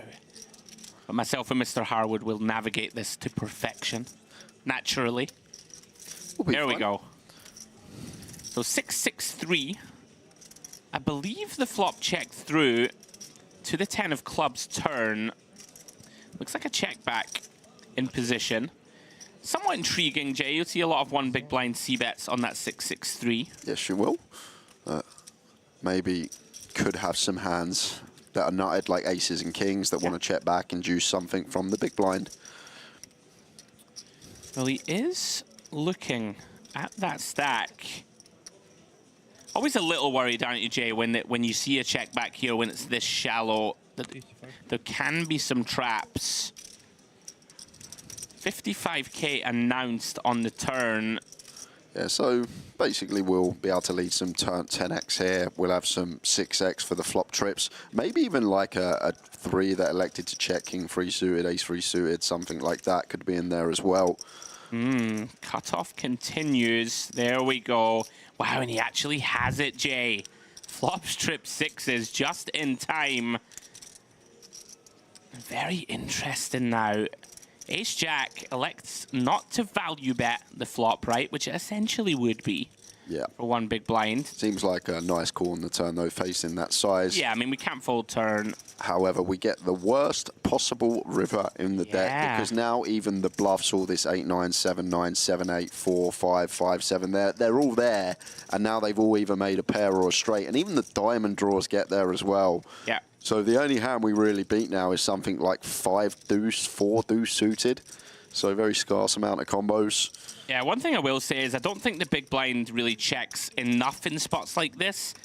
And I say that because I don't think they should check, right? A lot of the time you're up against ace high, or you're up against a 10J that hasn't bet flop, or those aces or kings that you referenced that are all going to be incentivized to either bluff catch or call off. Yeah, but this one just has to go into the muck here. We're just not beating anything now.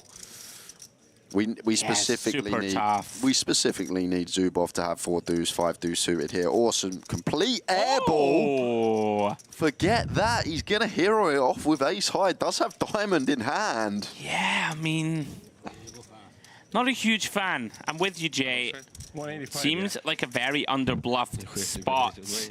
You just need like queen 5 or something to just go crazy. Yeah, that's it. Like, you need a complete air ball here for our opponent to have, for the ace-jack to be good. Yeah, we have a diamond, we're blocking some flushes, but like value can stem from a 10 there from our opponent. So put it in at SPR. He tells the table he called with ace high. Maybe just felt his opponent was up to no good. I don't know. Just maybe a slight misread. Yeah, great start here on the feature for Zubov. Просто, вот реально 0 раз. Мы только что, блядь, на балконе это обсуждали. Сразу же подтверждение. Может быть, я похож на блефуна? Код МТТ.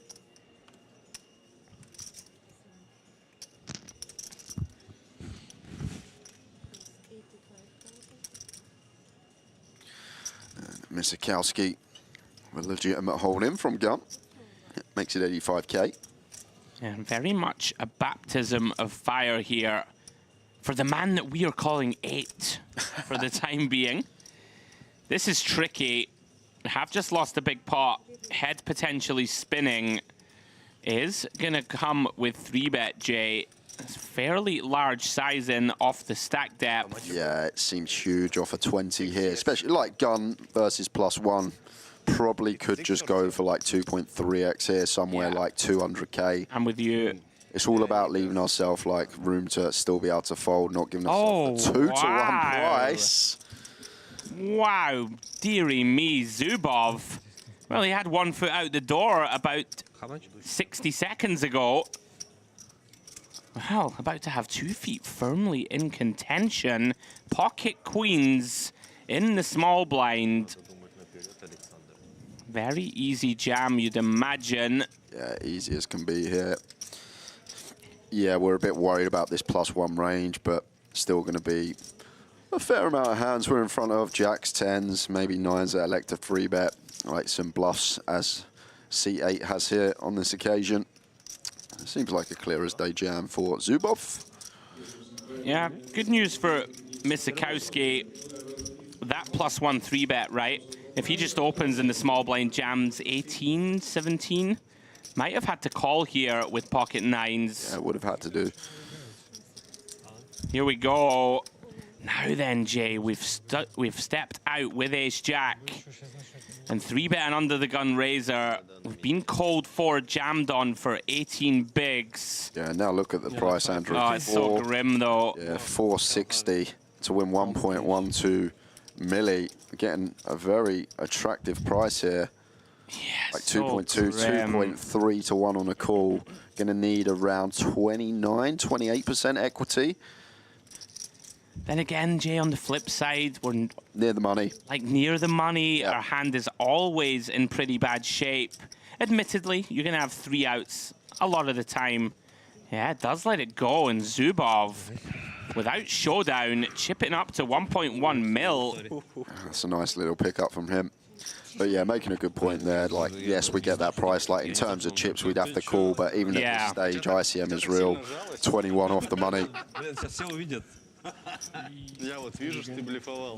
Zubov smiling like the cat that got the cream. Can't blame him. 360k up to 1.1 in the space of a few moments.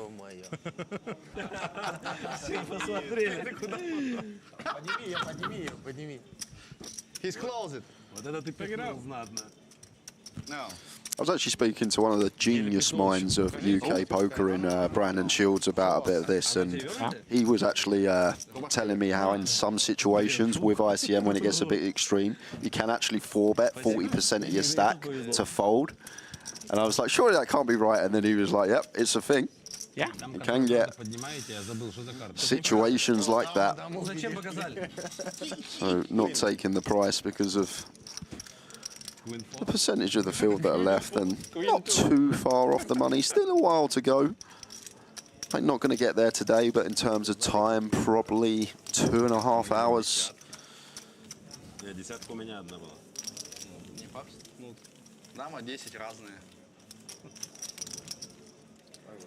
Yeah, as we look at the chip counts, Misakowski still incredibly healthy. 116 blinds, Zugralin and Kirichenko, basically with the exact same stack. 53 BBs.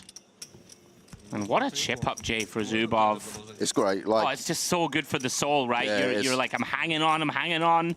All of a sudden, 30 bigs. It's been a week of spin-ups, really, on the feature table, isn't it? How many spins have we seen over the last 4 or 5 days? Just goes to show you, you're never out of it when you're playing no limit. Zakharov was hilarious earlier in the week on the feature. Looking a lot more demure and relaxed. Maybe when he's not got so many chips, he's not willing to chirp as much. Understandable, he's only human. Action on Kirichenko, very experienced player here at Merit. I have encountered him many times before. He's a regular here. Now, Zubov, I know you've just chipped up, my friend, but 3-5 off on the button. Into the chip leader, no less. Probably not going to get it done. Does agree with me.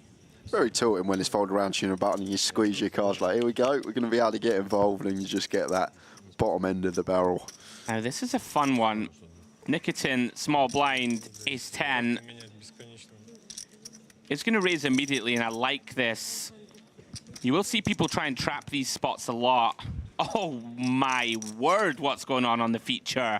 Misakowski. Some potential here, Jay. I mean, this could go in. It could. I don't think we can ever raise fold ace-10 suited. Question is, what are we going to do when we face aggression? Because it is going to come. Here we go. Look at this from Nikitin, Jay. Wow. Yeah, and ace-10 suited here. Wow, look at the reaction, though. Yeah. I think we're probably just going to jam for 25 against the big stack. But I don't know how Misakowski's been approached on the outer table, whether he's been getting after it and being super aggro, or whether he's just had the deck hit him. This is the thing. I mean, you say that. I'm going to go with a Picasso read. This man's not acting here.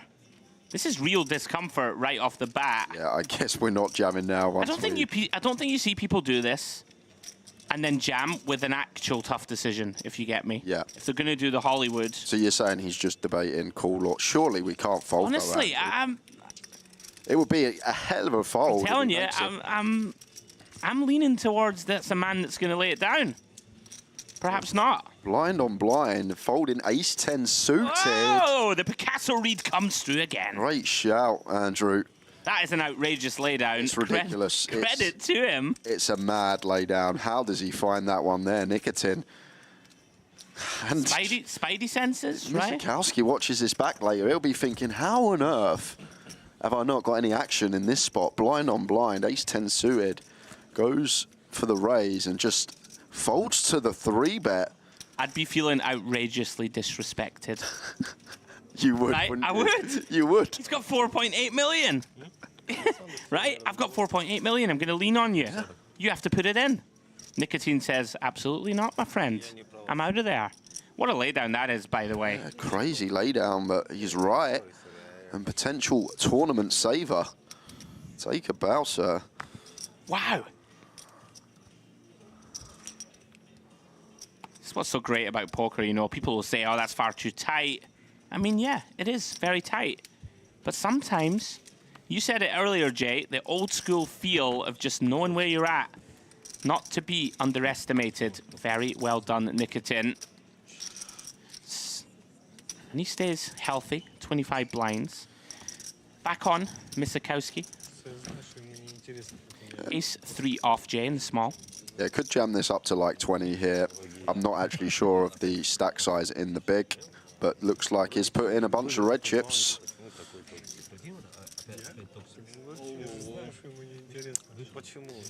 Yeah, it was only actually 16 big blinds, and Hella with the ace-jack finds the good, snaps it off. What a time to find it. Yeah, pretty standard though, Andrew. This should just go in pre with these two holdings. Blind on blind. Yeah, very standard one, Jay. Pihela, after a very tough opening to this feature table with a chance to stabilize. 66% of the time, he will do just that. Still remains good on the ace-8-7 rainbow board. Yeah, no runners for the ace-3 other than the chop. Just fading that 3 outer. Я готов монетку с тобой ставить. Нет, против смотри какой карты, против 5-2 не проигрывай. Девятки будут, у меня туз 3. Well, queen on the turn does bring in some potential chop outs now. 7 or an 8 would chop this up. Yeah, Misakowski looking for 7s, 8s, and 3s. Hits the crossbar. Deuce of hearts on the river. Completes the board. And our Estonian Pihela just in time. Jay finds a lovely little situation and gets the full double. Но если разные, я бы нажил 60, сколько получается? 33 бакса. Просто так у тебя. На ровном месте. That's a nice feeling, Jay, right? You've kind of had your fingers burned in a couple of spots. You know, your hero called incorrectly, which never feels good. You went for a 3-bet, got called jammed on. But he's back in business. With slightly more chips than he started with, I think. Я имею в виду в ожидании. I'm still reeling from the Nikitin raise fold. Yeah, and the crazy thing about that, if that hand plays out differently, the hand that we just see doesn't play out, and Misakowski doesn't double his opponent up. And I think the lads are actually chatting about that hand, trying to get some information whether the ace-10 suited fold was correct. I'd be absolutely fuming with the kings, I'm telling you. I might just go home and say, right, somebody bag these up for me. Yeah. Well, round to Misakowski. Back at it. Ace-3 once more from the button. CJ, when they chat, they never have it. Yeah. We've seen a bit of both, to be fair. We have. Zakharov. Intrigued to see how he approaches this. Did play pretty tight when we had him on the feature. It was full of character and not always looking to get an inflated pots. You'd imagine he defends this one, though, Jay. Got to defend this one, facing the button open. 6-4 suited 1 gap up. Yep, 15 big blinds behind, looking to make something happen. Does catch a little piece on the Jack-8-4. Bottom pair, backdoor straight, and flush draws. Would imagine it will start with check. Yeah, just have to play check, I assume, as Zakharov. Not a board that we get any leads on, I don't think. And I do think one that Misakowski can have some C-bets on the Jack-8-4, facing the big. Yeah, intrigued to see what size he chooses if he bets. This is one of those boards. Infinite straight draws available, Jay. You know, the 5, 6, 6, 7, 7, 9, 9, 10, all that good stuff. Does decide small bet is order of the day. Just try and fold out some hands with no real equity. Maybe be able to bluff a hand like a 4 off on a later street. Zakharov, price is right. Can't be folded into quarter pot. There we go. What a turn card. Misakowski finds the 3 outer on the turn. Ace of diamonds, Jay. Yeah, I'm just going to hate this card here as Zakharov, because we're just not going to be able to continue facing a second barrel and likely to be getting bluffed a lot of the time as well, because now all this king, queen, queen 10, king 10, 10, 9 type stuff is just going to be sending the barrels in. Yeah, of course, the great thing for Misakowski, a lot of the ace-X of Zakharov have already shoved pre at the stack depth, so we just have a very clean turn value bet in my eyes. You can go 3 here for sure on clean rivers if check called.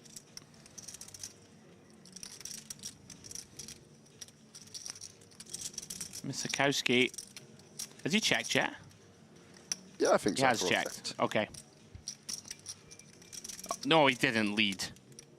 No, that's. I think that's a graphic error here, Andrew. Okay. Yeah, check. The other way around. All right. 145. Wow, I was about to say Zakharov, spicy. As it stands, Misakowski, 145k, 40% or so. Just nowhere to go, Jay, right? Yeah, just have to fold here as Zakharov. Like, we're likely to be getting bluffed a lot of the time, but there's not much we can really do. Yeah, some of the time, Misakowski will have the top pair as he does. But just a card that we're going to be aware, we're going to be getting barreled on and just have to get bluffed off it sometimes, Andrew. Yeah.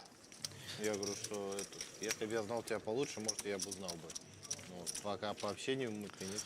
В том-то и дело, что типа, он просто сам загоняет, короче, и такие вещи говорит. Все знают, что твоего Саша зовут Токсик. Я Два Токсика. молчал, он мне 10 раз про Токсика сказал. Я молчал. Он до этого... See David Misakowski there. Very likely, as Jay mentioned, to be up there in the top of the chip counts, if not number 1. Certainly could be. Guys, really, stop talking. Toxic, toxic, we don't know this word. Him, penalty.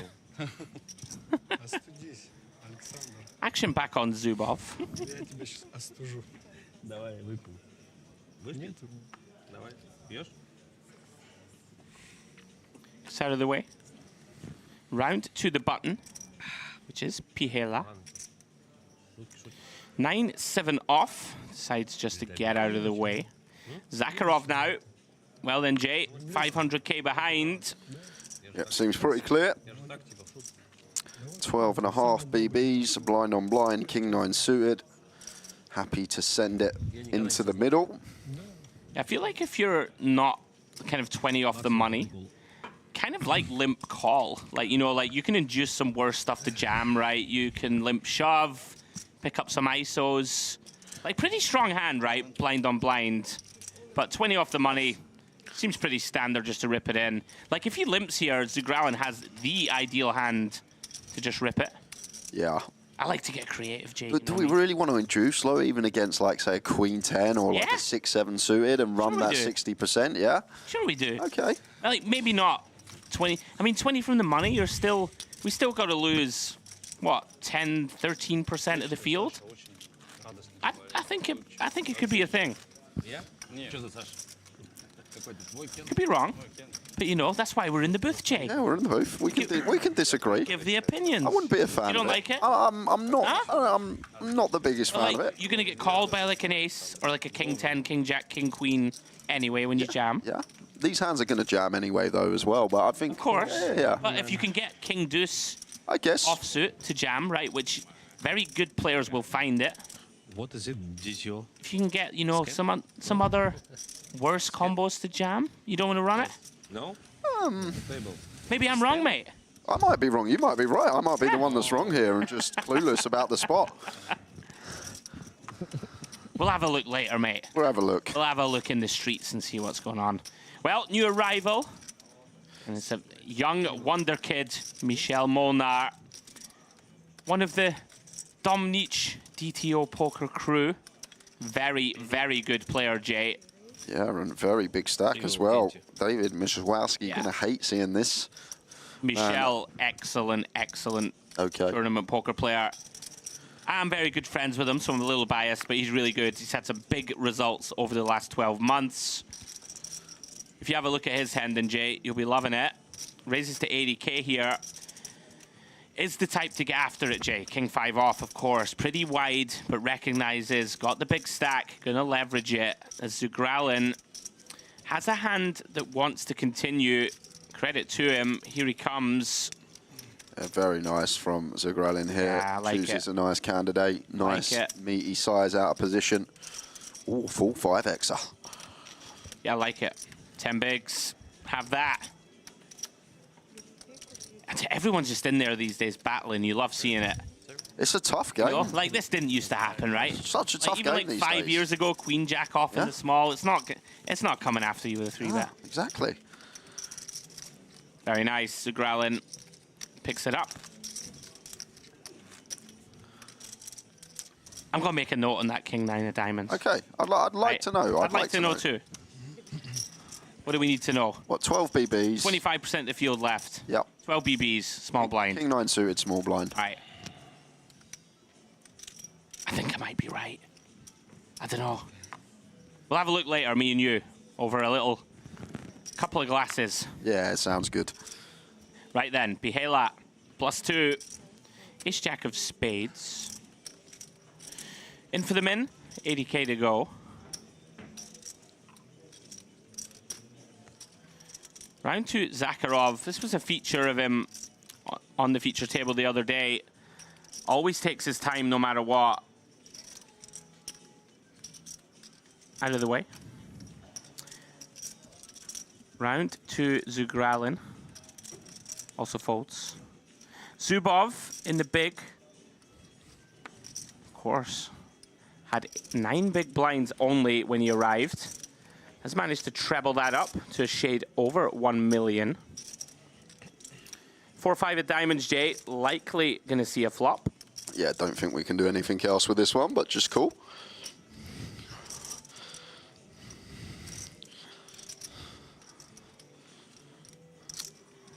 And call he does.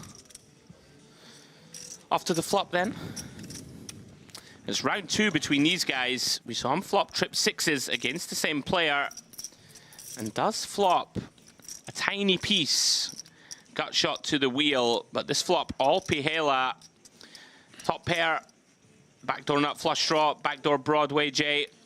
Yeah, just going to bet range and nice one for our actual hand. With decent kick up. Nice size choice as well. Quarter pot on the money. Yeah, one here that I think versus the button exactly.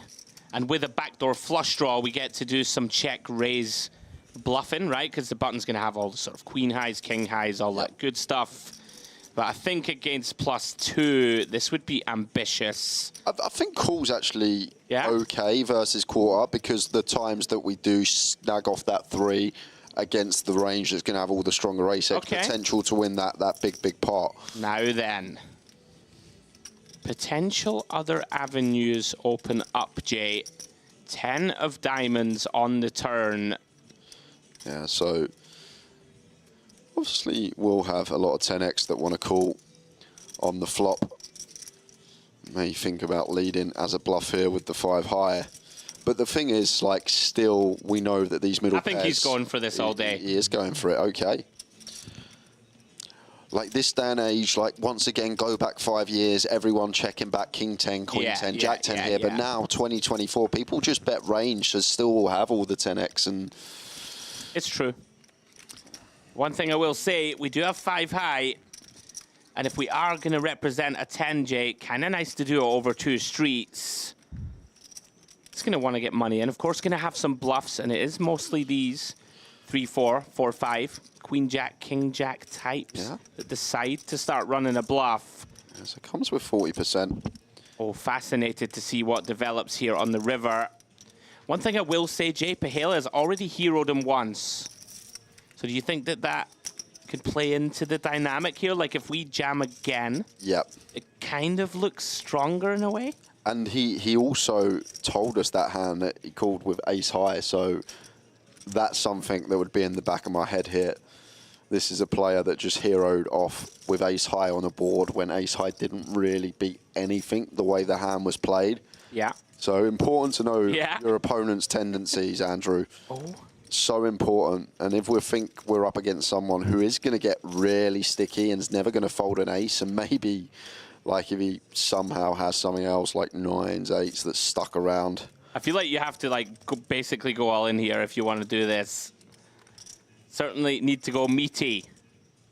Is he going to find it, Jay?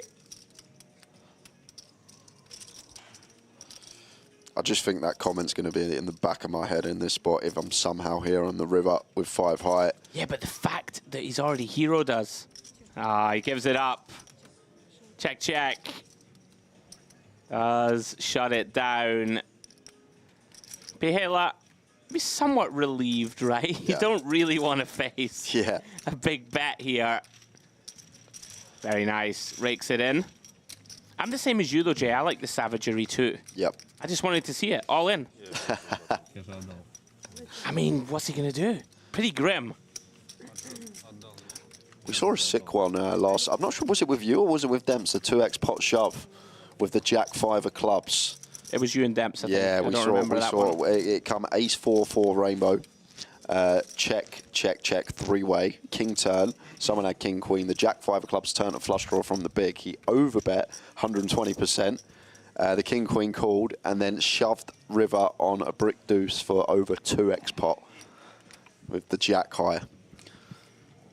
Yeah. Good luck calling. Yeah, exactly. Good luck calling. This is what I was saying to Demps. Good luck calling an ace here, let alone king queen.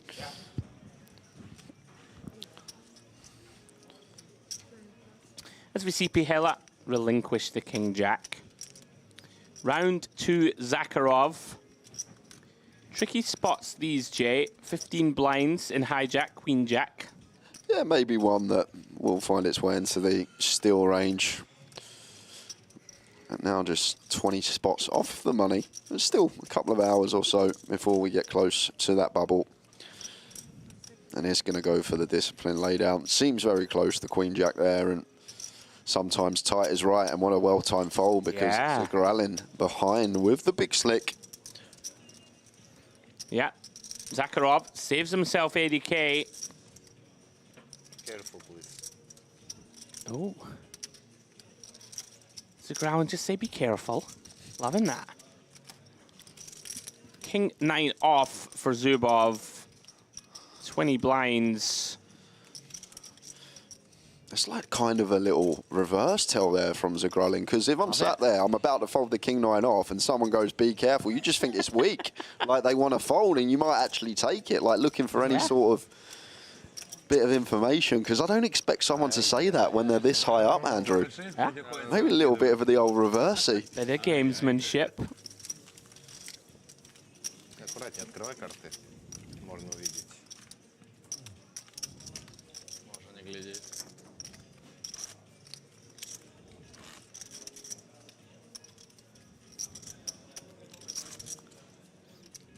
As it stands, the man in your picture, Zagralin.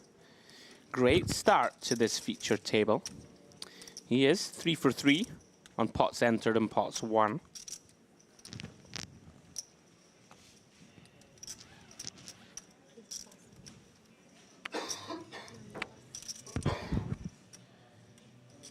Zakharov. Did see him fold Queen Jack a few moments ago. Believe he's likely to get involved here. Yeah, this one just too good. Gonna count out his stack. Just thinking whether to go for open shove or whether to open. I like open, still off a 15 from EP. Yeah. A few too many chips in general to jam. Let's go for the min raise. I like Zakharov. He's in there for a bit of theatre, you know. Do the old count out your stack.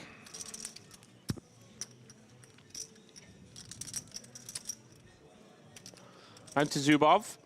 King 7-0. Okay, into the muck they go. Gonna fold round to our chip leader, Misakowski. How much you playing? Whoa, whoa. Nikitin asked for a count of how much Zakharov's playing, but surely this is just posturing. 700. Surely too early as well to think about slowing things down in terms of how close we are to the money. Probably need to wait for another 10 players or so to bust before we start getting our tank on. And Misakowski here is covering stack 10-3 suited. Could definitely flick in the defend. And does so, getting that 4.5 to 1 price. Yeah, flick it in, he does, Jay. Well, ace-5, 2 spades, working for Misakowski. Yeah, it seems like a nice potential 1 BB for Zakharov. Gonna get plenty of folds from the big blind. And like even just folding out a 7-8 suited, something like that with 2 live cards. Yeah. Is a win for us, flushing that equity, we're out the pot. It's got a bit bigger. Decides on a 3rd, interesting. Perhaps Jay wants to put a bit more pressure on a hand like a 5, like a low pocket pair that hasn't shoved pre, something with, you know, backdoor potential. Interesting. Yeah, an interesting one for Misakowski here, because if we elect to go for the raise, we have to call off anyway, so maybe we just go for flat, Andrew. But it's gonna go for the raise. Raising to call off if shoved on. And he's gonna fold out this king high. Nice little move from Misakowski. Yeah, this is nice.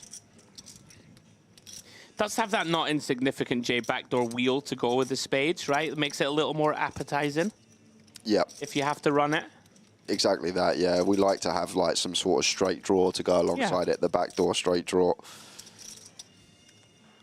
Yeah, this is very, very unfortunate and annoying to not put too fine a point on it, Jay. I just don't know what we can do, really. Yeah, but maybe he's thinking that Misakowski not going to be raising any ace-X here. Could be the idea. Because if we were Misakowski, would we really raise an ace here? Andrew, do you think? I think people will do it. Okay. Not, you know, not necessarily all of the time, but some of them are going to be in there, I would say. Yeah, I guess we'll have a few. I mean, it always looks like a flush draw, right? Like a lot of the time. But King Jack High is just like dusty. Yeah, we might just decide whatever. 8s through kings might just stack off. You saw his video and... well played. Yeah, a lot of...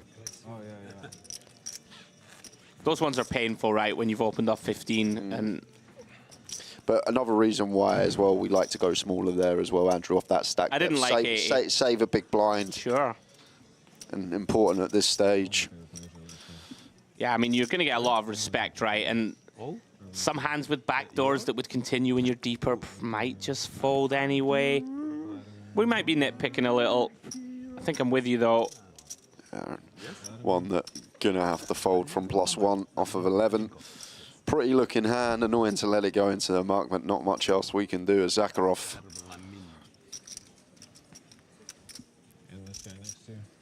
Round 2, Kirichenko hasn't been able to get involved at all so far. Zubov, though, very tricky. 6-7 of diamonds, working with 20 blinds, Jay. Let's see what he decides on.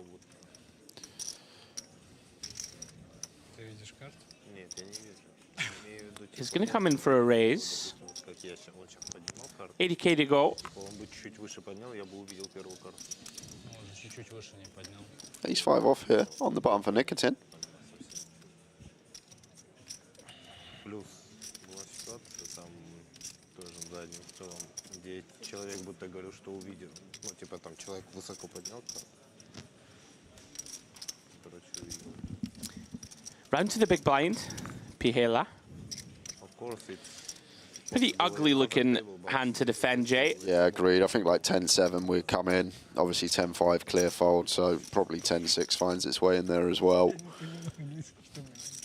Maybe close as covering stack. Might be in there, but would be right on the line. And blinds are going to be going up. Yeah. So 25K, 50K. Final 40 minutes of the day for us here for day one of the 10K High Roller. And we are creeping towards, you know, we're still a while away, Jay, 10% of the field-ish to get rid of before the money, but the numbers are creeping down. 38 left from that opening field of 160 entrants. Another huge prize pool. We're loving it here at the Mediterranean Poker Party. Referenced it earlier, 365K for the win tomorrow. Myself and Jay will be here, taking you through the coverage before we crown our champion. Zubov, Jack 4 of clubs. Very profitable feature table for him thus far. Yeah, but doubt he's going to open this one. But maybe now we are starting to see some of these players just in the back of their mind. They know they're not going to be in the money today, but if they can make day two, last 40 minutes of today, just slow things down, get a bag, and then think about the bubble tomorrow. Yeah. Interesting here, Nikitin. 2.5x in from cutoff. Maybe look to give Michel Molnar a bad price to continue in the big. Queen 9 off for him. Yeah, that would be folding this one, even facing 2.5x from cutoff. I think we want to get involved as Molnar. Yeah, won't be folding this one. Flixing calling chips. Well, as flops go, Nikitin's going to like this one. He's going to love this one. Top two on the ace-6 deuce. Unfortunately for him, Molnar coming up pretty much stone empty. Just queen high, no spade in hand. 90. Ah, hand over.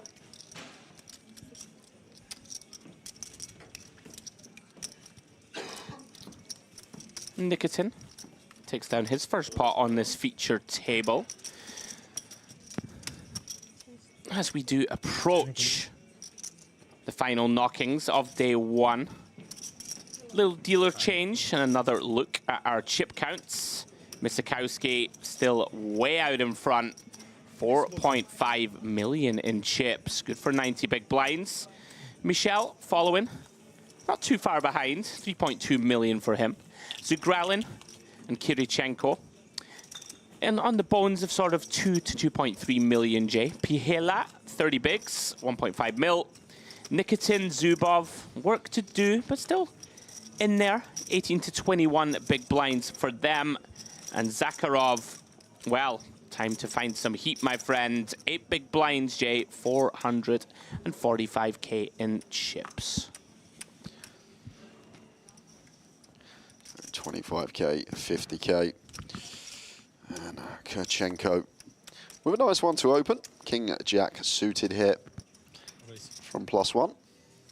Yeah, I think he's just happy to get in the mix, Jay. He's been twiddling his thumbs for the past 50 minutes. Sometimes that's all you can do at a poker table when you're not getting dealt much. Well, he's clearly done good work previously. 2 million in his stack.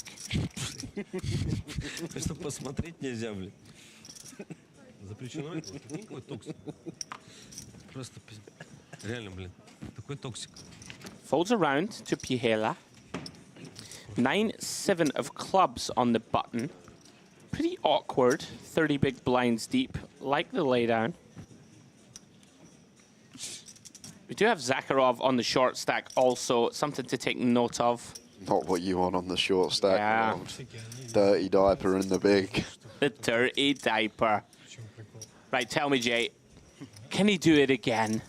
Nicholas Rigby. Can he do it again? Can he make... Sure. He can't do it again. He can't do it again. So he just can't. If he's in there, day 7, again, of the main, I might retire. I love him, though. I absolutely love watching him. I won't retire. I'll just make sure in 2025 I'll play every combo of 3 deuce, and simple as that, and I'll see how I get on. I'm sure there was a famous hand posted recently where somebody has defended like a big re-raise from him with an ace queen or an ace king or something, and it's come ace 4-5. And they just open folded. He open folded face up. They're like, yeah, you've got the diaper. I'm out. It was on Poker News, I'm telling you. That's great. Yeah. Did he actually have it? I mean, probably not. Probably not. Zubov with the 7s. Yeah, these spots are very awkward.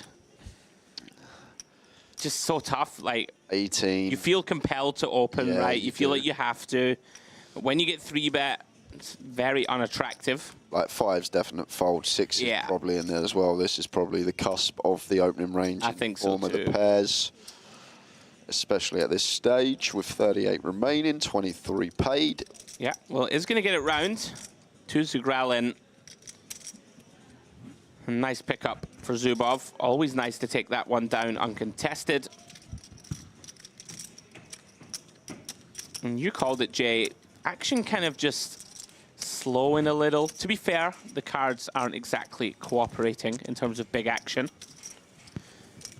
But it's definitely a thing, right? Last half an hour of the day, you don't really want to make a mistake. Yep. You're aware that, all right, we got 10% of the field to lose, but we are approaching that money bubble.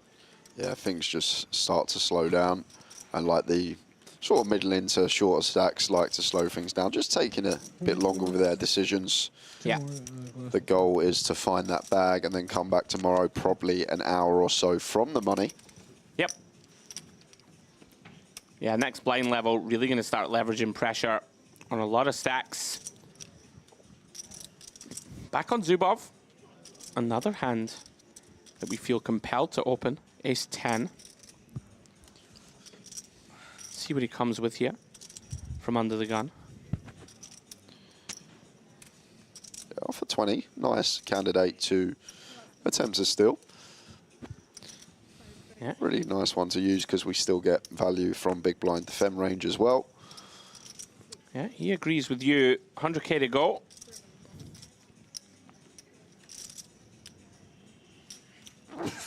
Bless you. Thank you. Now then, Zakharov, 6 blinds. Not going to be thrilled, Jay, when under the gun opens off 20 blinds, but we are getting to that critical stack depth.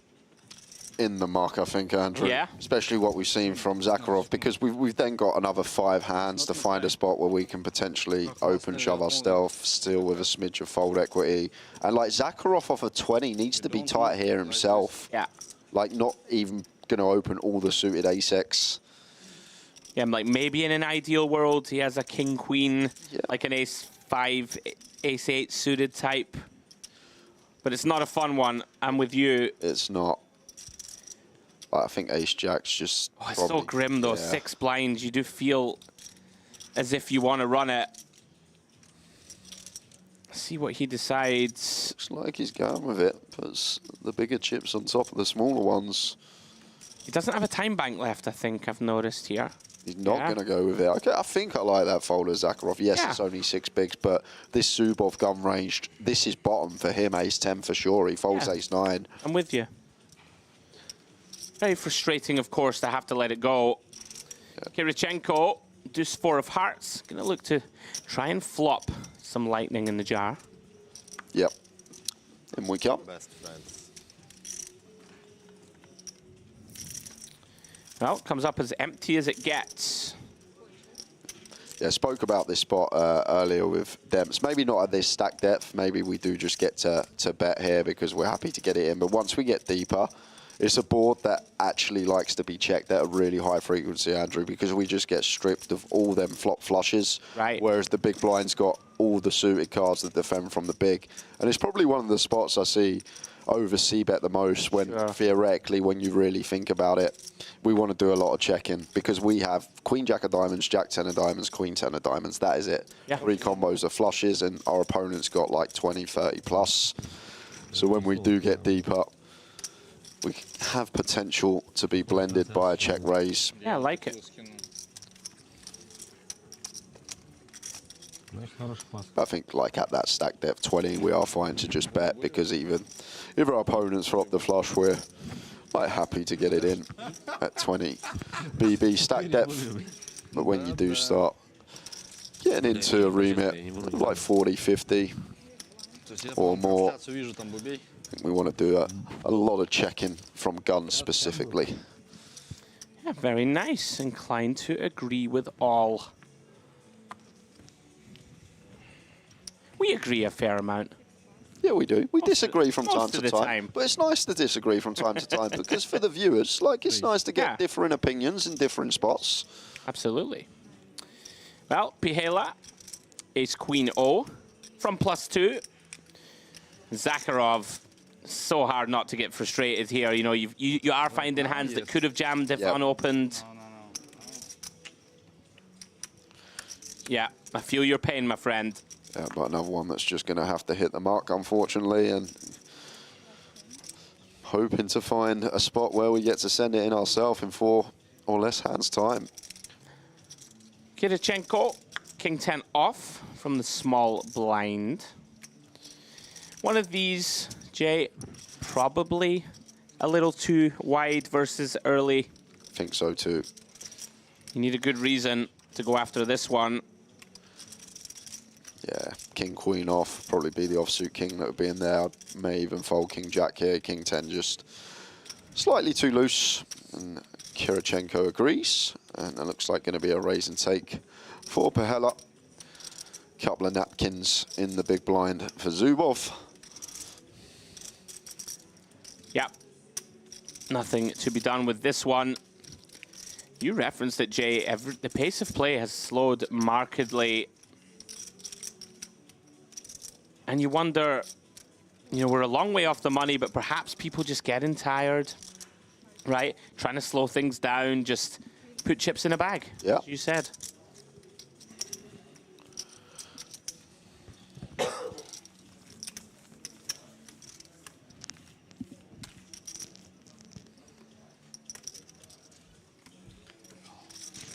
And another look at those beautiful trophies, and I hope whoever wins the main event come Sunday has some extra luggage paid for.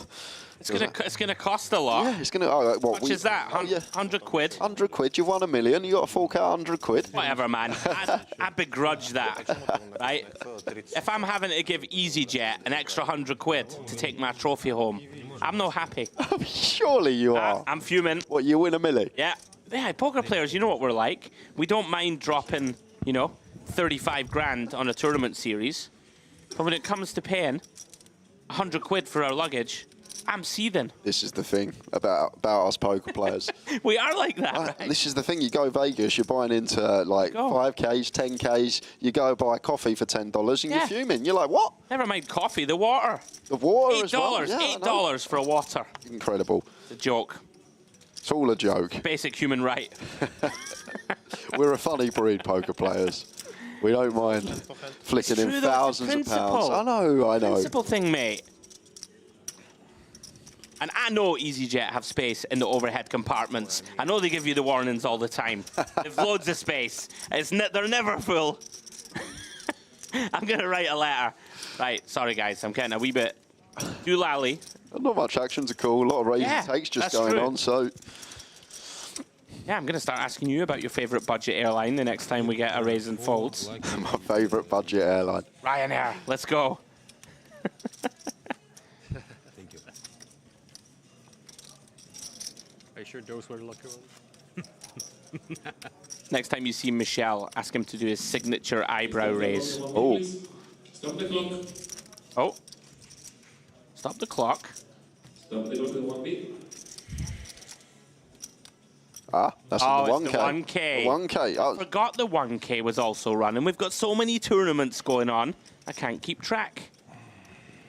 That's also a huge field, by the way. We'll bring you some updates on that one tomorrow also. Please. Here comes Pihela, King Queen, from under the gun. He's quietly gone about his business. Had a rocky start here on the feature, but has stabilized very nicely. Yeah, been impressed how he dealt with the ace high call after he made it and was incorrect, and then just sort of took a step back, hasn't got out of line since then, and just picking his spots more meticulously now. Sure. Interesting one for Kirichenko in the cutoff. Queen 10 of spades. Yeah, it seems just like a call, Andrew. These hands just hate it when they 3-bet and get 4-bet ripped on. Oh. He is going to take it. Kirichenko. I quite like it. You know, just attacking these, you know, 1 pip higher than us type holdings, right? That can dominate us post when we just call. No, you're not a fan. Off of 30, I just think it's one that really likes to call and play post in position, because the times that we do get 4-bet sent on for 30 BBs, it's just so frustrating, Andrew. Like, don't get me wrong, Queen 10 suited definitely can find its way into the 3-bet range, but I think it's when we do get more deeper, 60, 70, 80 big blinds deep. Yeah, I think you can argue either way on this one. A lot of disagreeing with us going on this evening. Yeah. We'll check this one too. I just decided after. I think there's just like good things that can happen. I mean, I agree with you in that when you get jammed on, but is it that frustrating? Like, it's only Queen 10 suited, right? It's not the end of the world. But like, if you're gonna fold out King Queen, Queen Jack suited, Ace 10 off, Ace 10 suited even. Ace Jack off should fold as well. Right. So there is good things that can happen, but I do hear you that, and Pihela's been pretty tight-ish. I don't know. Kirichenko timed it well. After what you done to me earlier, Andrew, in the sit and go, I just thought to myself, I'm going to get in that booth and I'm going to disagree with everything he says, and I'm just going to throw a spanner in the works. All right. No, I hear you. I think that one is... I don't think it's cut and dry, is what I'm saying either way. Like, I think I could see either and not mind. It's not one of those where you see someone pick up chips and you're like, oh, dear. I'm getting better at that in my old age. Just being like, no, that's absolutely terrible. Okay. Yeah. You know, you try and sugarcoat things, but you know. We're here to give opinions, as you said, my friend. Zubov, Jack 6. I'm never going to forget that hand now. Guys, if you get the chance, I'm sure you're going to see it on social media over the next days. A clip of that infamous hand is coming your way soon.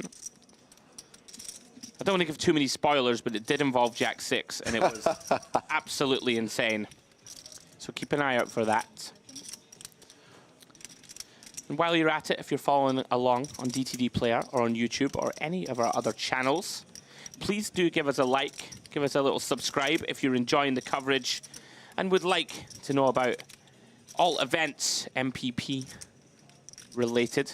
And of course, right here at Merit. If you don't want to miss any of the action over the course of the weekend, there's a little bell next to the subscribe button. You can click that to set your notifications on, and you will be notified via your device as soon as we go live, so you won't miss any of the action.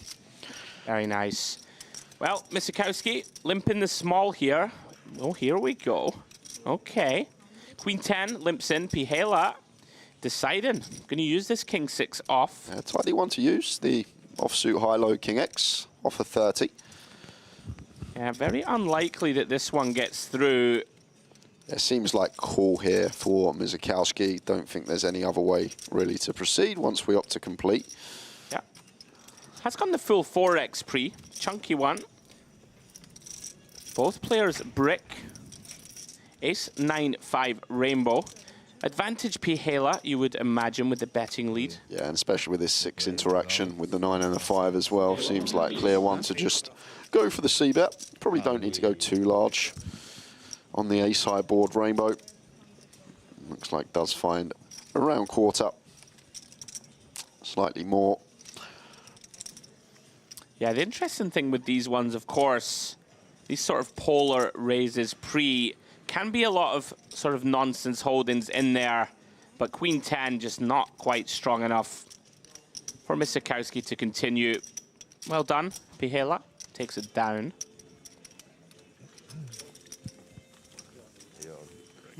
Oh, as we see. Short visit for Michel on this feature table.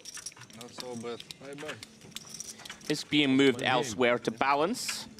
And the reason for that, guys, we are down to 35 players here in the 10K High Roller. Getting to the business end. Another little look, guys, at the chip stacks. Misakowski, of course, still with 4.2 million. Kirichenko and Zugralin just around the 2 million mark. Igor Pihela, 35 blinds, 1.7 million. And then the 3 shorter stacks behind. Zakharov, he's in trouble, Jay, in the big blind here. 100,000 of his remaining 350 or so already committed. Gonna need some help. And quickly.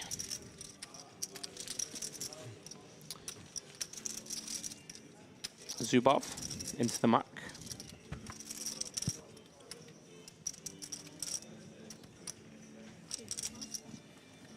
Round 2, Misikowski. King 3 off. I think a function here, Jay. Zakharov working with around about 6 bigs. Misikowski likely, in my opinion, to use that as a reason to find an open and just raise and call him off. Oh, this is nice as well. I like this a lot. This is really nice. Just the adjustment, Yeah. making it 3x. And this is what we usually do. Most people choose the 2.5x, but Sure. I guess 3x just as good. And all it does, Andrew, it just sort of deters these like stop and goes from some regular holdings that would defend versus 2 BBs, but can't defend versus 3. And nice little pickup from Misikowski. Would have got it through with 2 BBs anyway, but good to see making that adjustment and just aware of stack size in the big. No. But you know when you... Yeah. Thank you.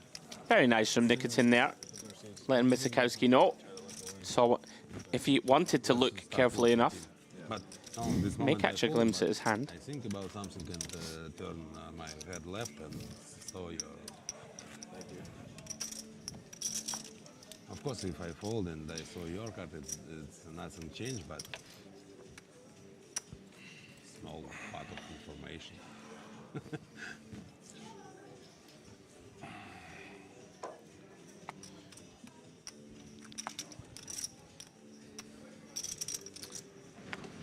Round to Zubov. +1. Ace-3 off.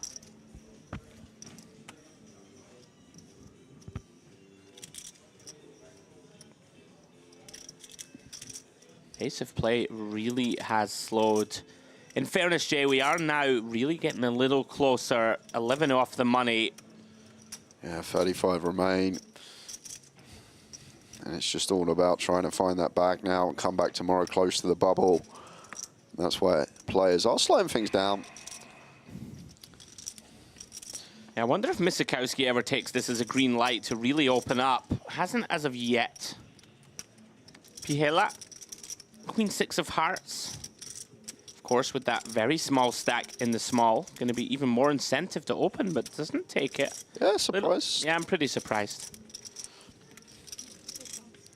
Well, poor Zakharov. Just getting dealt out.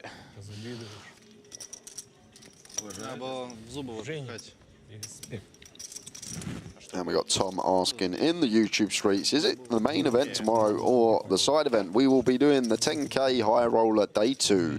So we'll be covering this event, and then it will be main event coverage on the final day, on the Sunday, when we will play for $1 million. That sounds so nice to say, Andrew. We're going to be buzzing, mate. Millie up top. Final table. Here we go. $1 million certainly makes these things even more special. We're looking forward to it.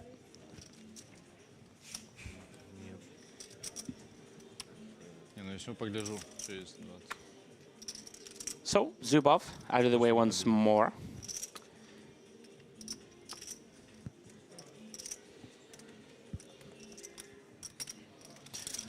And with 15 minutes on the clock, there could also be some tank in the gun now, just to try and only post one more big blind rather than 2. It's the worst. It's the worst. It really is. It's the worst when you're the one that picks the card and you pick 6 and you end up in the big blind as well.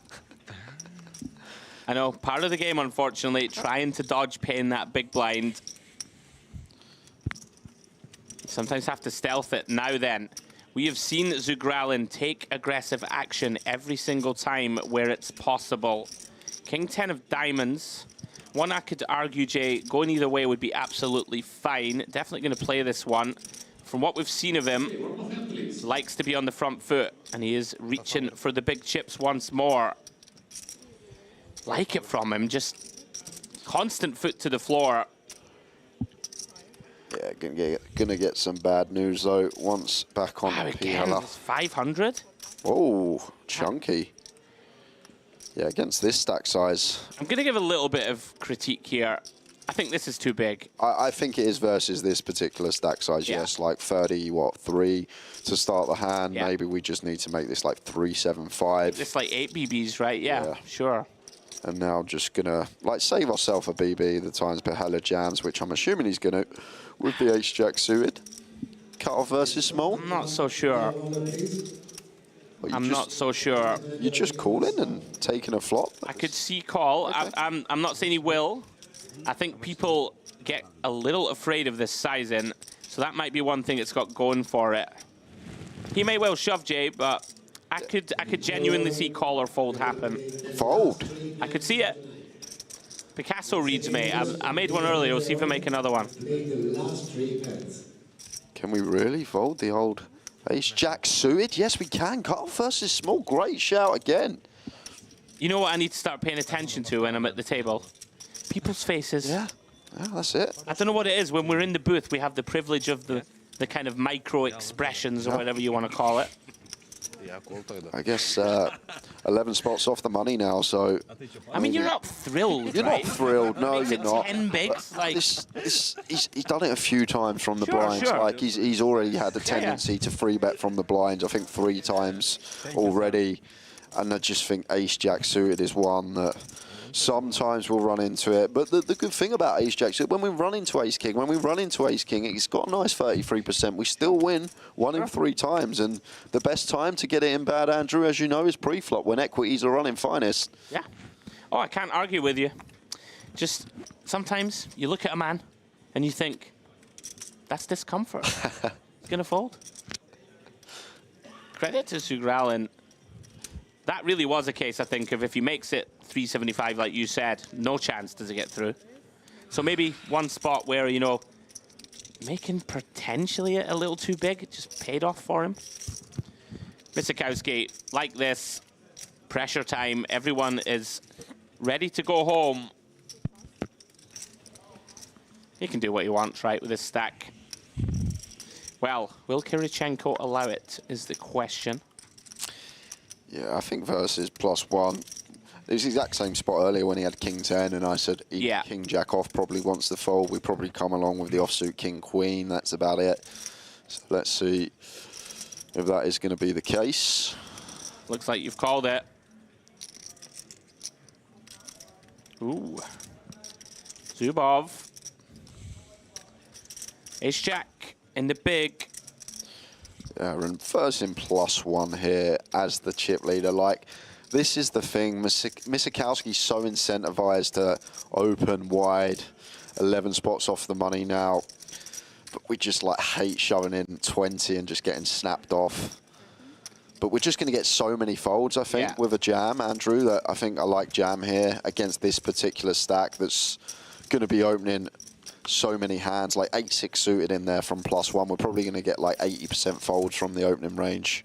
I like call, because you flop top 2. But yeah, I hear where you're coming from for sure. Well, Zubov doing cartwheels in his head, loving life. Checks it on over to Misakowski with a whole bag of nothing, but the bet does have the betting lead against the big blind defend. Yeah, it seems like a one and done. Like this sort of hand, just complete with no backdoors, 8 high. We can still fold out better, but not really going to be barreling on any other turn other than maybe a 7, offsuit 7. So I think we just have one stab for a small size, as Misakowski does, and then when we are met with some aggression or a continue from Zubov, just going to be shutting it down. That's 2024 though, Jay. Right? I guess. I'm with you though. Like we at least want some... I'm kind of trolling. Like, we at least want some sort of equity versus... he's going to raise. Yeah, I think especially against +1, aggressive player, throw him some rope. Yeah, agree, Andrew. We got an absolute lock on that board. It's a board that Misakowski could send the barrels in. Looks like his range when we flop the monster. Yeah. Give him some rope, as Andrew says. But I think like raising more often versus late position or whatever, where we could credibly rep some more draws. Yeah. Like, are we really raise getting it in with ace 9, ace 8 here? No. Are we going to find enough bluffs? Probably not. Yeah, hand was probably over anyway. yeah, so that was 1 of 3. It's been called last 3 hands, so we've got 2 more hands left for today. It's been a kind of a slow last session. Yeah. As expected. Yeah, always is the case.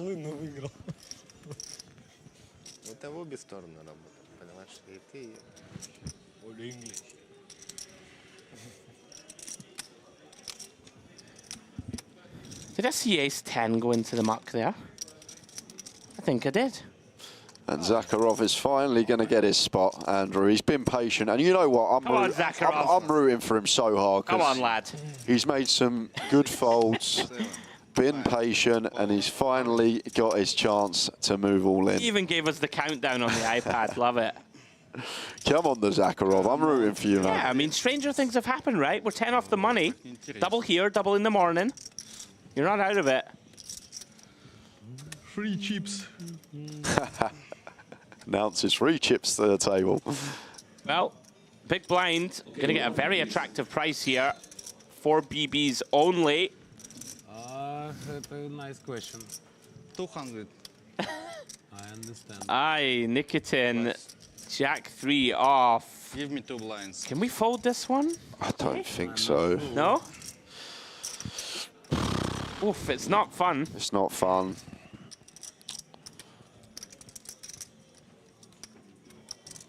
May feel the price is too good, Jay.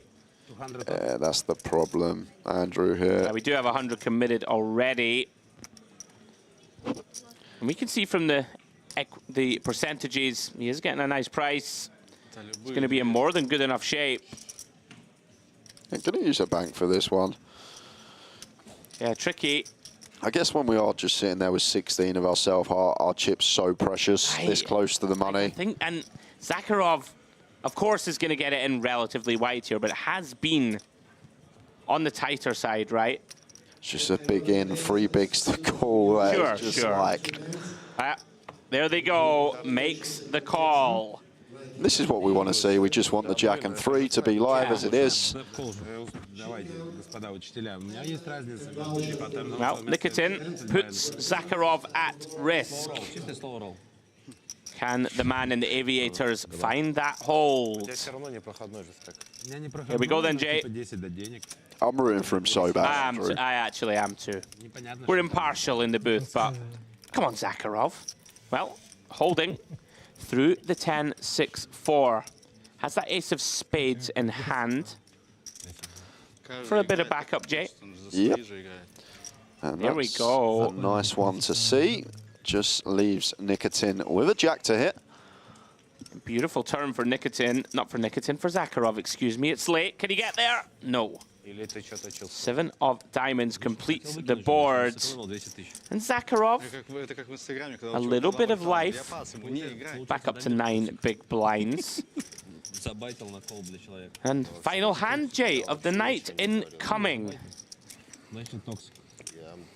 Stay tuned. We'll run you through the leaderboard. What we got coming up the last couple of days and how many are left in this high roll-up. Another fantastic day in the booth.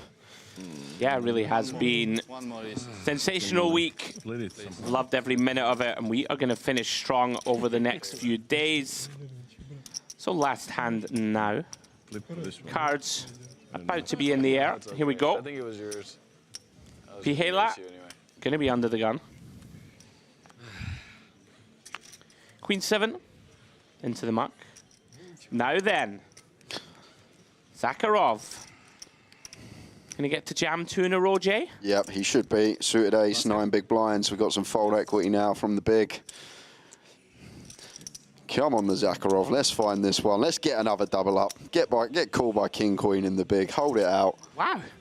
It's very specific. I'm loving it. I just love this man from what I saw the other day. He's got to take it. In they go. Looking to find a double to end the night. Or even just a steal, Jay. I'm sure he'd be more than happy to pick up 125K.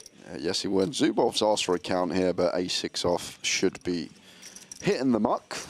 Hoping to see fold. Yeah, I can't imagine we ever flick this in. Even from the big blind, Jay, pretty unappetizing.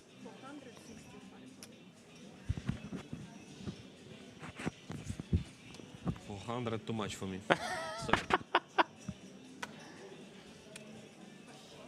In they go. Now then, Please. round to Misakowski, Oh, I have and he the one. finds the nut low. And there we have it, guys. That is the end of the day. Zakharov gets a small little spin to take into day 2 tomorrow. And we are left with 33 players, I believe, that are going to be coming back tomorrow for day 2 to play it out for £365,000, 10 off the money, min cash of 17,000. We will be live streaming until a winner. Yeah, very nice, Jay. As the players have a little debrief to end the day, myself and you will have a little debrief. Very nice day. There was a lot of fun action. We had our Russian TV star. Yes, we did. He was great to watch. Great fun. Yeah, really good day of poker. And there we go, guys. A little look out at the boardroom. It's finally quieting down. Credit to the staff and the promoters and the organizers. Everything running very smoothly. Jay, excuse me. And Jay, you're going to take us through the final leaderboard. Yeah, so the players on our featured table. Top of the shop, David Misakowski, 80 big blinds, 4 million heaps to take into tomorrow. Double average. Damir Zagrulin, saw a bit from him, 2.4. Alexandra Kirchenko with 41 BBs. Igor Pihela with 32 to take through to tomorrow. And the three Russians at the bottom of the pack, Zubov, Nikitin, Zakharov, 24, 13, and 11 big blinds respectively. And that is going to be it from us today, guys. We're just going to have a look at the schedule of what we got coming up over the rest of the weekend. Yeah, absolutely. And we are going to finish strongly, guys. Tomorrow, as we mentioned earlier, as the schedule magically appears on my screen, 10K High Roller final day. Myself and Jay will be in the booth taking you all the way through to the conclusion of that one. And Sunday, the big one, 5K, 5 million main event. We smashed the guarantee. It's $1 million for the win. Really stoked for that one on Sunday. Well, guys, with that, it's a good night from myself and from Jay, and we will see you tomorrow for the conclusion of the 10K. Good night.